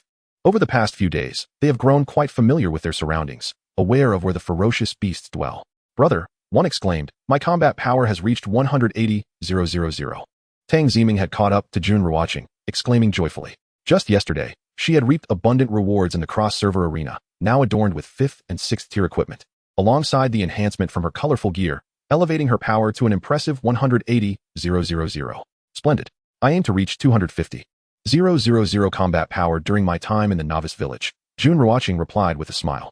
Indeed, 180,000 is formidable, he mused, recalling that in his previous life, he only attained level 28 with a mere combat power of slightly over 10,000 before his demise. Now, however, among the 1,000 players in the novice village, all boasting 20,000 in combat power, his own strength soared to over 2.7 million, rendering any comparison utterly futile. This disparity is only to be expected. Had he been powerful in his past life, he would not have been reborn. There are still 5 days to go. A few more forays into the cross-server pinnacle should suffice, Tang Ziming remarked with a grin. The cross-server pinnacle is truly a treasure trove. Brother Ruochén, are the others from the novice village also participating in the cross-server arena today? Mu Siyu inquired. Her combat power, while not as high as Tang Ziming's, had also reached 80,000, primarily due to her 5th and 6th tier gear, which significantly amplified her overall power. Without such equipment, achieving 80,000 would be nearly impossible. Save for Jun Ruochén's remarkable set. Feel free to join if you wish. With combat power exceeding 20,000, there is little risk in teaming up. Naturally, we must avoid the cross-server bosses, Jun Ruochén advised. There are already quite a number of level 20 players in the novice village. Their combat powers hover around 20,000, making cross-server engagements relatively safe, provided they are grouped together. A few players in unison could easily overcome opposing teams from other nations. Swish, swish, swish. As they conversed, the group had already taken to the skies on their swords, arriving at the far western edge of the novice village, a region teeming with ferocious beasts. Hunting in such a locale would yield a rapid increase in points. Countdown, 10,987. The countdown ticked away as Jun Ruochén and his companions ventured into the territory of level 25 beasts. Their combat prowess had escalated significantly, allowing them to swiftly dispatch level 25 monsters without hesitation. Thus, they opted to target the higher-level beasts for their free combat score. Chapter 58. In the 1,000th novice village, total points reached 5 billion. As the countdown concluded, Jun Ruochén, Tang Ziming, Chu Mingxi, Morongzi, Lu Qingqing, and Mu Siyu unleashed a torrent of attacks. Despite being in a team, each independently hunted the level 25 beasts, as these adversaries posed no challenge to them. In an instant, the beasts fell one after another, leading to a meteoric rise in individual points and experience. Individual points, 10, 485, 760. Individual points, 10, 485, 760. Individual points, 10, 485, 760. Individual points, 10, 485, 760 by 15. Individual points, 10, 485, 760. Individual points, 10, 485, 760. Individual points, 10, 485, 760 by 14. Each level 25 beast they felled granted them 10, 485, 760 points, and from time to time, Jun Ruochén unleashed a meteor shower, decimating the creatures en masse. Before long, 10 seconds had elapsed. The free combat leaderboard refreshed, displaying the data atop the cross-server chat screen. Blue team 491, 859, 200 points versus red team 51, 803, 000 points. The disparity in points was staggering. The blue team had amassed 4.9 billion points prior to the refresh, while the red team barely reached 50 million. It was a complete rout. How was this feat accomplished in under 10 seconds? Quite simply, within the 1,000th novice village, a handful of players were diligently hunting level 25 beasts, while others took down monsters above level 15. racking up millions of points each second. Such is the formidable strength of the 1000th novice village, a truly terrifying force. The red team, composed of 10 novice villages, was utterly outclassed. Moreover, the blue team was playing it conservatively. It must be noted that every player in the 1000th novice village boasted a combat power of 20,000, equivalent to level 33, which was more than sufficient to annihilate any beast above level 20. Should the entire 1000th novice village converge on hunting level 25 beasts, it would be tantamount to sealing the outcome from the very beginning. Upon observing the points of both teams, the cross-server chat erupted with excitement. In mere seconds, 9 billion points had been accrued. Who could possibly challenge the 1000th novice village? It was irrelevant whether it was 1v10 or even 1v100. The outcome remained the same. Time progressed into the first minute of free combat. Announcement: Blue Team 1000th novice village total points have reached 1 billion, with all members enjoying a temporary 12-fold increase in combat power, 2 hours. In just 1 minute, the 1000th novice village's score had soared to 1 billion points, with all members benefiting from a temporary 12-fold boost in strength. An overwhelming display of power ensued, utterly dominating the competition. The cross-server chat was inundated with astonished remarks. The 1000th novice village was too brutal, too terrifying. Such an overwhelming advantage shattered the morale of the opposing team. In the face of such disparity, despair reigned supreme. As 5 minutes elapsed, announcement: Jun Ruochén from the 1000th novice village has reached a total personal score of 2 billion, with all members receiving a reward of 3,000 combat power, 100 reputation, and 10 million experience. Hint: Jun Ruochén from the 1000th novice village receives a reward of 20,000 combat power, 500 reputation, and 999,000 experience. The voice of the galaxy will echoed once more, announcing Jun Ruochén's personal score had surpassed 2 billion. All members were rewarded with 3,000 combat power and 100 reputation, alongside 10 million experience. He himself gained 20,000 combat power, 500 reputation, and an astonishing 999,000 experience. He effortlessly secured an additional 3,000 combat power and 10 million experience. His strength surged, overwhelming all challengers. Combat power and experience always seem to arrive so unexpectedly. My sovereign presence is truly formidable. The personal total score has surged to a staggering 2 billion. Truly impressive. Brother Ruochén, I adore you. Jun Shun is the chosen one, a child of destiny. Furthermore, he has acquired an additional 3,000 combat power, officially announcing his combat prowess has reached 30,000. In the number 1000 novice village, players are simultaneously battling monsters and engaging in lively conversation. As of now, the nearby beasts pose no threat, allowing for a more relaxed atmosphere where combat and chat intertwine, an experience unique to the number 1000 novice village, unattainable in other novice villages. Listening to the announcements from the galactic will, countless villagers can only marvel at Jun Ruochén's overwhelming strength and the fortuitous fortune of the number 1000 novice village. It is evident to most that this village must harbor high school, university, or even military district talents, as such collective strength is no mere coincidence. Sometimes, one's innate potential dictates their future. Surely these beasts will not be completely eradicated by us, remarked Lu Qingqing.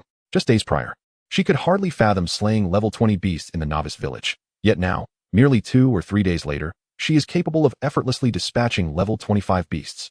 Reflecting on her struggles upon first arriving at the novice village, where parties would often fall victim to level 1 beasts, it is astonishing how far they have come. After observing for several days, it has become apparent that the beasts in the novice village do not respawn, indicating a fixed number of creatures that vanish once defeated. There is even speculation that when the beast tide arrives, these monsters will reappear. If we eliminate one more beast now, we might alleviate some pressure when the tide comes. Jun Ruochén suggested. His words ring true, for he has experienced firsthand the terror of the beast tide in his past life, when previously unvanquished beasts emerged alongside the onslaught. The thought of facing a multitude of level 30 and 40 beasts is truly daunting. Mu Siyu expressed, while we are not afraid of the beasts in the novice village, encountering a swarm of level 30 and 40 beasts would spell disaster. Even if we can take down level 30 beasts, the sheer number of them during a tide would be overwhelming. Unbeknownst to them, Jun Ruochén, while conversing and defeating monsters, is aware of the existence of beasts above level 30, though he cannot confirm the presence of those at level 40 or higher. As he met his demise at the onset of the tide, the camaraderie of battling alongside teammates while engaging in conversation is undeniably enjoyable, dispelling any sense of monotony. Time slips by, and before they realize it, an hour and a half has passed. Announcement: the total score of number 1000 novice village has reached 5 billion. All members receive a reward of 5,000 combat power, 10,000 galactic coins, 500 reputation points, and 30 million experience points. The voice of the galactic will resonates, declaring the total score of number 1000 Novice Village has reached 5 billion. The speed and magnitude of this achievement send tremors of awe throughout the crowd. A closer examination of the score's rapid ascent reveals that villagers have begun to abandon hunting beasts below level 20, now predominantly targeting those between levels 20 and 25. Though they may not be able to instantaneously vanquish level 25 beasts, they can easily slay them, as everyone collectively hunts beasts above level 20. The speed at which points accumulate becomes almost indescribable. From the personal leaderboard, it is evident that during this free-for-all, Jun Ruochén's personal score stands at 2.6 billion, while others hover around 2.4 billion, indicating the gap between them is narrowing. 50 billion points amassed in a single free-for-all. This is truly extraordinary. In previous encounters, scores barely reached several million or a couple of billion, rendering the achievements of number 1000 Novice Village incomparable. With the rewards of 5,000 combat power and 10,000 galactic coins, alongside the potential to gain 30 million experience points, it is enviable indeed. Any individual from No. 1000 Novice Village could easily rank among the top 10 in other novice villages. In the cross-server chat, countless voices express their astonishment and envy. A reward of 5,000 combat power, 30 million experience, and 10,000 galactic coins is simply astounding. The strong continue to thrive. This is a universal truth. Chapter 59. Personal total score surpasses 5 billion. As the 2-hour mark of the free-for-all draws near, time inexorably marches forward. The 10 novice villages of the red team have all but surrendered, their scores stagnating as they come to terms with their impending defeat. What awaits them after failure?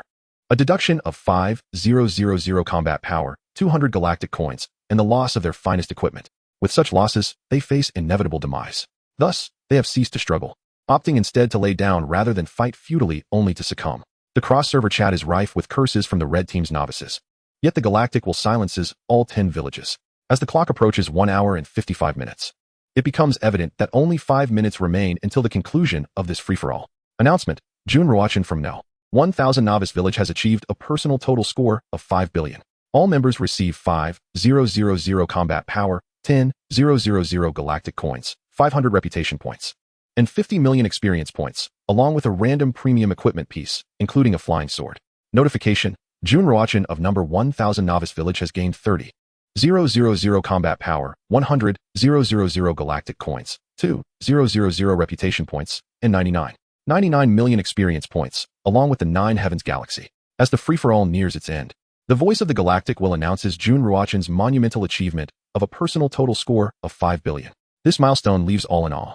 In a mere 2 to 3 days, he has amassed an unfathomable total of 5 billion points, far exceeding anyone's expectations.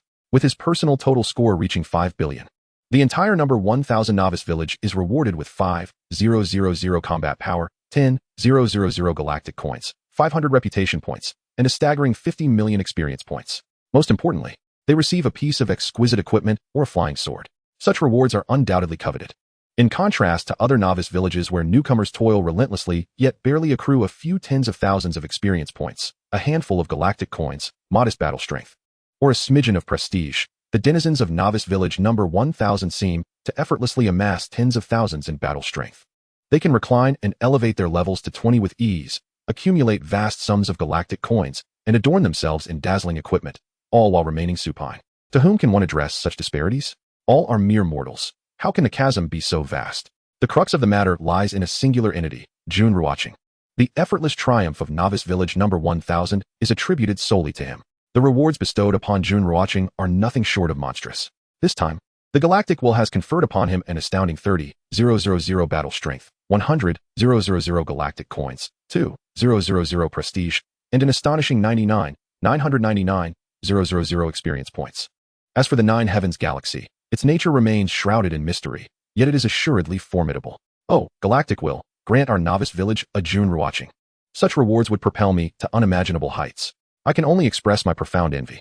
The mere mention of Jun Ruochén's rewards is enough to allow me to dominate the novice village. I do not intend to malign Jun Ruochén. I suspect he may be the illegitimate offspring of the galactic will. Indeed, I share such suspicions. Are the newcomers of our novice village truly advancing while reclining? In the cross-server chat, countless inhabitants of novice villages began to express their thoughts, brimming with excitement, envy, and jealousy, on the brink of madness. In this global gaming realm, one does not merely invest money but rather their very essence.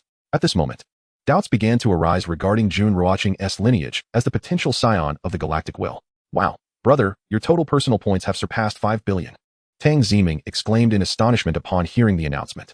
Unbeknownst to her, Jun Ruochén's personal points had indeed crossed the 5 billion mark. Have you noticed?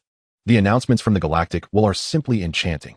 Each time they appear, they seem to benefit us, Lu Qingqing remarked with a playful smile. Indeed, each announcement invariably brings rewards. You must be cautious of developing post-announcement syndrome, cautioned Shumingshi. However, you raise a valid point. Over this period, whenever the galactic will has made an announcement, we have reaped rewards at least 80 of the time. Announcement, the free combat has concluded. Notice, the blue side. Novice Village number 1000 has acquired 351, 028, 760 points. The red side, comprising Novice Villages 333, 514, 660, 9811, 6205, 1332, 9997, 10,000, 4974, and 17, has garnered 33, 192, for 120 points. Notice, the blue side emerges victorious.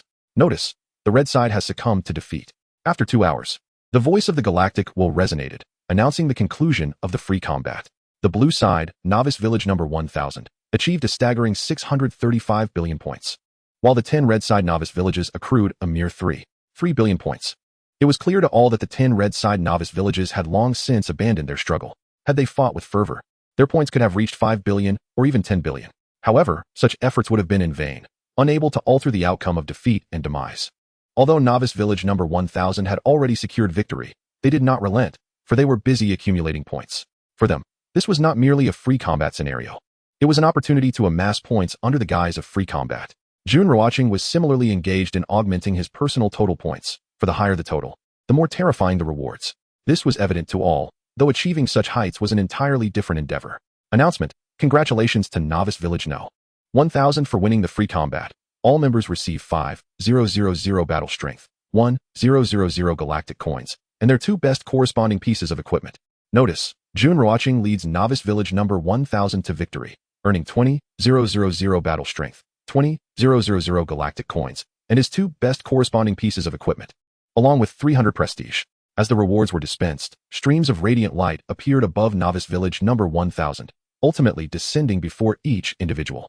The addition of 5,000 battle strength shattered the 40,000 mark. The sensation was utterly sublime. I revel in the sound of the announcements, primarily due to their melodious quality. Tonight, I shall venture into the cross-server arena to wreak havoc, including the cross-server bosses. If you can't engage in conversation, perhaps it's best to refrain. 1,000 galactic coins can procure 1,000 barrels of instant noodles. However, I plan to purchase an abundance of snacks to celebrate. I still favor the announcement regarding Jun Ruochén's total personal points reaching 5 billion. Our Novice Village now boasts a collective battle strength of 35,000, does it not? I, for one, am at level 26 with a battle strength of 43,000. I wonder how your battle strengths compare. Within the Novice Village, excitement ran rampant. Over the past 3 days, we had already soared to new heights, and now we have grown even stronger. Particularly due to Jun Ruochén's reward for reaching 5 billion total personal points, which enabled many to ascend 3 or 4 levels. Numerous individuals acquired flying swords, resulting in nearly 1/3 of Novice Village number 1000 now possessing such wondrous weapons. It is predominantly a matter of luck, as the exceptional equipment, including flying swords, is bestowed randomly. Fortuitous individuals receive flying swords, while those less fortunate might obtain merely orange or red equipment, or even golden gear. However, no one has reported acquiring colored equipment, at least not that anyone has mentioned. Whoosh, whoosh, whoosh. Following the conclusion of the free combat, the rewards were allocated. Jun Ruochén's form flickered as he soared through the air on his sword, retreating to a safe distance away from the beastly domain. Now was the moment to tally his spoils and gains. He had a habit of refraining from checking his inventory and earnings during battle, only to assess and review them once he was secure. In his heart, he held a great curiosity and anticipation for the 9 Heavens galaxy. Subsequently, he opened the virtual panel and accessed his inventory. Chapter 60, 7th Grade Flying Sword, 9 Heavens Galaxy. After 2 hours, his inventory was nearly at capacity, brimming with an array of 4th grade equipment, 66 white pieces, 19 orange, 4 red, and 1 gold. Jun Ruochén paid little heed to the 4th grade gear, only casting his gaze upon the 6th and 7th grade equipment. Naturally, he would not don a white 6th grade item either. In the Novice Village, it was impossible to acquire 5th grade equipment. Thus, he disregarded these items entirely. Of course, colored equipment would be a nice addition, yet it would either be gifted or sold. The color of the equipment was immediately apparent. rendering a meticulous examination unnecessary. At present, what he yearned to uncover was the 9 Heavens Galaxy awarded by the Galactic Will. He proceeded to investigate. Title: 9 Heavens Galaxy, 7th rank. Color: Combat Power 18888, with an overall combat power enhancement of 18 times. Attributes: Speed 18. Upon reviewing the attributes, Jun Ruochén exclaimed in astonishment. This 9 Heavens Galaxy is a flying sword, a 7th rank colored flying sword, boasting an impressive combat power increase of 18,888, with an overall combat power enhancement of 18 times. Once equipped, hint, you can obtain the 2 best pieces of equipment corresponding to your character. Hint, your best equipment consists of the Chaos Wings and the Crimson Emperor. You have the opportunity to select any 7th rank colored equipment, excluding weapons and clothing. If you choose not to, 2 pieces of 7th rank colored equipment will be randomly assigned to you. At this moment, a notification sound resonated. After a victorious free combat, he could acquire the 2 best pieces of equipment corresponding to himself. Bracelets, rings. Jun Ruochén began his selection. Weapons, clothing, and flying swords are undoubtedly the most formidable among the equipment. As for him, he possessed all 3. The least impressive were the bracelet and the ring. Thus, he intended to choose a ring and a bracelet. With a swirl of light, his choices were finalized. In his inventory, a colorful ring and a colorful bracelet appeared. Upon inspection, name: Celestial Battle Bracelet, 7th rank. Color: Combat Power 6888, with an overall combat power enhancement of 18 times. Attributes: Agility 6. Name: Celestial Battle Ring, 7th rank. Color: Combat Power 6888, with an overall combat power enhancement of 18 times. Attributes: Attack Speed 6. Both pieces of colored equipment possessed identical combat power. However, the overall combat power enhancement of 18 times meant little to Jun Ruochén. This is because the attributes of colored equipment could only stack from 3 pieces. Even when donned in a full set of colored equipment, only the attributes of 3 pieces would contribute to the total. Jun Ruochén found this setup rather perplexing. Naturally, there is a rationale behind it. If all colored equipment could stack attributes, it would indeed be overwhelmingly powerful. Without hesitation, he equipped them. After donning the gear, Jun Ruochén returned to the equipment page. Helmet: Radiant Jade Crown, 5th rank. Gold, Combat Power 1400.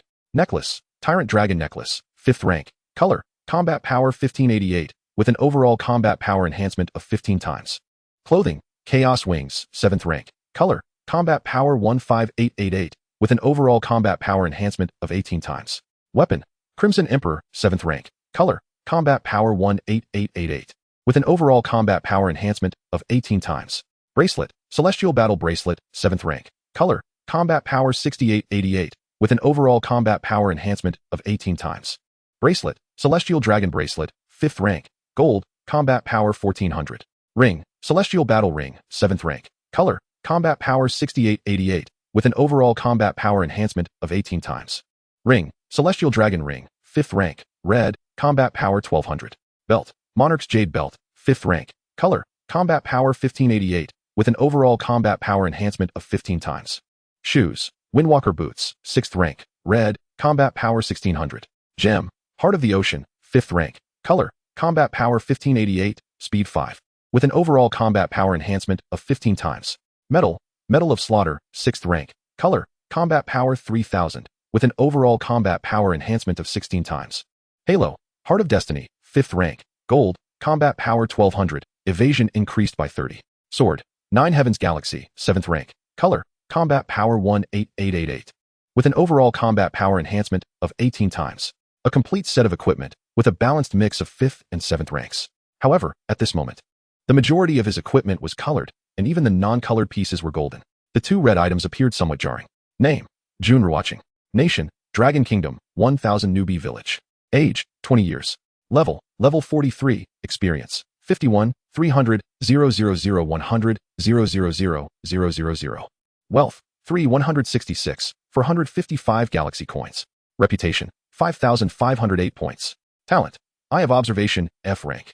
Infinite Devour, SSS rank. Skills: Sun Chasing Sword Technique, SSS rank. Meteor Fire Rain, SSS rank. Combat Power: 4, 616, 503, 956, 448. Assessed based on Equipment Enhancement System Damage Evaluation. Rank: 65th rank. After equipping the 3 pieces of 7th rank colored equipment, the overall combat power enhancement transformed to 1/8x 1/8x 1/8x 3. Under such enhancements and damage, his combat power soared directly to 4.6 million, assessed as 65th rank. It seemed that, for the time being, his combat power would not see a significant increase. Jun Ruochén mused internally. Now, with 3 pieces of colored equipment that could stack overall combat power enhancements at 18 times. Even adorned entirely in a 7th rank colored set, he could not expect a significant boost, unless he acquired 8th rank colored equipment. 8th rank equipment? Such thoughts felt a bit distant for the moment. Apart from 8th rank colors, there was also the potential for VIP damage enhancements. I'm already level 43, and I forgot to upgrade my VIP level. Promptly, Jun Ruochén accessed the system page. Ding! Host level has reached 40, meeting the conditions for VIP upgrade. Would you like to proceed with the upgrade? The system notification echoed. Upgrade? Nonsense. I forgot about it yesterday. I specifically came to upgrade. Of course, I must upgrade. VIP upgrading. Upgrade expected to take 24 hours. The system voice chimed again. It would take 24 hours to complete the upgrade. Jun Ruochén was unperturbed.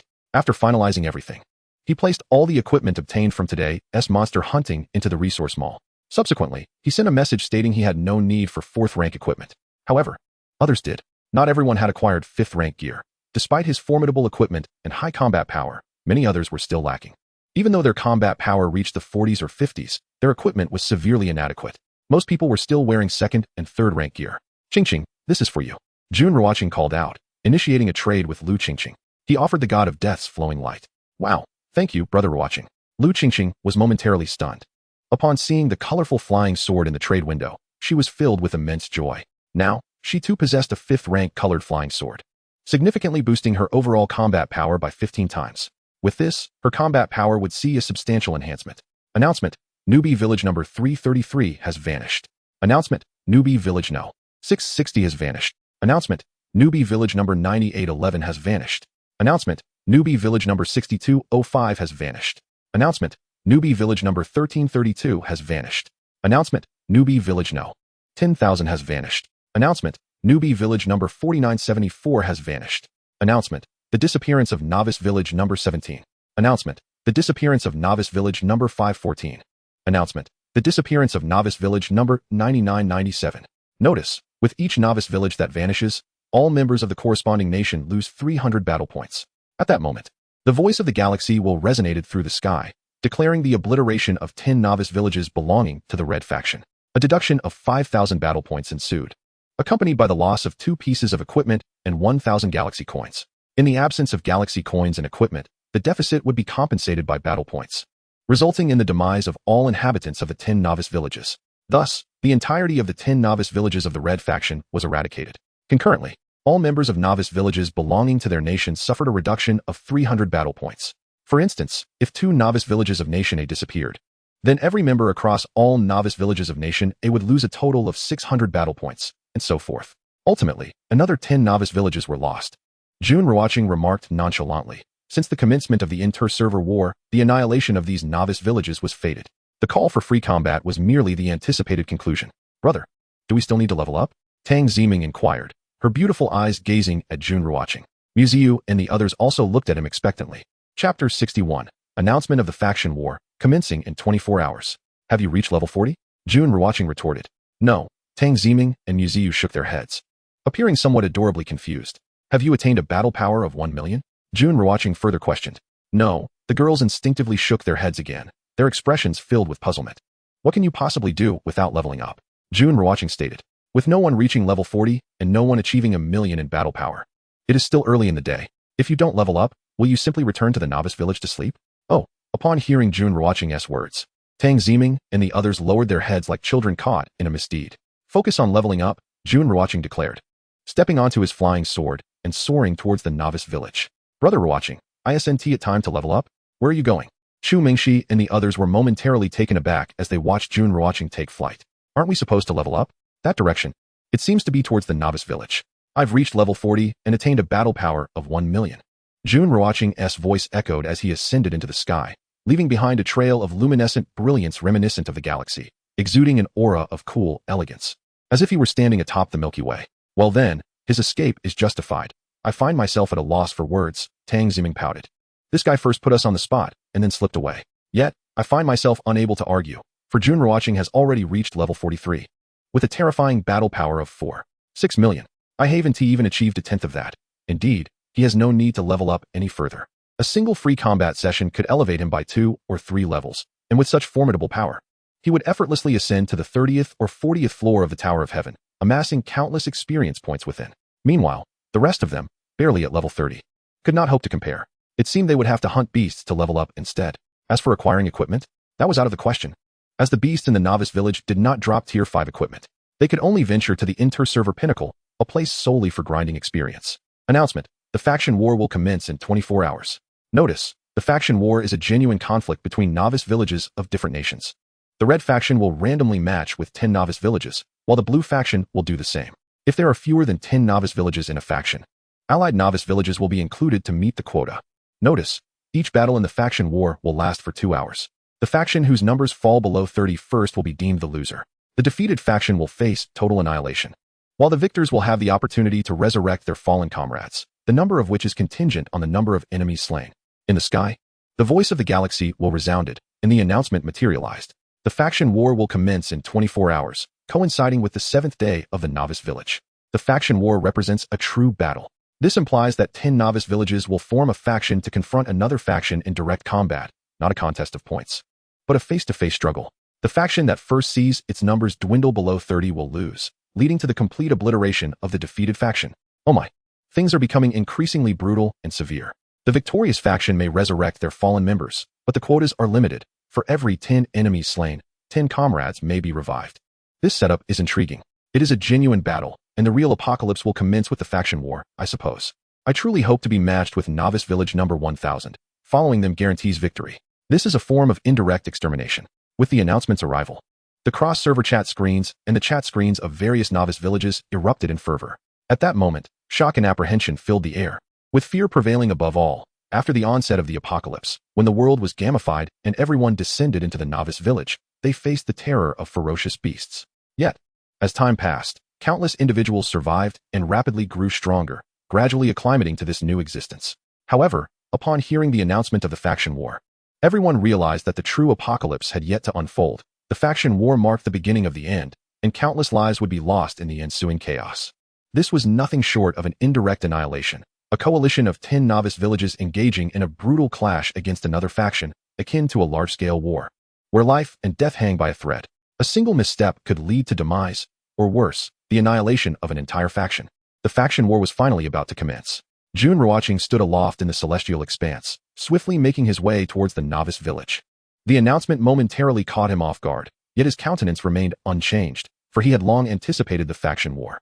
With the novice village in its 10th day, the faction war was inevitable. Or rather, one could say the faction war represented a form of indirect extermination, a means of eradicating novice villages from rival nations. Following the faction war, numerous novice villages from various nations would undoubtedly vanish. In his previous life, burdened by a lack of talent, he had been fortunate during the faction war, aligning with several powerful novice villages and escaping the annihilation that befell many.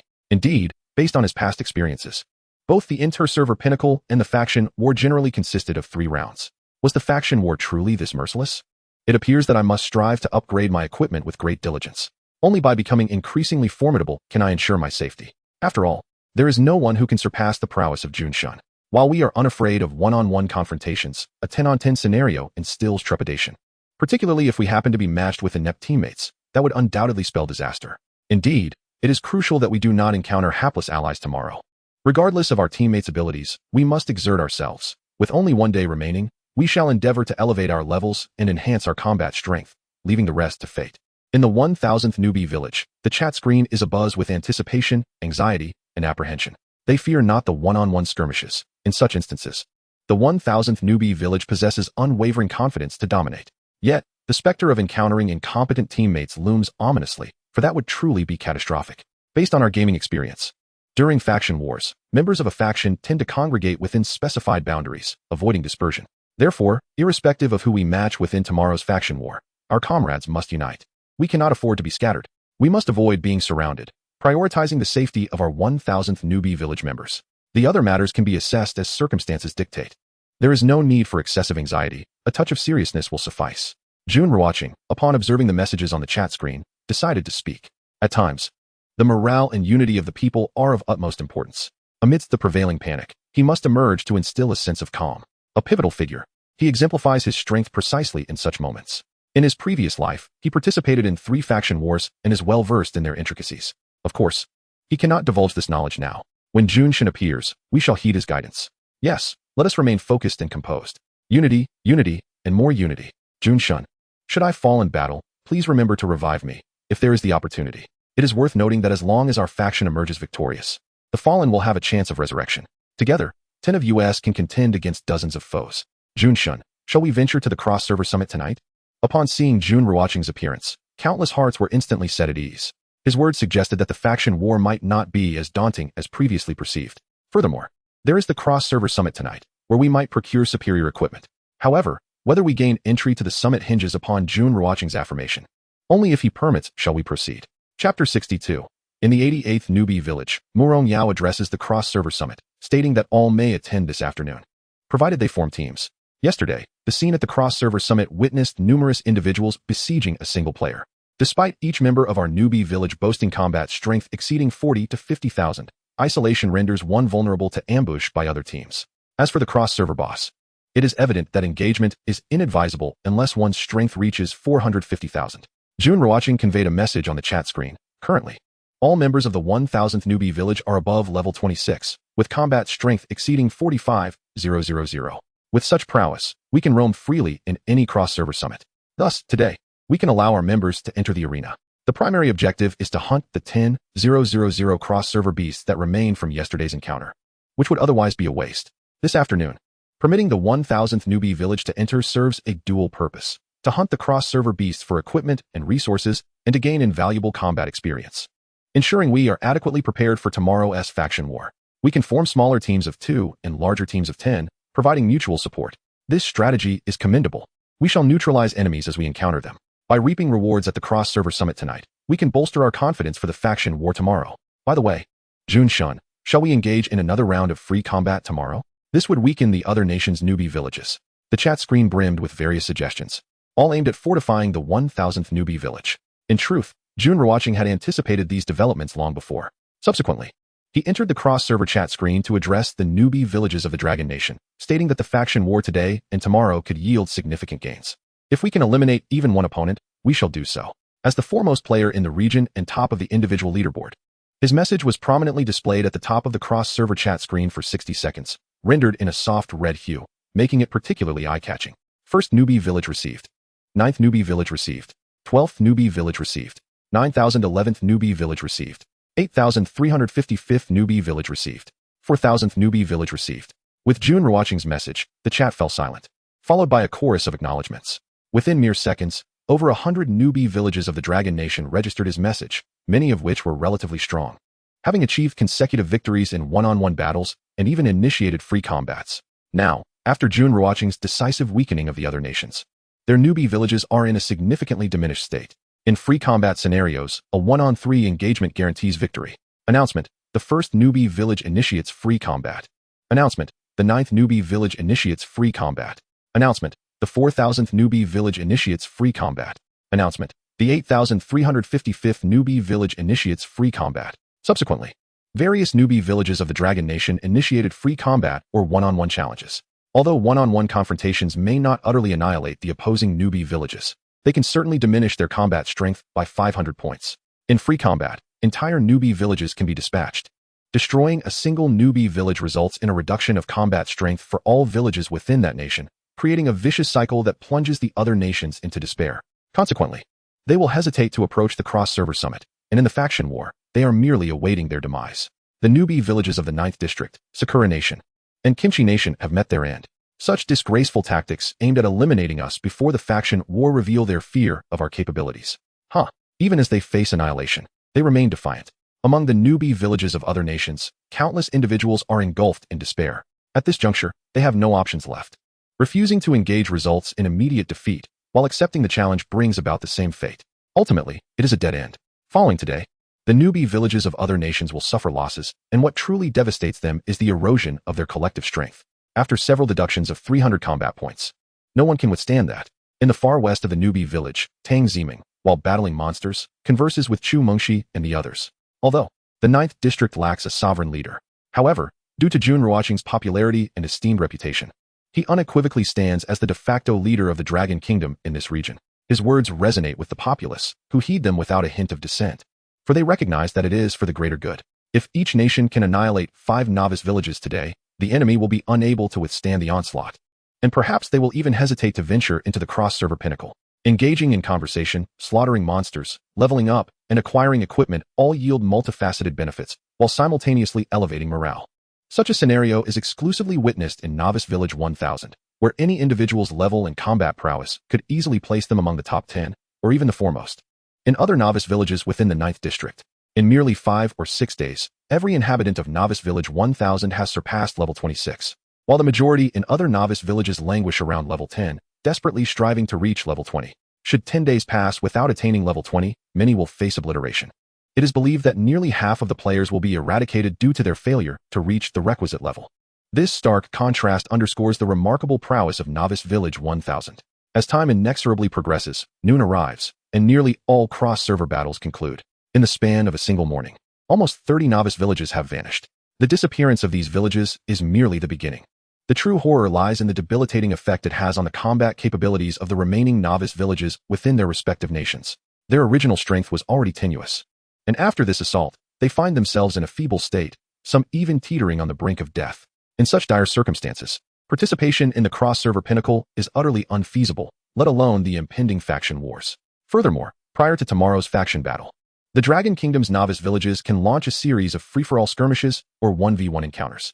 Given that Novice Village 1000 is predominantly populated by students from Jiangxing University, similar to our Novice Village 88, should we be matched against them, victory is assured. In Novice Village 88, the leaderboards boast the top rankers for both level and combat strength. Morong Yao, observing the cross-server chat screen, she murmurs, in Novice Village 88, 90% of the inhabitants are teachers and students. Thus, aside from the initial days, there have been few casualties since then. Currently, 7,900 players remain, with many having reached level 15 or higher, and a substantial number attaining level 20. If this trajectory continues, over 90% of the remaining players in Novice Village 88 will evade annihilation within 10 days. Although she serves as a mentor, she has wholly adapted to this post-apocalyptic environment. Yao Yao, did you encounter Jun Ruochén during the cross-server pinnacle yesterday? Inquires Jiang Yuyan, a fellow mentor from Jiangxing University and Morong Yao's close confidant. The cross-server pinnacle is not expansive. With a stroke of luck, they should have crossed paths, especially since Jun Ruocheng's focus is on 4 cross-server bosses, and his route is crystal clear. No, what do you mean? Morong Yao shakes her head, her gaze drifting towards Jiang Yuyan, questioning the implication. Chapter 63. Those who run on the ground can never surpass those who soar in the sky. As time slips away, in the afternoon, all denizens of Novice Village 1000 hastily return from their monster hunting exploits to participate in the cross-server pinnacle. According to regulations, the teleportation time is set at 60 seconds. Should individuals continuously enter the teleportation portal, it will expand without altering the teleportation duration. I am so eager. I hope to slay a couple of cross-server beasts within the cross-server arena, one exclaims, noting the reliance on luck. Yesterday, we barely managed to defeat 10,000 cross-server beasts. And today, with so many participants, the competition for kills is fierce. Do monks consume meat? Have you ever seen a monk who abstains from it? They merely indulge in secrecy. Look at their robust physiques, resembling 300-pound pigs. How could they not eat meat? Monks are merely outsiders, deceivers of Buddhism, and I will not entertain counterarguments. They are merely charlatans from Western teachings, the most repugnant of beings. Stop. Let us not allow baldness to dampen our spirits. Prepare yourselves, for the cross-server pinnacle is about to commence. In the square of the novice village, throngs of individuals gather. A glance reveals that the majority are striking young women, with scarcely a few men present. Jun Ruochén feels somewhat vexed, as if he has entered a women's sect. Announcement: the cross-server pinnacle will commence in 5 minutes. Notice, the scene will refresh with 20,000 cross-server beasts and 4 cross-server bosses. Notice, the duration of the cross-server pinnacle is 60 minutes. At that moment, the voice of the galactic will resonate through the sky, heralding the imminent start of the cross-server pinnacle. This marks the second occurrence of the cross-server pinnacle, with the number of refreshed cross-server beasts doubling from yesterday. However, the number of cross-server bosses remains unchanged at 4. As time ticks away, a colossal radiance manifests in the center of the novice village square, transforming into a teleportation portal. Significantly larger than yesterday's, it is ample enough to accommodate all inhabitants of the novice village within the 60-second time frame. With the portal stabilizing, those from Novice Village 1000 with flying swords soar through the portal, while those without must race to enter, causing a swift decrease in the crowd on the square. Let us go, Jun Ruochén declares, stepping onto the celestial sword and soaring towards the teleportation portal. Tang Ziming and the others closely follow. In an instant, they find themselves within the cross-server arena. Upon entering the cross-server scene, they are met with a familiar immobilization state. Unable to move, even the slightest finger twitch is impossible. This predicament instills fear in the others, yet witnessing everyone in the same plight offers them a modicum of reassurance. 1 second, 2 seconds, 3 seconds, 10 seconds, 20 seconds. Finally, 1 minute passes, and no further players enter the cross-server scene. Announcement: the teleportation portal is now closed. Those who survive for 60 minutes will be automatically returned to their original novice village. Notice, the cross-server beasts have now spawned. The voice of the galactic will resound. Simultaneously, data appears at the top of Jun Ruochén and his companion's virtual panel chat screen. Cross-server pinnacle end time, 5,956 seconds. Remaining cross-server beasts, 20,000, level 30. Remaining cross-server bosses, 4, level 40. Number of participants, 44, 899. Leaderboard, none. What a marvel. Just yesterday, the number of participants was merely 10,000, and today, it has surged to an astounding 45,000. It appears that countless individuals reached level 20 yesterday. Thus, the attendance in the cross-server arena today is more than quadruple that of yesterday. Although the number of cross-server beasts has doubled, it remains insufficient for the demand. I am quite certain that the majority of those venturing into the cross-server arena today hail from the Dragon Kingdom's novice village. This is undoubtedly the case, as players from other nations, having experienced a decline in strength, dare not enter. With 20,000 cross-server beasts and 45,000 players, it is merely a matter of luck to secure a kill. As for the cross-server boss, does anyone wish to attempt it? Alas, I shan't. For my combat power has yet to reach 400,000. Venturing there would lead to instant demise. Within the cross-server arena, the 1,000 novice villagers, upon teleportation, congregated together. Once the confinement was lifted, they began soaring into the skies. However, they predominantly formed teams of 2 or 3, with very few choosing to venture alone. Before long, only Jun Ruochén and Tang Ziming remained at the teleportation landing point. Jun Ruochén initiated a party, which included Tang Ziming, Chu Mingxi, Lu Qingqing, Mu Xiu, and Morongzi. The 6 of them then took to the skies on their flying swords, traversing a realm teeming with players, hardly encountering a single cross-server beast. Fortunately, they had no intention of hunting cross-server beasts. Their sights were set on the cross-server boss. Goodness! Within the cross-server pinnacle, they encountered solely players from the Dragon Kingdom's novice village. With over 40,000 individuals vying for 20,000 cross-server beasts, it is utterly maddening. It is inevitable that a portion of them will be unable to secure a beast, while those who do will rely on sheer fortune. They might as well consider it a spectacle. I envy those gliding on flying swords. Their speed allows them to soar through the air, leaving those on the ground far behind. How I yearn for a flying sword. If anyone possesses one, I would be most grateful for a gift. The cross-server chat screen was abuzz with countless voices. These individuals, present in the cross-server arena, had yet to finish off the cross-server beasts from yesterday. Upon their arrival today, they found the area completely occupied, without even a shadow of a cross-server beast in sight. Indeed, yesterday there were 10,000 cross-server beasts, and an equal number of players. Yet half of the beasts remained alive. Now, the scene was overrun by players, rendering access to the cross-server beasts impossible. Whoosh, whoosh, whoosh. Jun Ruochén and Tang Ziming soared towards the location of the cross-server boss, the Tao. After 5 minutes of flight, they finally arrived near the formidable creature. A warning echoed through the air. Warning, level 40 cross-server boss has appeared. Warning, level 40 cross-server boss has appeared. Warning, level 40 cross-server boss has appeared. The alarm sounded thrice. While others might panic upon hearing such a warning, Jun Ruochén remained unfazed, for his combat power had long since rendered him capable of disregarding a level 40 cross-server boss. Moreover, he had slain this very Tao just yesterday. Today, the cross-server boss had respawned. Well then, let us vanquish it once more. Roar, roar. The colossal cross-server boss Tao, upon spotting the humans, let out an earth-shattering roar. The air warped, and the ground trembled as a cataclysmic attack surged towards Jun Ruochén. He swiftly raised the chiming tiandi in his hand. In an instant, a chilling light emanated, slashing towards the Tao. Crack, hiss, boom. With a series of subtle sounds, the massive cross-server boss Tao collapsed, fracturing the ground for miles and unleashing a terrifying gust of wind, felt by all within a 10-mile radius, sending shivers down their spines. Announcement: level 40 cross-server boss Tao has been slain by Jun Ruochén of the 1,000 Novice Village. All participants gain 500 combat power, 5 million experience, 500 galaxy coins, and 50 reputation points. Announcement: Jun Ruochén is the main slayer of the level 40 cross-server boss, earning double cross-server points and a reward of 888 galaxy coins. As Tao fell, the voice of the galaxy will rang out, declaring that the cross-server boss had been defeated by Jun Ruochén. Furthermore, the players of the 1,000 Novice Village again reaped the benefits of 500 combat power, 5 million experience, 500 galaxy coins, and 50 reputation points. As the primary slayer, Jun Ruochén received 888 galaxy coins and double cross-server points. The rewards were the same as yesterday. However, Jun Ruochén paid little heed to this announcement. His concern lay with the items dropped upon slaying Taowu, as he had just heard the notification of loot. Chapter 64, 7th Tier Wings, Heavenly Phoenix, Divine Wings. Notification: congratulations on defeating the level 40 cross-server boss Taowu, earning 1,000,000 experience. Notification: level 40 cross-server boss dropped. 18,888 galaxy coins, 1 triple experience scroll, 1 sword of the mortal realm, 1 heavenly phoenix, divine wings. Notification: cross-server points, 100. Following the announcement from the Galaxy Will, Jun Ruochén was greeted by the sound of notifications in his ears. Having slain the cross-server boss, he had obtained equipment and items. Upon hearing that equipment had dropped, anticipation welled within him.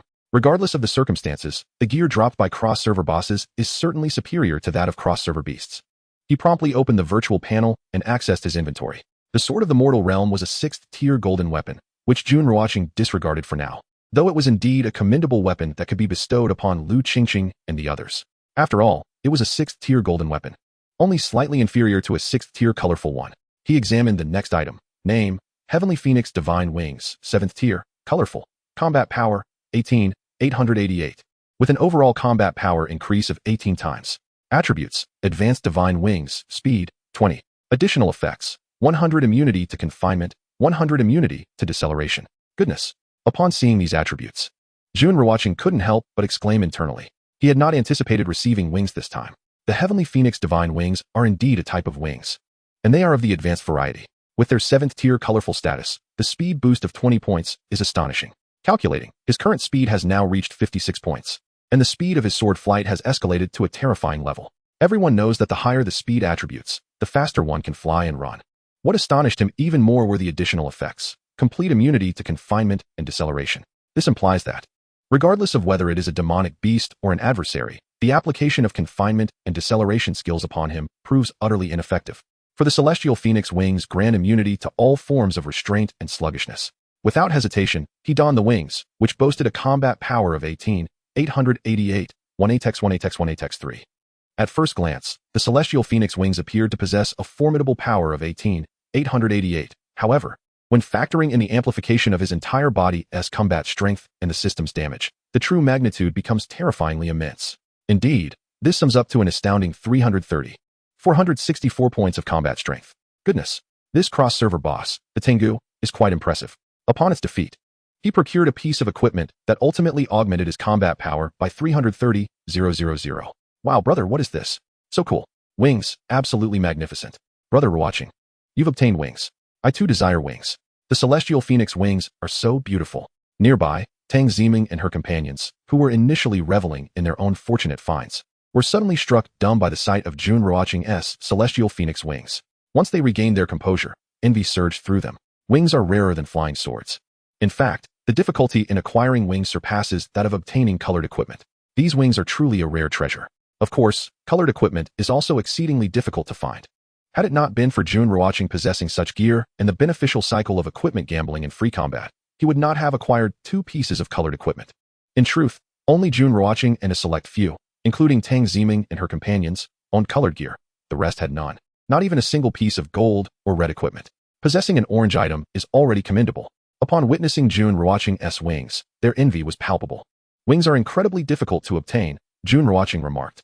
Having spent 6 days in the novice village, slaying countless demonic beasts and numerous bosses, this was the first time he had encountered wings. It was indeed a stroke of luck to have directly acquired 7th tier colored wings. Perhaps this was related to the VIP system's exceptional drop rates. With a VIP level of 2, the premium drop rate is set at 3. Though it may seem modest, it is already extraordinarily formidable. Nodding in agreement, they acknowledged Jun Ruochén's words. They understood that despite the extensive number of demonic beasts they had hunted, not a single person in the entire novice village possessed wings, highlighting their rarity. Whoosh, whoosh, whoosh. After vanquishing the Tengu, Jun Ruochén and his 6 companions took to the skies on their swords, soaring towards the next cross-server boss. Along the way, Jun Ruochén engaged and eliminated any cross-server beast he encountered, determined to maintain his position at the top of the cross-server leaderboard, especially since today, the novice villages of other nations were notably absent. Although there were 20,000 cross-server beasts, the number of players exceeded 45,000. Consequently, points were hard to come by. Fortunately, he currently held the first place on the leaderboard. Naturally, with so many participants, it was challenging for anyone to claim a cross-server beast, making the accumulation of points arduous. He possessed a distinct advantage. The 4 cross-server bosses were exclusively his domain. Others could not even inflict damage upon them. Indeed, these 4 bosses were his alone. Haha, the drop rate of cross-server beasts is astounding, as I've acquired a 6th tier orange weapon. You're simply fortunate. I entered this realm and encountered not a single shadow of a cross-server beast aside from other players. I have yet to even see what a cross-server beast looks like. Everyone, please take it slow. Let me observe the appearance of a cross-server beast.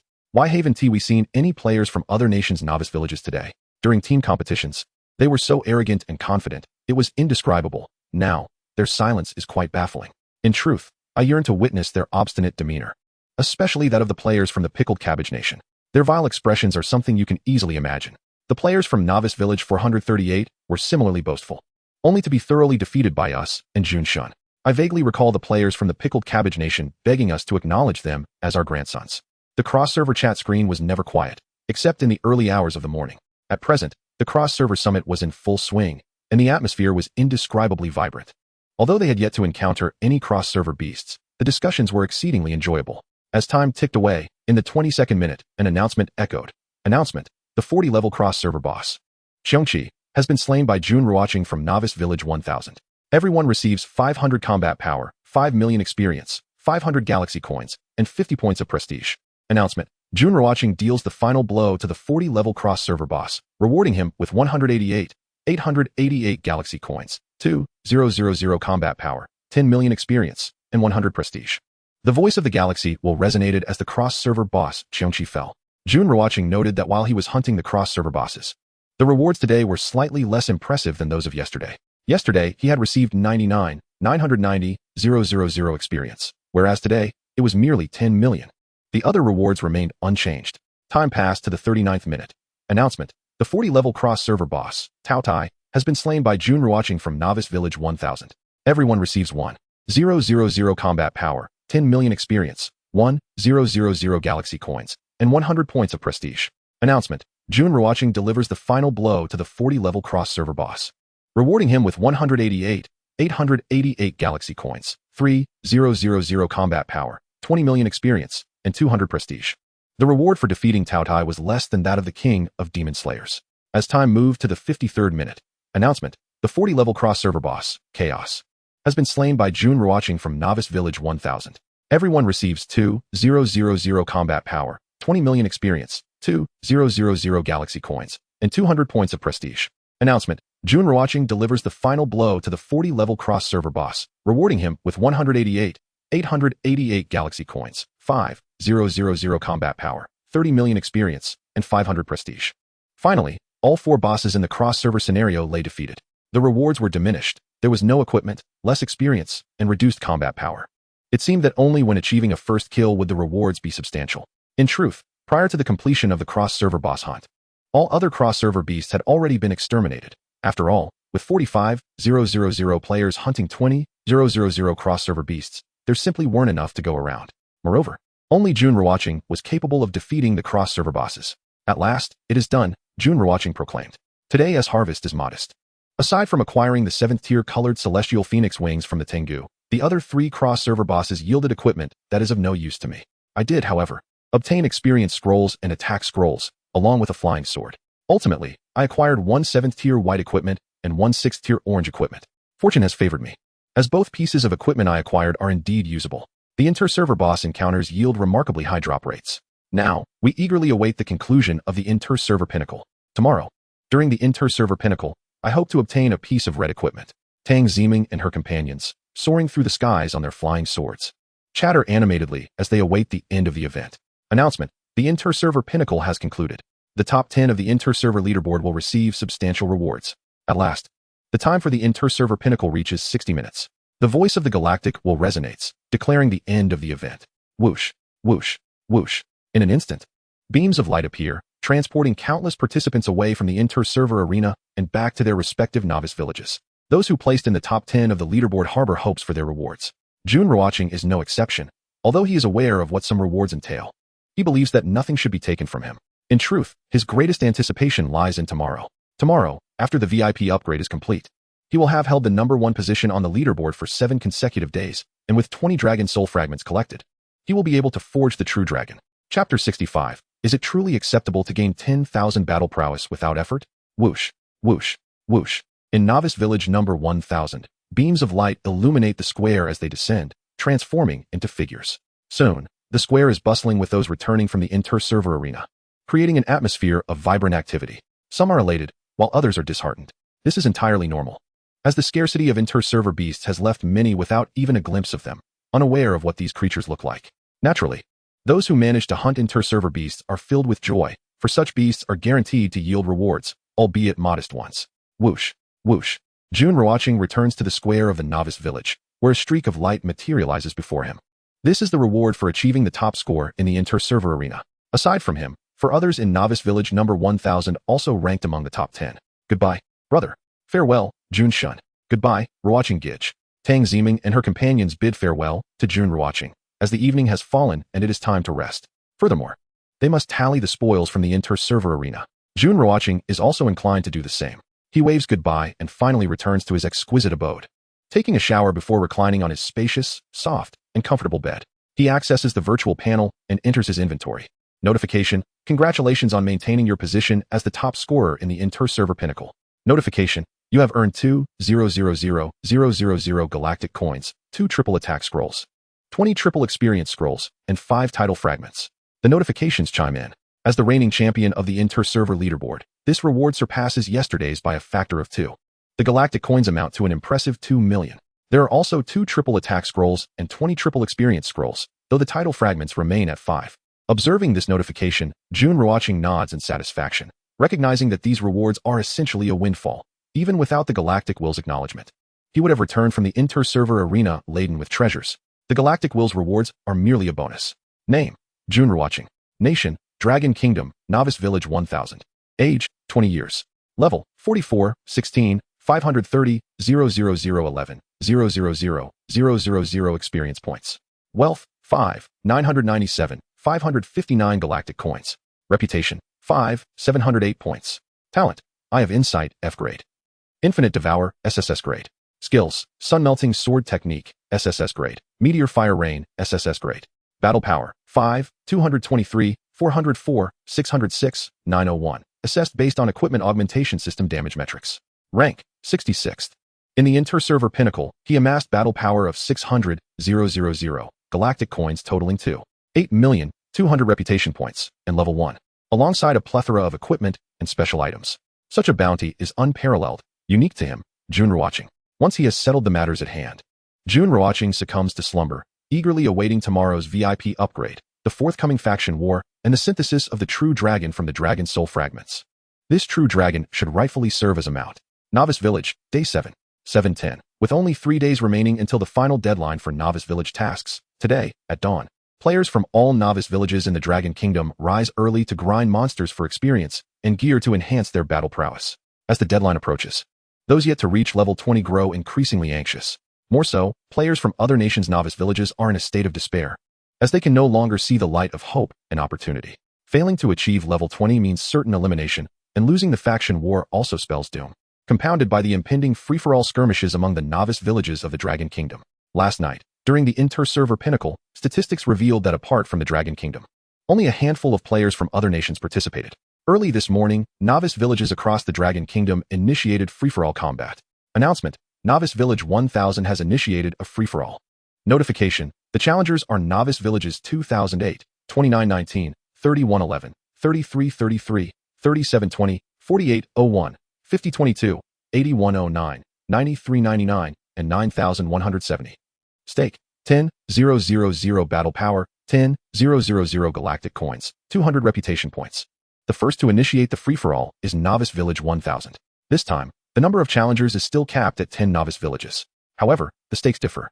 Battle power is set at 10,000, galactic coins at 10,000, and instead of 2 pieces of top-tier equipment, it has been replaced with 200 reputation points. It is unclear how this change came about. Why is Jun Shun no longer wagering equipment? Are 200 reputation points more valuable than gear? The Galactic Will has indicated that the cap for wagering equipment is 3 times. It turns out there is indeed a limit on wagering equipment. As expected, the Galactic Will not allow us to exploit the system. 10,000 points of battle power is a hefty wager. Only Novice Village 1000 could afford such stakes, as wagers are assessed based on the strength of the Novice Village. Our novice village can wager a maximum of 5,000 battle power. Since Novice Village 1000 has initiated the challenge, we shall follow suit. Once this free-for-all concludes, the faction war will commence. Let us strive forth. On the cross-server chat screen, countless individuals express their confusion, curious as to why Jun Ruochén has ceased wagering equipment.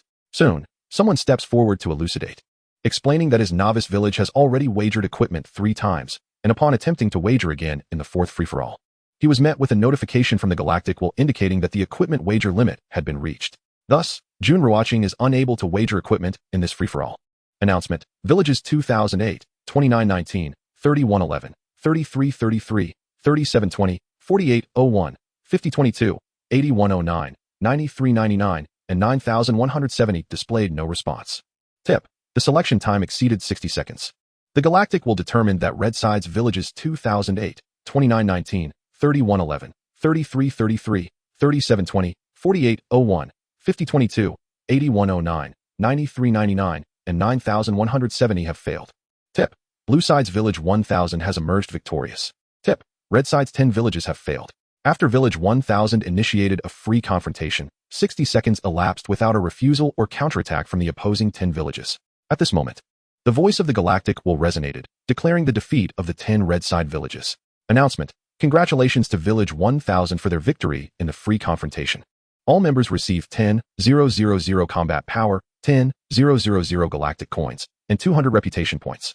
Tip: Jun Ruochén led Village 1000 to victory, earning 20,000 combat power, 20,000 galactic coins, and 300 reputation points.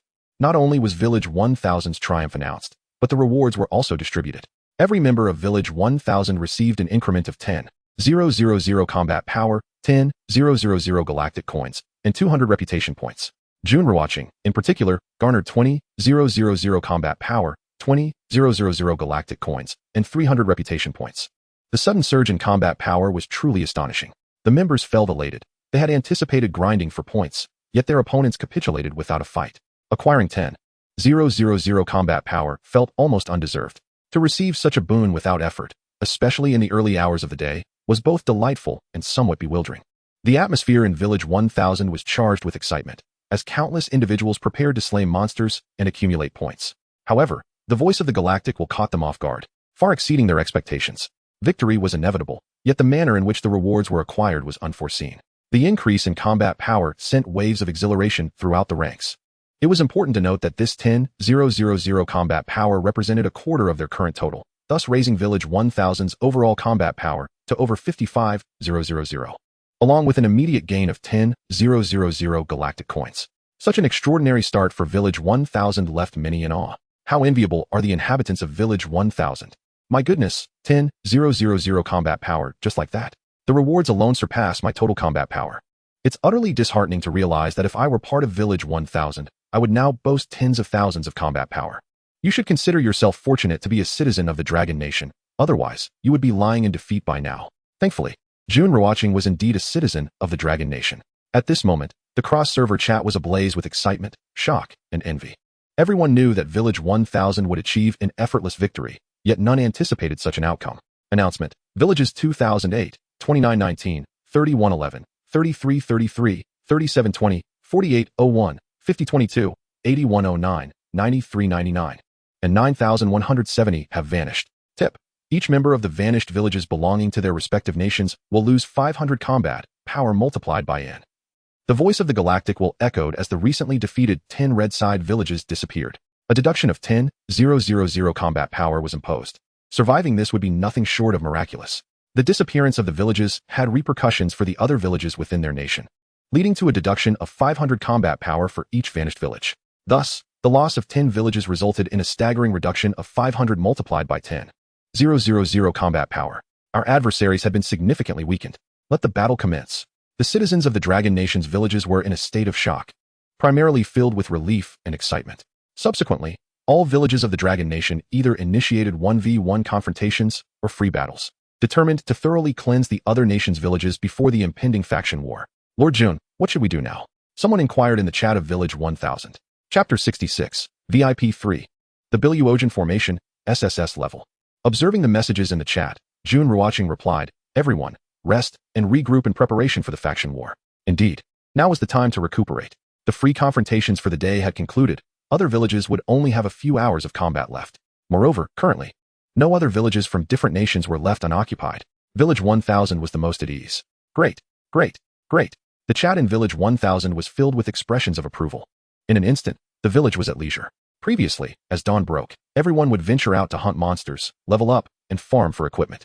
Today, they were fortunate to enjoy a break, gearing up in peak condition for the faction war. Following this, the villagers engaged in discussions about tactics, exchanged equipment, or simply chatted, creating a vibrant and relaxed atmosphere. Frankly speaking, if even Village 1000 were to lose, there would be little left to discuss. Time passed minute by minute. Approximately 2 hours later, the sound of announcements began to resonate continuously. One village after another vanished, and with each disappearance, the remaining villages of their nation suffered a deduction in combat power. In the 9th district, aside from the Dragon Nation and a few loyal allies, the other nations had been decimated. Even if they had not perished, they were left severely weakened. What difference is there between being crippled and being obliterated? At this juncture, one need not dwell on the details. The faction war was imminent. Everyone needed to give their all, prioritizing unity to sweep away all obstacles. Unity, unity, unity. In the cross-server chat, following the conclusion of the cross-server battles, the atmosphere began to liven up once more.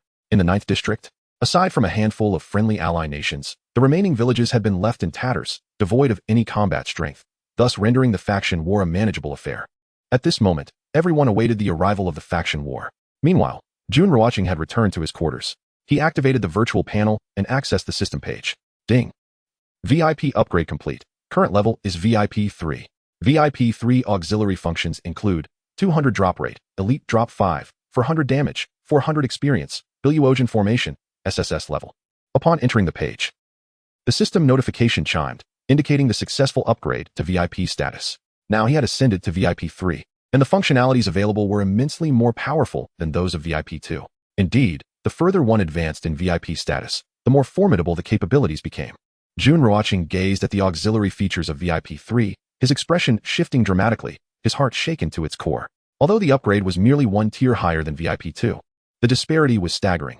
The drop rate had surged to 200, a fact whose significance was self-evident. Moreover, the exceptional drop rate reached 5, a truly terrifying prospect. After all, acquiring red, gold, and colorful equipment depended on exceptional drops. The damage output had escalated to 400, a formidable increase from the previous 300, effectively augmenting his overall battle power by threefold to fourfold. The experience points had also risen to 400, underscoring the vital importance of experience in the pursuit of leveling up. The Bai Luo sword formation. SSS grade. This appeared to be a skill, one that was not only powerful but terrifying, perhaps even surpassing the meteor fire rain in its potency. Upon examining the Bai Luo sword formation, he confirmed its status as a super skill. Compared to meteor fire rain, it was indeed more formidable, boasting an attack range of 100 by 100 meters. It inflicted 100 damage upon enemies, breached 100 defenses, and had a 50 chance to trigger a double attack. For instance, with his current battle power at 5 million, utilizing the Bai Luo sword formation would present a 50 chance of unleashing an attack worth 10 million power. Under normal circumstances, the attack would wield a force equivalent to 5 million power. Delighted, he closed the system page and glanced at his character information. Thanks to the VIP upgrade, his battle power had undergone a staggering enhancement, rising from a mere 5.22 million to an impressive 6.96 million. His power level had ascended to the 69th tier, directly surpassing the previous level by 3 tiers. With 3 days remaining, he pondered whether he might achieve a battle power exceeding 10 million. A smile graced Jun Ruochén's face as he approached the threshold of 7 million power. With the current damage output at 400, even a slight increase in battle power would yield a significant boost post-enhancement. 3 days remained. Perhaps he could indeed surpass the 10 million mark in the novice village. After indulging in such pleasant thoughts, he closed the virtual panel and awaited the onset of the faction war. This faction war promised rewards as bountiful as those found in cross-server battles. In a world transformed by gaming, what rewards were most coveted? Undoubtedly, they were battle power, experience, equipment, materials, and currency. Though the term novice village suggested a starting point, many rewards could only be obtained there, unique rewards, in fact, many of which would become inaccessible later in the game. Thus, one must take every activity related to rewards during the novice phase seriously. Announcement: the faction war has commenced. Tip: the faction war replaces the cross-server battle. Tip: the faction war pits novice villages of different nations against each other. Nations may form alliances, and allied nations cannot become hostile. The galactic will automatically match 10 novice villages into one faction. Should a nation's novice villages be insufficient, they will be matched with allied novice villages. Once factions are formed, they will be matched against opposing factions. Tip: the red faction and the blue faction will simultaneously appear in an independent world to engage in combat. The faction that first drops below 30 members will be deemed the loser. Tip: the losing faction will be annihilated. Tip: the victorious faction will receive generous rewards, and the fallen members of the winning faction will have a chance to resurrect. The number of resurrection opportunities corresponds to the number of enemies defeated. For example, if the red faction kills 3,000 members of the blue faction, they will gain 3,000 resurrection opportunities if victorious. As time passed, the voice of the galactic will resonated in the sky, announcing the initiation of the faction war. Simultaneously, the rules of the faction war were revealed, and all individuals received notifications detailing the specifics and guidelines of the event on their virtual panels. Regarding the faction war, our Dragon Nation was resolute in its victory, though I too was curious about the rewards. Yet, a tinge of nervousness lingered, for a faction comprises 10 novice villages, even after 6 or 7 days. If each novice village retained 1,000 members, that would total 10,000 participants. A single misstep could lead to demise. Wasn't there the prospect of resurrection? Furthermore, while the opposing faction might have numerous members, our own faction's numbers were substantial as well. Nevertheless, such circumstances were fraught with uncertainty. As the faction war commenced, the only course of action was to engage in fierce battles. Each enemy slain would grant our faction an additional resurrection opportunity. Approaching the situation with this mindset rendered everything more manageable. How would the resurrection opportunities be allocated? Following the announcement from the Galactic Will, the chat screens of all novice villages in District 9, along with the cross-server chat, buzzed with excitement. The majority eagerly anticipated the faction war, while a small fraction harbored fears of death. Such trepidation was a natural human response. The most discussed topics revolved around the allocation of resurrection opportunities and the rewards of the faction war. Just as curiosity peaked among the masses, the voice of the Galactic Will echoed once more. Announcement: in the faction war, each enemy killed grants 10 points. Tip: resurrection opportunities will be prioritized for those with points, followed by those with higher levels and battle power. Tip: all participants who accumulate points in the faction war will receive rewards. The top 10 on the points leaderboard will receive even greater rewards, including but not limited to equipment, experience, battle power, and flying swords. Announcement: the faction war will automatically match participants in 5 minutes. National alliances must be established within this time frame. As the voice faded, the queries of the curious were resolved. In 5 minutes, automatic matching would commence. The immediate task at hand was for nations to form alliances, a necessity to be completed within the allotted time. Chapter 67. The First Faction War, a Complete Victory. The Galactic Will's fairness regarding the allocation of opportunities was indeed commendable. This brought a sense of reassurance, allowing for unrestrained combat. Jun Ruochén: we have received a request for alliance from Iron Friends. What is your stance? I too had received alliance requests from novice villages of other nations. The most peculiar was a request from a minor faction to ally with us. How absurd. It was utterly ridiculous that they sought an alliance after their previous actions. Had they lost their minds? On the cross-server chat screen, several top players from the Dragon Nation's novice villages began to voice their opinions, seeking Jun Ruochén's guidance. In truth, everyone was aware of the appropriate course of action, yet, at this moment, it was instinctive to seek the opinion of Jun Ruochén, a gesture signifying respect. In truth, we did not require allies. However, the prospect of having two was not unwelcome. Jun Ruochén spoke up, revealing that he too had received alliance requests. Following his address, he approved 3 alliance applications from countries that were friendly to the Dragon Kingdom. Time ticked away, each second slipping into the next. 5 minutes passed, marking the conclusion of the National Alliance period. Announcement: the National Alliance period has ended. Notice: the faction war has officially commenced. The voice of the Galactic Will resonated. Concurrently, in the center of every novice village square, adjacent to the Tower of Heaven, a colossal light screen materialized, displaying a rolling status that concluded within a brief 10 seconds. Subsequently, the light screen revealed a multitude of factions, each comprised of 10 novice villages. In the 9th district, the Dragon Kingdom's novice villages constituted half of the total. Therefore, all of the Dragon Kingdom's factions were designated as blue, while the novice villages of other nations were marked in red. Haha. We are in the same faction as Novice Village 1000. Truly fortunate. Good morning to the brothers and sisters of Novice Village 1000. Jun Ruochén, I'm here to cling to your strength. It was regrettable not to be in the same faction as Novice Village 1000. Nonetheless, we were allied with Novice Village 9. Generally speaking, as long as luck did not abandon us, we would remain undefeated. Everyone was determined, as the faction war pertained to their very lives. The objective of the faction war was to eliminate the red faction's enemies, the despised invaders and their sycophants, as well as the Western lackeys. Yes, we must vanquish these scoundrels. The Westerners stand as obstacles to the advancement of human civilization. In the 9th district, the cross-server chat screen buzzed with excitement. The voices echoing were those of the Dragon Kingdom's novice villagers and those from the other 3 allied nations. Following the match, The 9 novice villages allied with Novice Village 1000 were exuberant. After all, Novice Village 1000 was universally acknowledged as the best, and with such a legendary ally, how could victory elude us? Announcement. The Dragon Kingdom is designated as the red faction, numbered as odd. The blue faction is numbered as even. Notice, the faction war will proceed simultaneously. Notice, matching for the faction war is underway. The voice of the Galactic will resounded once more. The matching commenced. We were in the 11th faction, while the blue faction was the 98th. Everyone rallied together, striving to crush and obliterate the 98th faction with absolute superiority. Let us go. Let us go. Let us go. The 11th red faction, led by Novice Village 1000, began to encourage one another after the faction war matching concluded. Each individual virtual panel displayed the message, 11 versus 98. Note, 11th faction has 69, 340 members. Note, 98th faction has 20, 187 members. Notice, the faction war will commence in 60 seconds. Notice, after teleportation, only the victorious faction will emerge. The defeated faction will be annihilated. Countdown, 585,756. This time, the 11th faction represented by Jun Ruochén faced an opposing faction with only 20,000 members, while their own numbers approached 70,000. What did this signify?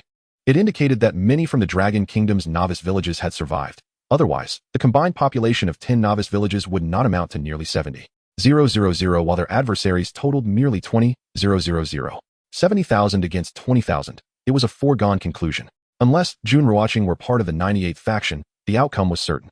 The countdown continued, ticking down second by second. The members of the 11th faction were all poised for action, though a palpable tension hung in the air. After all, this was their first large-scale battle. As the countdown reached 0, the members of the 11th faction, from 10 novice villages, were simultaneously enveloped by a golden light, instantly teleporting into a separate space. This realm spanned dozens of miles. Welcome to the faction battlefield. Notice, eliminating an enemy faction member will yield 10 points.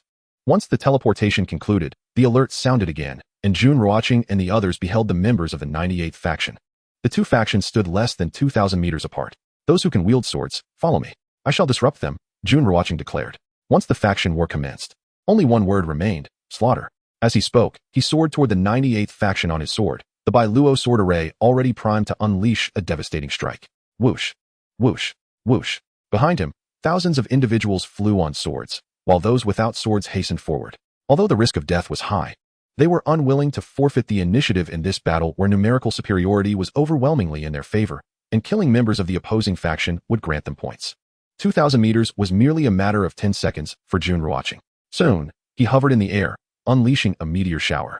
The sky erupted with a rain of destruction, cascading down upon the members of the 98th faction. The massive bodies of the demon beasts could only slay a handful. Yet with humans being smaller, their numbers swelled within the same area. Boom, boom, boom. The meteor shower crashed down upon the 98th faction, shaking the ground and cracking it open, creating a vast black pit that exuded a fierce heat. In that single strike, over 100 members of the 98th faction perished. Instantly, chaos erupted within the 98th faction. In truth, upon matching with the 11th faction, they had already felt despair, for the 11th faction included Novice Village 1000. Moreover, the number of members in the 11th faction exceeded theirs by several times. Thus, they had completely lost their fighting spirit. Now, faced with the terrifying meteor shower, they trembled and instinctively turned to flee. Yet, at that moment, Jun Ruochén unleashed an even more terrifying aura. The sky filled with azure sword energy, coalescing into a formidable sword array that enveloped an area of 100 meters by 100 meters. Swish, swish, swish. The azure sword energy descended to the ground, instantaneously slaying anyone it touched. This strike utterly threw the 98th faction into disarray, as nearly 300 individuals fell to the azure sword energy in mere 3 seconds. Jun Ruochén unleashed a devastating meteor fire rain and an onslaught of the azure sword formation, resulting in the annihilation of 429 foes, thereby amassing a staggering score of 4,290 points, securing his position as the foremost contender on the leaderboard of the faction war. Slaughter, carnage. At this moment, the members of Camp 11 hastened to Jun Ruochén's side. Witnessing the sheer ferocity of his attacks, they were filled with trepidation. Yet, a greater sentiment prevailed, exhilaration. For Jun Ruochén was their ally. The more formidable he became, the more assured their victory. Following the conclusion of his onslaught, a cacophony of battle cries erupted, igniting the conflict in earnest. 70,000 against 20,000, a complete and utter domination. The members of Camp 98 dwindled rapidly. It is crucial to note that the fighters from Camp 11 typically engage 2 or 3 adversaries at once, and their combat prowess inherently surpassed that of Camp 98. In such circumstances, the ensuing massacre was inevitable. As time slipped by, in the 8th minute, the voice of the galactic will resounded. Announcement. The population of Camp 98 has fallen below 30. 14332 have been slain, leaving 5,855 remaining. Notice, Camp 11 boasts over 99 members, with 61 casualties, leaving 69,279 standing. Notice, the blue faction, Camp 98, has been vanquished. Notice, the red faction, Camp 11, emerges victorious. Notice, the members of the red faction, Camp 11, have killed more enemies than they lost, resulting in a full resurrection. This proclamation, resounding and clear, announced the triumph of Camp 11 and the defeat of Camp 98. Within a mere 8 minutes, Camp 11 had dispatched 14,332 members of Camp 98, while Camp 98 managed to eliminate only 61 from Camp 11. Now, all the fallen warriors of Camp 11 were revived. Chapter 68. I suspect Jun Ruochén possesses an SSS level talent. Whoosh, whoosh, whoosh. In the faction war, Camp 11 triumphed over Camp 98 in record time, merely 8 minutes. With casualties totaling 61, all the fallen were resurrected. Subsequently, every member of Camp 11 was teleported back to their respective novice villages. Victory! Victory! Jun Ruochén is truly terrifying. That skill must be divine. I suspect Jun Ruochén possesses an SSS level talent. To obliterate hundreds with a single strike is nothing short of astonishing. To the opposing faction, Jun Ruochén appeared as a super boss, impervious to their assaults. This faction war was a resounding success for us. I have been revived. How splendid. Upon returning to the novice village, excitement erupted as everyone engaged in lively chatter. The public chat screen was abuzz. Not only within their own novice village, but also across the cross-server chat, which was equally vibrant. Announcement. Camp 98 has been defeated. All remaining members have been eradicated. Notice, the top 10 of Camp 11's leaderboard will receive generous rewards. Notice, the overall leaderboard for the faction war is pending refresh. As the voice of the galactic will faded, golden rays descended before those in the top 10 of the leaderboard. In the faction war, there exist 2 types of reward points. The first is the divisional leaderboard, formed during the conflict between the 2 factions. The second is the overall leaderboard, encompassing the entire region. Now, with the conclusion of the faction war between Camp 11 and Camp 98, the victorious Camp 11's top 10 members are eligible for rewards. Soon, once all faction wars in Region 9 conclude, an overall leaderboard will be established, and the top 100 will receive substantial rewards. As I revel in the rewards alongside Jun Ruochén, I cannot help but admire my own prowess.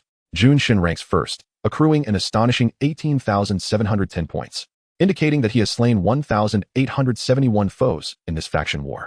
I believe no one can surpass him on the overall leaderboard. It is unfathomable that in a single faction war, the number of foes slain by Jun Ruochén reached 1/8 of the total. Just look at that terrifying skill. A single strike can obliterate hundreds.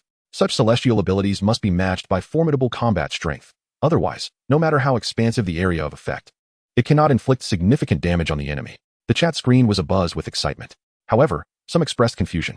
Was it not stated that the victorious faction would receive rewards? Why, then, are only the top 10 on the leaderboard being rewarded? Though perplexed, they did not voice their concerns. After all, this faction war was, in essence, a massacre. The defeated faction was utterly annihilated, a truly horrifying prospect. Now, with all members of Camp 11 alive, they should be content. Announcement. According to assessment, all members of Camp 11 will receive generous rewards: 1,000 combat strength, 100 galactic coins, 10 reputation points, and 1 million experience. Notice, according to assessment, Jun Ruochén will receive 10,000 combat strength, 10,000 galactic coins, 1,000 reputation points, and 10 million experience. Just as countless members of Camp 11 were left bewildered, the voice of the galactic will resonated once more. A stream of light manifested before them, representing the rewards for all victorious members, with each individual set to receive their due recompense. A free 1,000 combat strength. The envy was palpable, particularly towards Jun Ruochén, who received an astounding 10,000 combat strength. But there's no need to envy. Jun Ruochén can slay 300 or 400 foes in a single blow. Can you achieve that? If you could slay even one, you wouldn't be languishing behind in the leaderboard. The faction war is indeed a well-crafted system. I received 100 galactic coins and 1 million experience, propelling me to the next level. I wonder what Jun Ruochén's combat strength is now. Surely it cannot exceed 100,000. 100,000? Nonsense. It must surpass that. It is beyond your imagination. In the cross-server chat screen, members of Camp 11 erupted in exuberance once more after claiming their rewards. Initially, the top 10 evoked envy. Now, with everyone receiving rewards, the scene mirrored their previous admiration for the 1,000 novice village. Now it was their turn, and their hearts brimmed with uncontainable joy. Many grew curious about Jun Ruochén's combat strength, pondering whether it had reached 100,000. After all, given Jun Ruochén's formidable prowess, despite being in the same faction. Only the inhabitants of Novice Village 1000 were privy to his combat strength data. Curiosity aside, the inhabitants of Novice Village 1000 refrained from disclosing Jun Ruochén's power. 100,000? That's utterly ludicrous. The truth is, Jun Ruochén's combat strength had long surpassed 1 million and was now surging towards 10 million. With the faction war concluded, everyone sorted through their rewards and prepared to continue their endeavors. Their objective: to eradicate all beasts below level 30 in the northeastern, southeastern, southwestern, and northwestern quadrants of the Novice Village. Should they encounter high-level beasts that proved too formidable to eliminate, they would join forces to expunge them, lest they join the fray when the beast tide arrives. Now, by eliminating them in advance, I consider it a measure to deal with some of the minions, hopefully. I am merely overthinking. In the 1000th Novice Village, Jun Ruochén posted a message on the cross-server chat public screen. To be honest, he was uncertain about the true horror of the beast tide and its origins, primarily due to the fact that he had perished too early and too swiftly in his previous life. Regardless, the objective remains to slay monsters for experience and loot. Hunting more demonic beasts can never be a mistake. It's not the countless dangers that frighten one, but the singular unforeseen event. Jun Shun's words rang true. Based on his gaming experience, one must clear the minor creatures before confronting the boss to avoid any obstructions. With the conclusion of the first camp war, the plan is to continue eradicating the beasts. Acknowledged. Acknowledged. There are still 3 days left in the Novice Village's 10-day period. Everyone must strive diligently. Indeed, the day marking the conclusion of the first mission is merely 3 days away, and the impending obliteration looms. Following this annihilation, the beast tide will descend, a term that alone evokes terror. During the camp war, we decisively triumphed, as the opposing faction numbered merely 10,000 while ours surpassed 50,000. We concluded the camp war with overwhelming dominance. In half an hour, I shall venture into the territory of level 20 demonic beasts. At this moment, the cross-server chat public screen has witnessed an influx of participants, as 2 more factions from the Dragon Kingdom have concluded their battles. Undoubtedly, they emerged victorious, and with a crushing victory at that. After the free-for-all, the Novice villages of other nations suffered grievously. Their combat strength and numbers pale in comparison to that of the Dragon Kingdom's Novice village. Following the camp war, the 10 Novice villages are now bound together, rendering the Dragon Kingdom's Novice village even more formidable. The battles have been effortlessly victorious. Upon seeing Jun Ruochén's remarks, many expressed their agreement. After his statement, he returned to his exquisite abode, intending to review the rewards, take a brief respite, and await the final leaderboard refresh. Subsequently, he would embark upon hunting demonic beasts of level 30 or higher in the depths surrounding the Novice village or venture to the Tower of Heaven. In his chamber, Jun Ruochén activated the virtual panel. Notification: congratulations on attaining the first place in the Camp War leaderboard. Reward: Combat Power 10,000, Experience 20 million, Galaxy Coins 1 million. Reputation 1,000 points. As the notification sound resonated, the rewards were promptly allocated, further enhancing Jun Ruochén's combat prowess.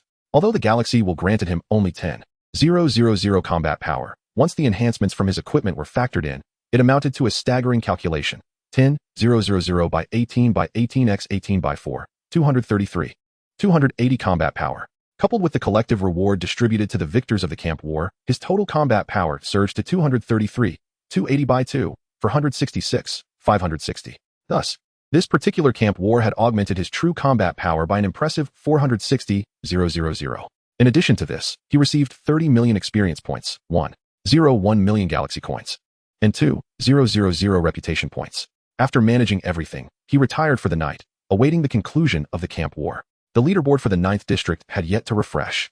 Once it did, he anticipated securing the top position. The rewards for first place would undoubtedly surpass those for the top 10 in the 11th camp, filling him with immense anticipation. Announcement: the first camp war in the 9th district has concluded.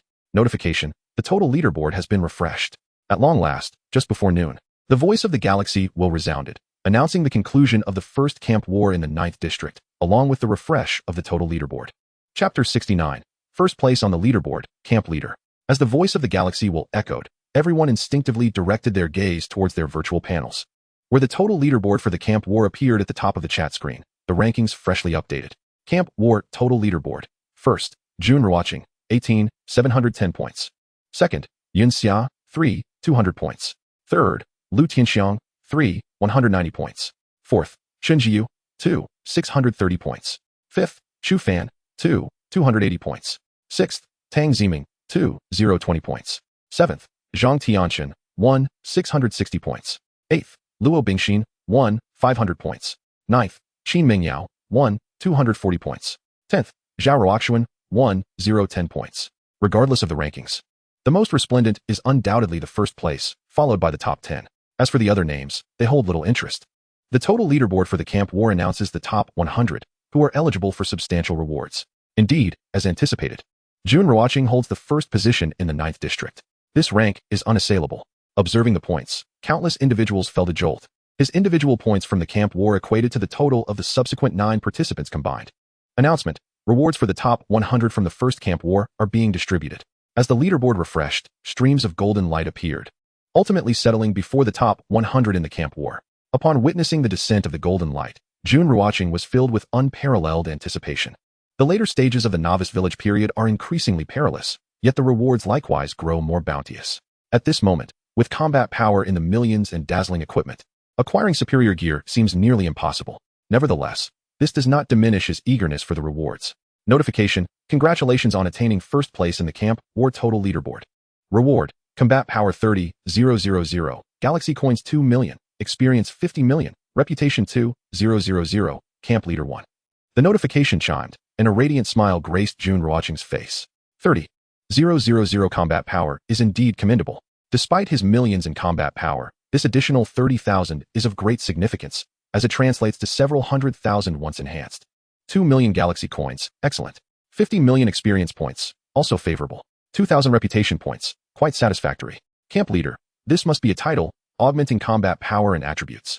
Indeed, the rewards for topping the total leaderboard far surpass those of the sub-leaderboards. Upon reviewing the rewards, he donned the title.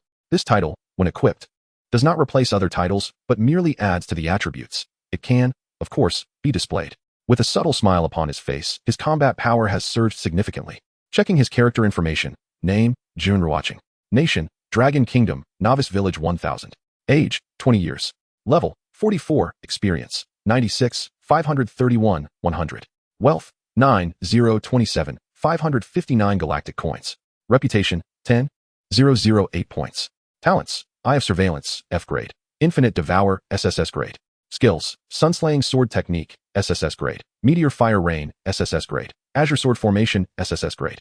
Combat Power, 9,038, 117, 2,073, 579. Assessed based on Equipment Amplification System.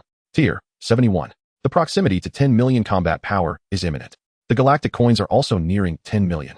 Upon reviewing the character information, Jun Ruochén nodded in satisfaction. While others in the novice village were striving to reach level 20 and achieve 5,000 combat power, he had already attained a combat power of 9,003 million and a level of 44, with level 45 within his grasp. Indeed, Jun Ruochén was formidable, with a staggering score of 18,710 points, which equated to the total of the next 9 competitors combined. One individual had vanquished 871 foes. One could only wonder to what extent Jun Ruochén's combat power had ascended, perhaps nearing a million. 50,000 was out of the question, as slaying cross-server bosses required at least 450,000 combat power, not to mention the subsequent rewards. I am convinced that Jun Ruochén's combat power is approaching a million. A million combat power is unfathomable. A mere character like me would perish with the slightest encounter. How many Galactic Coins do you possess? Aside from purchasing food and daily necessities, I have hoarded my Galactic Coins, currently amounting to 3,000. I only have 400 Galactic Coins.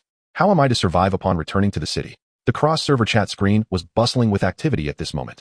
For all novice villages in the Dragon Kingdom had achieved a comprehensive victory. This meant that aside from the Dragon Kingdom and 3 allied nations, there were no other novice villages left in the 9th district. In the wake of the faction war, everyone relished a rare moment of ease. Now, they engaged in conversation on the chat screen, unwinding before resuming their efforts to grind monsters and level up. They remained focused on the obliteration looming 3 days ahead, as well as the impending beast tide. Announcement: following the first faction war in the 9th district, the blue faction has been entirely eradicated. Tip: no further faction wars during the novice period. Tip: countdown to obliteration: 3 days, 12 hours, 33 minutes, and 28 seconds. The voice of the Galactic will echoed, inappropriate for the moment. At that instant, the once jubilant atmosphere among the inhabitants of the Dragon Kingdom's novice village shifted to one of solemnity upon hearing the announcement from the Galactic Will. For the majority had yet to reach level 20, and time was of the essence, with only 3 days and 12 hours remaining. Crucially, the afternoon offered only a few hours, half of which would be night, rendering it nearly impossible to hunt beasts and grind for experience. The sense of urgency was unprecedented. Whoosh, whoosh, whoosh. In an instant, the cross-server chat screen fell silent. The reason was simple. Everyone rushed to hunt beasts and level up. The situation was dire. Who could afford to chat at such a critical juncture? Unless one had already achieved level 20. It seemed that only our novice village, number 1000, had all members surpassing level 20. More accurately, we were all above level 26. We must not grow complacent. We still need to strive to hunt beasts. With our current combat power, slaying beasts below level 35 should pose no issue. Indeed, let us give it our all. Our objective is not merely to confront obliteration, but to withstand the beast tide. Yes, let us form a party in the level 30 beast zone. In novice village number 1000, only 299 individuals remained. This indicated that, apart from the first 2 days, there had been no fatalities in the village since. Upon hearing the announcement, everyone grew serious. Although having surpassed level 20 spared them from obliteration by the galactic will, what of the beast tide? Who could fathom the terror of that tide? There remained 3 days of effort ahead. Failing to act now would lead to regret later. Today, we shall refrain from clearing beasts. A run through the Tower of Heaven. After hearing the announcement from the galactic will, Jun Ruochén too felt a tremor within. Although his combat power was commendable, he could not afford to be careless. Thus, he resolved to exert himself further, aiming to elevate his level and breach the 10 million combat power mark. Exiting his room, he cast his gaze toward the sky of the novice village and then proceeded toward the center of the square. He intended to challenge the Tower of Heaven once more. Eager to discover the rewards awaiting him on the 30th and 40th floors, Jun Ruochén made his way to the center of the square, seemingly preparing for another ascent. Since his inaugural attempt at the tower, he had not ventured a second time. Now, with a renewed determination, it remained to be seen how far he could ascend. I shall delay hunting beasts and observe Jun Ruochén's tower climb instead. This is indeed something to anticipate. The Tower of Heaven is notoriously challenging in the entire 9th district. Even after several days, Jun Ruochén still held the top position. The second place had only reached the 24th floor. The leaderboard for the Tower of Heaven displayed many who had achieved the 20th floor, yet none surpassed Jun Ruochén. In the novice village, some had yet to venture out. Upon seeing the direction in which Jun Ruochén was headed, they surmised his intent. He was bound for the tower. Once again, the chat screen buzzed with excitement. In the square, a considerable gathering of boys and girls had formed. Subsequently, under the expectant and curious gazes of all, Jun Ruochén entered the Tower of Heaven. Chapter 70, Ascending the Tower of Heaven again, reaching level 46. Jun Ruochén's silhouette vanished as he entered the Tower of Heaven. Previously, he had successfully navigated through the 25th floor before voluntarily departing, not due to being vanquished by the beasts within. The rules of the Tower of Heaven dictated that one continues from where they last left off, without starting anew. This implied that he would directly enter the 26th floor. As he had already conquered the 25th, within the 26th floor resided level 26 beasts, comprising 20 formidable creatures. The Tower of Heaven spans 120 floors, with each floor housing 10 beasts. Beyond the 20th floor, the number of beasts per level increases to 20. Moreover, these beasts congregate, perpetually poised to attack, upon anyone's entry. They launch an immediate assault, with 20 beasts striking simultaneously, leaving no opportunity for a response. This is precisely why it proves arduous for others to surpass the 20th floor. It is important to note that upon entering the next level of the tower, there is nearly a 1-second delay. It takes that second to acclimate to the current environment. And in that fleeting second, 20 terrifying beasts unleash their onslaught. However, for Jun Ruochén, this was hardly a challenge. Roar, roar, boom. Upon entering the 26th floor, he was immediately greeted by the deafening roars of demonic beasts and the ominous sounds of destruction piercing the air, as terrifying attacks surged toward him like an overwhelming tide.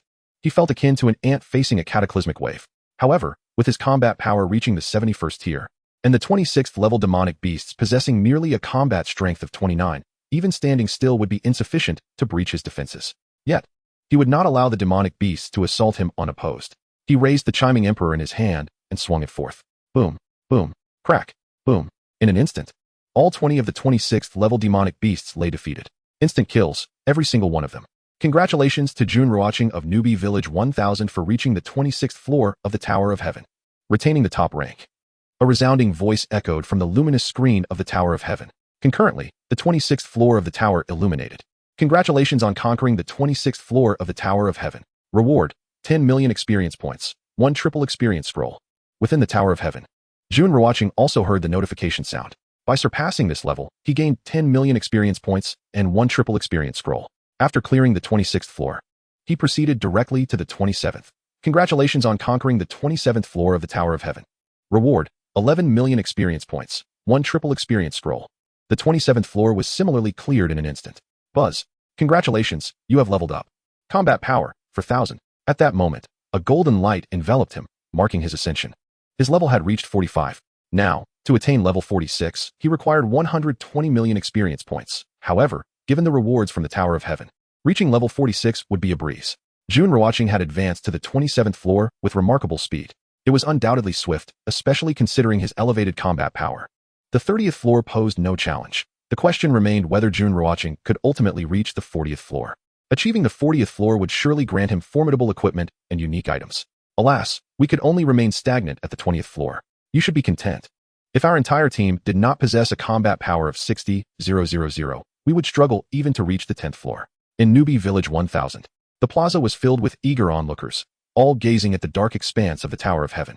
Upon hearing the booming announcement, they began to chatter excitedly. No one was surprised by Jun Ruochén's ascent to the 27th floor, as it was deemed a matter of course. Rather, they were keen to discover just how far he could go. Nevertheless, the speed at which he progressed left them in awe. It was nearly instantaneous. Congratulations on conquering the 28th floor of the Tower of Heaven. Reward, 12 million experience points, 1 triple attack scroll, 1 meteor sword. Congratulations on conquering the 29th floor of the Tower of Heaven. Reward, 13 million experience points, 1 triple experience scroll, 1 cloud walking boots. In less than 20 seconds, Jun Ruochén had traversed the 29th floor of the Tower of Heaven. Upon completing the 29th floor, he advanced into the 30th level demonic beasts awaited him. These 30th level creatures paled in comparison to the cross-server 30th level beasts. Thus, Jun Ruochén dispatched them all in an instant. Announcement. Congratulations to Jun Ruochén of Newbie Village 1000 for conquering the 30th floor of the Tower of Heaven. Notice, reward for all members of Newbie Village 1000. Combat power 3000, experience 10 million, galaxy coins 3333. In the plaza of Newbie Village, the announcement echoed throughout every corner. As the sound resonated, beams of light appeared. With Jun Ruochén reaching the 30th floor of the tower, all members of Newbie Village 1000 received rewards of 3000 combat power, 10 million experience, and 3,333 galaxy coins, far superior to the rewards when he reached the 20th floor. Congratulations on conquering the 30th floor of the Tower of Heaven.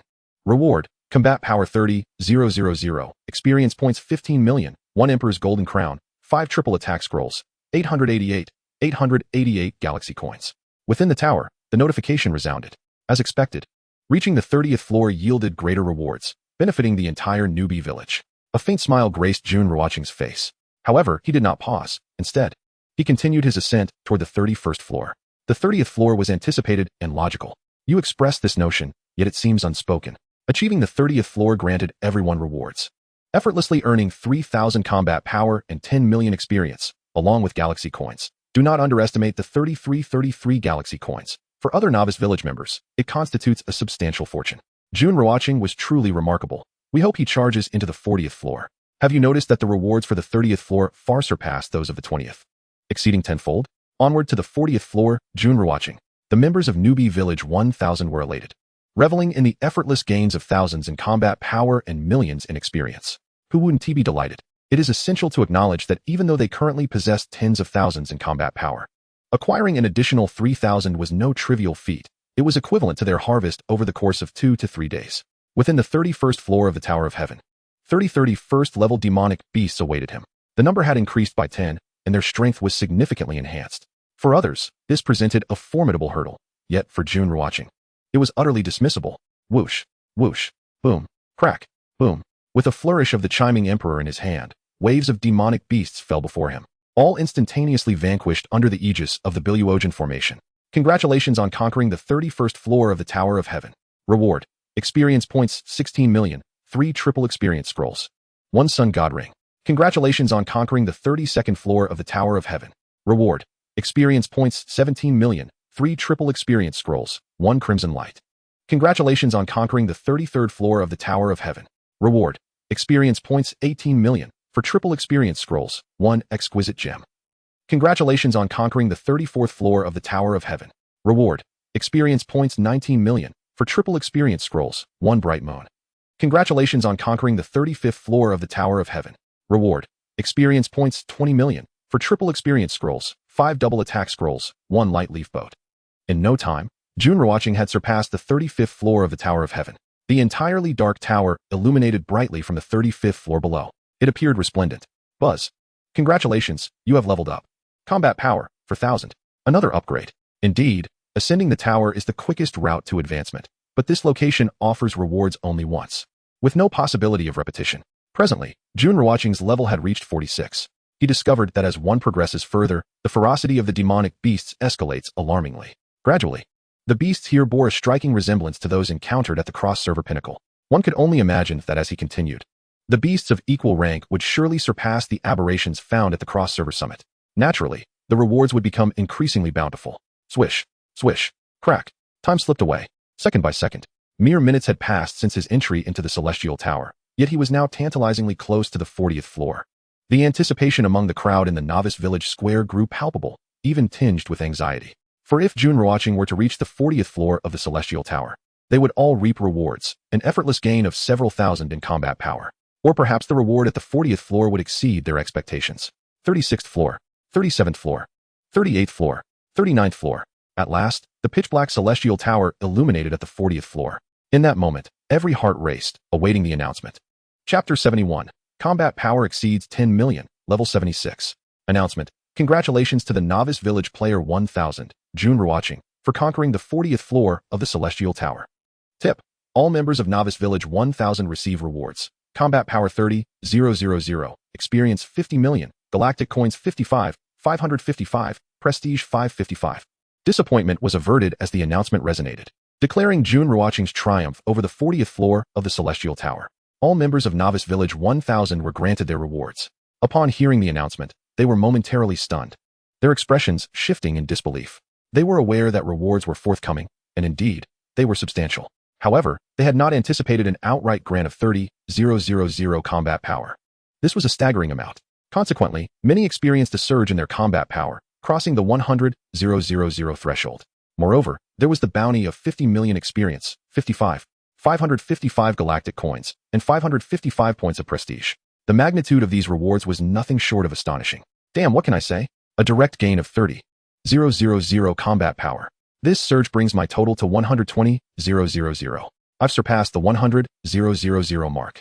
Jun is simply magnificent. My heart trembles with excitement. I initially expected to receive only 5,000 combat power, yet here I am with a grand total of 30,000 and 555 galactic coins. My galactic coins have now reached 100,000. In Novice Village 1000 Square, as well as among those hunting demonic beasts elsewhere, a wave of exhilaration erupted.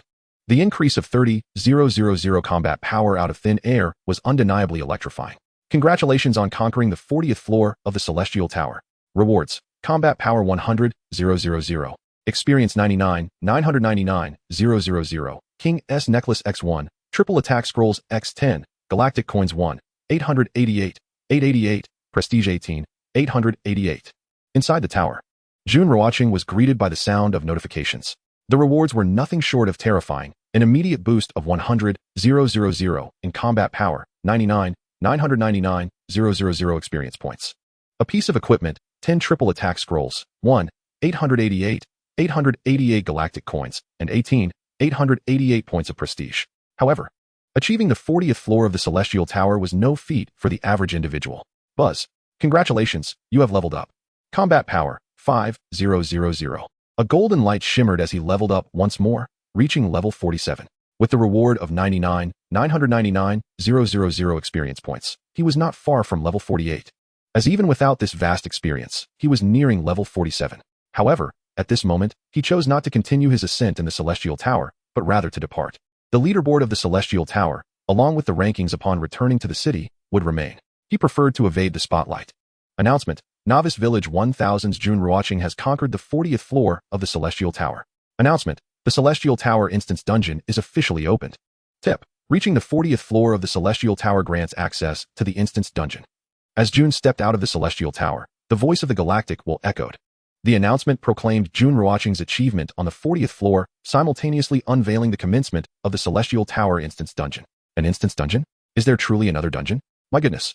One must reach the 40th floor of the Celestial Tower to enter the dungeon. That seems rather distant. And I may never reach the 40th floor. How can I access the dungeon? Undoubtedly, this Celestial Tower Instance Dungeon would present formidable challenges. Challenges notwithstanding, there must be excellent equipment within. To reach the 40th floor, one would need to elevate their combat power to over 1 million. While most of us have only just surpassed the 100,000 mark, the prospect of attaining 1 million in combat power seems an elusive dream. This is indeed a commendable goal, we shall strive to enter the Celestial Tower instance dungeon. In the 9th district, currently, only Jun possesses the qualification to enter the dungeon. In the novice village square, as well as among those slaying beasts, astonishment swept through the crowd upon hearing the announcement, with envy predominating. The 40th floor of the Celestial Tower is exceedingly difficult. Presently, Novice Village 1000 boasts an average combat power of 90,000. Yet most players are stuck at the 21st or 22nd floor, with only Luo Bingxin and Tang Ziming reaching the 24th floor. One can only imagine how arduous the climb up the Celestial Tower is. Now, upon learning of the opening of the Celestial Tower instance dungeon, there was not only surprise but also anticipation. A newfound objective had emerged, that of entering the Celestial Tower instance dungeon. However, achieving the 40th floor still feels somewhat distant. As Jun Ruochén exited the Celestial Tower, others greeted him. He offered a slight nod in acknowledgement. Finally, he returned to his exquisite abode. This time, his journey through the Celestial Tower had yielded an abundance of spoils. It was time to tally the loot. Activating the virtual panel, he delved into his inventory, revealing a dozen pieces of equipment, most of which were of red or golden quality, and even some of multicolored variety. This was to be expected, as these were rewards from the Celestial Tower. Good heavens! Jun Ruochén exclaimed upon inspecting the tiers of these items. The least among them was of tier 5, with several at tier 6, and some even at tier 7. He had even encountered an item of tier 8. Inspecting further, he found, name, King S Golden Crown, tier 8, colorful, combat power, 18, 888, overall combat power enhancement, 20 times. Attributes, defense increased by 100, immunity to poison. Additional, part of the King S set. Collecting the complete set will activate extraordinary attributes. Upon seeing these attributes, Jun Ruochén stood in stunned disbelief. Not due to the rank, the doubled enhancement, or the quality, nor because of the battle power of 18, 888.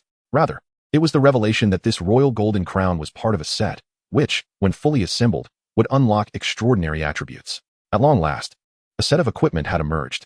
Name, Royal Necklace, 8th rank, colorful, battle power, 18, 888, overall battle power enhancement, 20 times. Attributes, agility 100, speed 9. Bonus, one of the royal set. Completing the royal set will activate remarkable attributes. Name, Golden Dragon Bracers, 7th rank, colorful, battle power, 6, 888. Overall battle power enhancement, 18 times. Attributes, defense penetration 50. Name, Breaking Dust Battle Ring, 7th rank, gold, battle power, 4000. Attributes, bleeding for 10 seconds. After reviewing the equipment, he promptly adorned himself with these 4 pieces, finding them suitable for his use. The remaining equipment, though commendable, was not applicable to him. The Tower of Heaven consistently produced exceptional quality items. Thus, this acquisition was adorned in vibrant red, gold, and colorful hues. Upon completing the equipment swap, his battle power surged significantly, surpassing 10 million. After all, he was now equipped with 2 8th-rank colorful items, resulting in a 2-fold enhancement to his overall battle power. Name, Jun Ruochén. Country, Dragon Kingdom, Newbie Village 1000. Age, 20 years. Level, 47, 10, 434, 00014, 000 experience points. Wealth, 11, 805, 335 galactic coins. Reputation, 28, 896 points.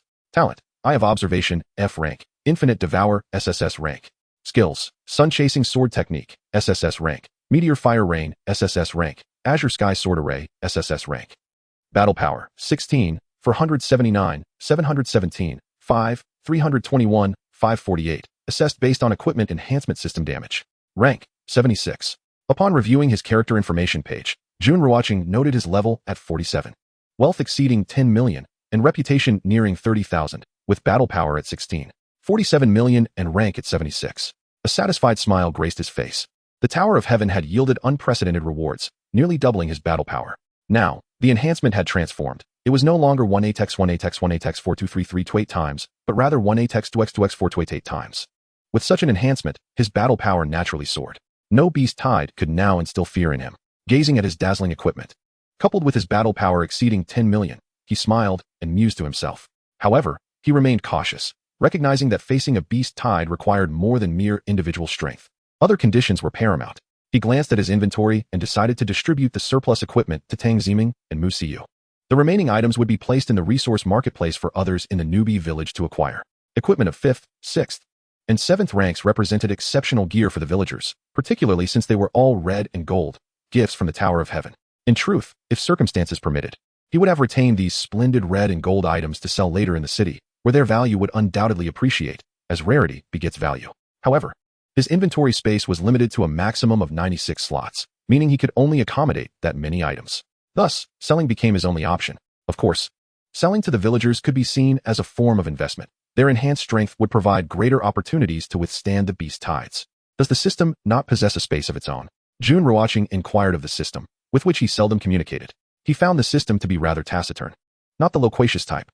Now, curiosity piqued him. Typically, systems came equipped with their own spatial compartments.